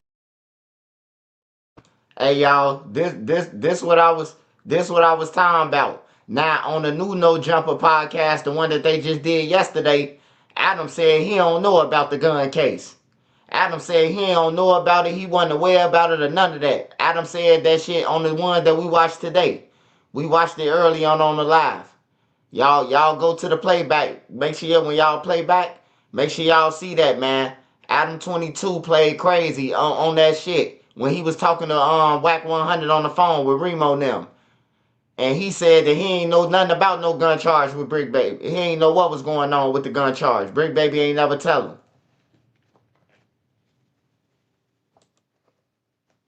The AK, that is look, it's one thing to have a possession of a firearm. AKs are illegal in the state of California. They're not DA rejecting that. But what I'm telling you is it was never picked up by the state. The feds are holding it. He knew it. Only thing I'm doing is going over what he's saying. So you think that he's a federal informant? I think he's definitely working. All right, you heard it loud and clear from Wack. Wack feels like Brick Baby is working. It's sad to say, it takes for somebody to go down for a federal indictment for people to probably finally say, damn, bro probably wasn't working the whole time. Now the fact that Wack 100 did that, now they putting question marks all over Wack 100 right now. Yo, Wack, what's up with this screenshot that Traplo Ross sent me? Are you begging Big U not to kill you? That's cap. That's an AI. It's in the indictment. It's in the indictment. Hey, y'all, listen to him. Pay attention. Now, Wack just said that the thing was fake, right? But then he gonna admit to it and say that Adam knew about it. That you were saying, don't do this. My wife, my kids in the car. You not to kill you. Now the fact that you not to kill you. That's cap. That's an AI. It's in the indictment. It's in the indictment that you were saying, don't do this. My wife, my kids in the car. Draws. Don't do this. That's not a text message. No, it was a real life conversation. Henley recounted to Victim One an incident in which Henley and the Rolling 60s gang members chased down Wack 100, attempting to hurt him. There's 15 to 20 N-words with us with hoodies tied down. I got my hoodie on, all black, tied down. Are you saying Big U told the police this? I believe they have like a recording of him doing this. Yeah, that's on him, bro. That ain't me. Why would somebody wear a wire and do that, though? And tell on Ask him, nigga. Don't ask me. Shit. It says, who said that? I mean, it says that this is from 2022 in June or early month before May. That's him saying that shit, right? It says, though. Gotta ask him. It was like, okay. Talk to me about what they say I said. Okay, it was Big U telling somebody else, Victim One, that they basically ran down on you and made you beg for. Okay, so what you got to do, Adam? You got to ask that dummy why he did that. Probably not going to be able to ask him anytime soon. Said what he said. Get your facts right, Adam. No, I'm just reading this. The Traplo Ross just sent me the screenshot, and I'm like, oh, shit. Listen, Wack you 100? You got to ask that dummy. And I'm glad he said it like that. You right. I was scared for my life. I didn't do nothing. Damn. Great. I think you know the real story, Adam, but if you want to put the 10 on it like that, that's cool. Hey, you know what? I agree. That's how it happened. Adam, you ain't stupid. That's the parking lot situation. If that was the case, you wouldn't have stopped. He know what stopped him, but If he's saying that's what stopped him, great. But that came out of his mouth, not mine, right? Yeah, yeah. Did they talk to Adam? Hey, did the people ride down on Adam, man? He said, Adam, you know. So it can be Big U now, because Big U now the one who was approaching. So it got to be somebody, either Wack, Adam, or his wife, or one of them, somebody. He said, Adam, you know, and Adam put his head down. He said, Adam, you would have stopped it. Yeah. But that's okay, what it well, says, there you go. Talk to Wack about what they say Wack said. I ain't gonna lie. Wack just pulled the biggest Uno reverse card I seen in the Uno revert in the Uno card game playing Century. I ain't gonna lie to y'all. At first I was like, damn, ooh, Wack, did you really tell him that? And then he's rereading it, rewording it, and it sounds like the dude Big U was low-key damn near telling on himself to the people. Now, me questioning, why would he do that is damn near slow as hell for me to ask, right? Because it's like, I ain't gonna lie, once you in that culture, it's like, you really gotta make yourself to be tough as hell. I'm talking about in any situation. It could be as simple as buying some ice cream at the damn ice cream truck. You gotta make it look as gangster as possible, as vicious as possible. Nigga, I ain't lick my ice cream, I bet it every time. You know what I'm saying? Like, you gotta add extra sauce and emphasis to everything you do. So I ain't surprised if what he just read was really Big U telling on himself.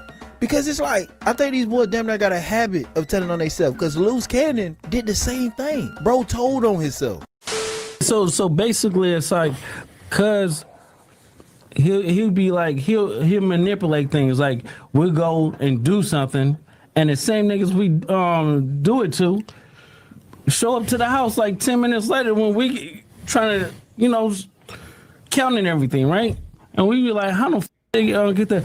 Oh, well, we're gonna just give them like $40,000 back and stuff like that. But cuz it's actually putting us in paperwork, right?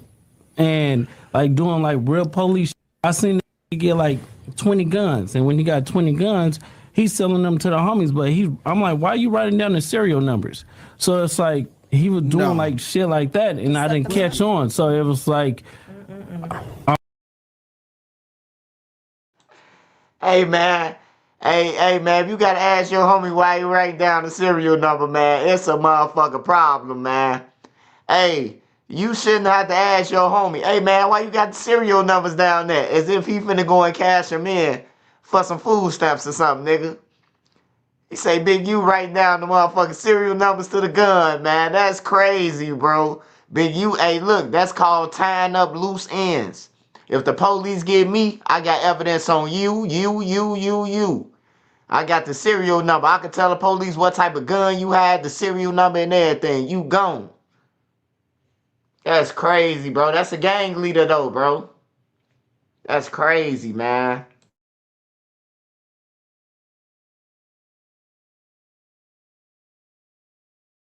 Do something, and the same niggas we do it to show up to the house like 10 minutes later when we trying to, counting everything, right?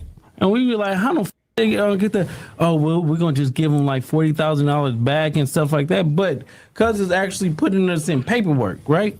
And like doing like real police. I seen he get like 20 guns. And when he got 20 guns, he's selling them to the homies. But I'm like, why are you writing down the serial numbers? So it's like, he was doing like shit like that, and I didn't catch on. So it was like, I'm waking up now. You get what I'm saying? Because I'm high-tech shit. I'm his right-hand man. You get what I'm saying? So when it came down to like dirt and stuff like that, I'm gonna get it. You get what I'm saying? And then like, now y'all, I know y'all ain't gonna tell me that ain't stupid, right? Now, as much as it is stupid for him to talk about it, bro, it is crazy the fact that he brought up this situation as if like he knew it was dumb, but he knew it would probably shine a light on a bigger situation at hand. I don't know, it's kind of giving me the vibes that he feel like Big U was calculating every move they was making within the group to damn near like set everybody up. Cause like bro feeling like he was getting set up and everything was just weird to him. And then as you can see right here, it says Williams Williams later admitted to this robbery and aftermath on podcast, on the No Jumper podcast, after stating that Williams was Henley's right-hand man. Williams explained, so basically he'll manipulate things, we'll go and do something, and then the same niggas we do it to show up to the house like 10 minutes later as we trying to count everything, and we be like, how the F? Williams then said the Henley would state, well, we just going to give like 40,000 back. Wack 100, who is a rival counterpart of. Now, y'all get the whole gist of this. Like, bro, they literally using interviews from No Jumper to yam these boys up. I wouldn't be surprised if this whole case has everything to do with the No Jumper podcast and everybody else speaking that got gang ties, bro. It's like, bro, if y'all ain't see this was already finna happen to a lot of these boys that go on No Jumper, I don't know what to tell y'all. Cause I think I did a video months and months ago letting it be known doing this is gonna end up in people catching charges, bro. RICOs to be exact. And this is exactly what's happening before our eyes, bro. But one of the forefront cases that, you know, kind of got Big U tied up is, I believe, a dude that was living with him ended up being killed, and now they're blaming Big U for it because supposedly his DNA was found in Lil Bro nails. Since of April. They still ain't arrested.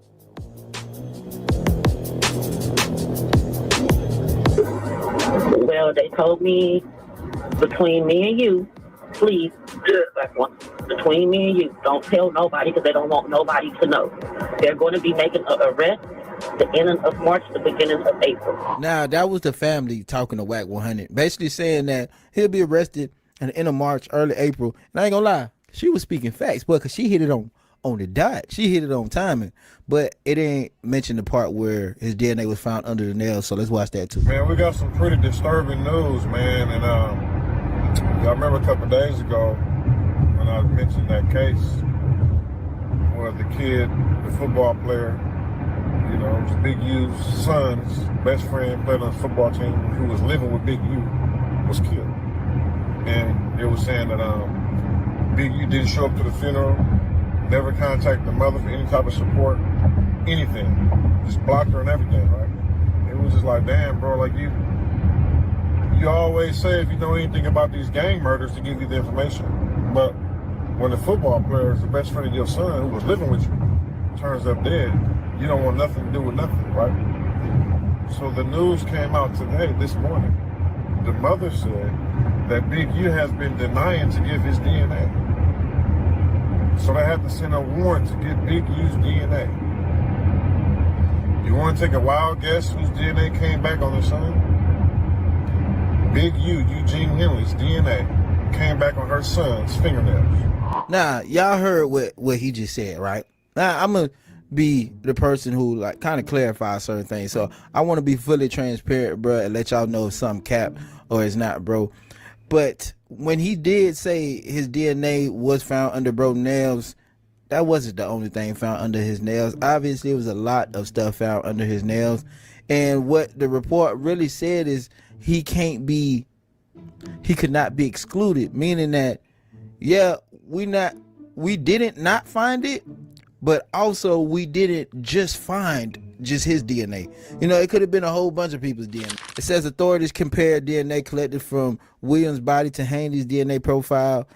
The results was inconclusive, but Henry could not be excluded as a suspect according to the complaint. So that just basically means like, bro, he can't be excluded from it, but his DNA was not the only DNA they found. But man, for the most part, bro, it's just all over the place, and I guess all we could do is really follow up on this situation, and let's close it out on really seeing like the officials announce the Rolling 60s Neighborhood Crips gang arrest. They had a press about it. Let's check it out. Good morning. I'm Joe McNally, the acting United States Attorney here in Los Angeles. Today, we're here to announce federal criminal charges against Eugene Henley Jr., a career criminal known as Big U, who used his contacts and leadership role in the Crips criminal street gang, the entertainment industry, and a youth charity to further his own criminal enterprise, an enterprise that engaged in murder, extortion, robbery, human trafficking, COVID fraud, and other felonies. Mr. Henley and several other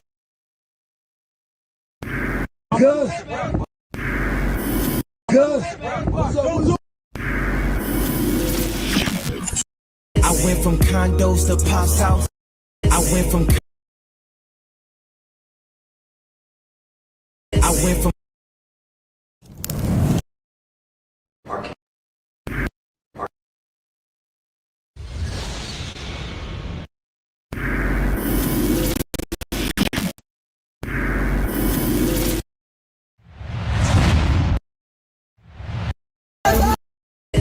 condos to Pop's.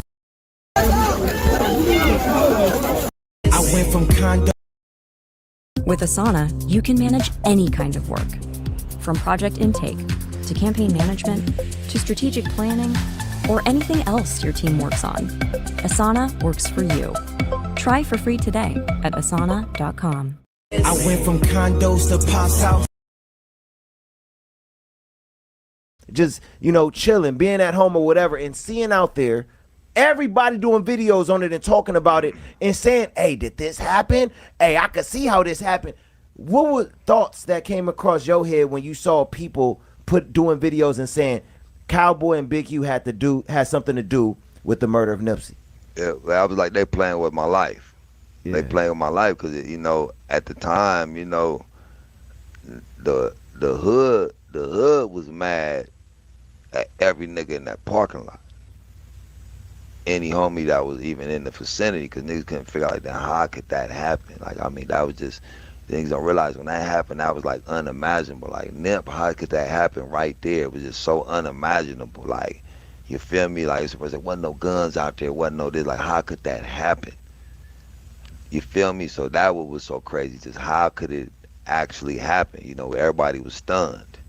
You know what I mean? So as it went by, then you start seeing all these conspiracy theories. The good thing as far as the hood knew the relationship between you, and they knew the relationship between me and them. So niggas in the hood, it was never a question. Yeah. You feel me? They knew. You could see they knew off the top. You know what I mean? So that was never a question. Like when I see stuff about Big U or whatever, it was never a question because I knew how much love you had for bro. I knew that was never a question. Even when they squabbled up, and him and Big U squabbled up or whatever, and that was. Yeah, he bullshit. He bullshit. He don't want to talk.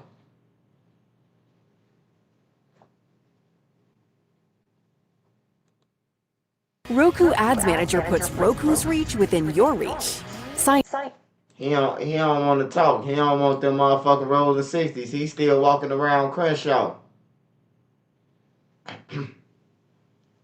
Yeah, you a snake. He's scared of you though. You know, you never gonna ride down on him if he say you ain't cool with him. He's still walking around outside Crenshaw selling t-shirts and shit.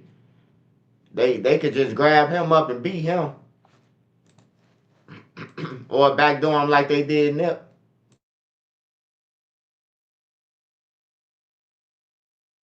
Sign up at ads.roku.com.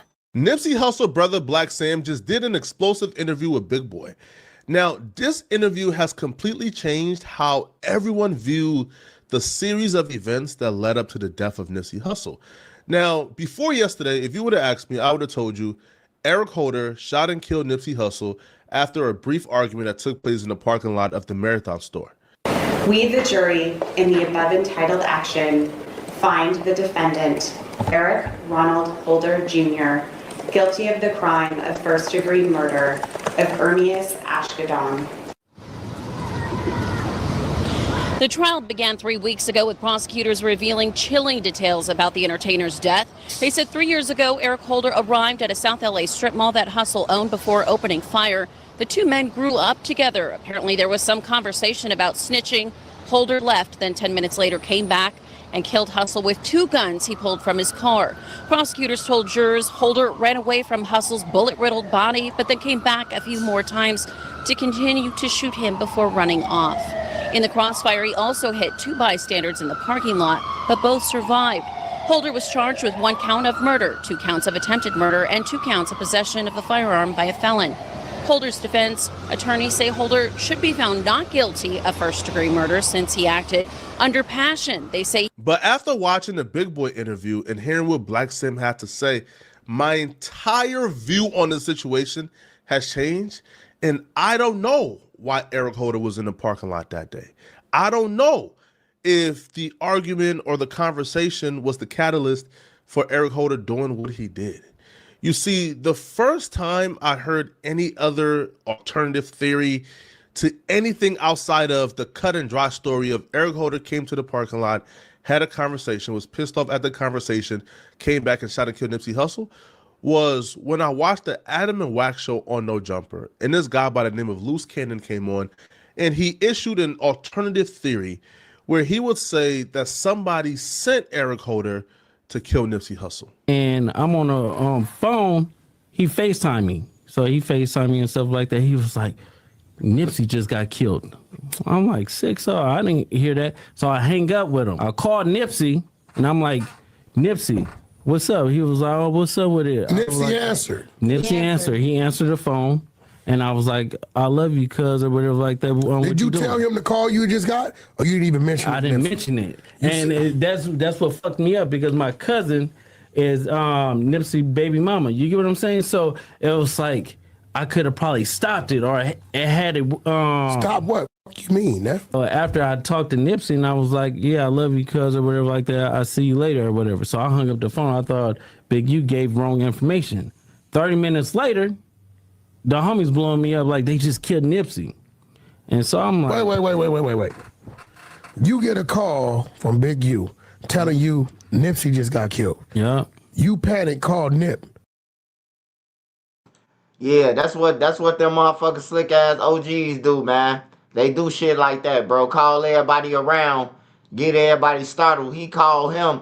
The reason why he ain't think nothing of it, cause it's Big U who called. So he like, Nip cool. He answered his phone. All right, it ain't about nothing. And then he find out he dead. Now he know Big U got something to do with it. Big U be thinking, bro, he could cover his tracks, bro. He know Shorty them slower than him. He way smarter. He way more advanced than Loose Cannon and Brick Baby. They slow.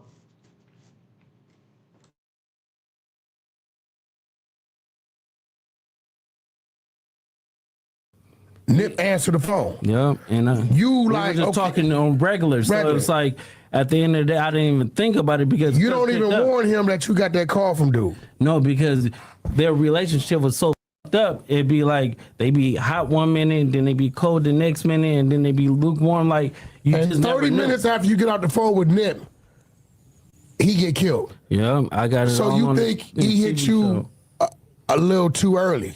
Yep, he hit me a little bit too early. While on No Jumper, Loose Cannon revealed that because he got a call from Big U saying that Nipsey Hussle was dead 30 minutes before Nipsey Hussle was actually killed, he believes that Big U was involved some way, somehow, and that Big U was actually the one who sent Eric Holder. Now, this theory was thrown out there, but not a lot of people believed it, to be honest. A lot of people thought, it was baseless, that there was really no facts to it, and, that Loose Cannon was saying this to get back at Big U. Now, also, too, and the reason why a lot of people weren't too caught off guard by this is because these rumors have been floating out there, but Big U had already spoke on it when he was on No Jumper. He said, this is just false, because him and Nipsey Hussle was on really good terms before Nipsey Hussle passed away. So he would have had no reason to get Nipsey Hussle killed. And even the police too, because nowadays niggas be listening to the social media and all the shit, because when Nip passed away, automatically Big U did it, or had something to do it, or did this, and niggas just be like, social media, the investigator. And now nigga come to your house like, hey, what's the deal, bro? You know what I'm saying? You did it. Like, and niggas are suckers for switching too, because I seen when that shit first happened, how they was man, that shit was crazy. Like, I remember Unc went live too, and he's sitting there talking about it. I'm like, that's crazy that y'all, if y'all really know them and you know their situation, them niggas loved each other. Like, bro, now you don't even got to go through that. We was just in every video. Mm-hmm. Like how we was beefing when all his songs, every album he put out, since we had the so-called altercation, he shouted me out. He got the goddamn keys to the city, like what, Didn't he say? He shouted you out, nigga, because he ain't want to die. He ain't want you to kill his family. He slick than a motherfucker, man. I know a lot of people like him, like Big U in the streets. Slick than a motherfucker. They could talk to the audience straight face and everything, bro, and convince a motherfucker. Yeah, dude look like a flunky. Dude over there next to him, he look like a straight yes man. I can't believe they did this to Big U. Get your goof ass out of here.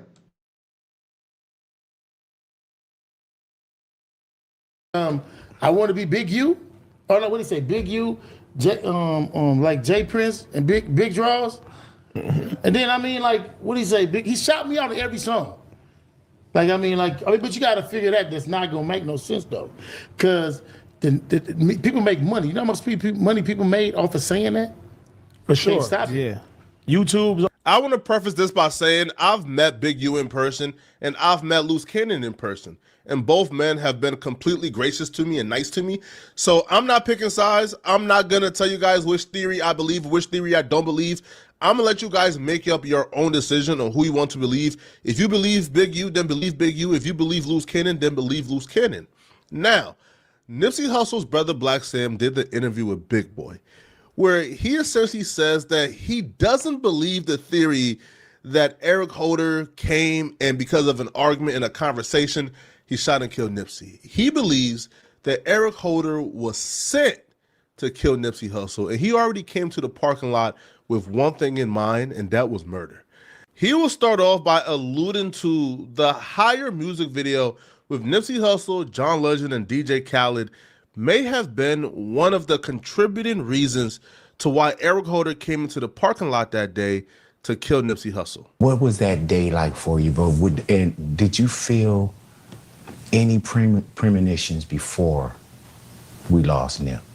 100%, man. I think, man, we just, it's my cousin's birthday, so the night, I want to say the night before, Nip took us to Wally's, Beverly Hills, me, Pops, and Adam, my cousin Adam, and just had a long talk with bro, you know, not to get into too much detail, but there was a lot of big politics getting into it with certain people. You know, Hussle had DJ Khaled in the hood. Not to be speaking too much on shit, but we came frontline like we always do. And, you know, niggas gonna know we gonna crash out behind it. We not playing, ain't nobody saying nothing to Khaled, ain't nobody doing nothing to Khaled, and he's straight. And Hussle frontline that. And, you know, we felt like certain people didn't like that. I want to clarify that I'm about to give my interpretation of what Black Sim said. You guys just heard exactly what Black Sim said. So those are the only words you can hold him to. From this point forward, this is my interpretation. I believe when Black Sim says that, you know, that some people was unhappy and upset with Nipsey Hussle, that he brought DJ Khaled to the hood and, you know, they didn't allow for other people to come and check and press DJ Khaled and try to extort him. Essentially, that's what happens, right? If you're somebody who is of high stature and you want to come to the hood to film a music video, well, you know, you have to check in, you feel me, and open up your wallet. But Nipsey Hussle, being a pillar of the community, being a well-respected member, this is his hood, you know, he can bring whoever he want to bring there from his perspective. Others are saying, yo, if you're bringing high-profile people there, bro, yo, let them, you know, pay. But Nipsey Hussle wasn't having it. He wasn't going to let DJ Khaled get extorted, and that right there breed friction. So he brought that up to say, like the night before, they was talking about this and talking about moving a little different and moving more cautious due to the risk and the threats that came with bringing DJ Khaled to the hood. Now, he would also go on to explain exactly why he don't believe this was some type of coincidence, and he believed that, you know, Eric Holder was premeditated and something got sent Nipsey Hussle's way through Eric Holder. Sure. We keep going. Is it as random as what the public thought it was? Like, Nip seen somebody, Eric, and talked and... I mean, you know, he already got convicted, so for me, without going into too many details, somebody come to the shop. They know we in the doorway. When Hustle pull up, we in the doorway. You gonna see me with a hoodie on, and I got a pistol on me. You gonna see one of the team members in the hoodie in the doorway with a pistol. That's protocol when Hustle pull up. So it's Sunday. It's busy in there. Why the niggas in there didn't follow the protocol? I wasn't there. Why they didn't follow it? Maybe they was fucking around helping the customer, doing some fucking customer service. This is what I'm thinking, trying to, transition into some legitimate, just selling clothes. But nobody was in the doorway. And from my understanding, old boy walked up with no shirt on first to check the scene because he know what's going on in that parking lot. And had a conversation. Probably seen nobody was in the doorways. Checked Hustle had on shorts. Checked everybody else. Left. They say came back with a red shirt on. Tiptoed through the alley and went right and started shooting. So to me, that's premeditated. Number one, there's no red shirts in the hood. You can't buy no red shirt. No liquor store sell no red shirt. Number two, when a nigga come through the alley with a red shirt, that's the throw off, or the Bloods did it, or the Inglewood families did it, or the BPS. That's the throw off, red shirt. So for me, he felt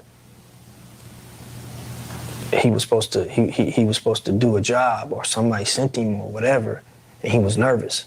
He was supposed to hit that alley with that red shirt immediately, but he didn't do that. He came in and he wanted to check the scene. He wanted to make sure he wasn't getting into a shootout. And that's my thoughts on it. You understand? So, and can't nobody tell me nothing about that because it just don't make no sense. It's not random, I know Hustle.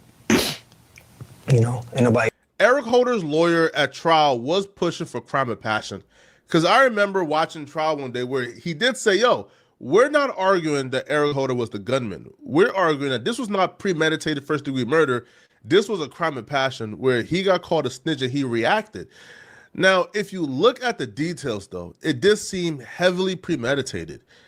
Come through with no shirt on, peep the scenery, figure out who's strapped, who not strapped, go away, come back with a red shirt on, right? Like, creep through the alleyway to make it seem like, it was some bloods who did it, right? So it was definitely premeditated, but premeditated doesn't always mean others were involved. And at this point, I don't feel like we would ever know the answer to that for sure. And I don't even think I want the answer. Listen, I don't want the answer to that, right? Like, I don't. But I don't think we would ever know the answer to that. Was this premeditated? And if it was premeditated, if he came to the parking lot with this already in mind, was he working alone? Was he working with others? Right? Black Sam believes that Eric Holder was sent by somebody else. And, he brought up the DJ Khaled story to sort of coincide that, yo, things weren't all peachy. People were upset. And this happened the next day after that. Well, something is up. Listen, I don't know. I stay out of all street business. All right? I report on rappers and podcasters, bro. So I can't say, I don't know. Y'all let me know in the comment section, what do you guys believe, right? Now, the guy, Loose Cannon, who also brought up the Big U aspect of this earlier in the year, he actually took the Clubhouse on Mo3 TV with Rockstar, and he said, yo, that Black Sam interview and what he said during the interview, that vindicates and backs up everything he said on No Jumper. What you got to say, Loose? Well, what's your whole thing? Listen, when I said it. But listen, what does that prove? No, everything that I said is facts. No, it doesn't prove nothing. Okay, did that man say Big U name at all? Who? Of course. Black Sam. Did he say Big U name?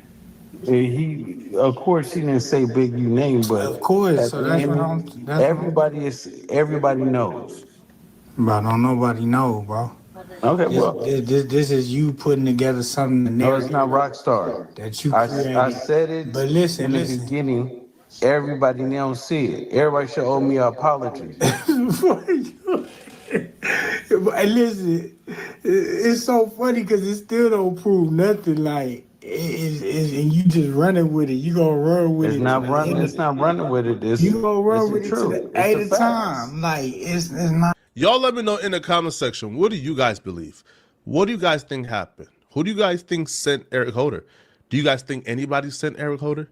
And if you're still watching, click on this video somewhere on my screen to find out how Wack 100 just revealed some new information that ties J Prince to 2 rap murders. Click on this video here to find out what I'm talking about. I'm out of here, folks. Peace.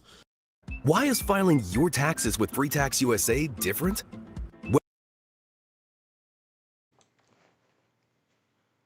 He was pleading for insanity. Eric checked into a mental hospital. No one in the mental hospital checks in. Not like that. These guys study chess and play it well. Oh yeah, all of them. If you look at it, all of them playing chess. Why you think Loose Cannon saying all this shit before the feds came? He got leverage over Big U. He letting Big U know. You go up in there playing them games and throw us under the bus. You killed Nip.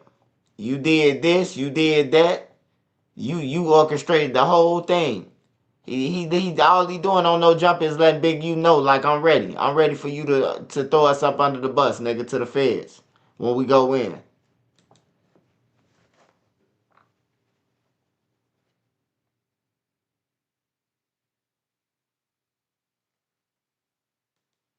In part 1, we discussed the Big U, Brick Baby, and Loose Cannon Rollin' 60 RICO indictment and how the feds tied in Loose Cannon, Brick Baby, and Big U and what type of crimes they're accusing them of committing. We covered the human trafficking ring, we covered the extortion, we covered the robbery, we covered the murder. Now, in this video, we're going to cover the financial crimes that they are accusing Big U of committing. And other businesses and fraudulently applying for COVID loans in the form of a business relief loan.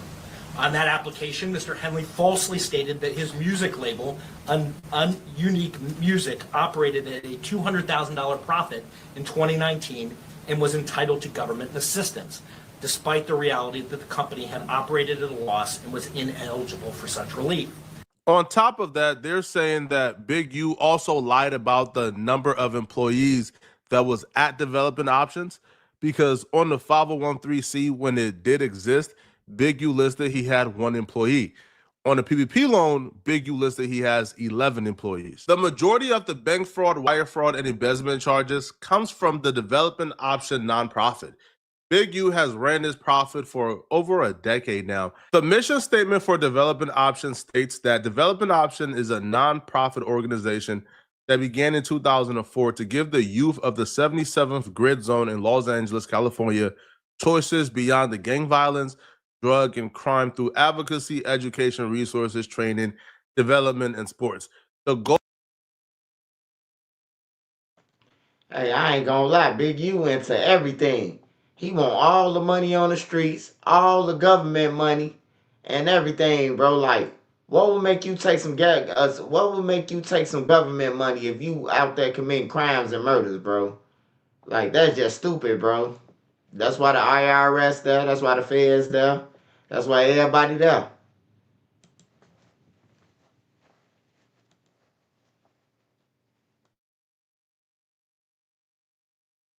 Goal of the Development Option Program is to decrease gang activity in the Grid Zone and to empower the community to strive for a safer, thriving environment for our youth. Development Option believes in laying the groundwork and providing the conditions that inspire and create viable options for people by enabling connections to make between them. But the feds is saying, cut it out, cut the malarkey. The feds saying, nah, bruh, ain't no charity, bruh. You are using this company, according to the feds, not Flacco, the feds. They're saying that Big U is using this organization to line his own pockets up. According to the federal complaint, in 2019, Draymond Green, Shaquille O'Neal, and 3 other NBA players donated $20,000 each to Development Options, coming up to $100,000 total. Now, according to investigators, Big U embezzled the entire $100,000 and transferred it to his personal bank account. Development Options also have a youth football team. And according to the federal complaint, a publishing company donated $24,000 to Development Options to get the youth football team new equipment.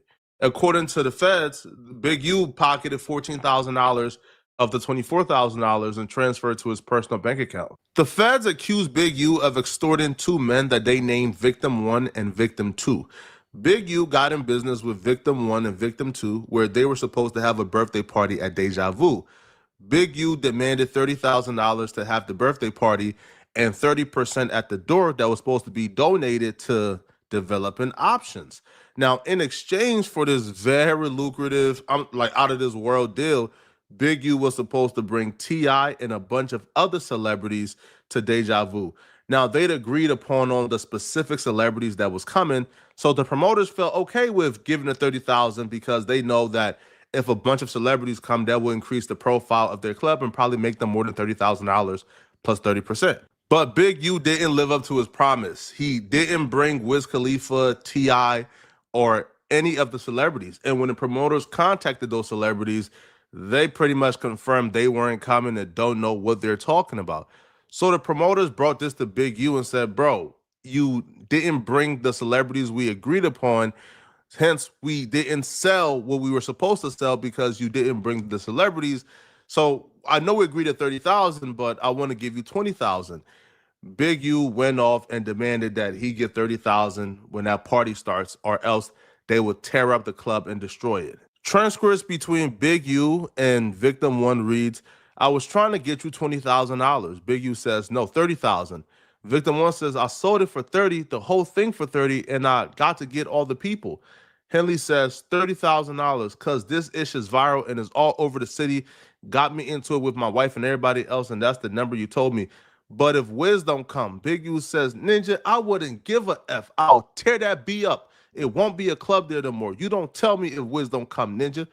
Victim 1 says, but Unc, it's what I sold. Big U said, I wouldn't give a F. You knew T.I. weren't never coming. So now he's blaming the victim. According to the feds, he's blaming the victim for believing that he will be able to bring T.I. and Wiz Khalifa. So he says, I wouldn't give a F. You knew T.I. weren't never coming. And T.I. said he was getting the MF and drop. So that's on Vay if he ain't get it. That's on you and Vay. I don't want to hear nothing. You ain't going to use my name all over this MF, and you need to bring me the money now.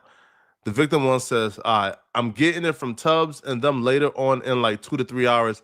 They going to let me borrow some money. So he's borrowing some money to tack on to give to Big U because they ain't sell enough to pay $30,000 just off the profit. So Big U says, matter of fact, I'm going to have my niece and them come and get it.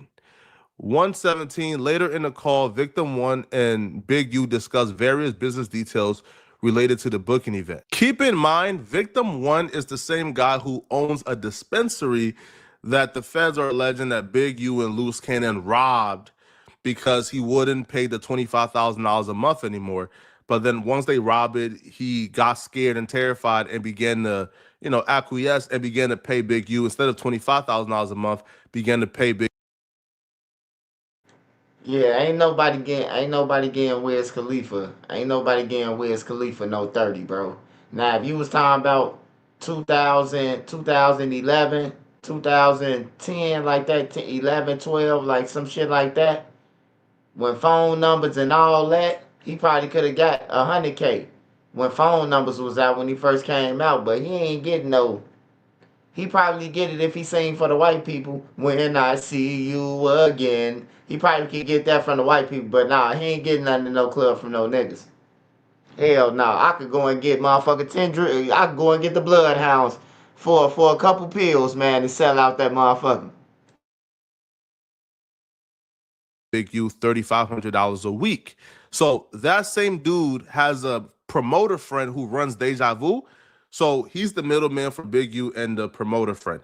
So the day of the event, Big U threatened that, he's bringing 5,060s and they would tear it up and destroy the entire club if they don't give him $30,000 plus 30% at the door, even though he didn't live up to his promise.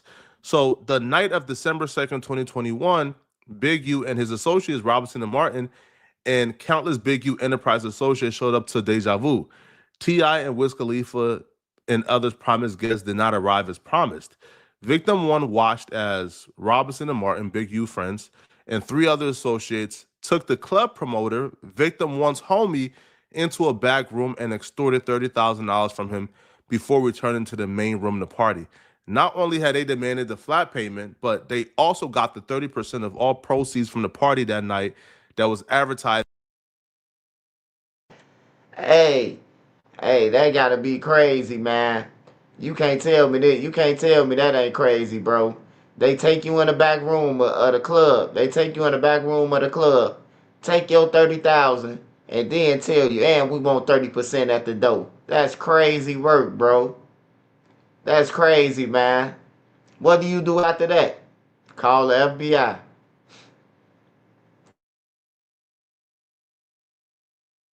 Is going to developing options. The feds will claim that Big U made about $9,000 from that, but all that went to his personal bank account, not developing options. If you've been following the Wack 100 and Big U beef, then you probably already know the word GRID program and everything the GRID program stands for. Well, the GRID program and developing options was a huge part of the wire fraud, embezzlement, and bank fraud case against Big U as well. Depending on who you ask, the GRID program could mean 2 different things. Now, the GRID program official definition is gang reduction and youth development, where the city pumps money back into nonprofits, usually ran by gang leaders, and those leaders are tasked with reducing the gang violence. Now, if you ask, let's say somebody like Wack 100 would say that the GRID program is police activities. I met Big U in 2002 at Death Row. Here go the facts, right? The paperwork that I just got 10 days ago that whoever this YouTube sending around, right, says that he did contracts with 77th Street Division in 2015. I learned that from that. Listen, they're not saying we're deputizing you for you to police your own community and keep the peace. Nah. We're paying you and we're giving you a BlackBerry cell phone. And you are to report the gang violence and the gang activity to the 77th Street Crash Unit. You are to meet with these lieutenants and these sergeants periodically to go over what's going on in your area. Hey, listen, bro, if y'all good with that, cool. But I understand and I know what I know about certain things, and I ain't good with it because if niggas knew what that was going on, a lot of other shit probably wouldn't have went on. It's a very controversial, and depending on where you stand in the streets, you can see it as police work. Others don't see it as police work. But a lot of people engage in the GRID program because it's really, really good money. Like, you can literally start a nonprofit as a gang leader and get $1 million in funding like year 1. Like, it's that lucrative. The city of Los Angeles gave $41 million to gang leaders and their nonprofits in 2023 to 2024. Big U isn't the only one who has, nonprofit that exists in the GRID program. Bro, there's a GRID program in quite possibly every hood, right? So essentially, bro, the city of Los Angeles is funneling millions of dollars, $41 million, a $12 million funding increase in 2023. They're funneling millions of dollars, tens of millions of dollars to gang leaders in the city to essentially, I'll be real, do nothing, right? Because, if you go on Clubhouse and hear people talk about the GRID program, they talk about it like a finesse. They talk about it like, we getting over on the system. So the system, the city of Los Angeles with a homeless problem, with a resource problem, is giving away $41 million to gang leaders. This is the world we live in. From July 1st of 2018 to July 30th of 2023, the city of Los Angeles, according to the feds, they paid Big U $2,350,000 to his nonprofit Development Options, which is a part of the GRID program. Now, with this money comes great responsibility. And according to the feds, now, Big U didn't keep any account in any financial statements until he got a subpoena. So he went to, a financial place to have him, pretty much draft up financial statements for him, work on the spreadsheets. So when Big U turned in these financial statements, the feds looked at it and could tell they were pretty much brand new. So they did their own investigation and went back to who prepared these statements. And when they pressed the person who created the spreadsheet, the person confessed to the feds that before he created it, that when Big U and them came to him, they had zero financial statements. So essentially, the city of Los Angeles gave $2.35 million, and the $2.35 million couldn't be accounted for, right? They don't know where it went, who it paid. Now, the feds would accuse Big U of funneling a couple $100,000 each year to himself through salary, but at least they didn't say they believed the full 2.35 went to him, because that would just be unconscionable. The feds right now is pocket watching to the max, man. The feds will say that in 2019, 2020, and 2021, FX Network paid Big U a combined total of $80,435.20, and Big U didn't pay income taxes on none of that, even though those numbers are clearly reflected in his 1099. He neglected to pay taxes on all of the $80,000, right? So he kept it to himself. Hey, Taylor Reviews. They hit him with the Jeff Ford, man. That's what they hit him with, bro. They gave him that $1 billion and he couldn't account for it. Jeff Ford went up in the White House and said, in the Senate, they said, state your name, Jeff Ford. Can you tell us what you did with the money that we gave you for the Woodline organization? I plead the fifth. And then him and the rest of the moles walked out, man. I say they going down. When I seen the video later on in life, of course, I probably wasn't even born yet, or just about born. No, I probably wasn't born. But when I seen that shit, I say Jeff Ford and them crazy, bro. They just walked off from the Senate, bro. He said, I plead the fifth, and walked out the Senate hall, bro. All the white people looking at him like, the fuck? You plead the fifth? Why motherfucking $1 million at, dude? On everything, bro. That man said he plead the fifth to the Senate, man.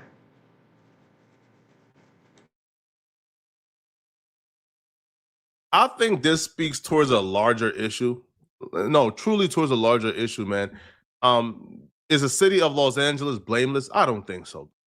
All right. I believe that giving somebody $2.35 million without ensuring that the proper measures are in place, without asking for an audit each and every year, I think that they are to blame, right? Because if they were to ask for an audit, if they were to ask for financial statements each and every year, then they wouldn't run across the issue where, after 4 years or after 5 years in 2023, the subpoena happened and there's no financial statements, there's no records of who got paid, where it went to, et cetera, et cetera. So y'all let me know in the comment section.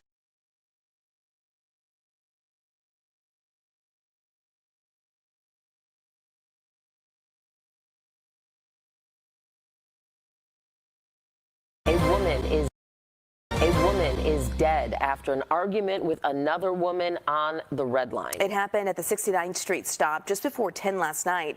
Our Darius Johnson live at Chicago Police headquarters as police continue their search for the woman who pulled the trigger there on the CTA. Darius. Hey there, ladies. Good morning to you. That woman is not in custody. However, we know police will be looking to use a Wix gives you the freedom to tell your story. With a professional. Chicago police tell me they're talking to a person of interest right now, hours after a deadly shooting at a CTA Red Line station on the city's south side. Right now, we're still trying to figure out how exactly this person of interest is connected to last night's shooting. It's business as usual Wednesday morning at the CTA Red Line station at 69th Street, hours after a violent end to the day on Tuesday. Alright, 10-4, bonafide person shot over at the 69th Street Red Line. CPD says gunfire erupted around 9:45 last night on the platform of this very station.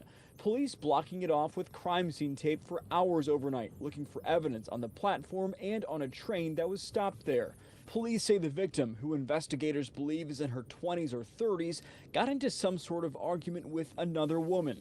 It's still not clear what the two got into an argument about, but at some point during that confrontation, the suspect pulled out a gun and shot the woman before running away. Yeah, they changed it to an EMS call. She was shot in the neck on the platform at 69th Street. The victim was rushed to the University of Chicago Medical Center, where she later died. Back here at CPD's 7th District headquarters, I've also reached out to CTA officials to try to get some sort of statement or comment on last night's violence, but we've not heard back. Watch breaking news on YouTube. Subscribe.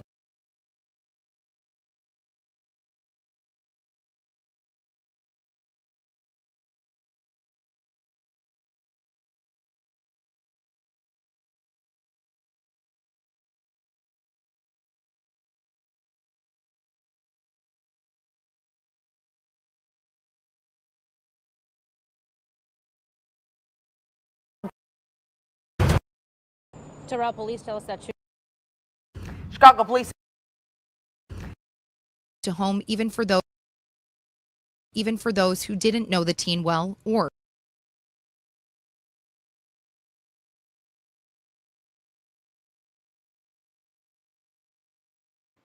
Hey, y'all. I don't know if y'all seen it, bro. Y'all probably went on my channel. But it was two boys that came up missing, man. Remember they tried to say the boys killed themselves, the two twins? They came up missing from the airport. They were supposed to go to the airport, and they came up missing. Bro, they got a white dude, bro. I knew it, bro. I said, man, it had to be some racist shit, bro. Them young boys don't look like they'll be on no bullshit, bro. They got a white dude, man. I knew it, bro. I just knew it, man. Man, ain't no way they going up to no mountains, man. I don't know how the fuck he tricked them to get to the mountains, but... And then there's two of them. He had them at gunpoint, probably. We finna watch it, man, real quick. I just seen it, man. It's right here in the corner. This is a hell of a story out of Georgia. A man has been arrested in connection to the deaths of black twin brothers. This story has a lot of twists and turns. It's going to make your blood boil. Put up the picture full mask. In Georgia, Quadir and Nazir Lewis, 19 years of age, were found dead. I knew it, man. I'm telling you, bro. I knew it. I just knew it. Bro, I looked at them two boys and was like, when the family was talking, and I said, nah, bro. They ain't just gonna commit suicide, bro. Look at them, bro. Like, they young, bro. Look how they swagged out with their clothes on, bro. Like, you could tell if a nigga gonna kill theyself. Yeah, bro, that's crazy, man. Dead just hours after they were expected to fly to Boston to visit friends on Saturday, March 8th. Their plane tickets were reportedly still in their respective wallets, found at the scene of the crime. Hikers discovered their bodies at the top of Bell Mountain. This is near North Georgia. It is the Georgia-North Carolina border, dozens of miles from where families say the brothers were living. Although police suspect the brothers died in a murder-suicide by gunshot wound, the Georgia Bureau of Investigation has confirmed the arrest of former Towns County volunteer firefighter Scott Curlin, 42 years of age, in connection to the case. It gets even more interesting. According to the...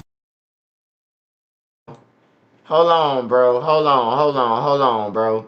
They said the other day, bro, when we was watching it, bro, they said he took the picture of them, bro, and sent it out to the media, bro. This crazy. Reports the firefighter was fired on March 14th after he allegedly violated department protocol.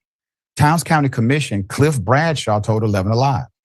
Curlin has not been charged directly in the deaths of the brothers, but he was hit with misdemeanor obstruction for allegedly snapping photos of the twins' dead bodies and then leaking those photos to the public, according to the GBI.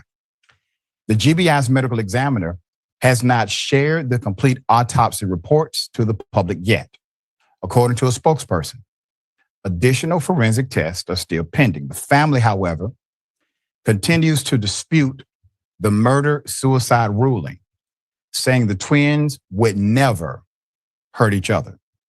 Their aunt, Yasmin Bronner, said, quote, "They wouldn't do anything like this. To say they did this to each other? No. Something happened in those mountains and we want answers," end quote. In the meantime, their family has set up a GoFundMe in support of organizing a memorial for both of them. Obviously, this is not something you plan for as a parent, Cordeer and Nazir. You can go to that GoFundMe and assist.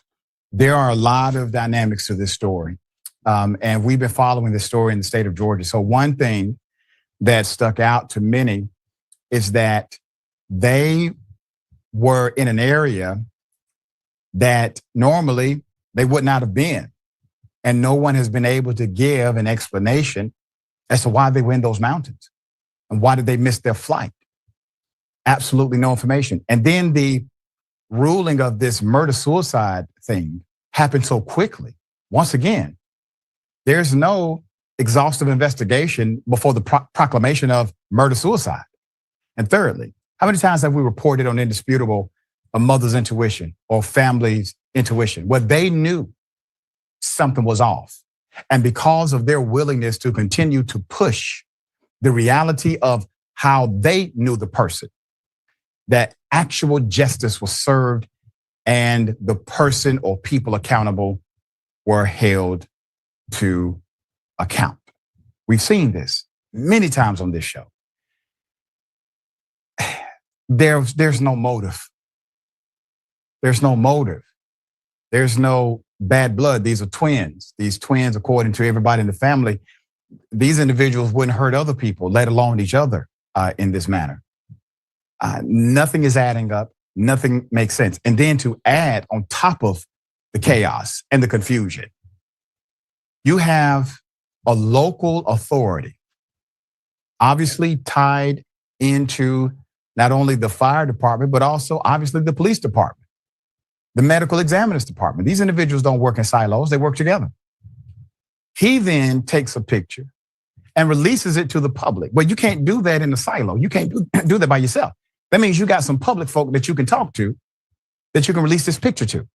So who are you talking to in the public to release the picture? And why are you doing it in the first place? Who told you to do this? Have you ever done this before? If you've never done it before, that means that you're probably under a directive for the first time to do something like this, because I'm sure it's not the first time that a dead body has been found in that area.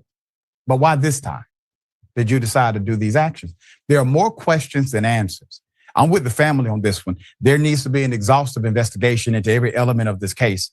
And hopefully there will be a just outcome, but we're going to stay on top of it until there is. Jackson, thoughts here? Yeah, I think the suicide notion is that seems incredibly unlikely for, two young men at the stage that they were in their lives, and their family didn't say that they were ever suicidal or depressed or anything like that, for them to just take themselves out there and do that. More likely they were kidnapped for some reason, but definitely something that no parent should have to deal with. They had their whole lives ahead of them, and they definitely deserve justice. So hopefully we get more concrete information in the coming months. And that's what the family deserves. Concrete information, a very extensive and exhaustive investigation before any conclusion is made. Make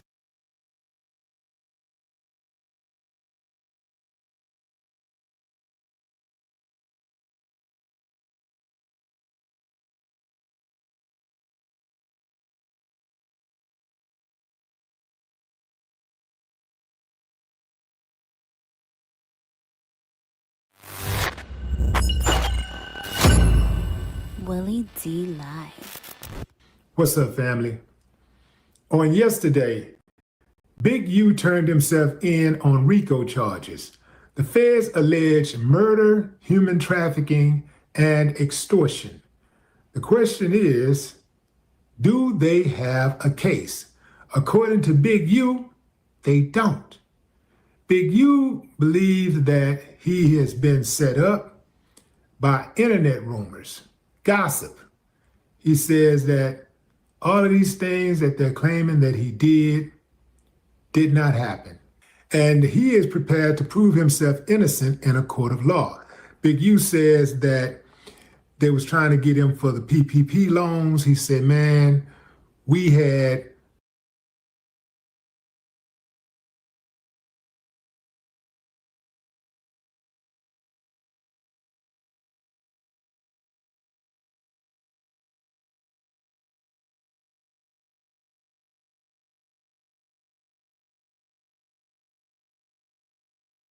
Today, a music executive and anti-gang activist.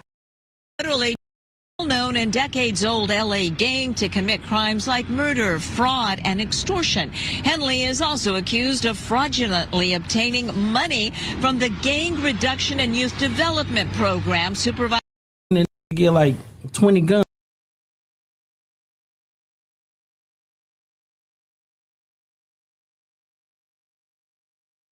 Yo, it's Big Ant, the spokesman, man. We back. Another edition of Urban Politicians TV, UPTV. Make sure you stay on your pivot at all times, man. Had to come tap in as it started circulating around the Texas hip-hop, media, urban blog scene earlier today that Yella Beezy had been taken into custody for unknown charges. Then it started circulating that possibly he was brought in on murder charges. But then the news officially broke this evening that Yella Beezy had been arrested on charges of capital murder for that of Mo3. And it's being posted right now, and not all the details are out. They do have the documents and things like that, and TMZ put out a report saying this.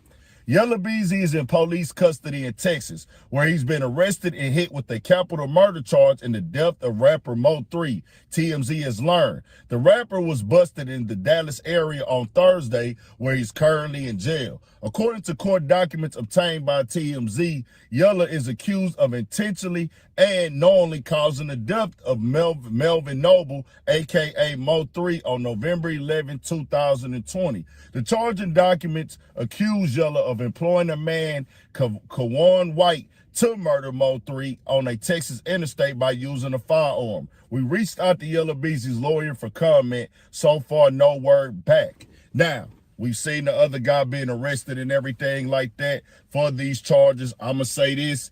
Innocent until proven guilty, because I've seen this go on with these years with this. This is almost going on 5 years now down the line, and most definitely condolences to the entire family of Mo3. Anybody going through with that loss, most definitely prayers up to him and their family. But when it comes to this conversation, we're not going to convict nobody with no proof or no evidence and things like that. I've seen they charge people for this, taking people in for custody, supposedly, allegedly, then drop the charges, pick them back up. But he is now officially charged with this connection to this murder for hire, plot to murder. They can go different ways with it, the way that they move out here with these type of charges, but I cannot convict nobody from the cell phone. I haven't seen any documentation or exactly what they have with this yet. So we'll wait and see, and we'll come back and update on all the facts.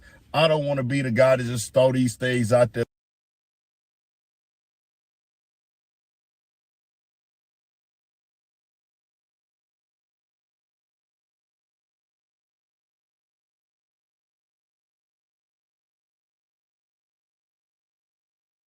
Yeah, I just hear this type of stuff every day, man. I hear I got money on my head. I hear when you got people trying to target you, and when you a target, and when you got so many people that hate you and hate your success and hate where you done came from, and yeah, man, like death gonna pop up in your head, because you know that's basically how it always ends. A Dallas rapper is dead today after he was shot on I-35. 28-year-old Melvin Noble, also known as Mo3, was shot on I-35 northbound near the Beckley-Zane curve. It is a stark example of the city's struggle to control violent crime. Police say a hip-hop musician named Mo3 was approached by the killer on I-35. Both men stopped their vehicles, got out, took off, started running, but was shot several times on the highway.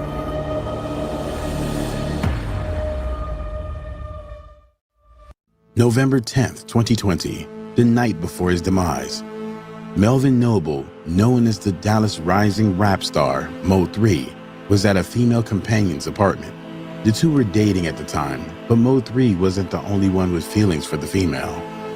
At that moment, another person, Devin Maurice Brown, was lurking in the shadows following their every move. Brown, who had a history with the female, caught wind of her relations with Mo3 via a Facebook post with the two together. Enraged, he put a plan in action to end the life of the rapper. Mo3 unaware that night would be his last, went to sleep and awoke the next day to continue building his career that was on a steady incline to mainstream success. That morning, November 11, 2020, Devin Brown was in communication with an affiliate by the name of Kewan Dontrell White. On that morning, popular entertainment outlet TMZ reported that Mo3 caught on to his pursuers, noticing he was being watched. Their reports state he was followed from the female companion's apartment to a gas station where Mo3 then tried to evade his pursuer by jumping on the I-35. Broad daylight, nearing noon, Mo3 was on Interstate 35 East, near the Dallas Zoo. Affidavit records detail witnesses' account of the tragic moment that occurred next. With his getaway foiled by traffic, Melvin Noble, aka Mo3, stopped near Clarendon Drive in an attempt to evade those plotting on his end. At 11:56 a.m., eyewitnesses recount his pursuers also stopped, and that's where the gunman exited the vehicle and chased Mo3, who ran but was mowed down by bullets, one striking him in the head and injuring one bystander in his vehicle with a stray bullet. Dallas police officers would respond to the shooting, where Mo3 was found fighting for his life. Melvin Noble, aka Mo3, was rushed to the Methodist Hospital, where he was pronounced deceased. But the clock was now ticking to find those responsible. That led officers to a smoking gun that would blow the case wide open. Dash cam footage of the shooting from a witness in a nearby vehicle. The video detailed the final moments of Mo3's life. The pursuer pulled up in front of his vehicle a short distance away. Mo3 stopped and exited his vehicle, going around and opening the other side of the car. It's believed he was trying to gain access to a firearm, but the gunman began his assault, prompting Mo3 to abandon his mission and instead flee for his life.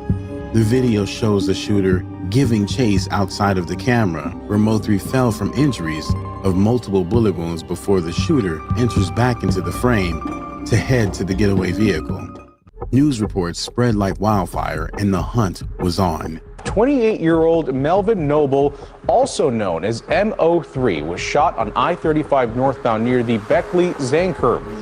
In no time, authorities released images of the vehicle and shooter in the case. Police state that the suspect was driving a possible 2014 or 2015 black Chevy Camaro. Records state that a witness, the female companion in question, blew the whistle on Devin Brown's involvement, informing law officials she was aware of him knowing of the relationship with Mo3 and was upset. She went further into detail, informing officials that Brown was in contact with the witness the day prior, and moments before they took Mo3's life, the witness was the one who gave away Mo3's location and allowed his pursuer to track and pin him down. The female companion was aware of all the information, which begs the question, was she in on it all and failed to provide Mo3 with the information of his danger?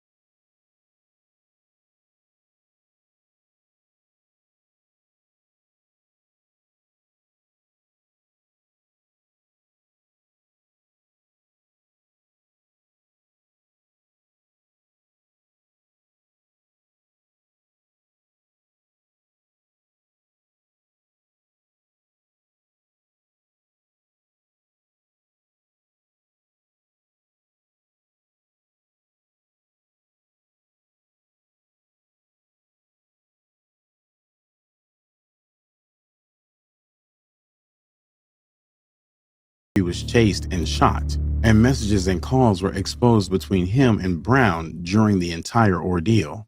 On December 9, 2020, on an arrest warrant granted December 8th, task force officers apprehend and arrest White, where he hinted towards the phone records being his, but played coy to remembering his number or knowing the other suspect, Devin Brown.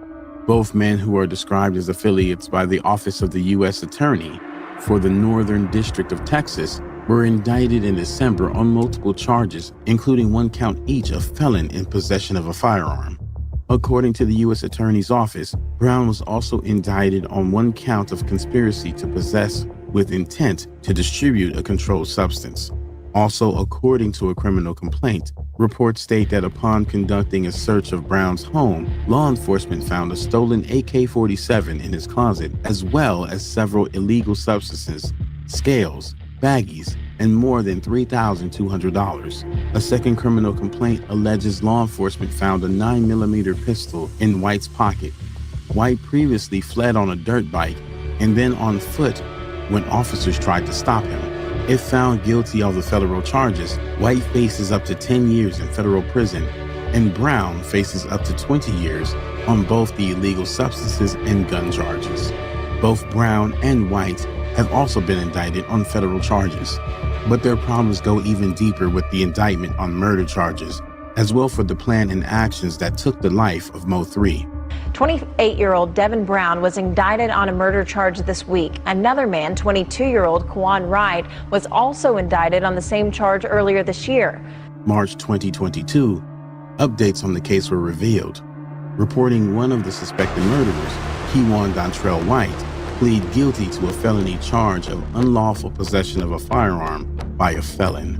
This stemmed from the August 16, 2020 evasion of Lancaster police on a dirt bike when pulled over for traffic violations and a 9mm pistol was found in his pocket. If found guilty of the charge, the consequences could be life with the possibility of parole. Mo3 always thought about his death given the number of persons wishing bad upon his life.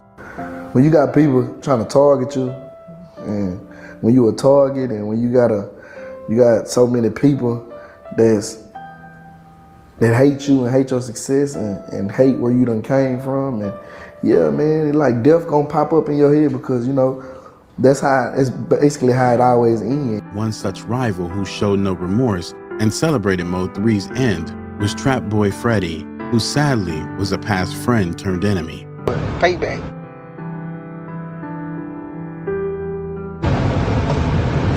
Everybody was laughing with him then. Y'all ain't laughing no more.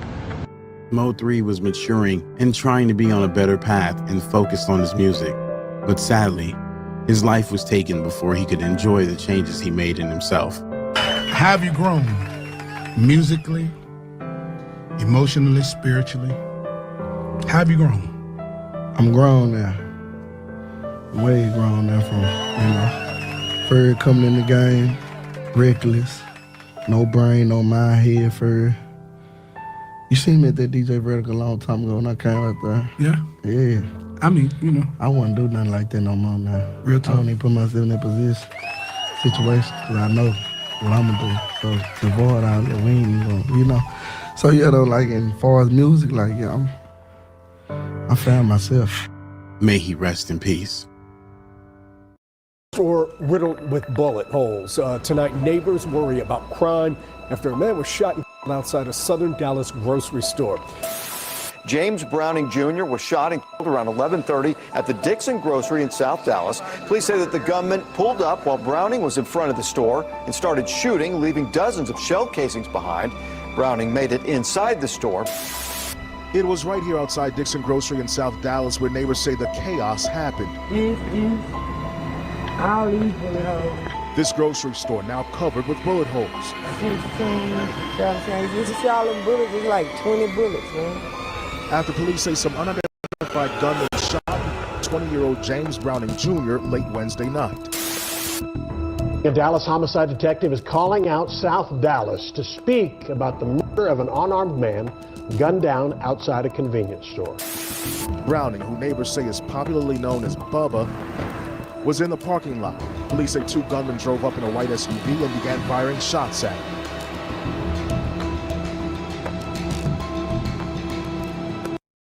March 13, 2019. Popular Texas rapper Mo3 was about to experience a tragedy that would hurt him dearly.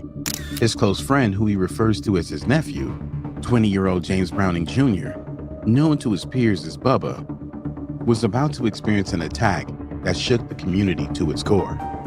That Wednesday night, Bubba was at the location of the South Dallas convenience store named Dixon Grocery on the 3700 block of Dixon Street. The night was drawing on. It was after 10 p.m. Bubba was about the compound, enjoying the night. The owner of the store was always welcoming to him, as he was a regular patron at the grocery store.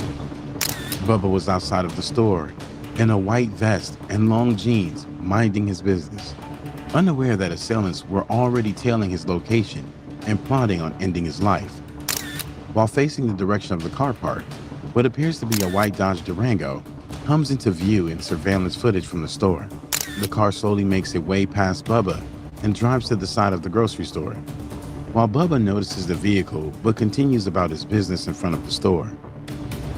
Some guys drive through in a white SUV, looks to be like a Dodge Durango, coming down Dixon. Bubba is standing right next to the front of the door, just hanging out, standing calmly, not being bothered, obviously not knowing what these guys were about to do to him. The car, pulling around the side of the building, comes to a stop. At this point, the driver remains in the vehicle, while two darkly attired assailants, one of lighter skin complexion, exits the car and begins walking towards the front of the store with firearms brandished. Two of those individuals get out in dark clothing.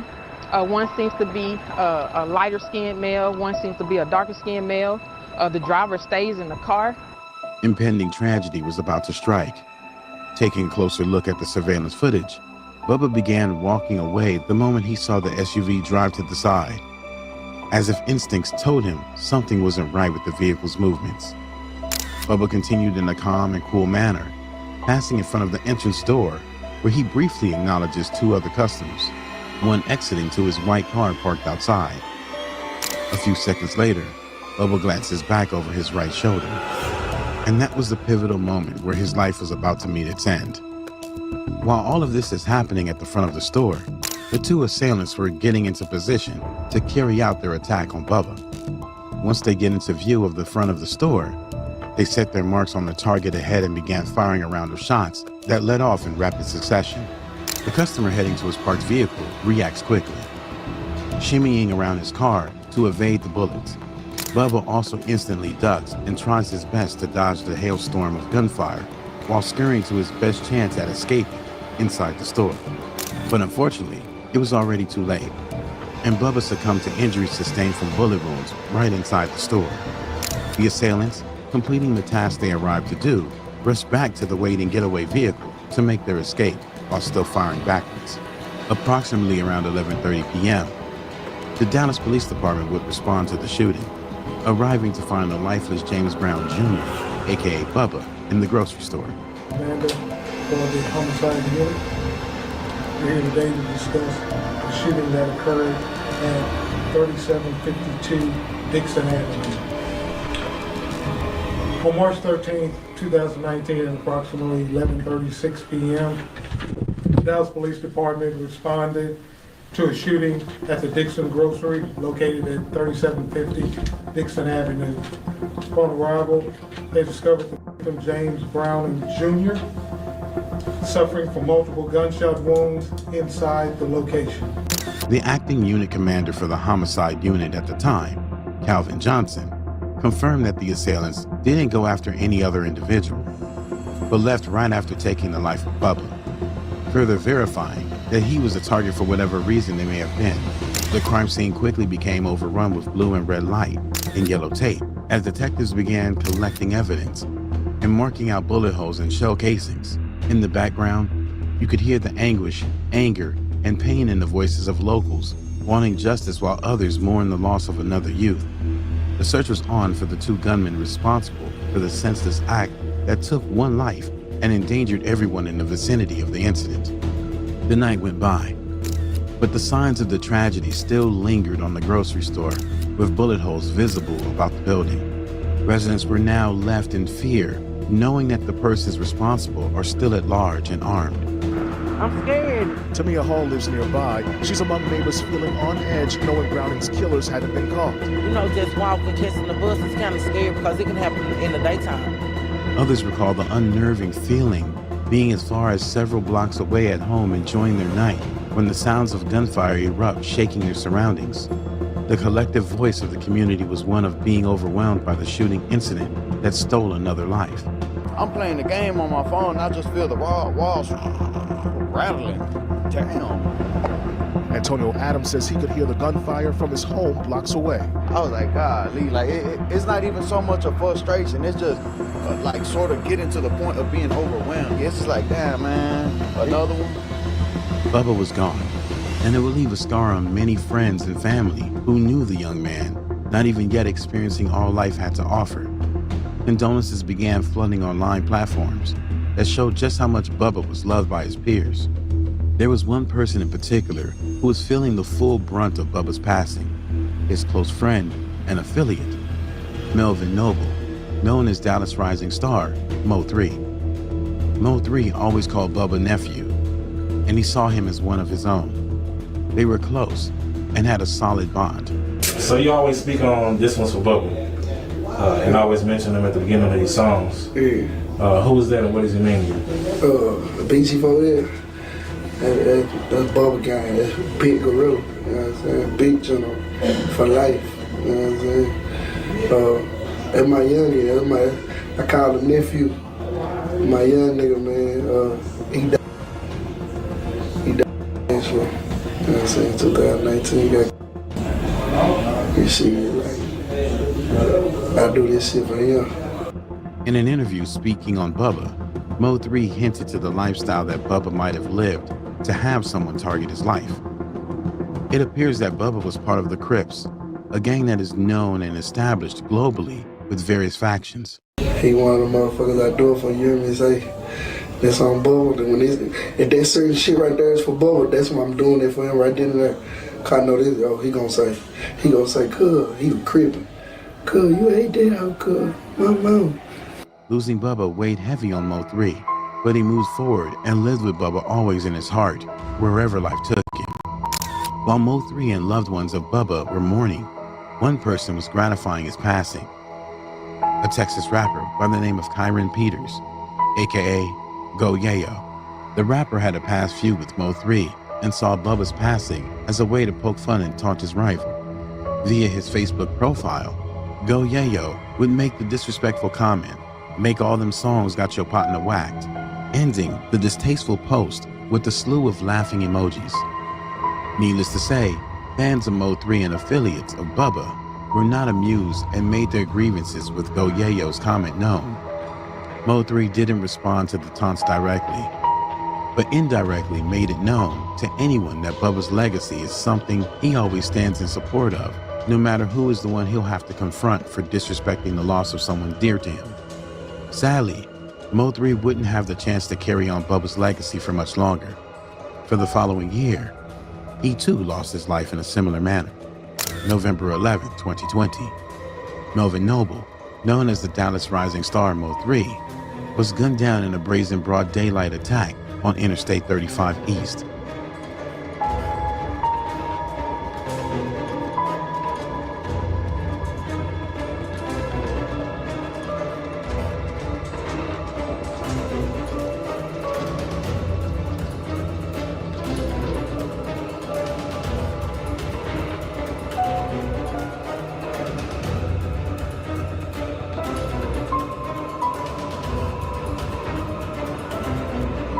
Two suspects, Devin Brown and Keywan Dontrell White, were arrested for. Hey, he stopped this car. He stopped this car and tried to, he was trying to go and get a gun or something. I would have been backing up, or I would have ran their ass over. I don't know. You don't know what you would do in that situation. I wouldn't have got out the car though. I would have used it as a weapon though. I know that. I would have ran their ass over. They would have been shooting through the window and I would have been under the dashboard pressing the gas. Praying that I make it.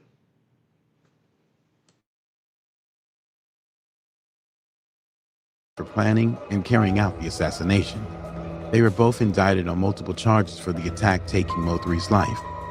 28-year-old Devin Brown was indicted on a murder charge this week. Another man, 22-year-old Cooperative Wright, was also indicted on the same charge earlier this year. It's a tragedy when life has become so fragile that fingers pull triggers without a care for the lives that will be taken and the lives left behind that will be affected. Mo3 was now achieving all his musical dreams and was certain to have become one at the top of the music industry with his passionate vocals and relatable songs. Bubba was but a young man, yet to enjoy the pleasures of life. So much was still ahead for him to experience.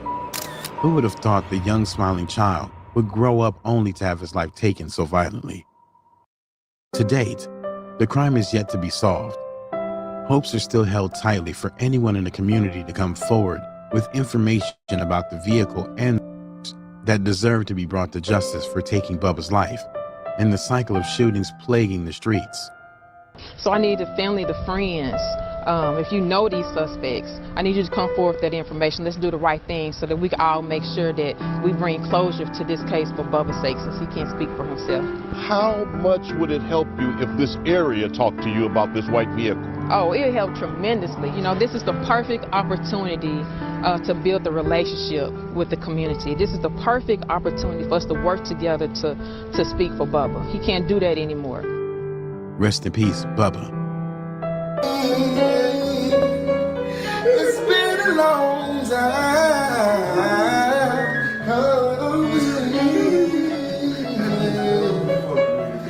I was raised with a pistol on a little street, far as Lane and Deer.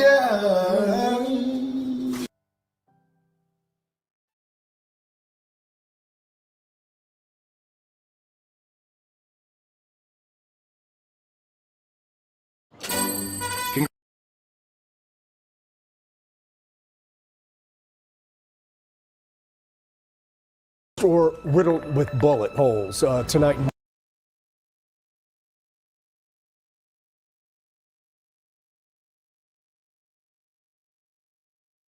Yeah, I just hear this type of stuff every day, man. I hear I got money on my head. I hear. Yo, it's Big Ant, the spokesman, man. We back. Another edition of Urban Politicians TV, UPTV. Make sure you stay on your pivot at all times, man.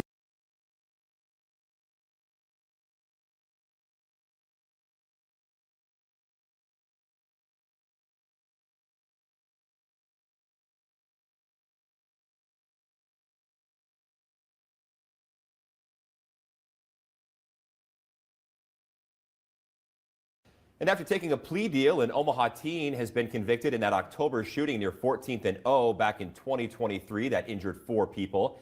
T-Floach Beal was found guilty of 2 charges, 1 count of second-degree assault and a reduced charge for misdemeanor assault. Yo, it's Big Ant, the spokesman, man. We back. Another edition of Urban Politics.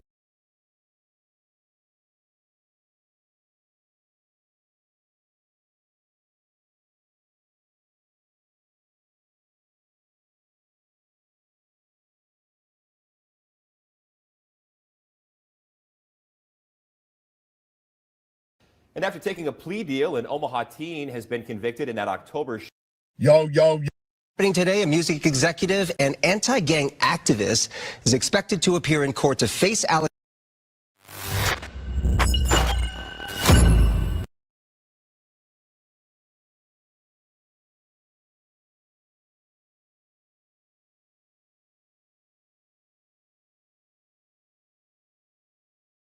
Hey, big bro. What's up with it? So listen, man. So first I'll tell them, bro, that we talk like almost. Listen, bro, we talk a lot, bro. Like you, my dog.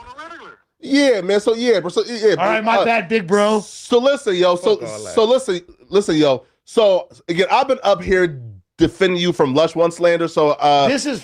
I'm gonna let Lush One tell you himself, okay? Yeah. You see how he set shit up?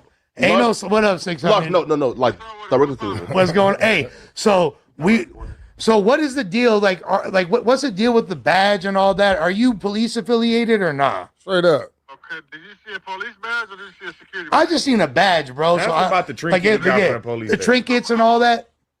I'm an armed security guard. I have Okay. a security beanie and a security badge. Was you out there when Big U got raided? Was you out there when Big U got raided? Big U said you was out there when he got raided with the badge and all that. Big U wasn't there, bro. It's a security badge. You see a big old security beanie on my head? Yeah. All right. Yeah, He's he was out saying there. Big, so Big U was. I thought that. I seen a security badge. Yes. So Flacco said it was a skit when they gave you the little LAPD trinket. What was it, like a ring or something? It was a skit. It was a skit. I mean, even in that video, you didn't see no police. You just saw me. Yeah. Come on. So you never said nothing about like Pops was from 77th Division, so I'm like grandfathered in, blah da da da da. Like, bro, you motherfuckers are in but trouble those jokes, now. man. Blah, da, da, da. I'm asking because I don't. So he doing bro, it's hard to police trolling. tell. It's hard to tell with Police you guys trolling. what's Police joking trolling. and what's not. You know. And that's good. That's not. Okay. I'm not trying to. I'm not hurt by you guys thinking I'm a police. Okay. Look, let me see. Clearly. All right. Look, All right. let him see. Content. And the Oscar goes to. stop that. Hold on. This fool snatching it back. Let's see. This fool because it went different. He thought Lush was gonna get marked out. Hey, you're fucking gay, Flacco. How? Yeah, You know what? Wait, told me to call him. Put extra notes. You're just gay, Who told me dog. to call him? No, who the fuck told Called you? him Big No, Brother. he didn't. Yeah. He said, I'm So gonna call listen, him y'all. Big Yeah. Brother. He Nah, said, I'm listen. gonna call Six Hundred. Talk to you later, Nobody big bro. tell you Nah, to Talk call to you Six later, Hundred. big Nigga, bro. You Big did brother. that. This nigga crazy. Hey, listen, no, He up here hey, lying. Lush did hey, not listen say though. call Yeah. 600. That's cap. listen. I'll be real, bro. Poetic If they Dijon. no, listen. I'll be real though.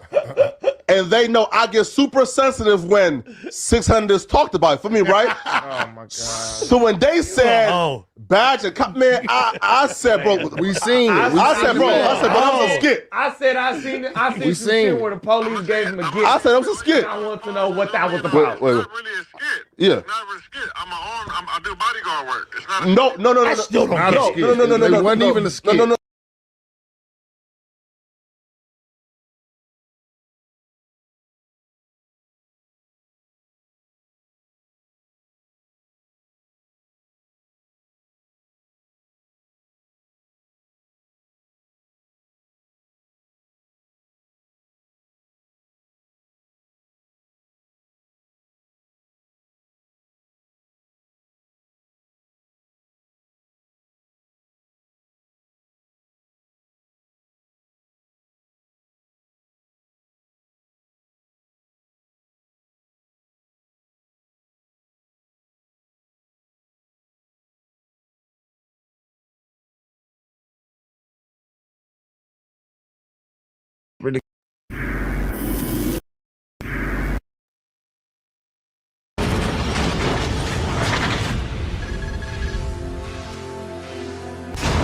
All right.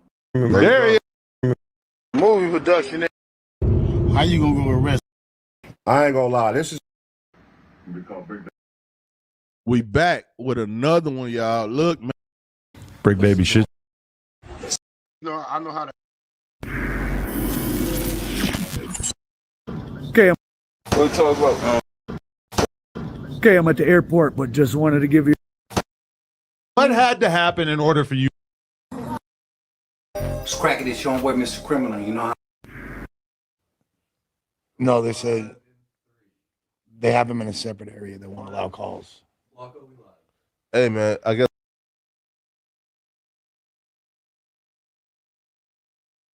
People is assuming that I'm Big old brick in the build with real life streets.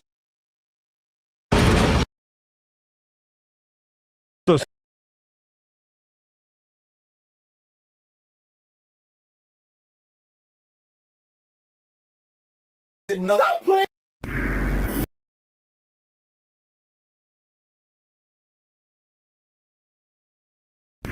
Go. Go. Yo. Our group chat got lit up. If I get a call right now, say, "Hey, bro, we got 5,000." Rap news, street politics. News today is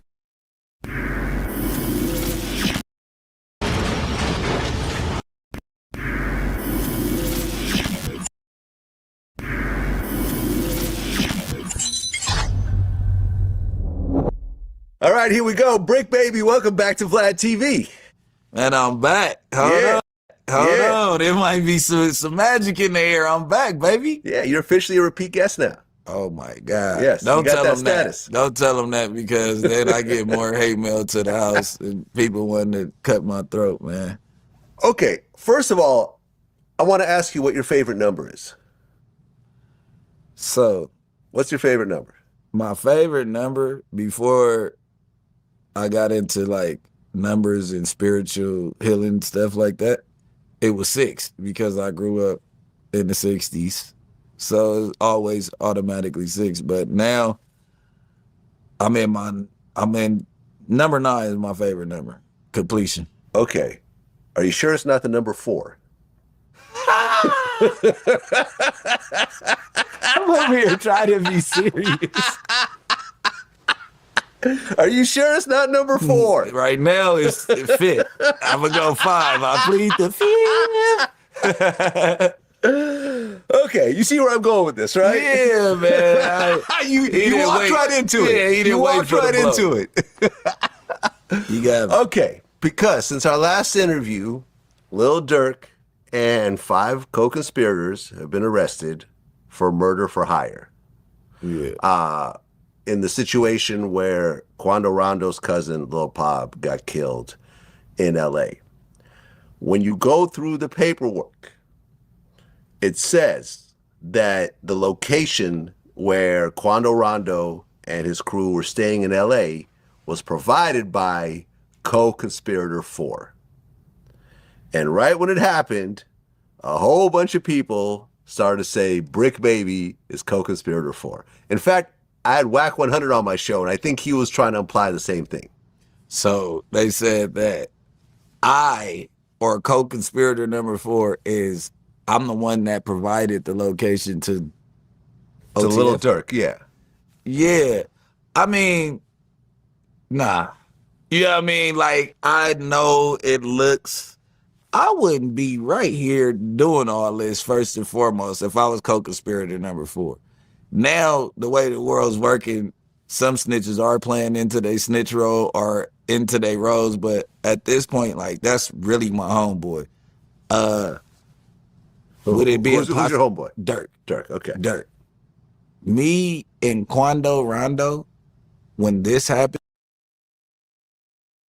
That nigga said Mustafa is homeboy. Shit, I don't think they're gonna welcome you with open arms when you get up in there with him. They're gonna tell their ass to put you on a different deck before you get up, buddy. You ain't finna report it. You ain't finna report about Lil Durk. You ain't finna report about Lil Durk, man, and then think you finna go on the deck and kick it with him, man. What type of time you on, man? Mustafa and them ain't finna accept Brick Baby. Me and Quando Rondo had officially talked 3 to 4 times already. And I ain't said this nowhere else, but me and Quando Rondo had let their beef be their beef and our relationship be our relationship. Mm-hmm. It ain't no buddy, you know what I mean? But you might need some mentorship, you know what I mean? Like you ain't had no dudes or so. At that point, I wouldn't have been the one to provide a location, and I doubt that Quando Rondo will let me know where he's at when he's in LA. Like, I know that we talked a couple times, but you know, fat meat ain't greasy, because had I been in the streets and been low on money and somebody called me like, hey, I got 60,000 if you could tell me where bro at, or 100, they might know where he at.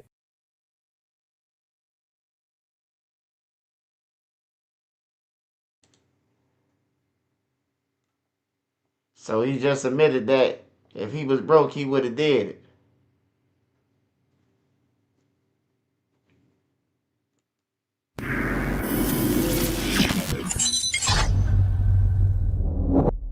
The reason why they tried to pin it on you was because after that incident, Quando said that he's no longer a rolling 60. He's putting his flag down, and people started trying to kind of connect the dots and say, well, he is renouncing being a rolling 60 because co-conspirator 4 was probably a rolling 60 also, and he feels backdoored by the crew that he was associated with, allegedly, and blah, blah, blah, blah, blah.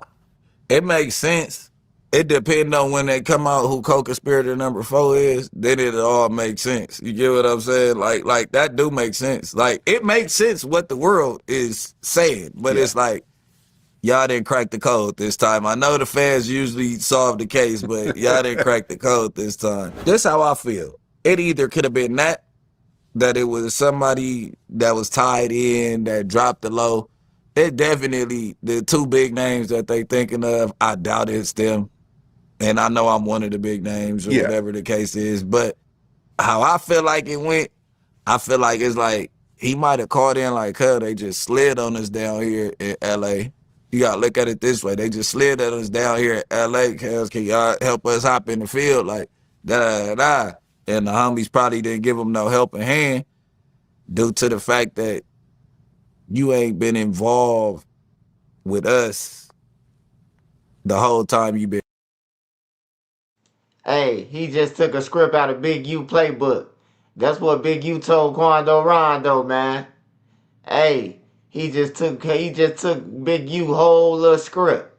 You ain't check in with us. Man, if Lil Durk called your phone, nigga, and told you what Quando Rondo at, you gonna give him up. You gonna give him up. Durk got money, man. You ain't talking to no little Ray Ray off the block from Chicago. Durk got millions, nigga. Durk could change your life by just taking a picture with your ass and doing a skit, doing a little video premiere. Durk could sit there with you while you count money, nigga, and you will have more subscribers than you ever had. Stop playing, bro. Been growing. You get what I'm saying? Like the young dudes that hop in the field with him, he should have been came to LA and snatched him up and kicked it with him. And all it takes is to pull up, post some rose, post some lean or whatever the case is, kicking for a couple hours, make them feel like they really your friend. You get what I'm saying? And maybe you'll have more people. Like some people just pop in, go take pictures and get on. You know what I mean? They don't check on nobody well-being. So now when you get into some smoke, like, whoa, bro, I came down there. Like, yeah, came and took pictures with us a couple times. You know what I mean? Like, you don't have a close relationship with nobody on this side of the fence enough to where they probably will play ball for you. And when he seen that, he probably dropped it too. I don't know. It could go either way, though. He could have been backdoor.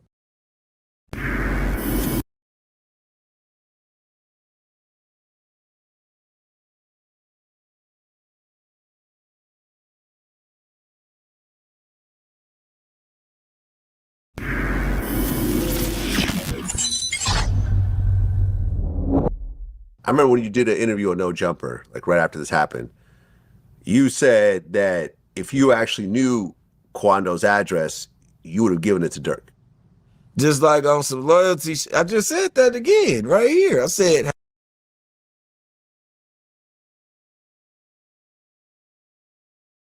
I got some shoes like that, some brown joints.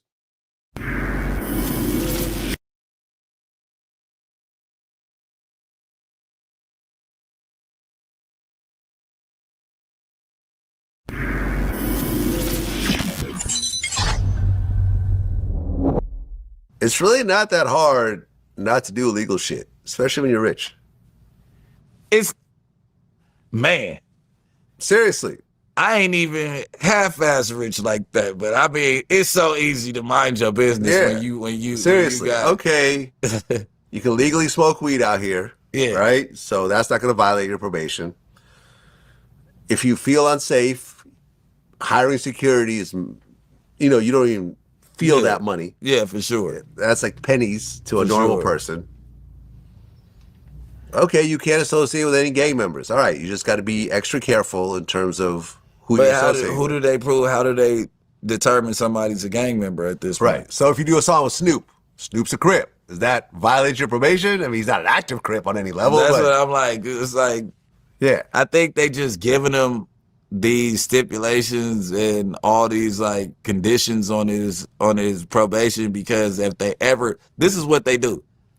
They put it out there, so if you ever bite for it and they don't have nothing else, like, okay, you was around gangbangers, we taking your ass to jail then. You know what I'm saying? It's like, you ours for 15 years. It's just basically us telling you, like, we know you gonna do it, But if we ever want to trip on you, we coming to get your ass, and you can get in trouble for that shit. Well, yeah, like what people don't realize about probation is that technically, although you're out, you still technically have the rules of an inmate. Meaning that if you get pulled over, no probable cause. Yeah. We'll go through your whole car. And they can strip search you. Strip search you. Show up to your house.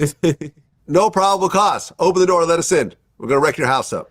Yeah. I've been through it multiple times. I was driving my mini bike as a kid. They like, you on probation. We about to take you back to the house and search your room. I'm like, what?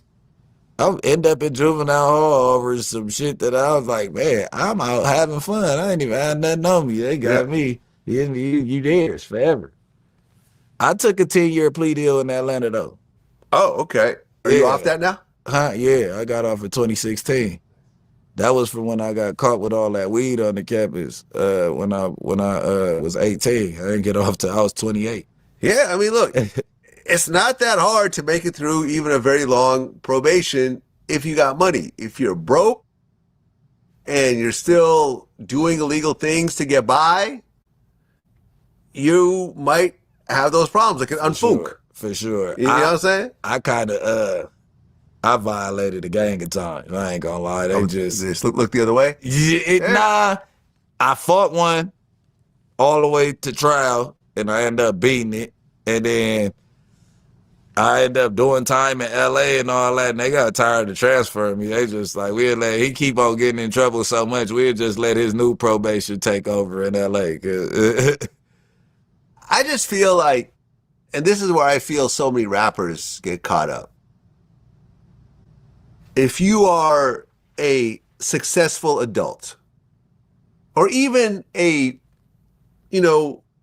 middle-class working 9-to-5 guy, there is absolutely no reason to associate yourself with criminals anymore. I don't mean, now, hold on, before you jump in, I have a lot of friends who are former criminals, who have went to prison, who have shot people, who have killed people, but have completely turned their life around and now are successful in various ways. You should absolutely accept people like this in your life. 100%. But if you are still actively robbing, stealing, scamming, shooting people, whatever else, I don't want this person around me. And anyone on the level of a Young Thug or a Dirk or whoever should absolutely not have anybody around him like that. Think about it. If Dirk had none of these people around him, okay, I want to kill Quando Rondo.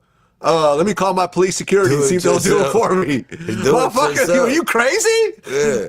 I work for Chicago PD. I'm not going to go kill somebody. Yeah. Like, Because my whole thing is like, a motherfucker go look in the mirror and say, I'm finna handle my business myself today. Nobody does this. Yeah, you're going to know like, hey, maybe the business don't need to be handled.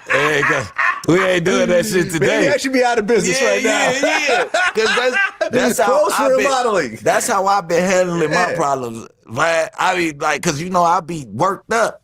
I be like, here, you got your strap, go. Because I talk to myself. Go get him. You gonna go pick up that baby, nigga, and turn that damn phone back on. Like, you know what? He ain't killed nobody in my family. This is just an argument. You get to thinking. Now you go put that bag on somebody and you not thinking, you get what I'm saying? Like you got to stay away from that shit. It's just, you got to stay away from active gang members. Because that's how I cleared my situation up. Like, that's how, like, all right, everybody that's getting cracking in the streets every day, that's I love you when I see you, it's good. Like, I'm gonna come give you the hood shakes, all that is good. But as far as like every day, we don't got the same goals. Like, I kick it with Conrad. I kick it with other people from my hood that are trying to go where I'm going in the same lanes, like rapping, fighting, and all of that. And I still keep a clear line of communication. But if you don't got a job, if you ain't tired of going to jail, like my pack of niggas, we all old niggas that's tired of going to jail. That you know what I mean? That we only gonna get cracking if the drama come to us. Right. We not coming down there to entertain that shit. That's fine. If you have a background, if you went to prison, whatever else. Like I said, regular guests, Freeway Ricky Ross. Like these are all, tradie, all ex-criminals who have gone to jail for selling tons of drugs or shooting people or whatever else, you know, gang banging. It's all good. These are all family men now who have legitimate careers, who are full-time rappers or full-time motivational speakers or have actual businesses and so forth.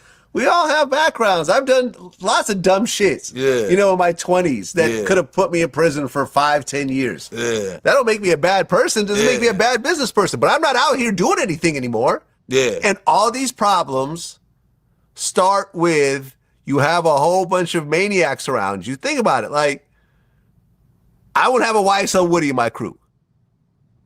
He could not be Vlad TV Woody. I wouldn't let him rep my name like that. I wouldn't let him rep my name like that. Woody seems crazy for real. You know what I'm saying? I wouldn't want Vlad TV Woody. You better go become World Star Woody or World Star Woody. No jumper Woody. No jumper Woody. That might be a better place for you. Vlad TV Woody ain't gonna fly. Because all these guys are, because look at all these dudes YSL names. This guy shot a cop.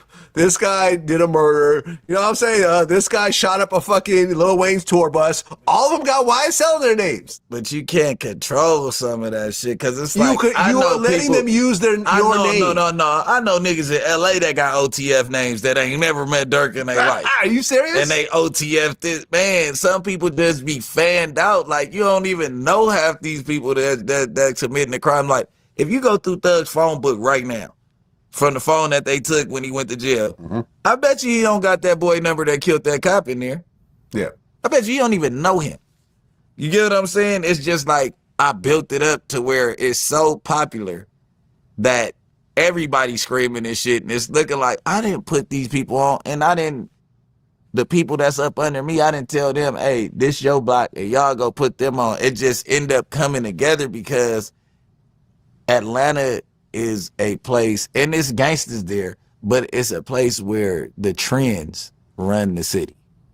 You get what I'm trying to say? And it's very trendy to be slime.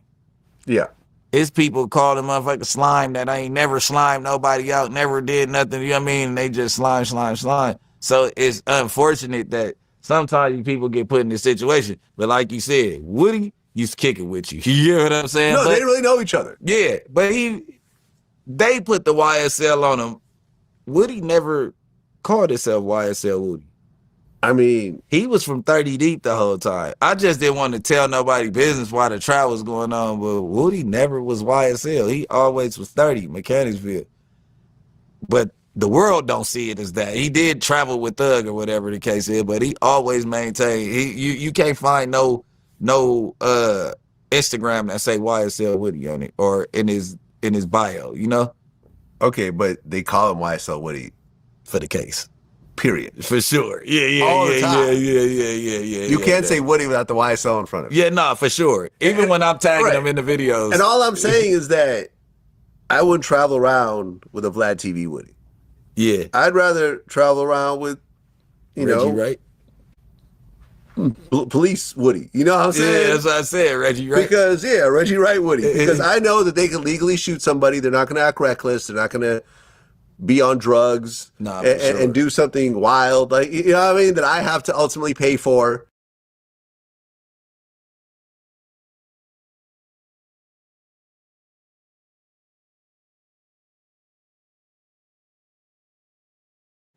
Smash that like button, y'all. Smash that like button.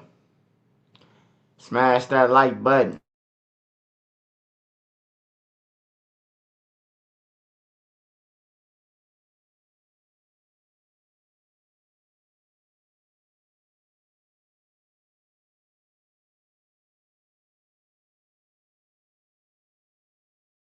Justice for Dip. Justice for Dip. Justice for Dip. So this gonna. Hey, y'all just saying what I just saying? Justice for Nip and he laughing? What's funny? Can somebody tell me what's funny? Justice for Nip and he laughing? Is that something to celebrate? Like him saying that sound evil, man. But you a gangster. He a straight gangster, bro. Justice for them. So this is gonna probably be my last video. I'm gonna go turn myself in. So they just raided all my houses. Begin with breaking news. This just in. The FBI says that South LA crime boss Eugene Big U Henley is now in custody. Okay, Big U has turned himself in, but let's refresh our memory about the trouble he may be in.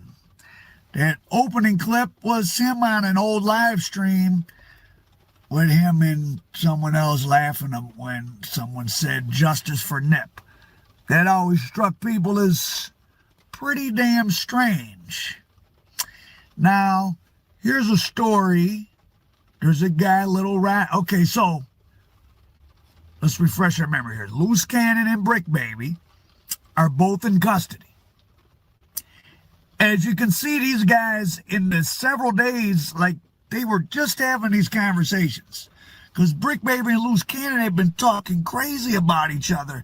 And they got cool in the last few days and we're doing podcasts together and we're confessing to crime. I mean, this is truly bizarre. I mean, I guess it's a function of whatever you're doing, you get comfortable doing it. That's why people get caught doing all kind of crimes. You rob a bank, you're very scared. You rob 2, you rob 5, you start to forget robbing banks is a big deal. So these guys are on these podcasts talking so much, they forget. Like, you know, people I know that seem like they might be actively doing stuff. They don't want to be interviewed.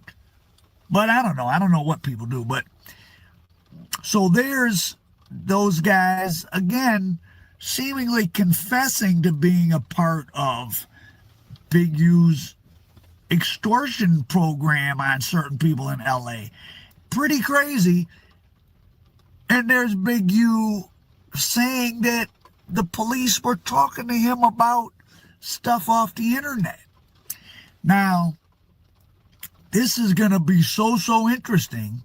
600 was actually with the police when they raided my house. And he's actually got video and footage of it.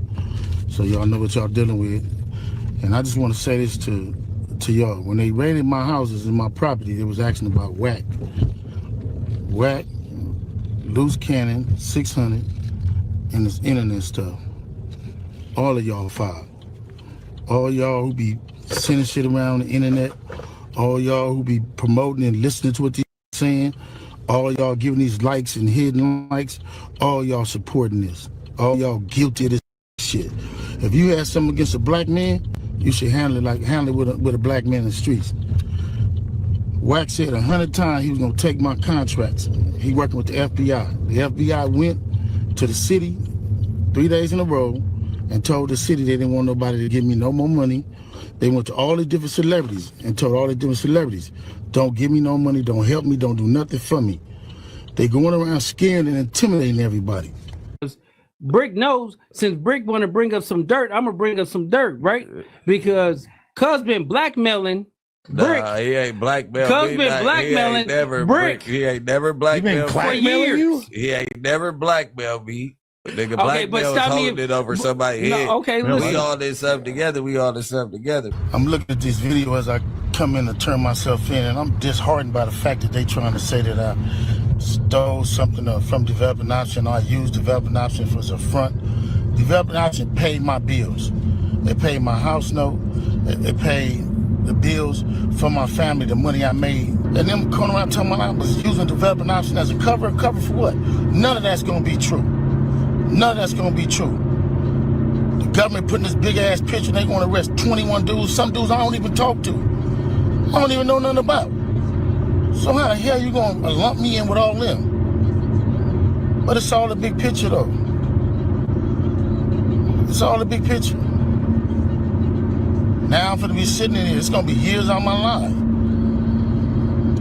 Then you going to get dudes who I don't even talk to. What they gonna say? You ruining people's lives. I heard it's over 21 people that's been arrested. This shit wrong. as someone that reads newspaper headlines all the time and, obviously studies crime and political things and social things, the terminology, because the words are chosen for a reason, the terminology that the federal government and the news media is using to describe Big U is very interesting. Mafia boss. So, Crips and Bloods are popular in rap music, but, as far as being a criminal menace in the city of Los Angeles right now, kind of minimal to the city in general. So maybe that's not that frightening. So calling him a mafia boss sounds more menacing. And Mr. Henley engaged in a murder of a musician signed to his label in 2021 and dumped the victim's body in Las Vegas off of the I-15 freeway. He then attempted to evade and obstruct the investigation into the murder, including ordering witnesses not to speak with law enforcement. Henley's criminal enterprise also engaged in other crimes, including transporting prostitutes across state lines, extorting strip clubs, marijuana dispensaries, and other businesses, and fraudulently applying for COVID loans in the form of a business relief loan. On that application, Mr. Henley falsely stated that his music label, Unique Music, operated at a $200,000 profit in 2019 and was entitled to government assistance, despite the reality that the company had operated at a loss and was ineligible for such relief. Finally, Mr. Henley is accused of embezzling donations made by celebrities, professional athletes, and businesses to his charity, Developing Options, which, as I said, purports to give South LA at-risk youth alternatives to gang violence, drugs, and other criminal activity. Henley used this charity as a front. He used it to conceal his fraudulent activities, his criminal enterprises activities, and evade detection from law enforcement. If convicted on the racketeering conspiracy, he and his co-conspirators face approximately a 20-year federal prison sentence. As you can see from the press conference, the police seem to have spent the most time talking about the fraud, or the alleged fraud, him getting money. Now, in Big U's defense, like he said, the money he took from those organizations was to pay his bills. Well, that's what community organizations, the people running them, get a salary. So he certainly has a defense on that, depending how much he took. They didn't seem to spend a lot of time talking about the homicide. Now, the homicide is in the indictment, but he may not really have any evidence other than circumstantial, like the kid went into the studio, Big U went into the studio, there's no footage, the kid is dead. I mean, that sounds bad, but that's not, you put that in a trial, that's not going to get someone sent to prison for life, or usually it won't. And as far as them saying there was evidence tying Big U to the decedent, to the deceased young man, Raan Williams, and that there was DNA under his fingernails, that's not true. There was a test that was inconclusive.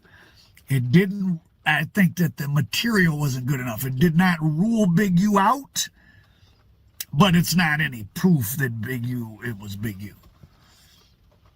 So, and they have to prove exactly what a homicide is, right?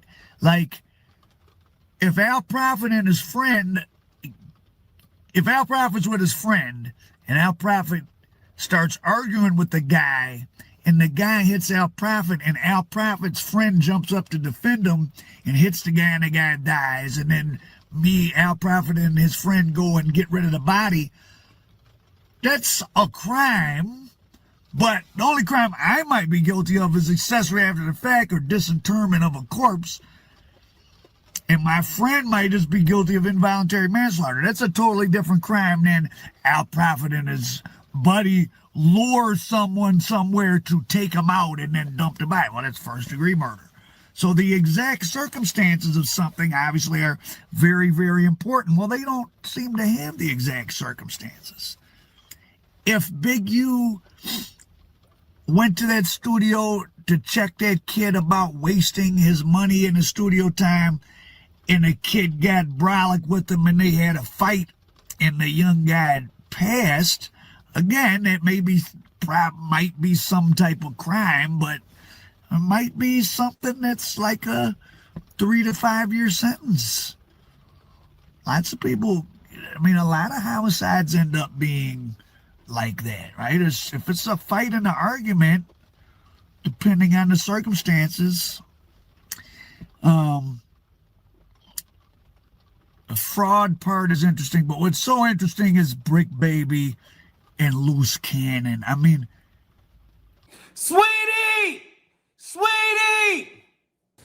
He'll be like, he'll manipulate things. Like, we'll go and do something, and the same niggas we do it to show up to the house like 10 minutes later when we trying to, counting everything, right?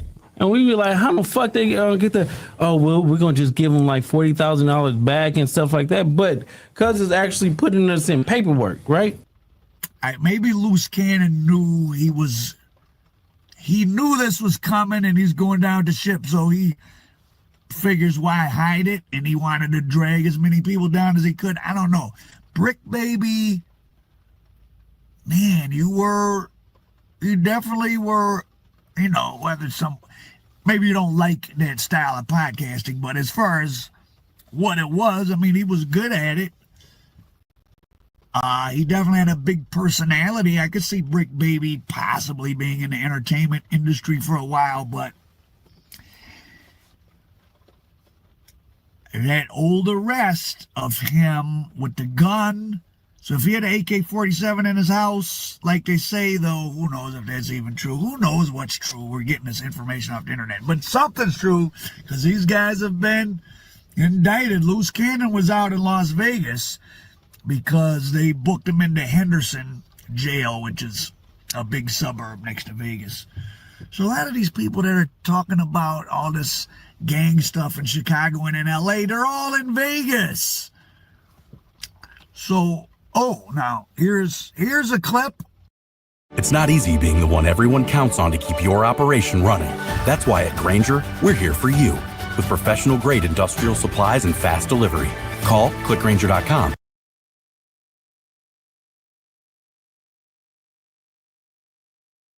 Zay. That dude, he a red rag, and you bringing red rags to the hood, and plus, I heard you made a diss record about me. What's up? Was it about me? Man, I love Nip. You gotta love this skinny guy, man. Built like Bruce Lee or somebody, skinny. Flyweight. Hell yeah, it's about you, Big U. And Big U launched the water bottle at his face. What'd he do that for? In the words of Nip, big homie, you gotta come on outside and see me. Big U went out there like he was about to mail in the victory. He just knew he had that one. Dead homies. Bro, went out there stretching on that old MMA, mixed martial arts stuff. But that shit only work in the mirror.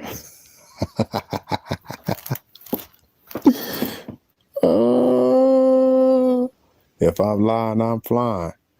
Ask anybody, ask the front hoods. Man, Nip maxed this dude out. Walked him up out of there until Bear Claw say, bro, you don't need to be fighting this young dude. Tiny Draws, get out there. Nip gave him what he wanted also. We could walk into a place and that'll make people fearful just knowing that it's rolling 60s and what it carries behind it. Like, what does it carry behind it? It carries dirt, carries murder, carries whatever you want. Treachery. I was asking around. Adrian Bronner is known for shooting dice. So that story of Adrian Bronner cheating NBA players out of millions of dollars, and then they have to call Big U to get their money back. So Big U thought he was doing a good deed, And it's come back to haunt them. Because that is like some mafia stuff. We were cheated out of millions, and we don't call the police. We call Big U. But I have to say, a lot of these young athletes, they got the Ja Morant syndrome. They're real clowns. Like, these are suburban guys making millions of dollars in the NBA, doing stuff with people like Big U and shooting dice. Why would you be shooting illegal? Like, go to the casino. You want to shoot dice in a hotel room with a washed up boxer who's cheating you, and then you want to go get a gang leader to get your money back. Those guys are equivalent to the white businessman who get themselves mixed up with the Italian mafia.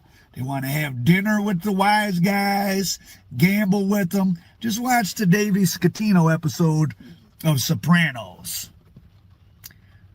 Davey Scatino owns a sporting goods store. He gets in over his head gambling. Tony Soprano takes his truck and gives it to her. Takes Davey Scatino's college-age son's truck and gives it to his daughter, who goes to school with him, and she recognizes, like, oh my God, you took my friend's truck. And Tony Soprano's like, well, that's my job. He owed money. Anyways, point being, extortion is something for people that aren't going to call the police. So this idea that people, just gang members, go around extorting people, they don't extort people who will call the police, which is what a normal person should be. Only if you are doing things or behaving in a manner indicative, like, oh, I'm a street person, I wouldn't call the police. Okay, well, now you've walked into the web on your own.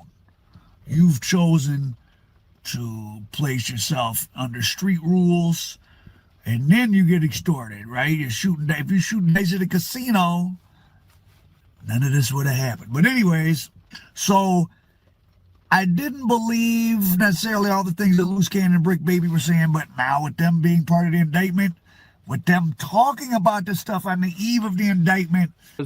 Brick knows, since Brick want to bring up some dirt, I'm going to bring up some dirt, right? Because Cuz been blackmailing Brick. Nah, he ain't blackmailing. Cuz been blackmailing Brick. He ain't never blackmailed for years. He ain't never blackmailed me. Nigga, Okay, but blackmail is stop me holding it over somebody's head. Okay, listen. We all this stuff together. Probably little Radze is telling the truth, I guess, like, because other people told their story. And here's the thing, to go to the Nipsey Hussle and Eric Holder heart of the matter. It was Eric Holder supposedly got 60 years in prison, right? Well, he's eligible for parole, as you see here, in 2039. That's 14 more years.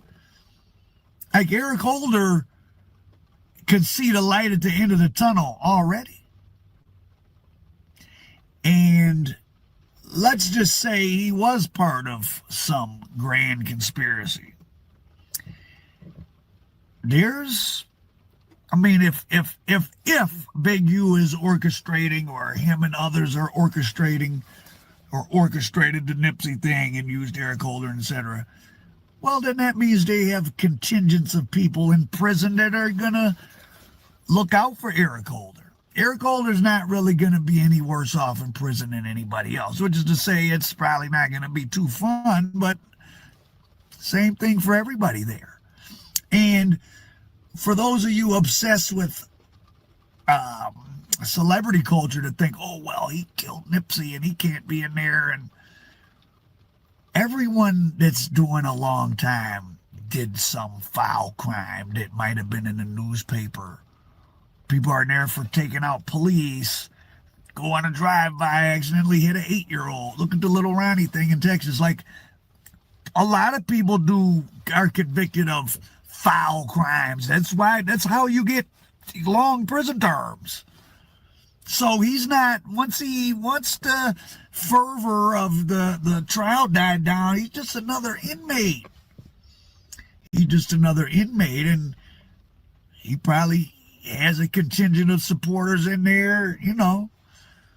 So that's what was making me think, like, no, that couldn't possibly be a conspiracy, because I was thinking Eric Holder got all that time. Why wouldn't he tell?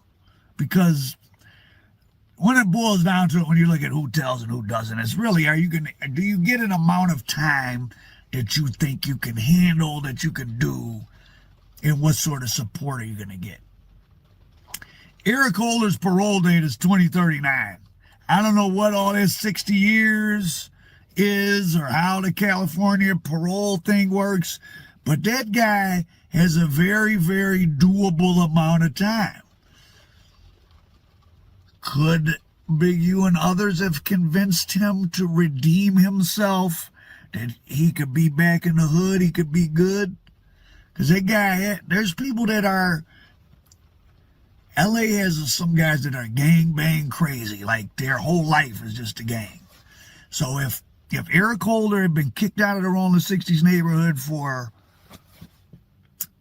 inappropriate events at an earlier time, and he was told he could come back around if he did this, hey, 15 years, he's been in sick. Oh, you probably do a 30-year time maybe, because he's already been in. When was that crime? 2018, 19? So he's been in 5-6 years. He's got 19. He's a quarter of the way down. He's not really in the home stretch, but I mean, you know. So it'll be interesting, obviously, to see what happens. What do you guys think what's the percentage chance that something to do with Nipsey Hussle gets brought into this? Is it greater than 50%? Also, what do you guys think about Little Rod Zay's story of the day Nipsey and Big U supposedly had a big fight? Does that sound believable? Do you think that happened? Now, there was also the story about, what is it, Fats, who got bumped off at the dispensary. Now, there is a dispensary extortion charge in the indictment. So I'm just trying to piece things from the indictment to what we've heard being said on social media, because the social media stuff has been showing itself to be real. These guys have been telling real stories, which is mind-boggling. Wow. Brick and Loose were on No Jumper and were at just the hours before the indictment. But he's blackmailing you. No, that's not blackmail. We did stuff together. And as you heard Big U say, the police were asking him about this. The case was built. The case was built off two things: that young man's parents in Vegas and social media. Now, if Big U killed a young guy who used to live with him just because they got into an argument about studio time, that's foul. And, you know, lock him up, throw away the key. But who knows what happened? Like I said, there's other scenarios. There could have just been a fight. I mean, it definitely looks bad for Big U, don't get me. Justice for Dip. Wack 100, I'm not going to call him a law enforcement officer. I don't have any proof of that. But watching how him gives you the same feeling that a lot of people have. Like, he sure seems to know everything. Of course, if he was getting it from the police, why would he have to put it out there, and why would the police use it? I don't know. Wack does know a lot. It could be, though, just people tell him stuff. That millions of dollars that was going to Big U and his crew, someone else is going to get it now, because that's money that the federal government and the state gives, and it's for community building. You have to have community people, right? You can't have gang violence intervention people and it's all outsiders. You're going to have people from the neighborhood.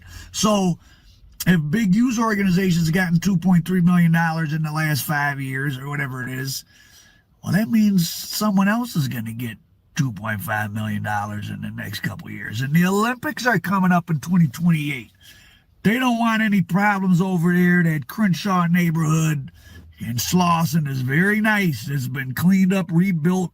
You'd be shocked going over there. It's I don't mean it's like nice for a hood area. Like it's just a really nice area. Now, I'm sure there's some, I'm not super familiar with every nook and cranny or side street, and I'm sure there's some blocks you don't want to turn down, I guess, probably over there. Maybe not anymore. I really don't know. But as far as on the main streets over there, big businesses, chain restaurants, gourmet stuff, expensive apartments, new subway line. LA is like New York. It's so expensive that any little neighborhood that's marginal that they can claw back and make it upscale is worth tens of millions, hundreds of millions of dollars. So Big U gave them enough rope to hang him, possibly. Again, if he did that homicide, that's pretty foul. There's certainly circumstantial evidence that makes you think he could be involved with Nipsey, but innuendo, gossip, what something seems like. Now we're getting dangerously close into judging people on, oh, well, he looks like a killer. Well, you know, you can't say that. You know, you got to prove what somebody did. What do you guys think about Eric Holder? Shit, he cuz. Did he do this on behalf of, did he knock off Nipsey on behalf of Big U? This fight at the studio and the deceased young man in Las Vegas sounds suspiciously similar to these scenarios we're hearing about Nipsey. Fight over studio equipment, over studio time. Those that do not know history are doomed to repeat it. Vegans, feel free to skip. Smash that like button. Yeah, you wanted the fame, now you got it, man. You wanted the fame, you got it. It don't matter what race you is. Journalism is journalism, man. We see white people on the news, Indians, and all type of shit in front of the courthouses, man. Journalism is journalism. Anybody can explain the story if they get the facts or if they get the details. Anybody could report. Hey, if you from LA, right? You say you from LA, you should start with No Jumper then. That'll be a star for you, Willie. Cause No Jumper is y'all big, yeah, the biggest detrimental to the black community. For real. They going on there. They going on there, whooping each other, all the gang members in one building, and he playing them like he the puppet, like he the grand wizard for the KKK.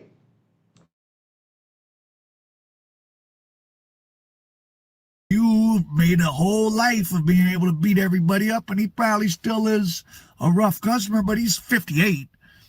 So a 58-year-old fighting a 24-year-old who's fresh off of being a high school football star. And you know the sick part about the whole thing, not the sick part, but the irony as far as you see these amounts of money. Oh, they were getting $25,000 a month extorting the reefer shop, have $2 million in loans, in payouts for the grid program. And it sounds like a lot of money, but not when you break it down. That's over 5 years, even a $25,000 a month. Well, if you got 10, 15 goons on the payroll, you hear what Loose Cannon said, we're breaking up. Loose Cannon said we would go out and rob people and be at Big U's house breaking down the money, and then the person would show up and Big U would give him part back and he would write our names down. That is insanity. That it happened and that he said it and that the whole thing. Wow. Okay, now another topic. This is going to change the landscape of podcasting. This is going to change the landscape of podcasting. What do you guys think? As far as in this, they've stopped interviewing rappers, right? That's burned out. Everyone's a street person. ex-street person. They want to talk about street stuff, gangs. And now you've had two of the guys who talk a lot are in an indictment. These Brick Baby was like, I mean, as far as that world goes, was like kind of a big deal. He wasn't Johnny Carson, but he was Ed McMahon. It's like Ed McMahon getting indicted. Like they ran up in Johnny Carson and took Ed McMahon and indicted him. Did you know Ed McMahon played a villain in the blaxploitation movie in the 70s? Little known fact, check it out. He had a leisure suit on and some big Cazelle glasses. Ed McMahon is a villain. This is going to change podcast. People got to be, all the gang guys, the people that's still messing around halfway in the street, they coming.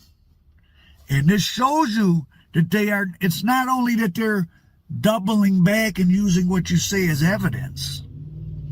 They're using it to investigate in the first place. They are listening.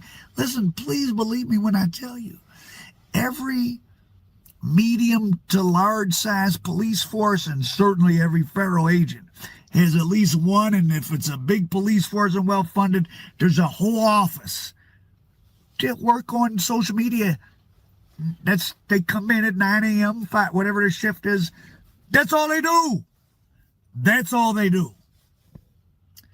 Between looking at the cameras and looking at social media, everything's there.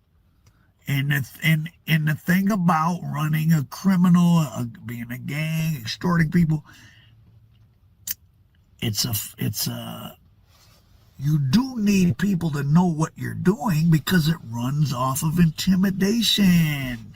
And then also when you mix in the rap, where it's free marketing and promotion, you do sort of want people to know what you're doing, right? I want people to know you mess with Al Prophet, you're going to get shot up. Well, okay, where is the line drawn from that to, well, Al had so-and-so shoot so-and-so at 2 p.m. on July 10th. Well, we don't want that. Well, where do you strike the balance? Well, it's apparently some people didn't strike the balance. So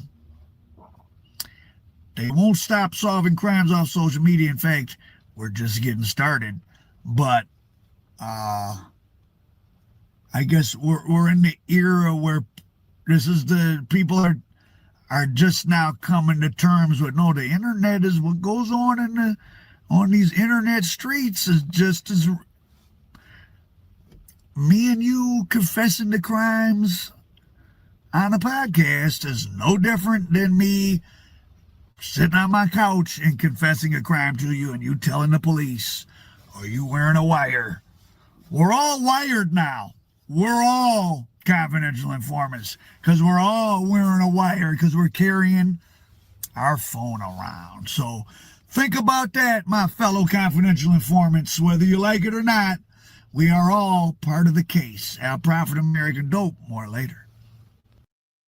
Justice for Dip. So this is going. Hey, that's crazy, man. Big U with that justice for Nip shit. That's weird, man. That's definitely weird, man. That nigga said justice for Nip and started laughing, bro. And then they wonder why people speculate on and accuse people of doing shit. You give a person a reason. All right, y'all. I'm finna go over the news one time for the people who just woke up. So let's go to Yellow Beezy.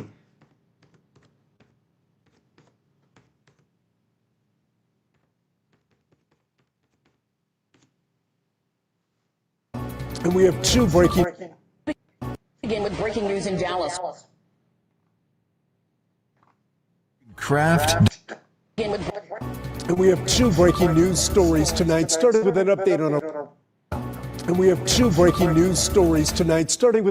on a rapper gunned down on a highway 5 years ago. Dallas police now say Yella Beezy hired a hitman to kill his one-time friend turned rival, Mo3. Cole Sullivan is live at the county jail. These are well-known rappers in the Dallas hip-hop scene. Chris, Yella Beezy's top single, it Put It On Me, it peaked at 56 on the Billboard Hot 100. Now he's in the Dallas County Justice Complex behind me on a capital murder charge, accused of hiring a hitman to kill a fellow rapper. This all happened back in 2020. And just before noon, on the middle of Interstate 35, just south of the Dallas Zoo, Dallas police arrested a 22-year-old and charged him with murder. Initially, that 22-year-old's in federal prison, convicted of gun charges, but now, 5 years later, they say he was the trigger man. Police say Yella Beezy, whose top song That's On Me, hired that 22-year-old and promised him cash for killing Mo3. A grand jury handed up an indictment this week and booked Marquise Conway tonight. The killing of Melvin Noble, known as Mo3, led to an outpouring of grief from his fans.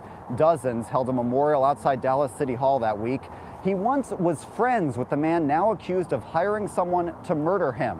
The killing has long been suspected to be the result of a rap feud. We reached out to Yella Beezy's legal team tonight and have not heard back. We're waiting to hear back on a bond amount for him as well. We'll bring you updates tomorrow on Daybreak. Chris. All right, thank you, Cole. You know, we've been following Yella Beezy's career, and this isn't his first run-in with the law. Go to WFAA.com, where we posted a story on his previous arrests, as well as the time he was shot several times in 2018.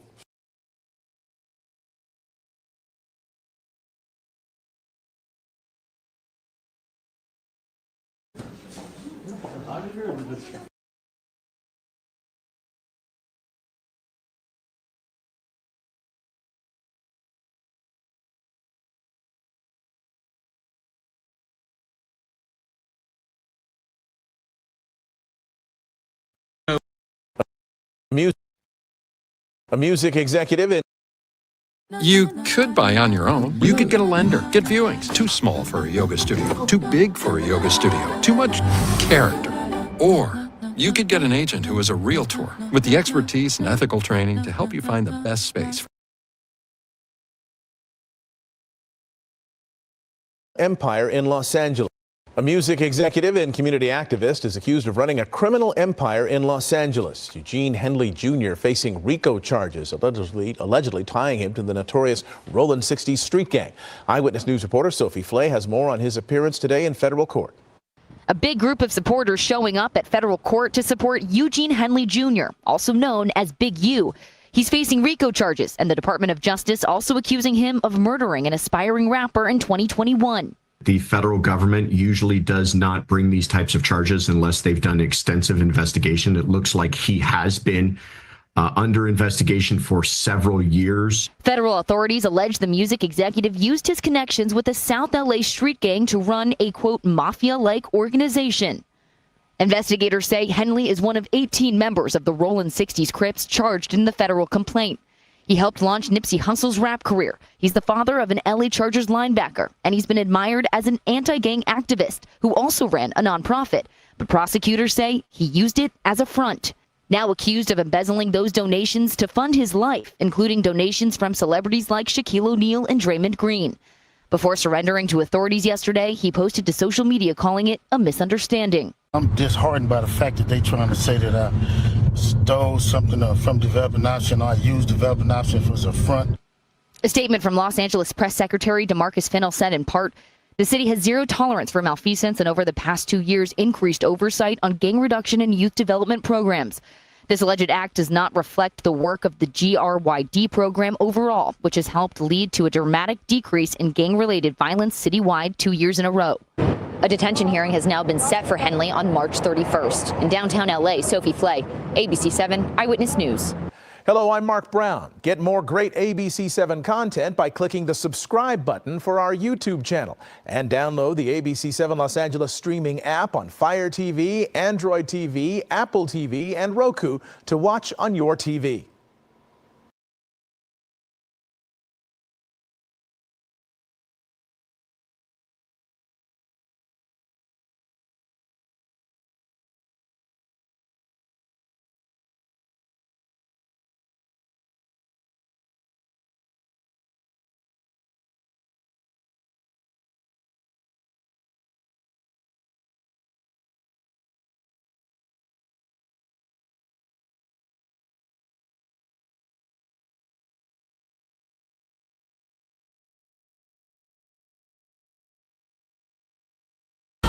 Nobody wins when the family feels. Niggas average. Knife in my face, pistol at your temple. Blah, blah, blah. Slaughter gang. Lotto, you taking that oath. You know what you signed up for. You savage gang. All my bros. Allison, Notorious Allison.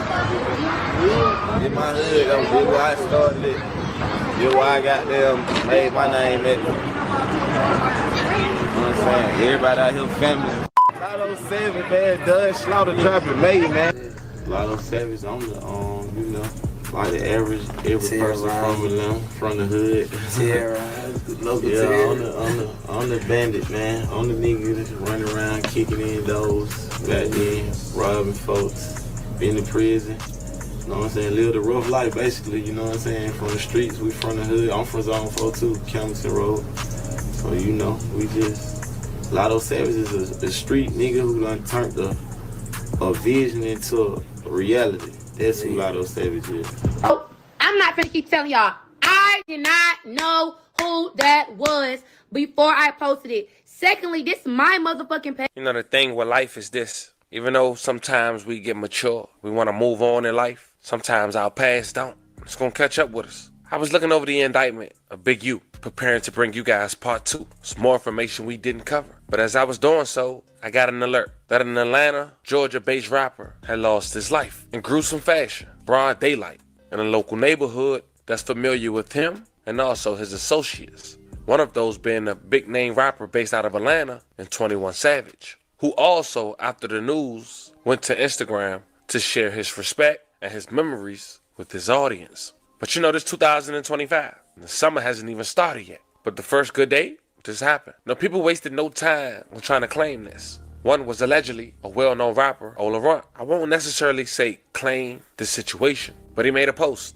And that post that's floating around on social media, it got 3 words. Lotto for Lotto. He's not talking about the Georgia lottery. A rapper named Lotto Savage had lost his life, who we'll later discuss within the last 24 hours of me making this video. But the person who made that post, he has an alleged member who he grew up with, a part of his clique, who lost his life, who we'll later discuss, who also went by Lotto.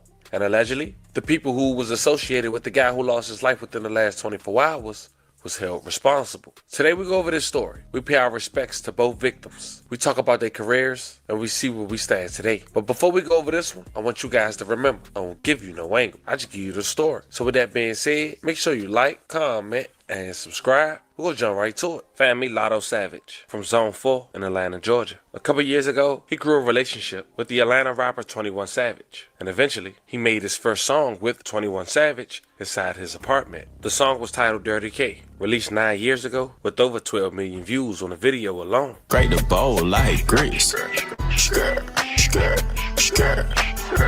Now before we continue, a fun fact on Lotto Savage's name. He got the Savage from 21 Savage, and he got the Lotto from Savage Lotto, another Atlanta-based rapper named Loso Loaded. He ended up signing to a record deal for $5,000 to Base Loaded Records, and we'll later hear why he made that decision in a clip from an interview. Now as mentioned, he was from the West, but he was affiliated with 21 Savage, DDE, and 4L. And of course, to give you guys a rundown on 4L history. Now 4L is affiliated with Slaughter Gang, which is allegedly a clique of Billy Badass and Sex Money Murder, 9 Trey Bloods that formed in Glenwood Road / 2100 block that runs from East Atlanta, Zone 6, all the way to Decatur. They also got members from the West Side, and that's where you get Lotto Savage. One of their main hoods, allegedly, is G Block, Austin Oaks Apartments. But the younger generation Slaughter Gang members, Young Brew 4L, runs G Block and the eastern section of Glenwood, which is also the neighborhood where Lotto Savage had lost his life less than 24 hours ago. Now before we go over those details, it makes you say, hey, well, who 4L beefing with that makes them be a target of a drive-by shooting in the middle of the day, broad daylight? Well, one of their main oppositions are the henchmen / 5L.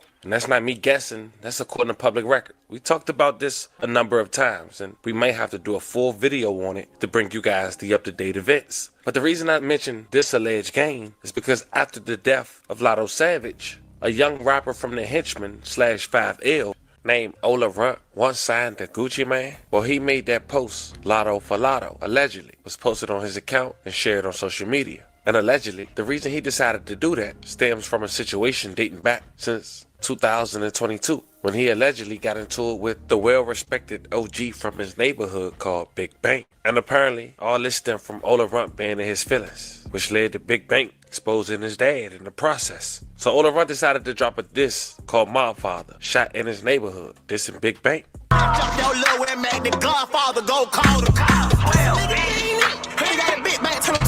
after that video, Big Bank had enough, and he went live, and he exposed Ola Runt and his dad, and why he think the real reason Ola Runt got a problem, exposing his dad for wearing his clothes, and even being jealous and having envy Big Bank's success. Bitch ass nigga got on my clothes. Y'all see him again? Look at that little pussy ass nigga. Nigga a pussy, man. Your daddy got my pants. I forgot the nigga got my pants, the shirt, and my shoe.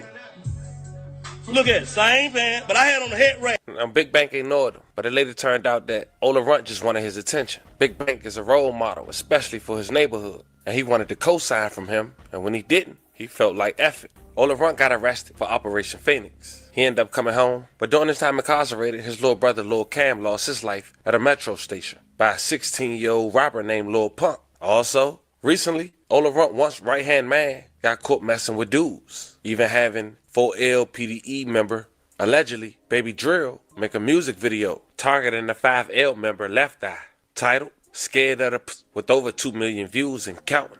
He rather lay up with a trans. He scared of the fuck. I look like me for the booty band. And as you can see, 5L was taking blow after blow. There was no responding to that diss. But some say the henchman / 5L biggest loss, Lil Robert Young Lotto 5L henchman. He was allegedly their main shooter. He died in 2022 at just the age of 25. This was a man who was arrested for robbing Bobby Brown. He was just 18 years old at the time. It was a Wednesday. Atlanta police say the crime occurred in a parking lot adjacent to the Hot Beach recording studio at 1200 Spring Street, just north of 14th Street. The high-profile singer, who attended North Atlanta High School, was approached shortly after 8:30 p.m. by two black males wearing gray hoodie sweatshirts and armed with a gun, before demanding the keys to Bobby Brown's red 2013 Bentley, in which they did. But then on March 25th, 2022, Lil Robert Young Lotto 5L henchman would lose his life after being ambushed by a masked gunman at a local Texaco.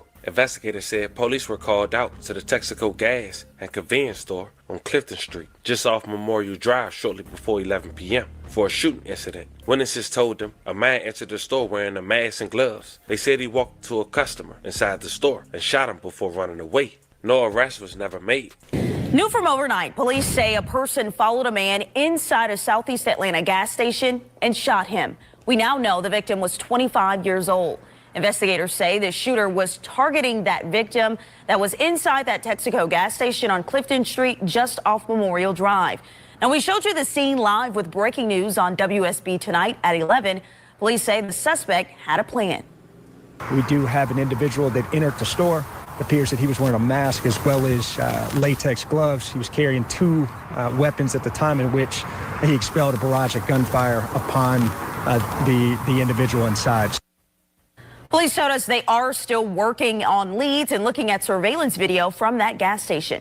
So at this point, I'm sure we all have a clear understanding on who Ola Runt is, the Atlanta-based rapper, and who is the Lotto he was referring to in his post, and why he would make a post less than 24 hours after another rapper from the alleged opposing opposition side had lost his life, who also go by the name Lotto Savage. Now, as mentioned, Lotto Savage has millions of views on YouTube with features like Wack and Lucci and even Lil Yachty.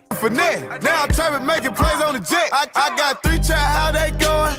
My money. During his career, he dropped 3 mixtapes. And unfortunately, he had a substance abuse problem that he confessed to just 6 months ago in an interview with the Progress Report. It was about an hour long. I want to show you guys 2 minutes. But he talked about how opportunities he had to let slip by because he was under the influence and not knowing no better. So how much did you sign for when you signed with them, and what went wrong? $5,000. Okay, you signed to them for $5K. $5,000. Okay. That's real. And you know what? I was signed to Epic in, 60 days, 90 days at the most? Yeah. Epic, $250,000 for Trap It Out. Me not knowing though, you know what I'm saying? So you ain't see that? No, I only got $30,000 out of that money.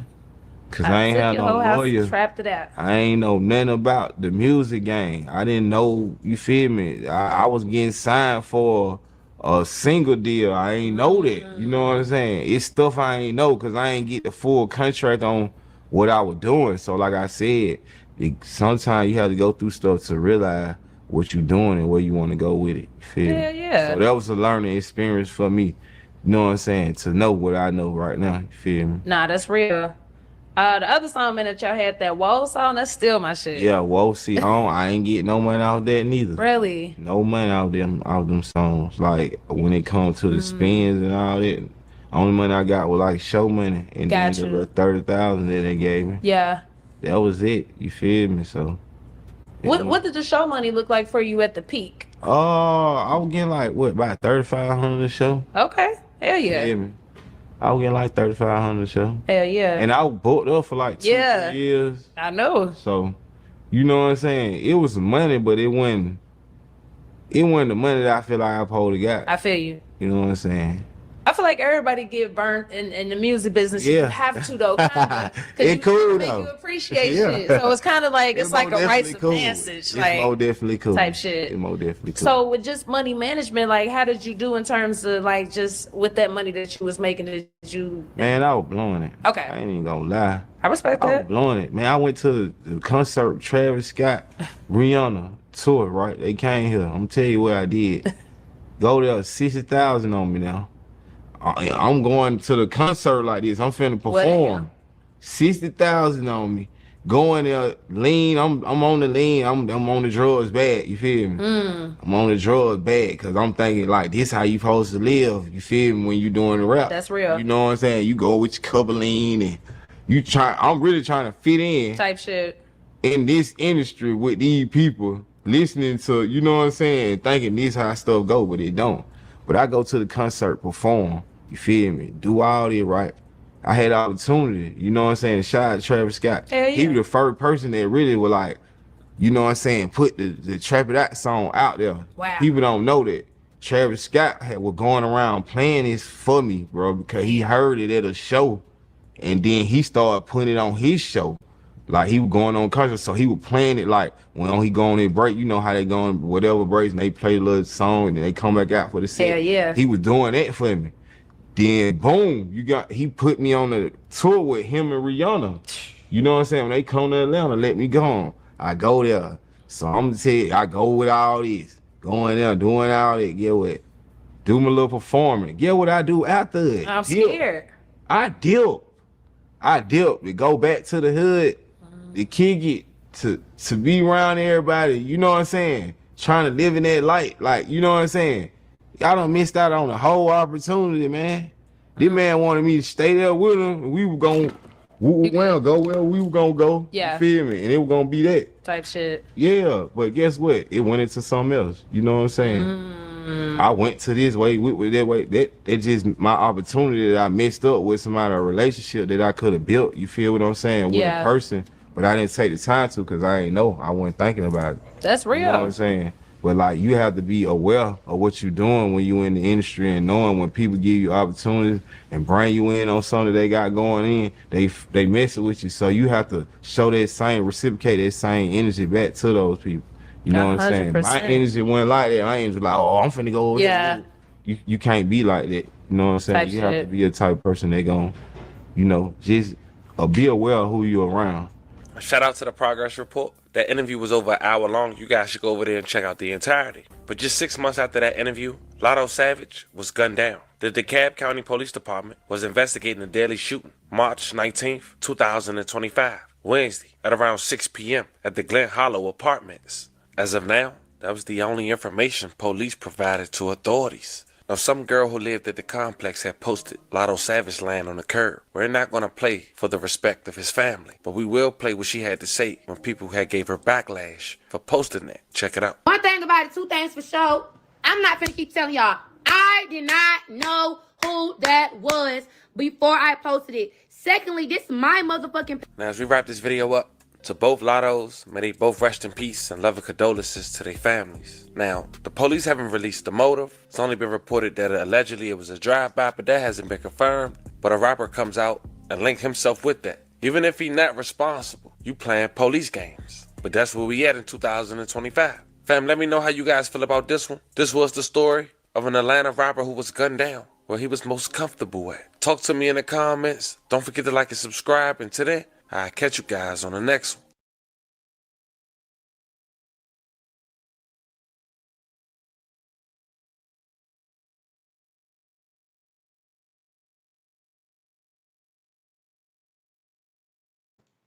Smash that like button, y'all. Smash that like button. This ain't for the week. Smash that like button. NC in the building. NC in the building. Make sure y'all follow NC. Make sure you follow Beezy, baby. Follow all the mods.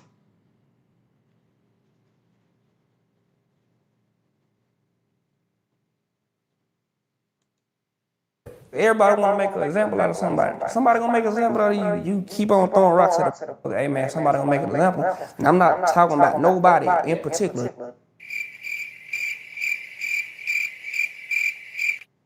Scared of me. I make them nervous.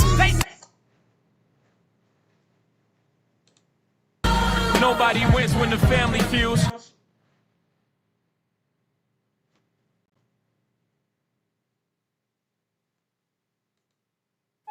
Rap News Street will kind of have to get an approval from Big U to operate safely at these events and functions moving forward. Now, there was also another event in which Loose Cannon spoke on, and we're going to get to his old telling. January 25th, 2021. And at this time, Big Cannon did nothing but corroborate the witness stories by telling all of this information on No Jumper, where they said Williams admitted to the robbery and the aftermath on the podcast. He also stated that he was Big U's right-hand man and started to implicate himself and Big U in certain crimes on these podcasts, which made Big U send that cease and desist to No Jumper and Vlad TV. The fans was watching.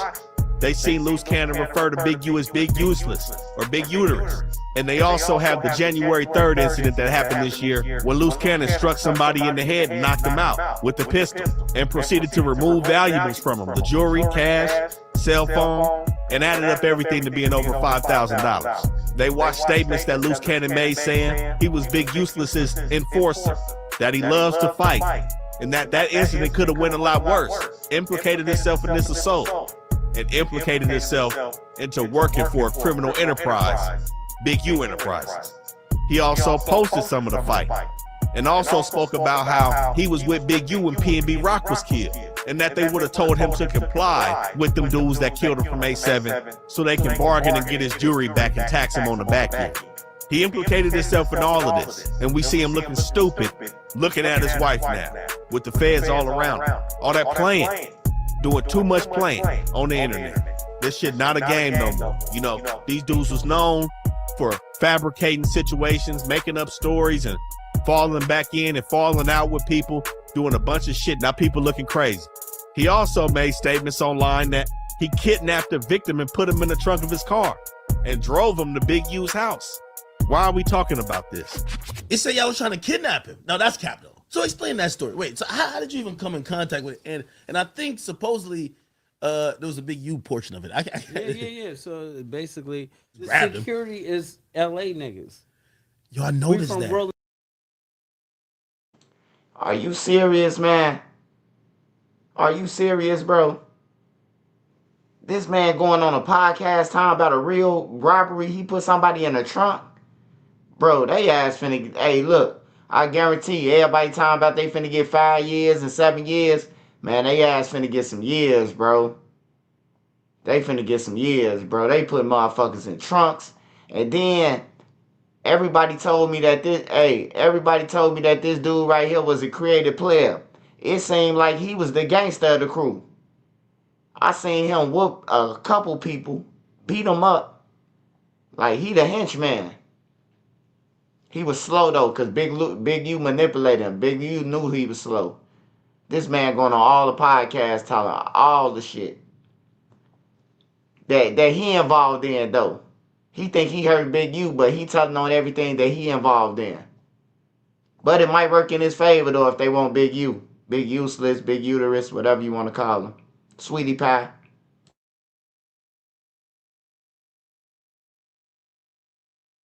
In 60s. So, nigga, if you gonna protect somebody or whatever, you gonna pick that issue. You just getting paid $500 a day just to make sure he good, but nigga, you gonna lose your life. This is what ended up loose cannon on the indictment. Now, it seemed that he didn't even need a wiretap. He'd do it for the camera. Brick Baby, on the other hand, they initiated that Title III, man, and he was on there talking about a robbery. November 11, 2022, it said that Big U coordinated with Zaire Mitchell, aka Brick Baby, on how much Zaire would give Big U out of his proceeds from a robbery that he committed. So he was shaking Brick Baby down. All that popping it. But this is why he was still allowed to participate in hood activities and claim the hood, bang the hood, do all this. He getting shaken down by the OG. So all them dudes, Don Bonelli, everybody that was calling him out, come to the hood, that shit didn't matter because he was paying his dues. As you should. I mean, that's what everybody does. That's what the G homies is looking for, especially from these young niggas. Anybody that's gonna get on here and debate that, you ain't never seen it, man. That's crazy. This is what happens, especially to the younger generation, man. We seen what happened to Sucker Free over in Lennox. We seen what happened to Money Sign Suede. Y'all go make sure y'all check our Nipsey video out. Kevin McIntosh put a copyright strike on us. Kev Mac made us take it down. He did that, told on us on YouTube, trying to protect the situation. We broke this situation down in 2021. Look what happened to Nipsey. Go see what was said in there. But it was said that Brick Baby robbed somebody and Big U was counting out the money and said it was only 2-3 racks. Brick said it was supposed to be between 5 and 7. But this little situation right here got him wrapped up in a federal indictment on the wiretap and paying the OG homie, furthering the criminal enterprise is what they saying. So just like we spoke on in that and Hefe A-Tray Gangsta federal case, where they had controlled buys with confidential sources and witnesses, same goes here. Instead of buys, they had controlled extortion payments. So the people that Big U was shaking down, the FBI was giving them money to make sure it gets into Big U's hands as a documented payment for his extortion methods. November 19, 2021, again, not even a year after that murder, the FBI provided $500 in cash for the meeting, and victim one paid that money to Henley. January 20th, 2022, the FBI provided $1,000 in cash that victim one paid to Robinson for Henley. February 17th, 2022, the FBI provided another $1,000 in cash that victim one paid to Robinson on camera for Henley. In one of the meetings, victim one paid Henley out of his own money, but it was documented and given to the feds on camera. And in this instance, Henley said they bumped it down to $1,500. They was taxing him a little bit more at that time in July of 2022. But there was numerous controlled extortion payments. And there was also an incident where he extorted some club promoters in Deja Vu, where at his birthday, he said that he wanted to have some entertainers. T.I. and Wiz Khalifa was supposed to pull up. He said he wanted 33% of what the bar made for the night.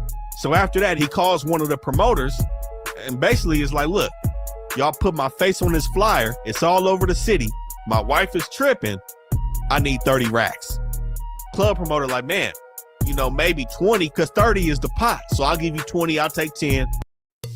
The Original, Botox Cosmetic. The only product of its kind backed by over 20 years of research and innovation.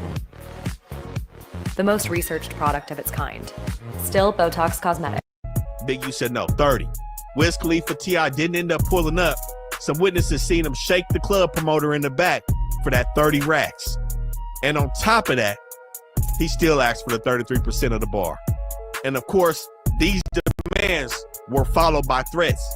He said he'll tear the whole shit up if the demands aren't met.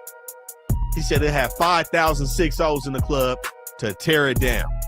Bring me my money. So he was doing a lot of strong arming in the city. Now, somebody else that everybody is surprised to see in this indictment, including myself. We follow each other on Instagram. This has been a big name in the city for years now. Trap Kitchen Monty. She was also on that Title III wiretap. The feds intercepted phone calls and text messages between her and Big U. Now, they also alleged that Big U was smacking it. I can't say that's what's in the documents, but they were saying that she was providing women to cross state lines to do some hoeing and take care of some of Big U people in that fashion. Now, in June 2023, that federal task force interviewed her at her house. You know, she admitted to promoting prostitution, noting that she was known for bringing the hoes. She provided females to Big U as long as they was paid. And the next day after this, she was supposed to go up to the FBI field office and let them sync her phone up to their computer to extract all the data.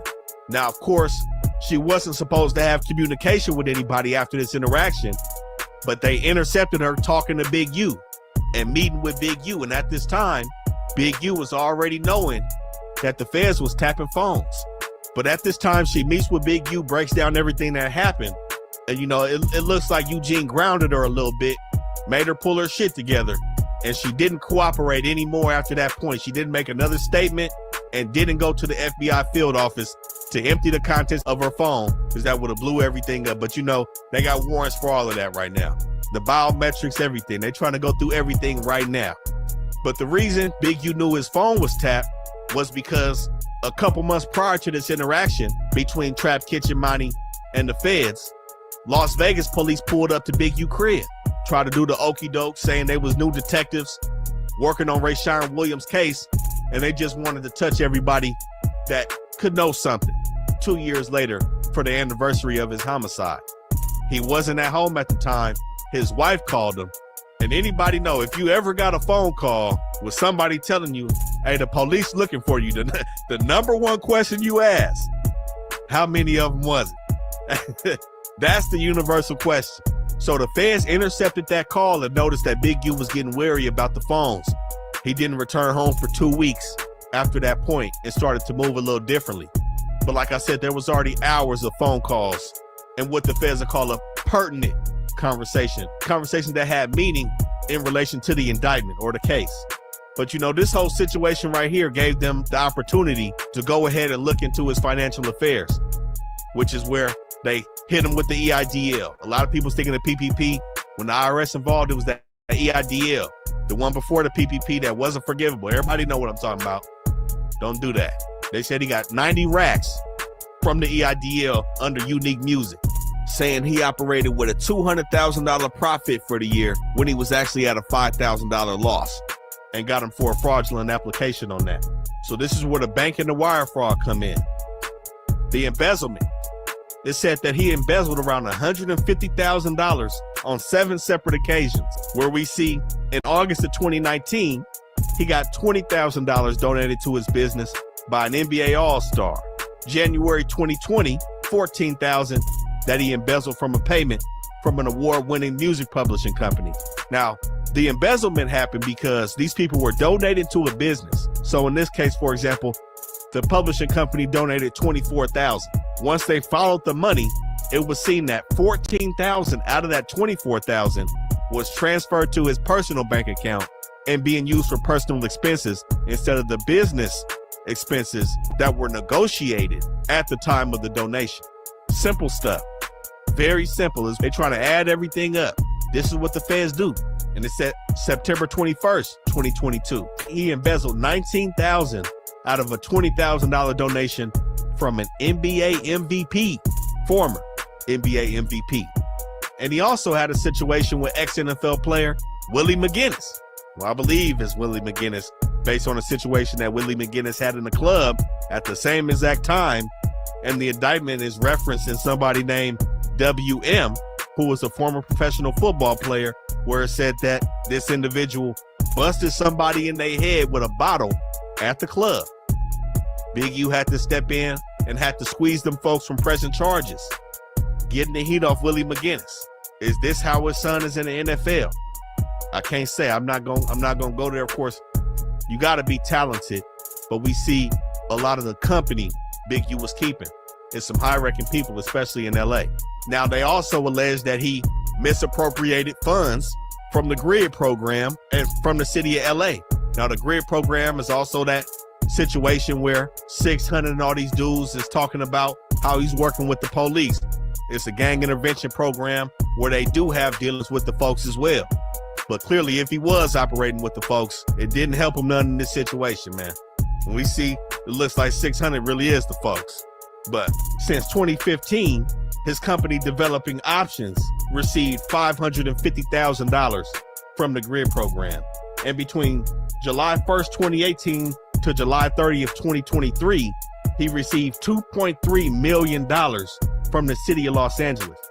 This is what people was talking about when they said that peace was inflated. That peace movement that was happening in LA, 8 Trays, the Hoovers, whoever, 6 O's was sitting down, is some large money involved in peace in these intervention programs. This is what was being alleged.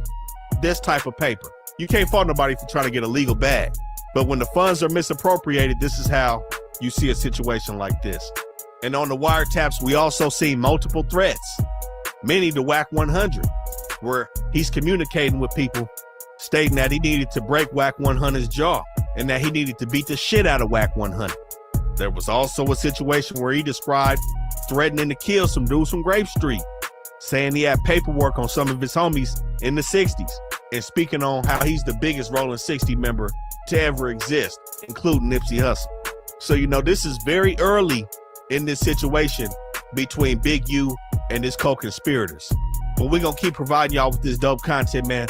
Y'all make sure y'all like, comment, and subscribe, and stay tapped in, man. Rap News, Street Politics.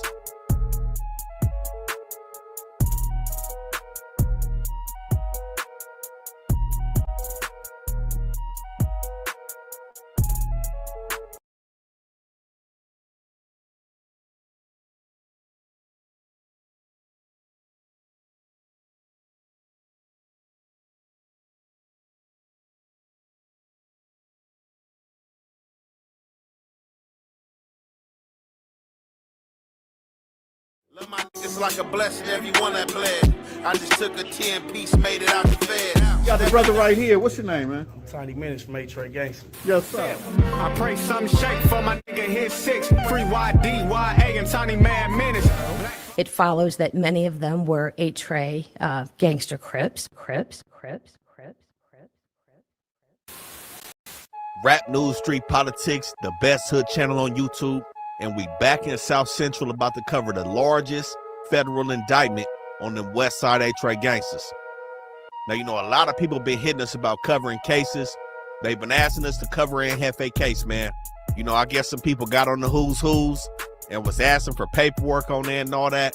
But I feel like not only should we be covering the bad paperwork, we also got to cover the good paperwork too. But that being said, there was a lot of confidential informants on this case, man. People taking the stands, making testimonies, wiretaps, and Maurice Shellman, aka Young and Hefe, or Fly, was in the middle of it all. Like I said, the largest federal indictment in West Side Mo3 gangster history. This is a $20 million Oxycontin operation that was running from LA all the way up to Spokane, Washington. Now, you know, with the Mo3s controlling one of the largest hoods in LA, that comes with two things: a lot of membership and a lot of terrain to operate on. So those two factors right there is how you get a situation where a hood can run an operation like this. Not every hood can do this because, number one, membership and the scope of their territory doesn't stretch that far. Now, we know the Mo3s is operating in multiple states: West Coast, East Coast, New York, Maryland. You know, Chef G from Mo3 out in New York.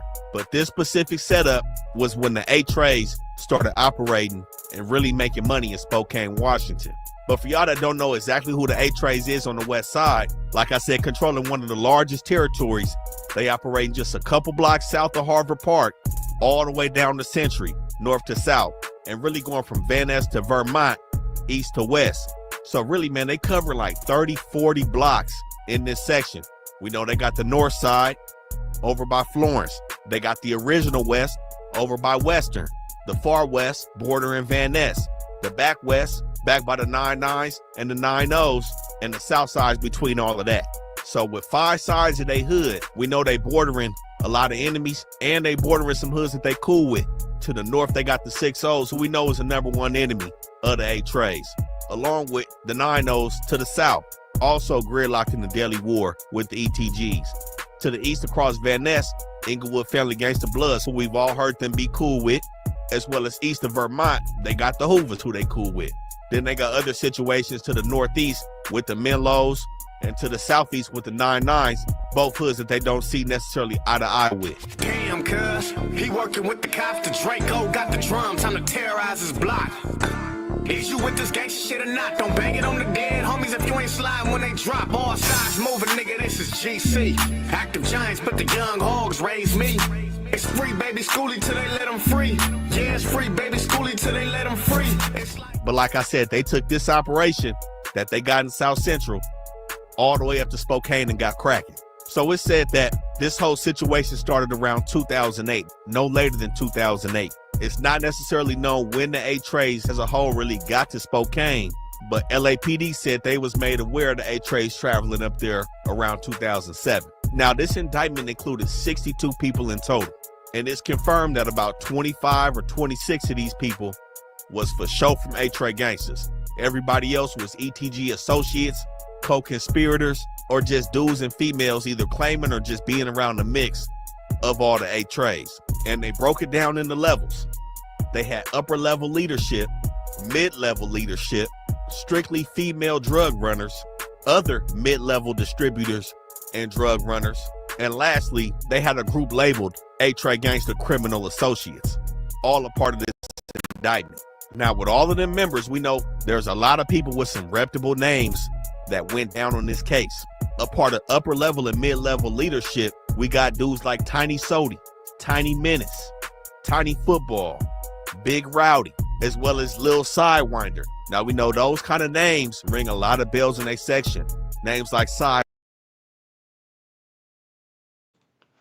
Man, how the fuck your name gonna be Tiny, man? And you 200 pounds, 300 pounds, man. They got some weird ass names. Tiny Loke, Tiny Jim, Tiny Bob Bob.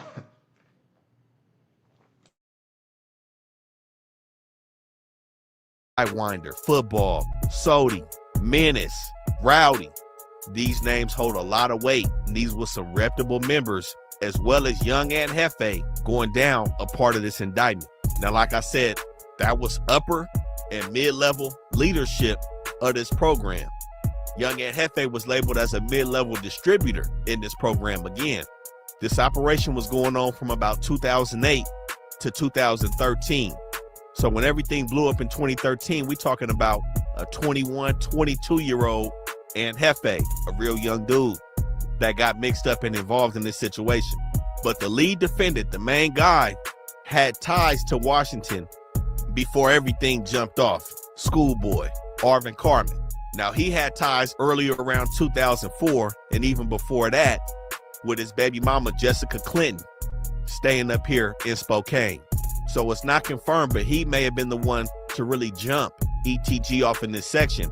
But in 2004, February 11th, he was back in California running up bareface inside of a bank with 3 other co-defendants when they got off with 32 racks and ended up getting caught in the getaway vehicle. Now, he was introduced to 63 months. And again, that's back in 2004. So he gets out around 2009 and seemingly turns this whole Oxycontin situation up. Fresh out the feds, he jumps into a $20 million ring. Now, the key thing we have to speak about right here is Washington. You know, a lot of dudes from LA, including myself, have gone up to Washington. And if you know anything about Washington, when you get up there, it's not moving like California, man. It's looking real green, and it's a lot of opportunity that's up there. Seemingly. It's so much opportunity to where you can easily take advantage and your greed takes over. I know this because I caught a case in Washington because shit seemed too easy up there. And this seems exactly how it happened up here. It's like, I'm not gonna say it feels like they a step slower, but if you know, you know. And I'm sure when these dudes got up here, they started moving like, oh shit, you know, I can really do my thing. And we see things get out of hand very quickly. Was that there was a group of people, the majority of the people charged in the indictment, The commonality was they grew up in the same neighborhood in Compton that was between 83rd Street and Normandy. So it follows that many of them were A-Tray gangster Crips, members of that gang, where they were friends of those individuals. Now, to really jump off from the beginning, we got to go back to Arvin Carmen.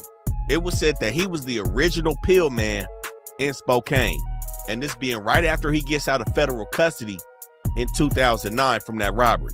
Now, he's up there with somebody named J-Lo, Joseph Shorts. J-Lo was also from A-Tray, but he was living in Washington at the time in 2009. And while Schoolboy is doing this thing, 3 other individuals get introduced to the scene. We got Nakomi Moore, who's also known as Shakita Bailey in the indictment and labeled as upper level leadership. And we also got Gilbert Leroy Madison, who goes by Lil Sidewinder. And then third, we got Glenn Turner, aka Big Rowdy. Now, those 4 people were the originals to jump it off in 2009. And something that you're gonna see in the indictment, a lot of these people go by different names, especially the people that came from LA. So with Glenn Turner, Big Rowdy, when he went to Spokane, he changed his name to YD, or Young Diamond. Lil Sidewinder went by Big Dog, and Schoolboy went by Schoolie or Zeus. And after they set up shop and start getting everything cracking, a dude named Kevin Darnell Miles, aka Nino, who was an A-Tray associate, not necessarily a full-fledged member, is said to have funded Big Rowdy getting up there. So he comes and he starts laying groundwork as well. Now, Kevin Miles played the role of the presentable member. He's college educated. Like I said, he's not full-fledged with the gang banging, so he can move around different circles and open up different doors for these A-Tray members in LA and in Spokane. And it was said once they all got up there, J-Lo, who was usually known for selling crack in Washington, flipped over and started selling pills with Schoolboy. And with the money being right, dudes like Peanut and Mel, both from A-Tray gangsters, also made it to Spokane, Washington in 2009. Now, at this point, like I said, Schoolboy was the pill man in Washington, so he was taxing everybody's motion. The key thing is these people couldn't just come up here and just get some pills from Schoolboy and hit the street. They had to come with their own work. And then when they ran out of that work, they would then buy from Schoolboy and be taxed on top of Schoolboy, because Schoolboy not only had the plug, but he also had the foundation laid. He had the whole network for these people to operate in safely, so to speak. But at some point, like I spoke on with that greed, the greed prevailed and a meeting was held where everybody decided that they didn't want to pay taxes to Schoolboy anymore. The only person that said he really stayed by Schoolboy's side was Lil Sidewinder. So eventually, J-Lo, with already having legs in Washington, he was already staying out there. He rented a big house and had everybody that we just spoke on go to the house and operate and trap out that house, except for Schoolboy. So either you was coming up there to rock with Schoolboy and you pay tax to Schoolboy or whatever you have it, or you rocking with J-Lo, because J-Lo had his own plug. And what we seen in this indictment was Schoolboy had a network of females that he was dealing with, multiple females, including his baby mama. So pretty much, as we see, dudes wanted to separate from Schoolboy. And further down the line, we see Schoolboy implement a bunch of females that he was dealing with to start doing his movements along with Sidewinder. And it said that Sidewinder started doing the legwork for Schoolboy, and dudes like J-Lo didn't really want Sidewinder performing for Schoolboy anymore. They didn't want him to do Schoolboy legwork. They pretty much seemed like they was hating. I ain't gonna lie, man. It seemed like some dirty politicking was going on. So they told Sidewinder he probably shouldn't even be up here rocking no more. And the key thing is Schoolboy wasn't an original A-Tray gangster. It said that he's originally from Hoop. So it could be that that situation right there is why things went beyond the tax with Schoolboy. And maybe that's why dudes like J-Lo wanted to cut Schoolboy out the situation. So another thing some may ask is why Washington? So at that time, and this reigns true for a lot of different products, the product is cheaper to get in LA. Oxycontin at the time was a lot cheaper to get in LA, which means it sells for cheaper. So when you get that cheap product and you take it up to Washington where it's less accessible, now these dudes is making hand over fist. They killing the game, bringing these cheap pills from LA to Washington especially with a strong clientele base. So this is why these dudes really is wanting this territory in Washington. Now, like we spoke on, J-Lo was trying to get Sidewinder to get out the way with helping Schoolboy, but Kevin Miles was also with J-Lo. And remember, Kevin Miles, Nino, he also not only funded Big Rowdy's trip up to Spokane, but he also helped Lil Sidewinder get up and start his thing in Spokane. So Sidewinder's kind of stuck in the middle as to what he should do, because he got people he trying to stay loyal to, so he says, on both sides. But this is where a lot of different things start to break off underneath Schoolboy and J-Lo. And that is because the first element that the judge instructed the jury on is that Mr. Carmen had to commit a continuing series of 3 or more narcotics violations. That is, Mr. Carmen had to.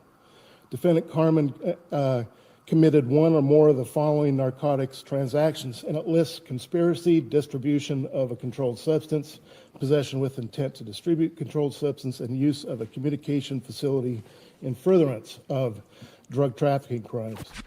So Nakomi Moore, who was also a high-level member, all these people right here are, of course, high-level organizers or co-conspirators in this case because they was here for the jump-off. But Nakomi Moore is said to have established her crew consisting of Catrell Bully, aka Slim, or some may know him as D3 or Baby Derange, as well as Grump 6 or Rah, also from A-Tray Gangsters, as well as a couple other females under her.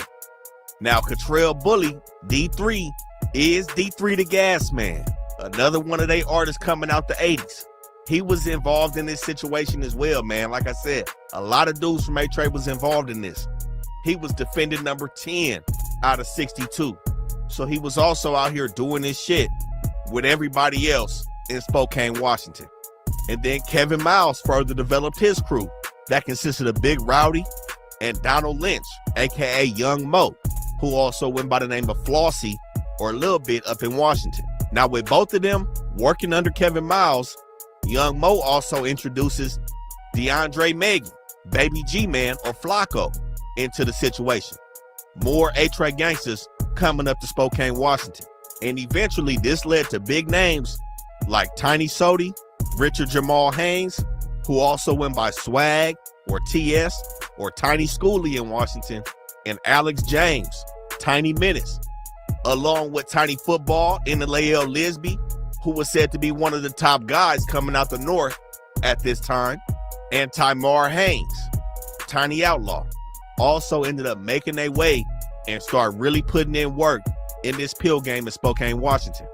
Now, Nakomi Moore this whole time is J-Lo's cousin, and it said that she started to also operate on a very high level. She got a whole little team under her, and there was a lot of competition, especially over the phones and the little buyers that they had on the street.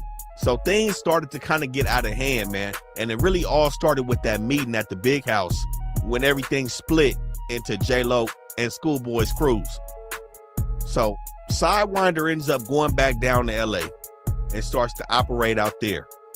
Kevin Miles ends up getting arrested in 2010, and he took his ass back down to LA as well. After that, a couple people start moving around trying to dodge the heat. But at this point, it said that this is when Young Mo really started to develop his own structure and step in where other dudes were stepping out. Now, at this time, there was a member by the name of Loon, Marlon Johnson, who was also living in Washington. He had a run-in with the folks as well around this 2010 time. And this is when dudes started having their names written down and things started to be taken account of. But after this, we see dudes like Northside Gray, Anthony Miller, who also went by the name Tony in Washington. He also comes up and starts working with Young Mo, a part of his crew, starting to move things.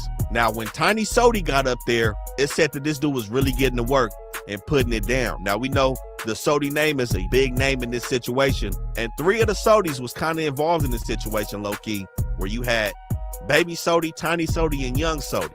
Now, Sidewinder is the one who called Tiny Sody on behalf of Schoolboy and basically said that the older homies wanted Tiny Sody to start getting his feet wet and getting some chili out here in this pill game in Washington. But at this point, Baby Sody was also trying to come play ball.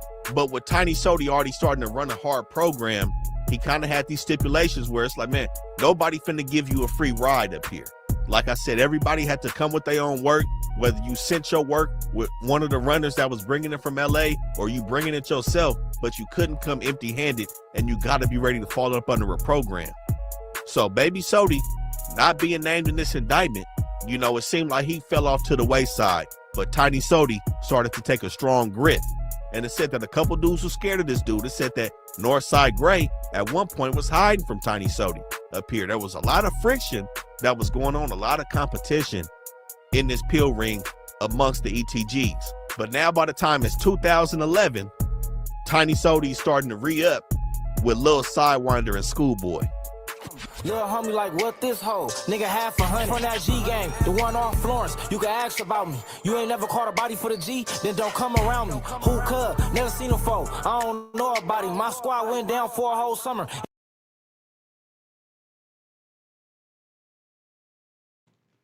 I ain't gonna lie, man. These niggas is the worst rappers ever, bro. Who the fuck support this shit, man? My name's Sidewinder. I'm a grinder. I found shit in the Andy Winder. I work at Wall. Man, get that shit out of here, man. Garbage chat. And if you ain't killing nobody, then you ain't heard nothing. I shoot guns or spurs something. Come on, man. That shit garbage, man. Motherfucker need to stop supporting that shit, bro. Just because they Bloods or Crips, man. You got to tell your homies, man. That shit garbage, bro. Like, that shit garbage, bro. Like, for real. So niggas need to start telling their homies, like, that shit garbage, bro. For real. Y'all just sit in the studio high. Oh, that was cold on folks now. Lying on folks now. First of all, let's start there. You lying on folks now. You talking about folks now. On folks them, the song wrote. When on folks them, that shit garbage. Folks them in the sky like, no. That shit hot trash though, bro. They need to stop that shit, bro. And I slid without him. You ain't ready to compete with 83rd. We be stabbing shit. She like, what game cricket front? All of them, bitch. It's that G-Flow. Now here we are in 2011. Like I said, a couple people have been knocked and they've already been operating out here strong for a good 2 years.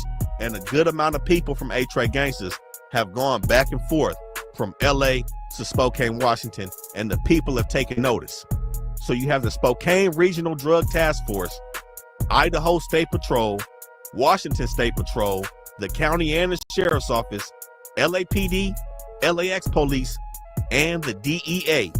It's all starting to pay attention to the A-Tray Gangsters in 2011. So you have dudes like Sidewinder who are operating out there, are now operating back full-time in LA and are recruiting people to take pills up to Schoolboy and other members of A-Tray, whether it's Airplane, the Greyhound, whatever, and everything's being noticed. And like I said, with Kevin Miles, his run-in with the law in 2010, which sent him back to LA, made them people aware of $157,000 that he had at the time of his bump-in with them. And when the whole new crew, Tiny Sody and them, went up to Washington a couple months after Tiny Sody, Schoolboy's homegirl Sharita Horn and Michelle Anderson also got their names buzzing on the scene. Now, Schoolgirl is playing a pivotal role, especially when young Aunt Hefe gets into the picture. We gonna get to that. Now, Michelle Anderson did play a pivotal role in this situation. She is named in the indictment. She had a relationship with Tiny Sody at the time, but she was also working on the blade. She makes an early exit because she ended up getting killed when she went back down to LA by her pimp. But she'd probably be higher up in the indictment based on how close she was to some top members. But at this time, like I said, Spokane has communicated and have shared resources with LAPD. And we've seen dudes from LAPD be up in Washington watching the A-Trays. And we've seen the Spokane Task Force come down to LA and kick it at St. Andrews Park just to observe how the ETGs are operating. But we out here, you know what I'm saying? It's my nigga Ant, young Ant. And y'all do know, we put our life on the line for this shit here, man. Sure. You know, anything can happen. It is what it is, but it's all love. Most definitely. Let's go check out St. Andrews. Let's go check out St. Andrews. It's lit. Hop out. Hop out. Hop out. And at this point, early in 2011, they started using what's called PIN registers. Now, a PIN register is a device that records phone numbers that are dialed from a specific phone line. So it's pretty much like a middleman caller ID without the recording function of a full wiretap. So they was pretty much just watching what phones was calling who and trying to get as much data that they could about those phone numbers before they issued the full wiretap. And at this time, they already seen a lot of the spots that the A-Trace operated in from LA all the way up to Washington. So they implemented pole cameras. Cameras, simple as that. They go up on poles and watch a fixed location for movement. They had 5 of those between Washington and LA. And at this point, this is when they started implementing things like trash pulls and what they call sneaking peeks. So a sneaking peek would be when somebody was hitting the airport, they would have suspected money in the bag. When they checked that luggage, the DEA or other federal officers or LAX police would be there to intercept the bag, look into the contents of the bag, document it, and then let it slide back to the target like it's never touched. So they started to play some cold games against these A-Trace members. Now, 2011 also struck to be a big year in terms of cash seizures as well. October 2011, they took 32 grand from 2 female runners that they had in LA, Aronika DeRosso and the female they called Jevy or Jevy Maiden. They got stopped with 32,000. Also in October 2011, they stopped Peanut, again, who was up there with Mel, Harry Johnwell, who also went by the name of Nut or Lil Sea Dog. They stopped him with 16 bands. And everything seemingly took a turn when they stopped Daniel Hunker, aka D-Boy, in December 2011 with 206,000. And D-Boy goes down for this. I mean, he's on a bye not too long after this. This is the first person that we gonna talk about who was a rat in this case, D-Boy. Now, D-Boy directly snitched on Aunt Hefe. The key thing is, with Daniel Hunker, everybody thought he was already bad. This is the crazy part, man. And this is what I was talking about with young Aunt Hefe being a young dude on this case. Tiny Sodi and Schoolgirl was not dealing with Daniel Hunker because he had too many arrests and there was some questions about this dude. Mind you, he just went down with 200,000 and then he gets out and he's back functioning with everybody in the gang. Leadership takes a step back, but still allows him to deal with the younger dudes that are still coming from LA looking to get their feet wet. How? He was allowed to deal with young Aunt Hefe.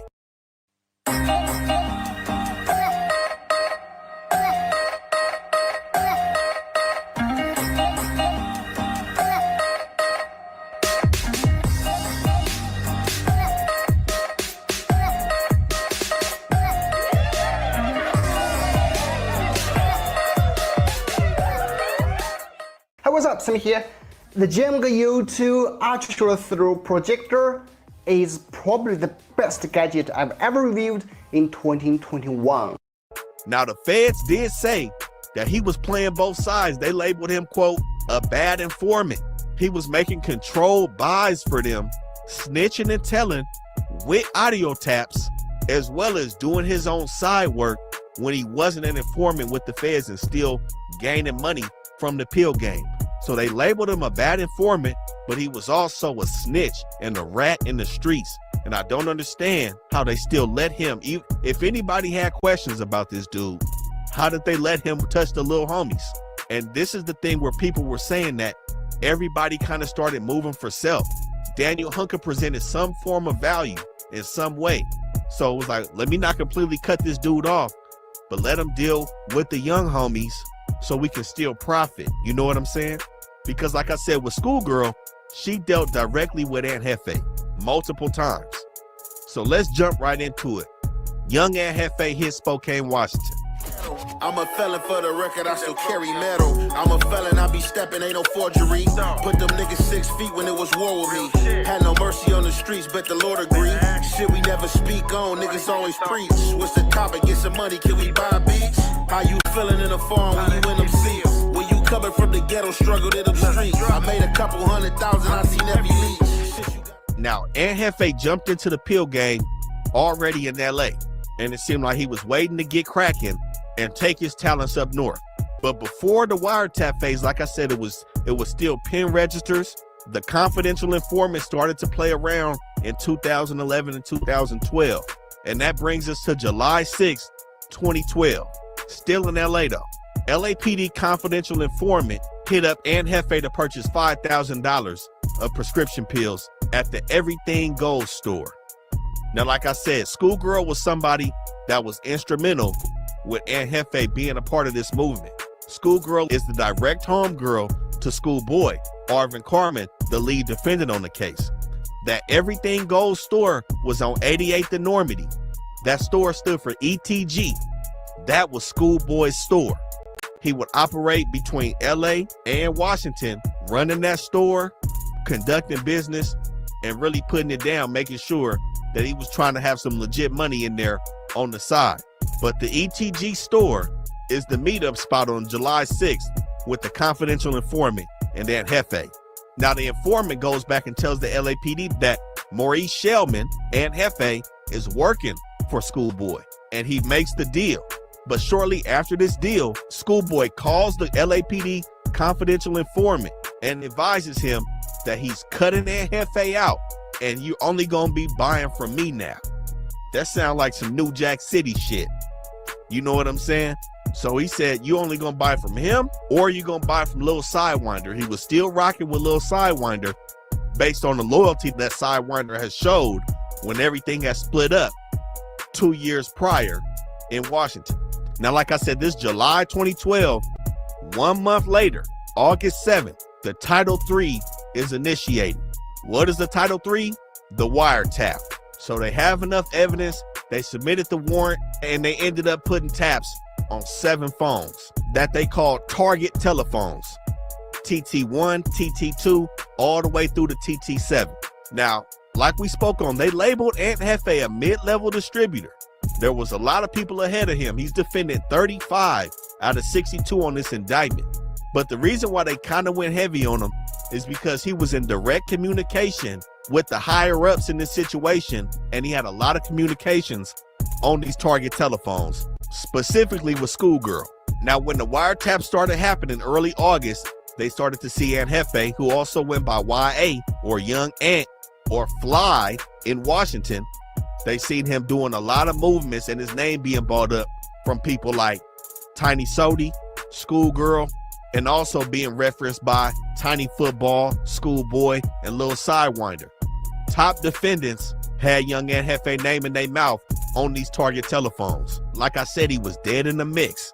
Now, him and Schoolgirl used to go together to do a lot of deals together throughout Spokane.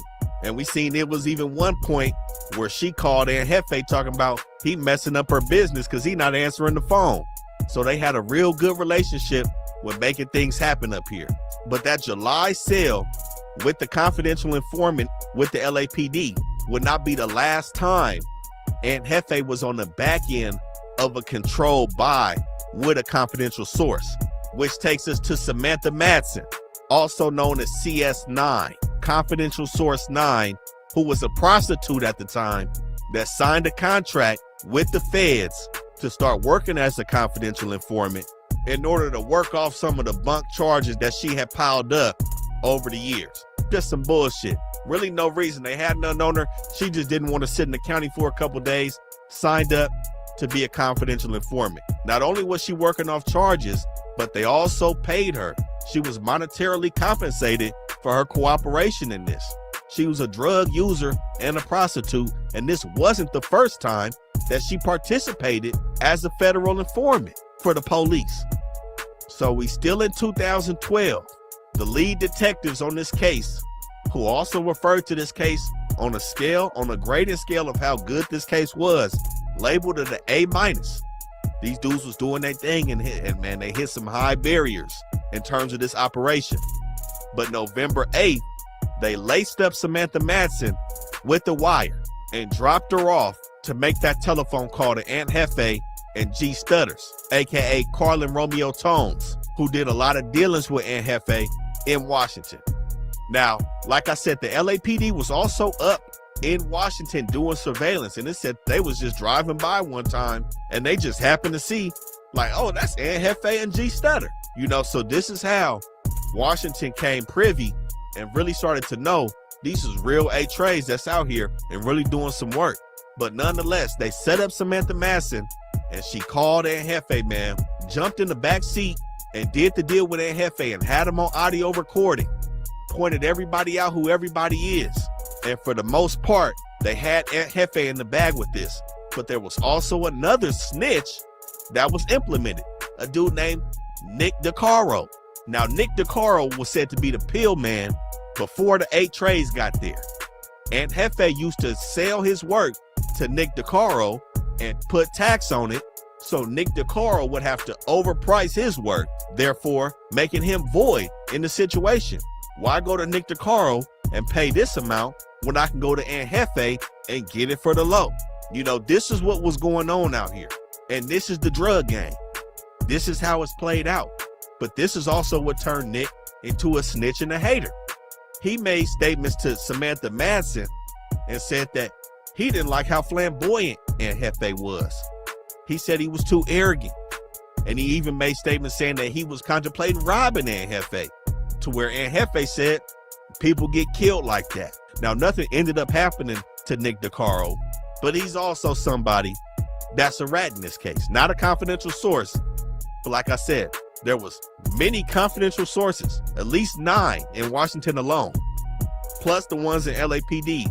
And then a grip of people, and some names that y'all may be surprised about, took the stand and testified against the ones that took this situation to trial. We're gonna get to it.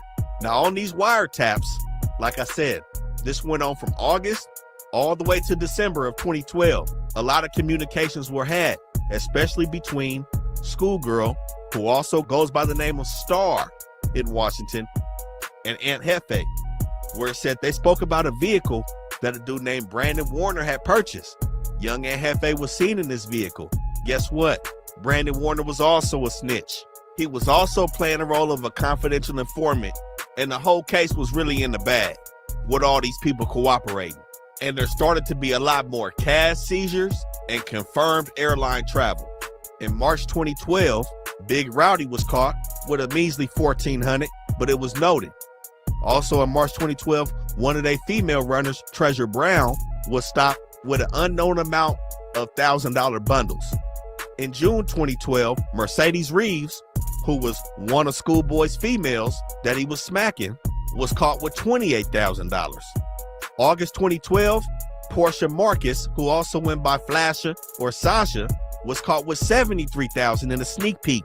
Now, this was not seized. This is one of them sneak peeks where they looked in her suitcase, found 73 racks, and let it go. But a situation with Erica Woods after this, in September 2012, they caught Erica Woods boarding a flight, and the DEA, as well as them other detectives, had kind of settled on a number that they was gonna let pass. They was gonna let her take a set amount of money up to Washington. They opened the bag up, they find $107,000, but the whole game changed. She also had pills. They said they couldn't let the pills go, so they ended up confiscating the whole situation, and that paper was supposed to touch Big Rowdy's hands. So at this point, everybody tried to get everything back together to make up for that, and this is when they decided that it was probably best to start catching the dog, the Greyhound, instead of going on these flights. But the police, at this point, it's September 2012, everything is already cracking. Everything's full-fledged, blown out of proportion. The next month, October 2012, they catch Tiny Sodi with 7 racks.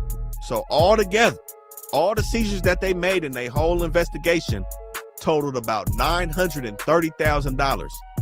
They ended up coming up with almost $1 million in seized cash. So you can just imagine how much wasn't seized. Like I said, it's a $20 million operation. I pray something shake for my nigga hit 6. Free YD, YA, and Tiny Mad Minutes.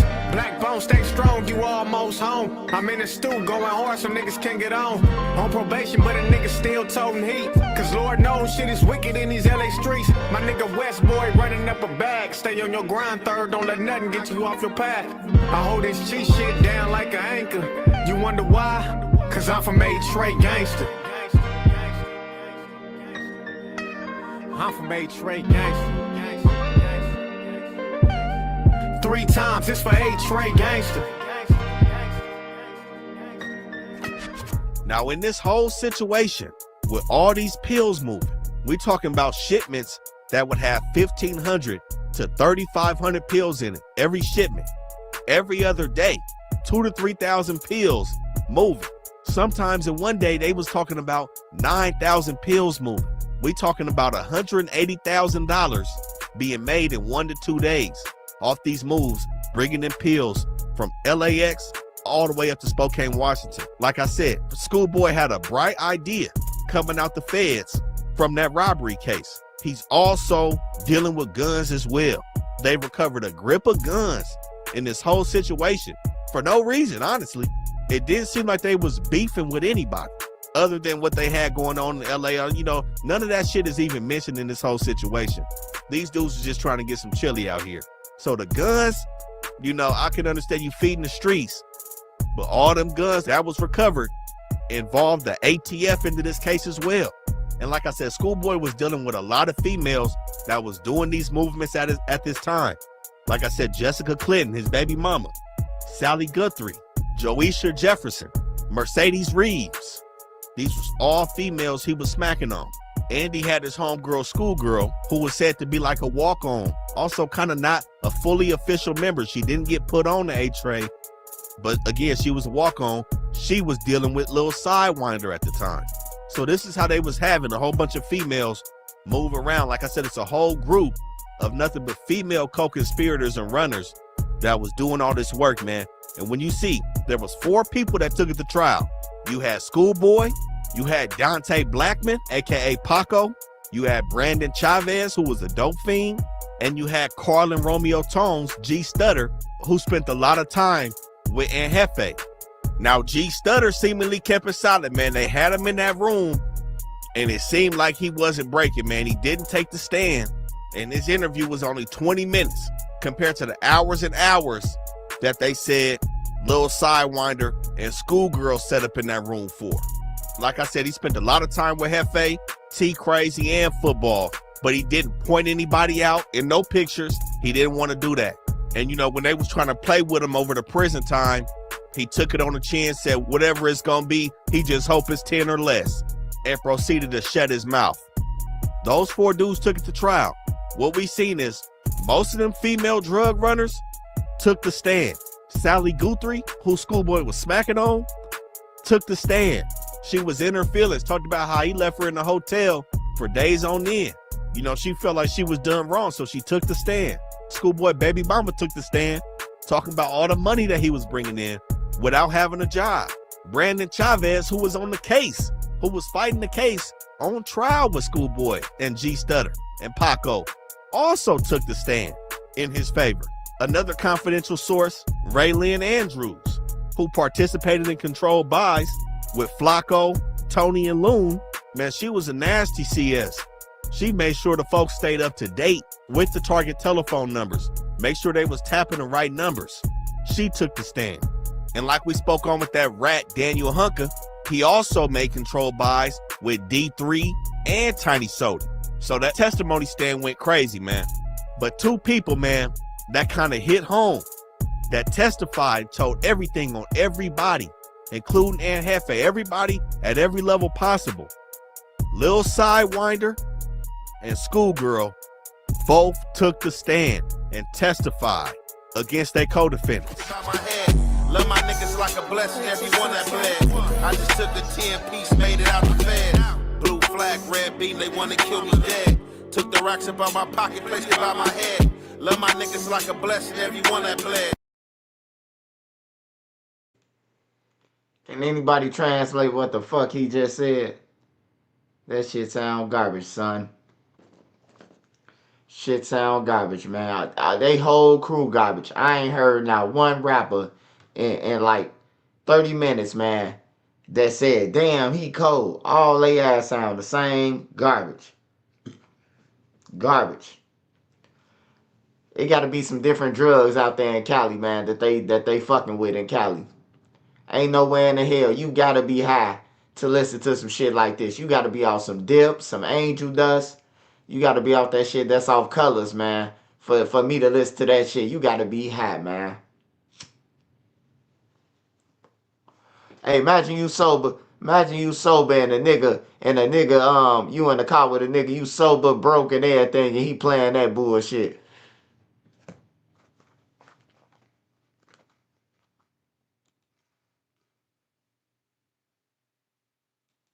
I just took a 10-piece, made it out the bed. Stepping dirty through the city, I pray by the bed. Soldier rack like Magnolia, it's an honor pledge. Champagne on the Sprinter, it's my kind of med. Tryna add these zeros up, make these commas red. Gotta tip a pretty fatal. Everything, the shit hit the fan. February 28th, 2013, all doors was kicked in.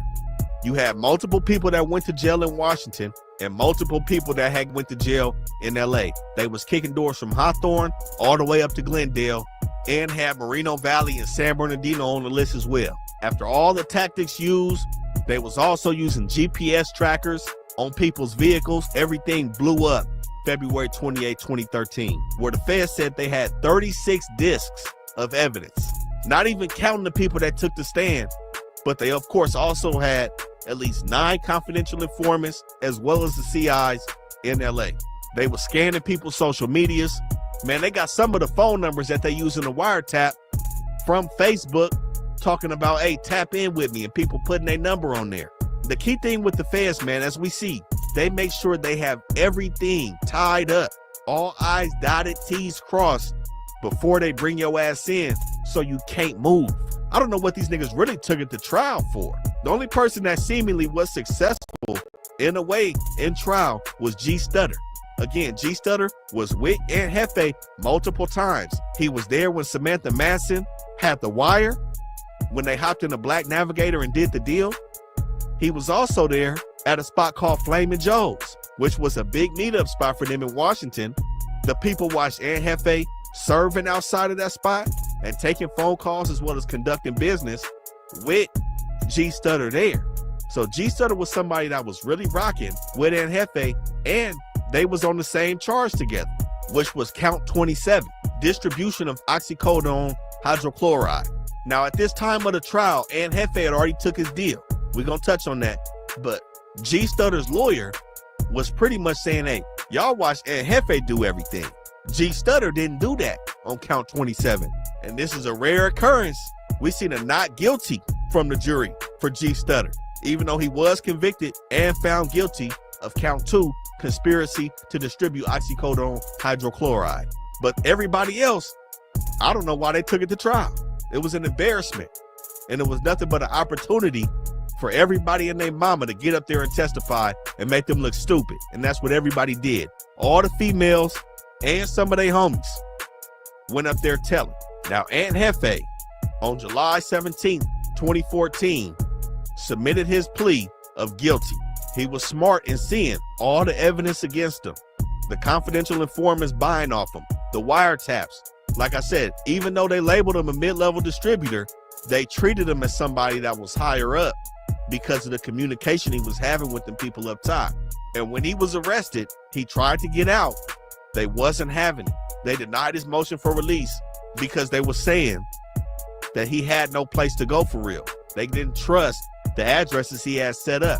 But he was found guilty of count 27, the conspiracy to distribute a mixture of substance containing a detectable amount of oxycodone hydrochloride. And they found it fit to give young Aunt Hefe 120 months, 10 years. But he did a little bit less than that. He did 7 and 3 on supervised release and got out in 2021. But what y'all been wanting, it was no snitch paperwork on Aunt Hefe, man. They said he was the good people's, and he is. A lot of other people went bad on this case. He stayed solid, and he did what he said he was gonna do. He's out making legal money, doing his shit. Y'all make sure y'all go follow, like, comment, subscribe on NHefe page. Somebody who took this shit on the chin. What's the good old deal? It's your boy Young and Hefe. Don't care about number what the check say. Make sure you go ahead and like and subscribe because it don't cost you nothing to press that button. And if you ring that notification bell, I'm going to bring you mail. Like I said, this dude was 22, 23. This the last thing niggas is really thinking about. This kind of operation at 22, 23. Even if niggas is out in the streets, the last thing you thinking about is the DEA, the ATF, the feds, the marshals. You know what I'm saying? He jumped into some shit. And I think some of the people didn't fully have his best interest. A lot of people was out there looking for self. And even with that being the case and the fact, he still stayed solid, didn't take the stand, took a deal, got out the way, did his time, and we see him doing this shit now. But what we did see, he was trying to get out early in 2020, man. He wrote a letter talking about COVID. They wasn't having it, man. He only had a year left. Judge still wasn't having it. They made him write the whole shit out. But when he did get out, there was a mishap. I'm gonna keep it 100, and he cut off his ankle monitor in the halfway house. They was about to sit him back down for failing a drug test. He went on the run, man. You know, some crazy shit. Hey, after doing 70, like, fuck. But he cut the ankle monitor off. They gaffled his ass back up, man, but he's still here today. You know, not really, you know, we ain't heard him speak on the story too much. That's why I'm glad we had the opportunity to do it. I seen Street TV started to touch on it a little bit, you know, but I get it. Some shit may be sensitive. Some shit may not be, you know, motherfuckers may not want that out there, but this is what it is. Like I said, it's no problem when we show bad paperwork, but like straight gangster history. This is a $20 million Oxycontin.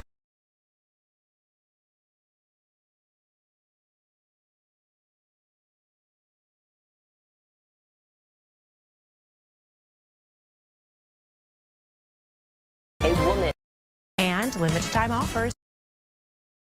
Live near 100th and Cottage. Live near 100th and Cottage Grove with details.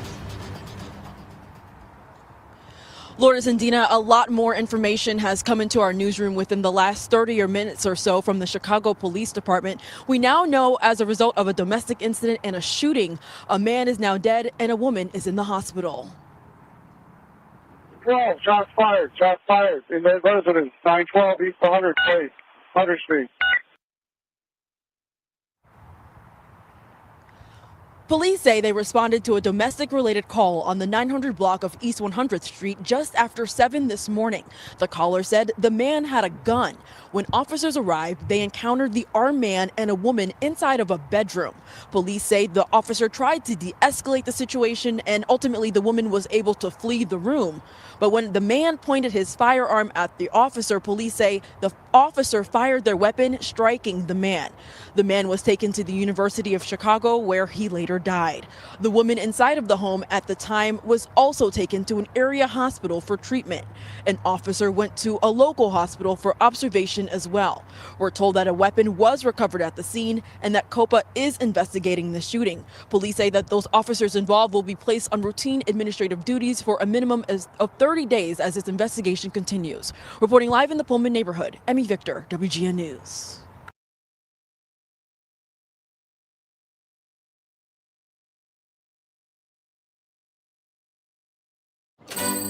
Congratulations, Mom and Dad. Your life now.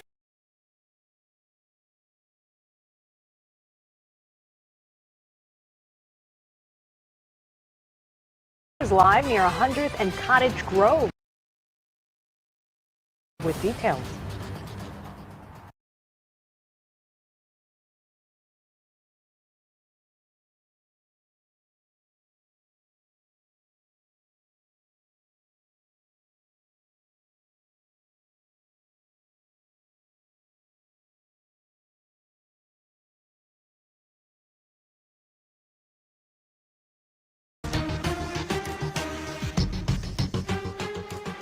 WGN Investigates continues our reporting on some of the youngest victims of Chicago violence. For nearly 6 years now, WGN's Ben Bradley has followed one boy's story as families struggle to find a new normal.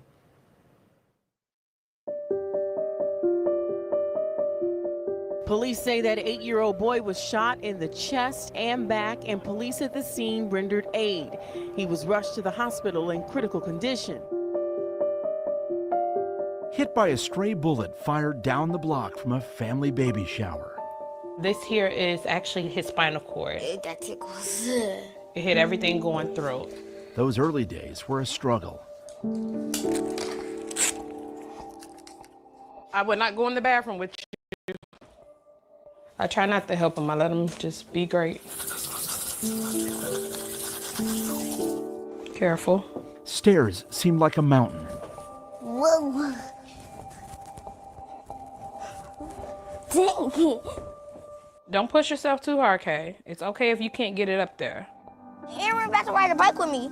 But Mikai's smile shined through. Let's do freestyle. Down and back freestyle.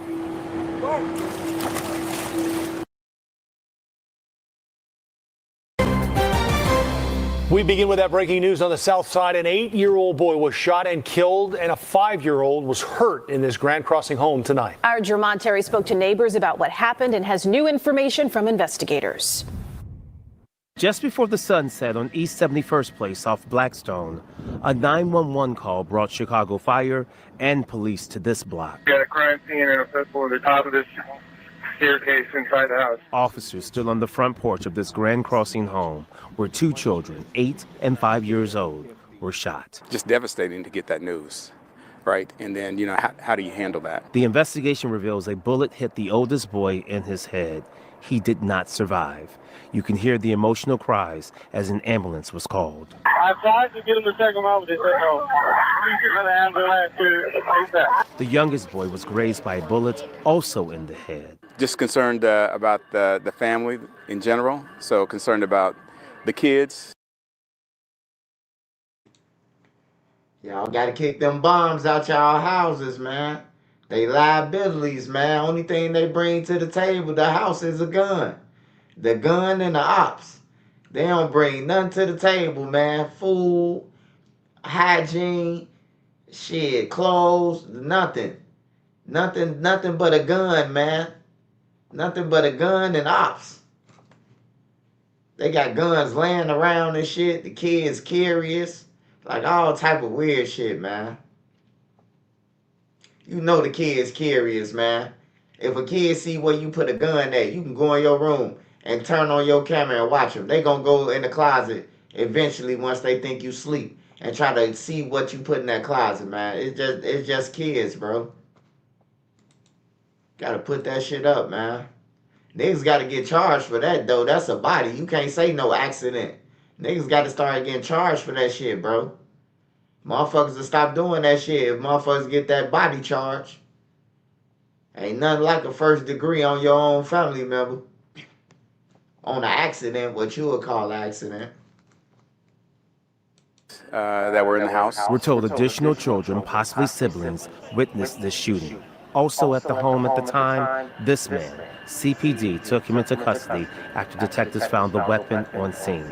It's not clear where the children were when the gun went off. In Chicago, I think a lot of people arm themselves, have weapons in their homes to protect themselves, and unfortunately, maybe one of the children got a hold of this weapon. It seems to keep happening. Activist and pastor Donovan Price echoes neighbors' cry to lock up guns. Donovan came to the ER to console the family, including the children's mother, who was not home at the time. He points out often people may bring those guns to protect their loved ones, yet it causes a level of tragedy that you couldn't imagine. As that 5-year-old continues to recover in good condition, part of the investigation will be to determine who owned the gun, where it came from, and ultimately who fired that shot. Reporting at Comer Children's Hospital, Jermont Terry, CBS News, Chicago.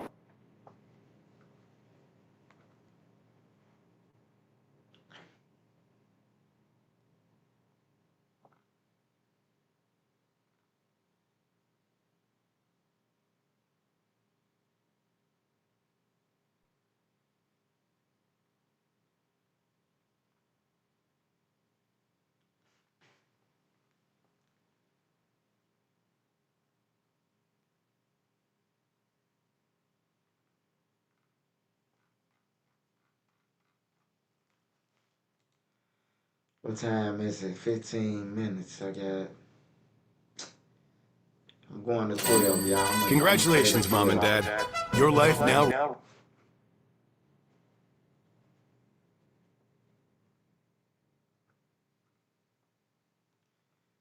We gotta wait till the morning to see what it is. It should be some new paperwork on Dirk and them coming out soon. It's coming.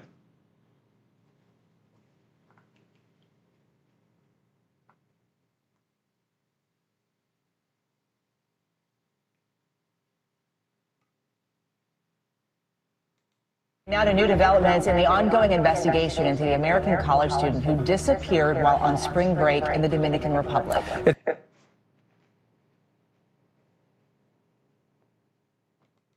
It is with deep sadness and heavy.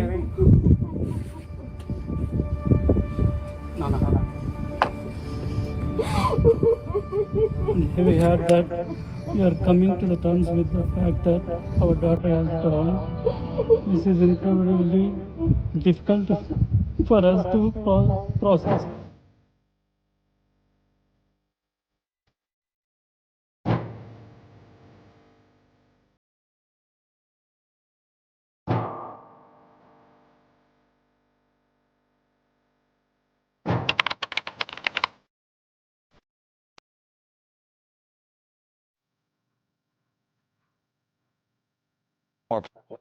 If you get unemployment. After years in court, a multi-million-dollar. Make sure we're sharing it.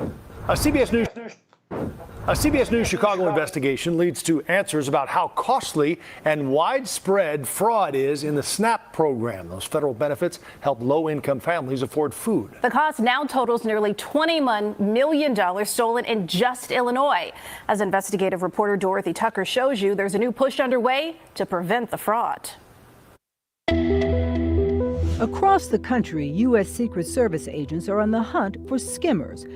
Last October, Chicago area agents made surprise visits to some 200 businesses. The urgency to find them is high because these are devices criminals use to place over card readers at retail stores, ATMs, gas stations. For a skimmer like this, they will catch the numbers as you punch them in. Once the hackers get the numbers, they wipe out the accounts, steal the money. The victims are members of our vulnerable communities. The vulnerable are those who receive SNAP, funds from the government to buy food for their families. And that's nearly 2 million people in Illinois. It's hitting these communities hard. I mean, they're depending on those funds for food and basic needs. We now know how hard those communities are being hit because of a CBS Chicago investigation. 2 years ago, we found a loophole in the state's system. Victims of SNAP fraud were not being tracked. State Representative Sonia Harper felt the state needed to know the extent of the fraud in order to find solutions. A bill she sponsored to track stolen benefits passed in May of 2023. The tracking revealed the scope of the problem. In a period of just over 2 years, more than 38,000 households reported fraud. That's nearly $21 million stolen by criminals. 57% of that, or $12 million, ripped away from 22,000 families just last year. Many victims who report the crimes choose not to speak on camera, but recent tips to our newsroom detailed their pain. A Southside woman bought a little food at Aldi's and soon after discovered she only had 7 cents left on her card. SNAP documents show on January 31st, there were 6 transactions in New York, totaling more. Hey, you scammers some dirty motherfuckers, man. Hey, you scammers some dirty motherfuckers. Y'all ain't getting no more money out the bank, son, like that. So y'all going to link card now. You some dirty motherfuckers, man. Y'all some dirty motherfuckers, man. They hitting links out here, bro. The link card. Bro, how the fuck? That's crazy. The link card. And link card got cash on that motherfucker too. Some people got cash on their link. So you can wipe them down. Cash and link. Damn. Man, they know what they doing, man. That's why they putting that shit on TV. So if we go in the store and we catch them with a scheme, man, now should we just assume that they part of the plot and just start whooping their ass too? The people who behind the counter? Than $1,000. She wrote, "It's not right. No fault of mine that this has happened." A Southside man had 3 out-of-state fraudulent transactions within 1 minute in New York, New Jersey, and Pennsylvania. His loss was nearly $700. He wrote, "My family and I can't buy groceries this month." What's worse, in December, the federal government stopped reimbursing victims of SNAP fraud, which means the money is gone for good. Hayward Telcove is an expert in fraud prevention. What will happen is the amount of fraud will continue to accelerate until you put those chips in place or until you put the mobile pay tools in place. The Illinois Department of Human Services plans to launch a pilot program later this year, allowing SNAP recipients to pay with their phones, making it more difficult for hackers to steal the data. In the meantime, the U.S. Secret Service continues to educate merchants on how to detect skimmers, like they did here in Valparaiso last October. If something looks off or it's loose, you kind of move it or take it off. You know, that's a skimmer. There are also things the public can do to protect themselves. Change your settings to block out state transactions. Turn off the card immediately after a purchase. And if you don't shop online, block internet transactions. Thank you. Thank you. Dorothy Tucker, CBS News, Chicago investigators. That Secret Service operation in the Chicago area last year found 6 skimming devices, all in Cook County.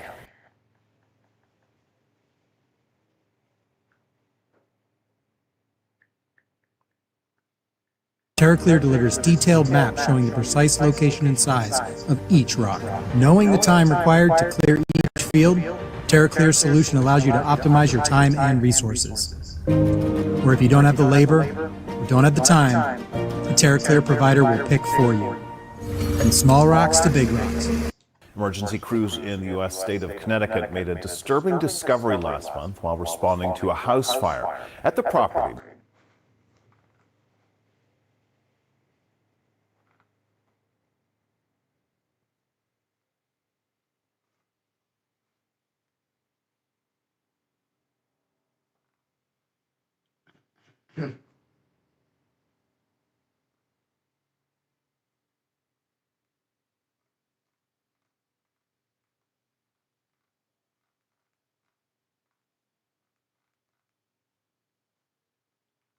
Stay away from that. Let me see. Y'all gonna shake it off here.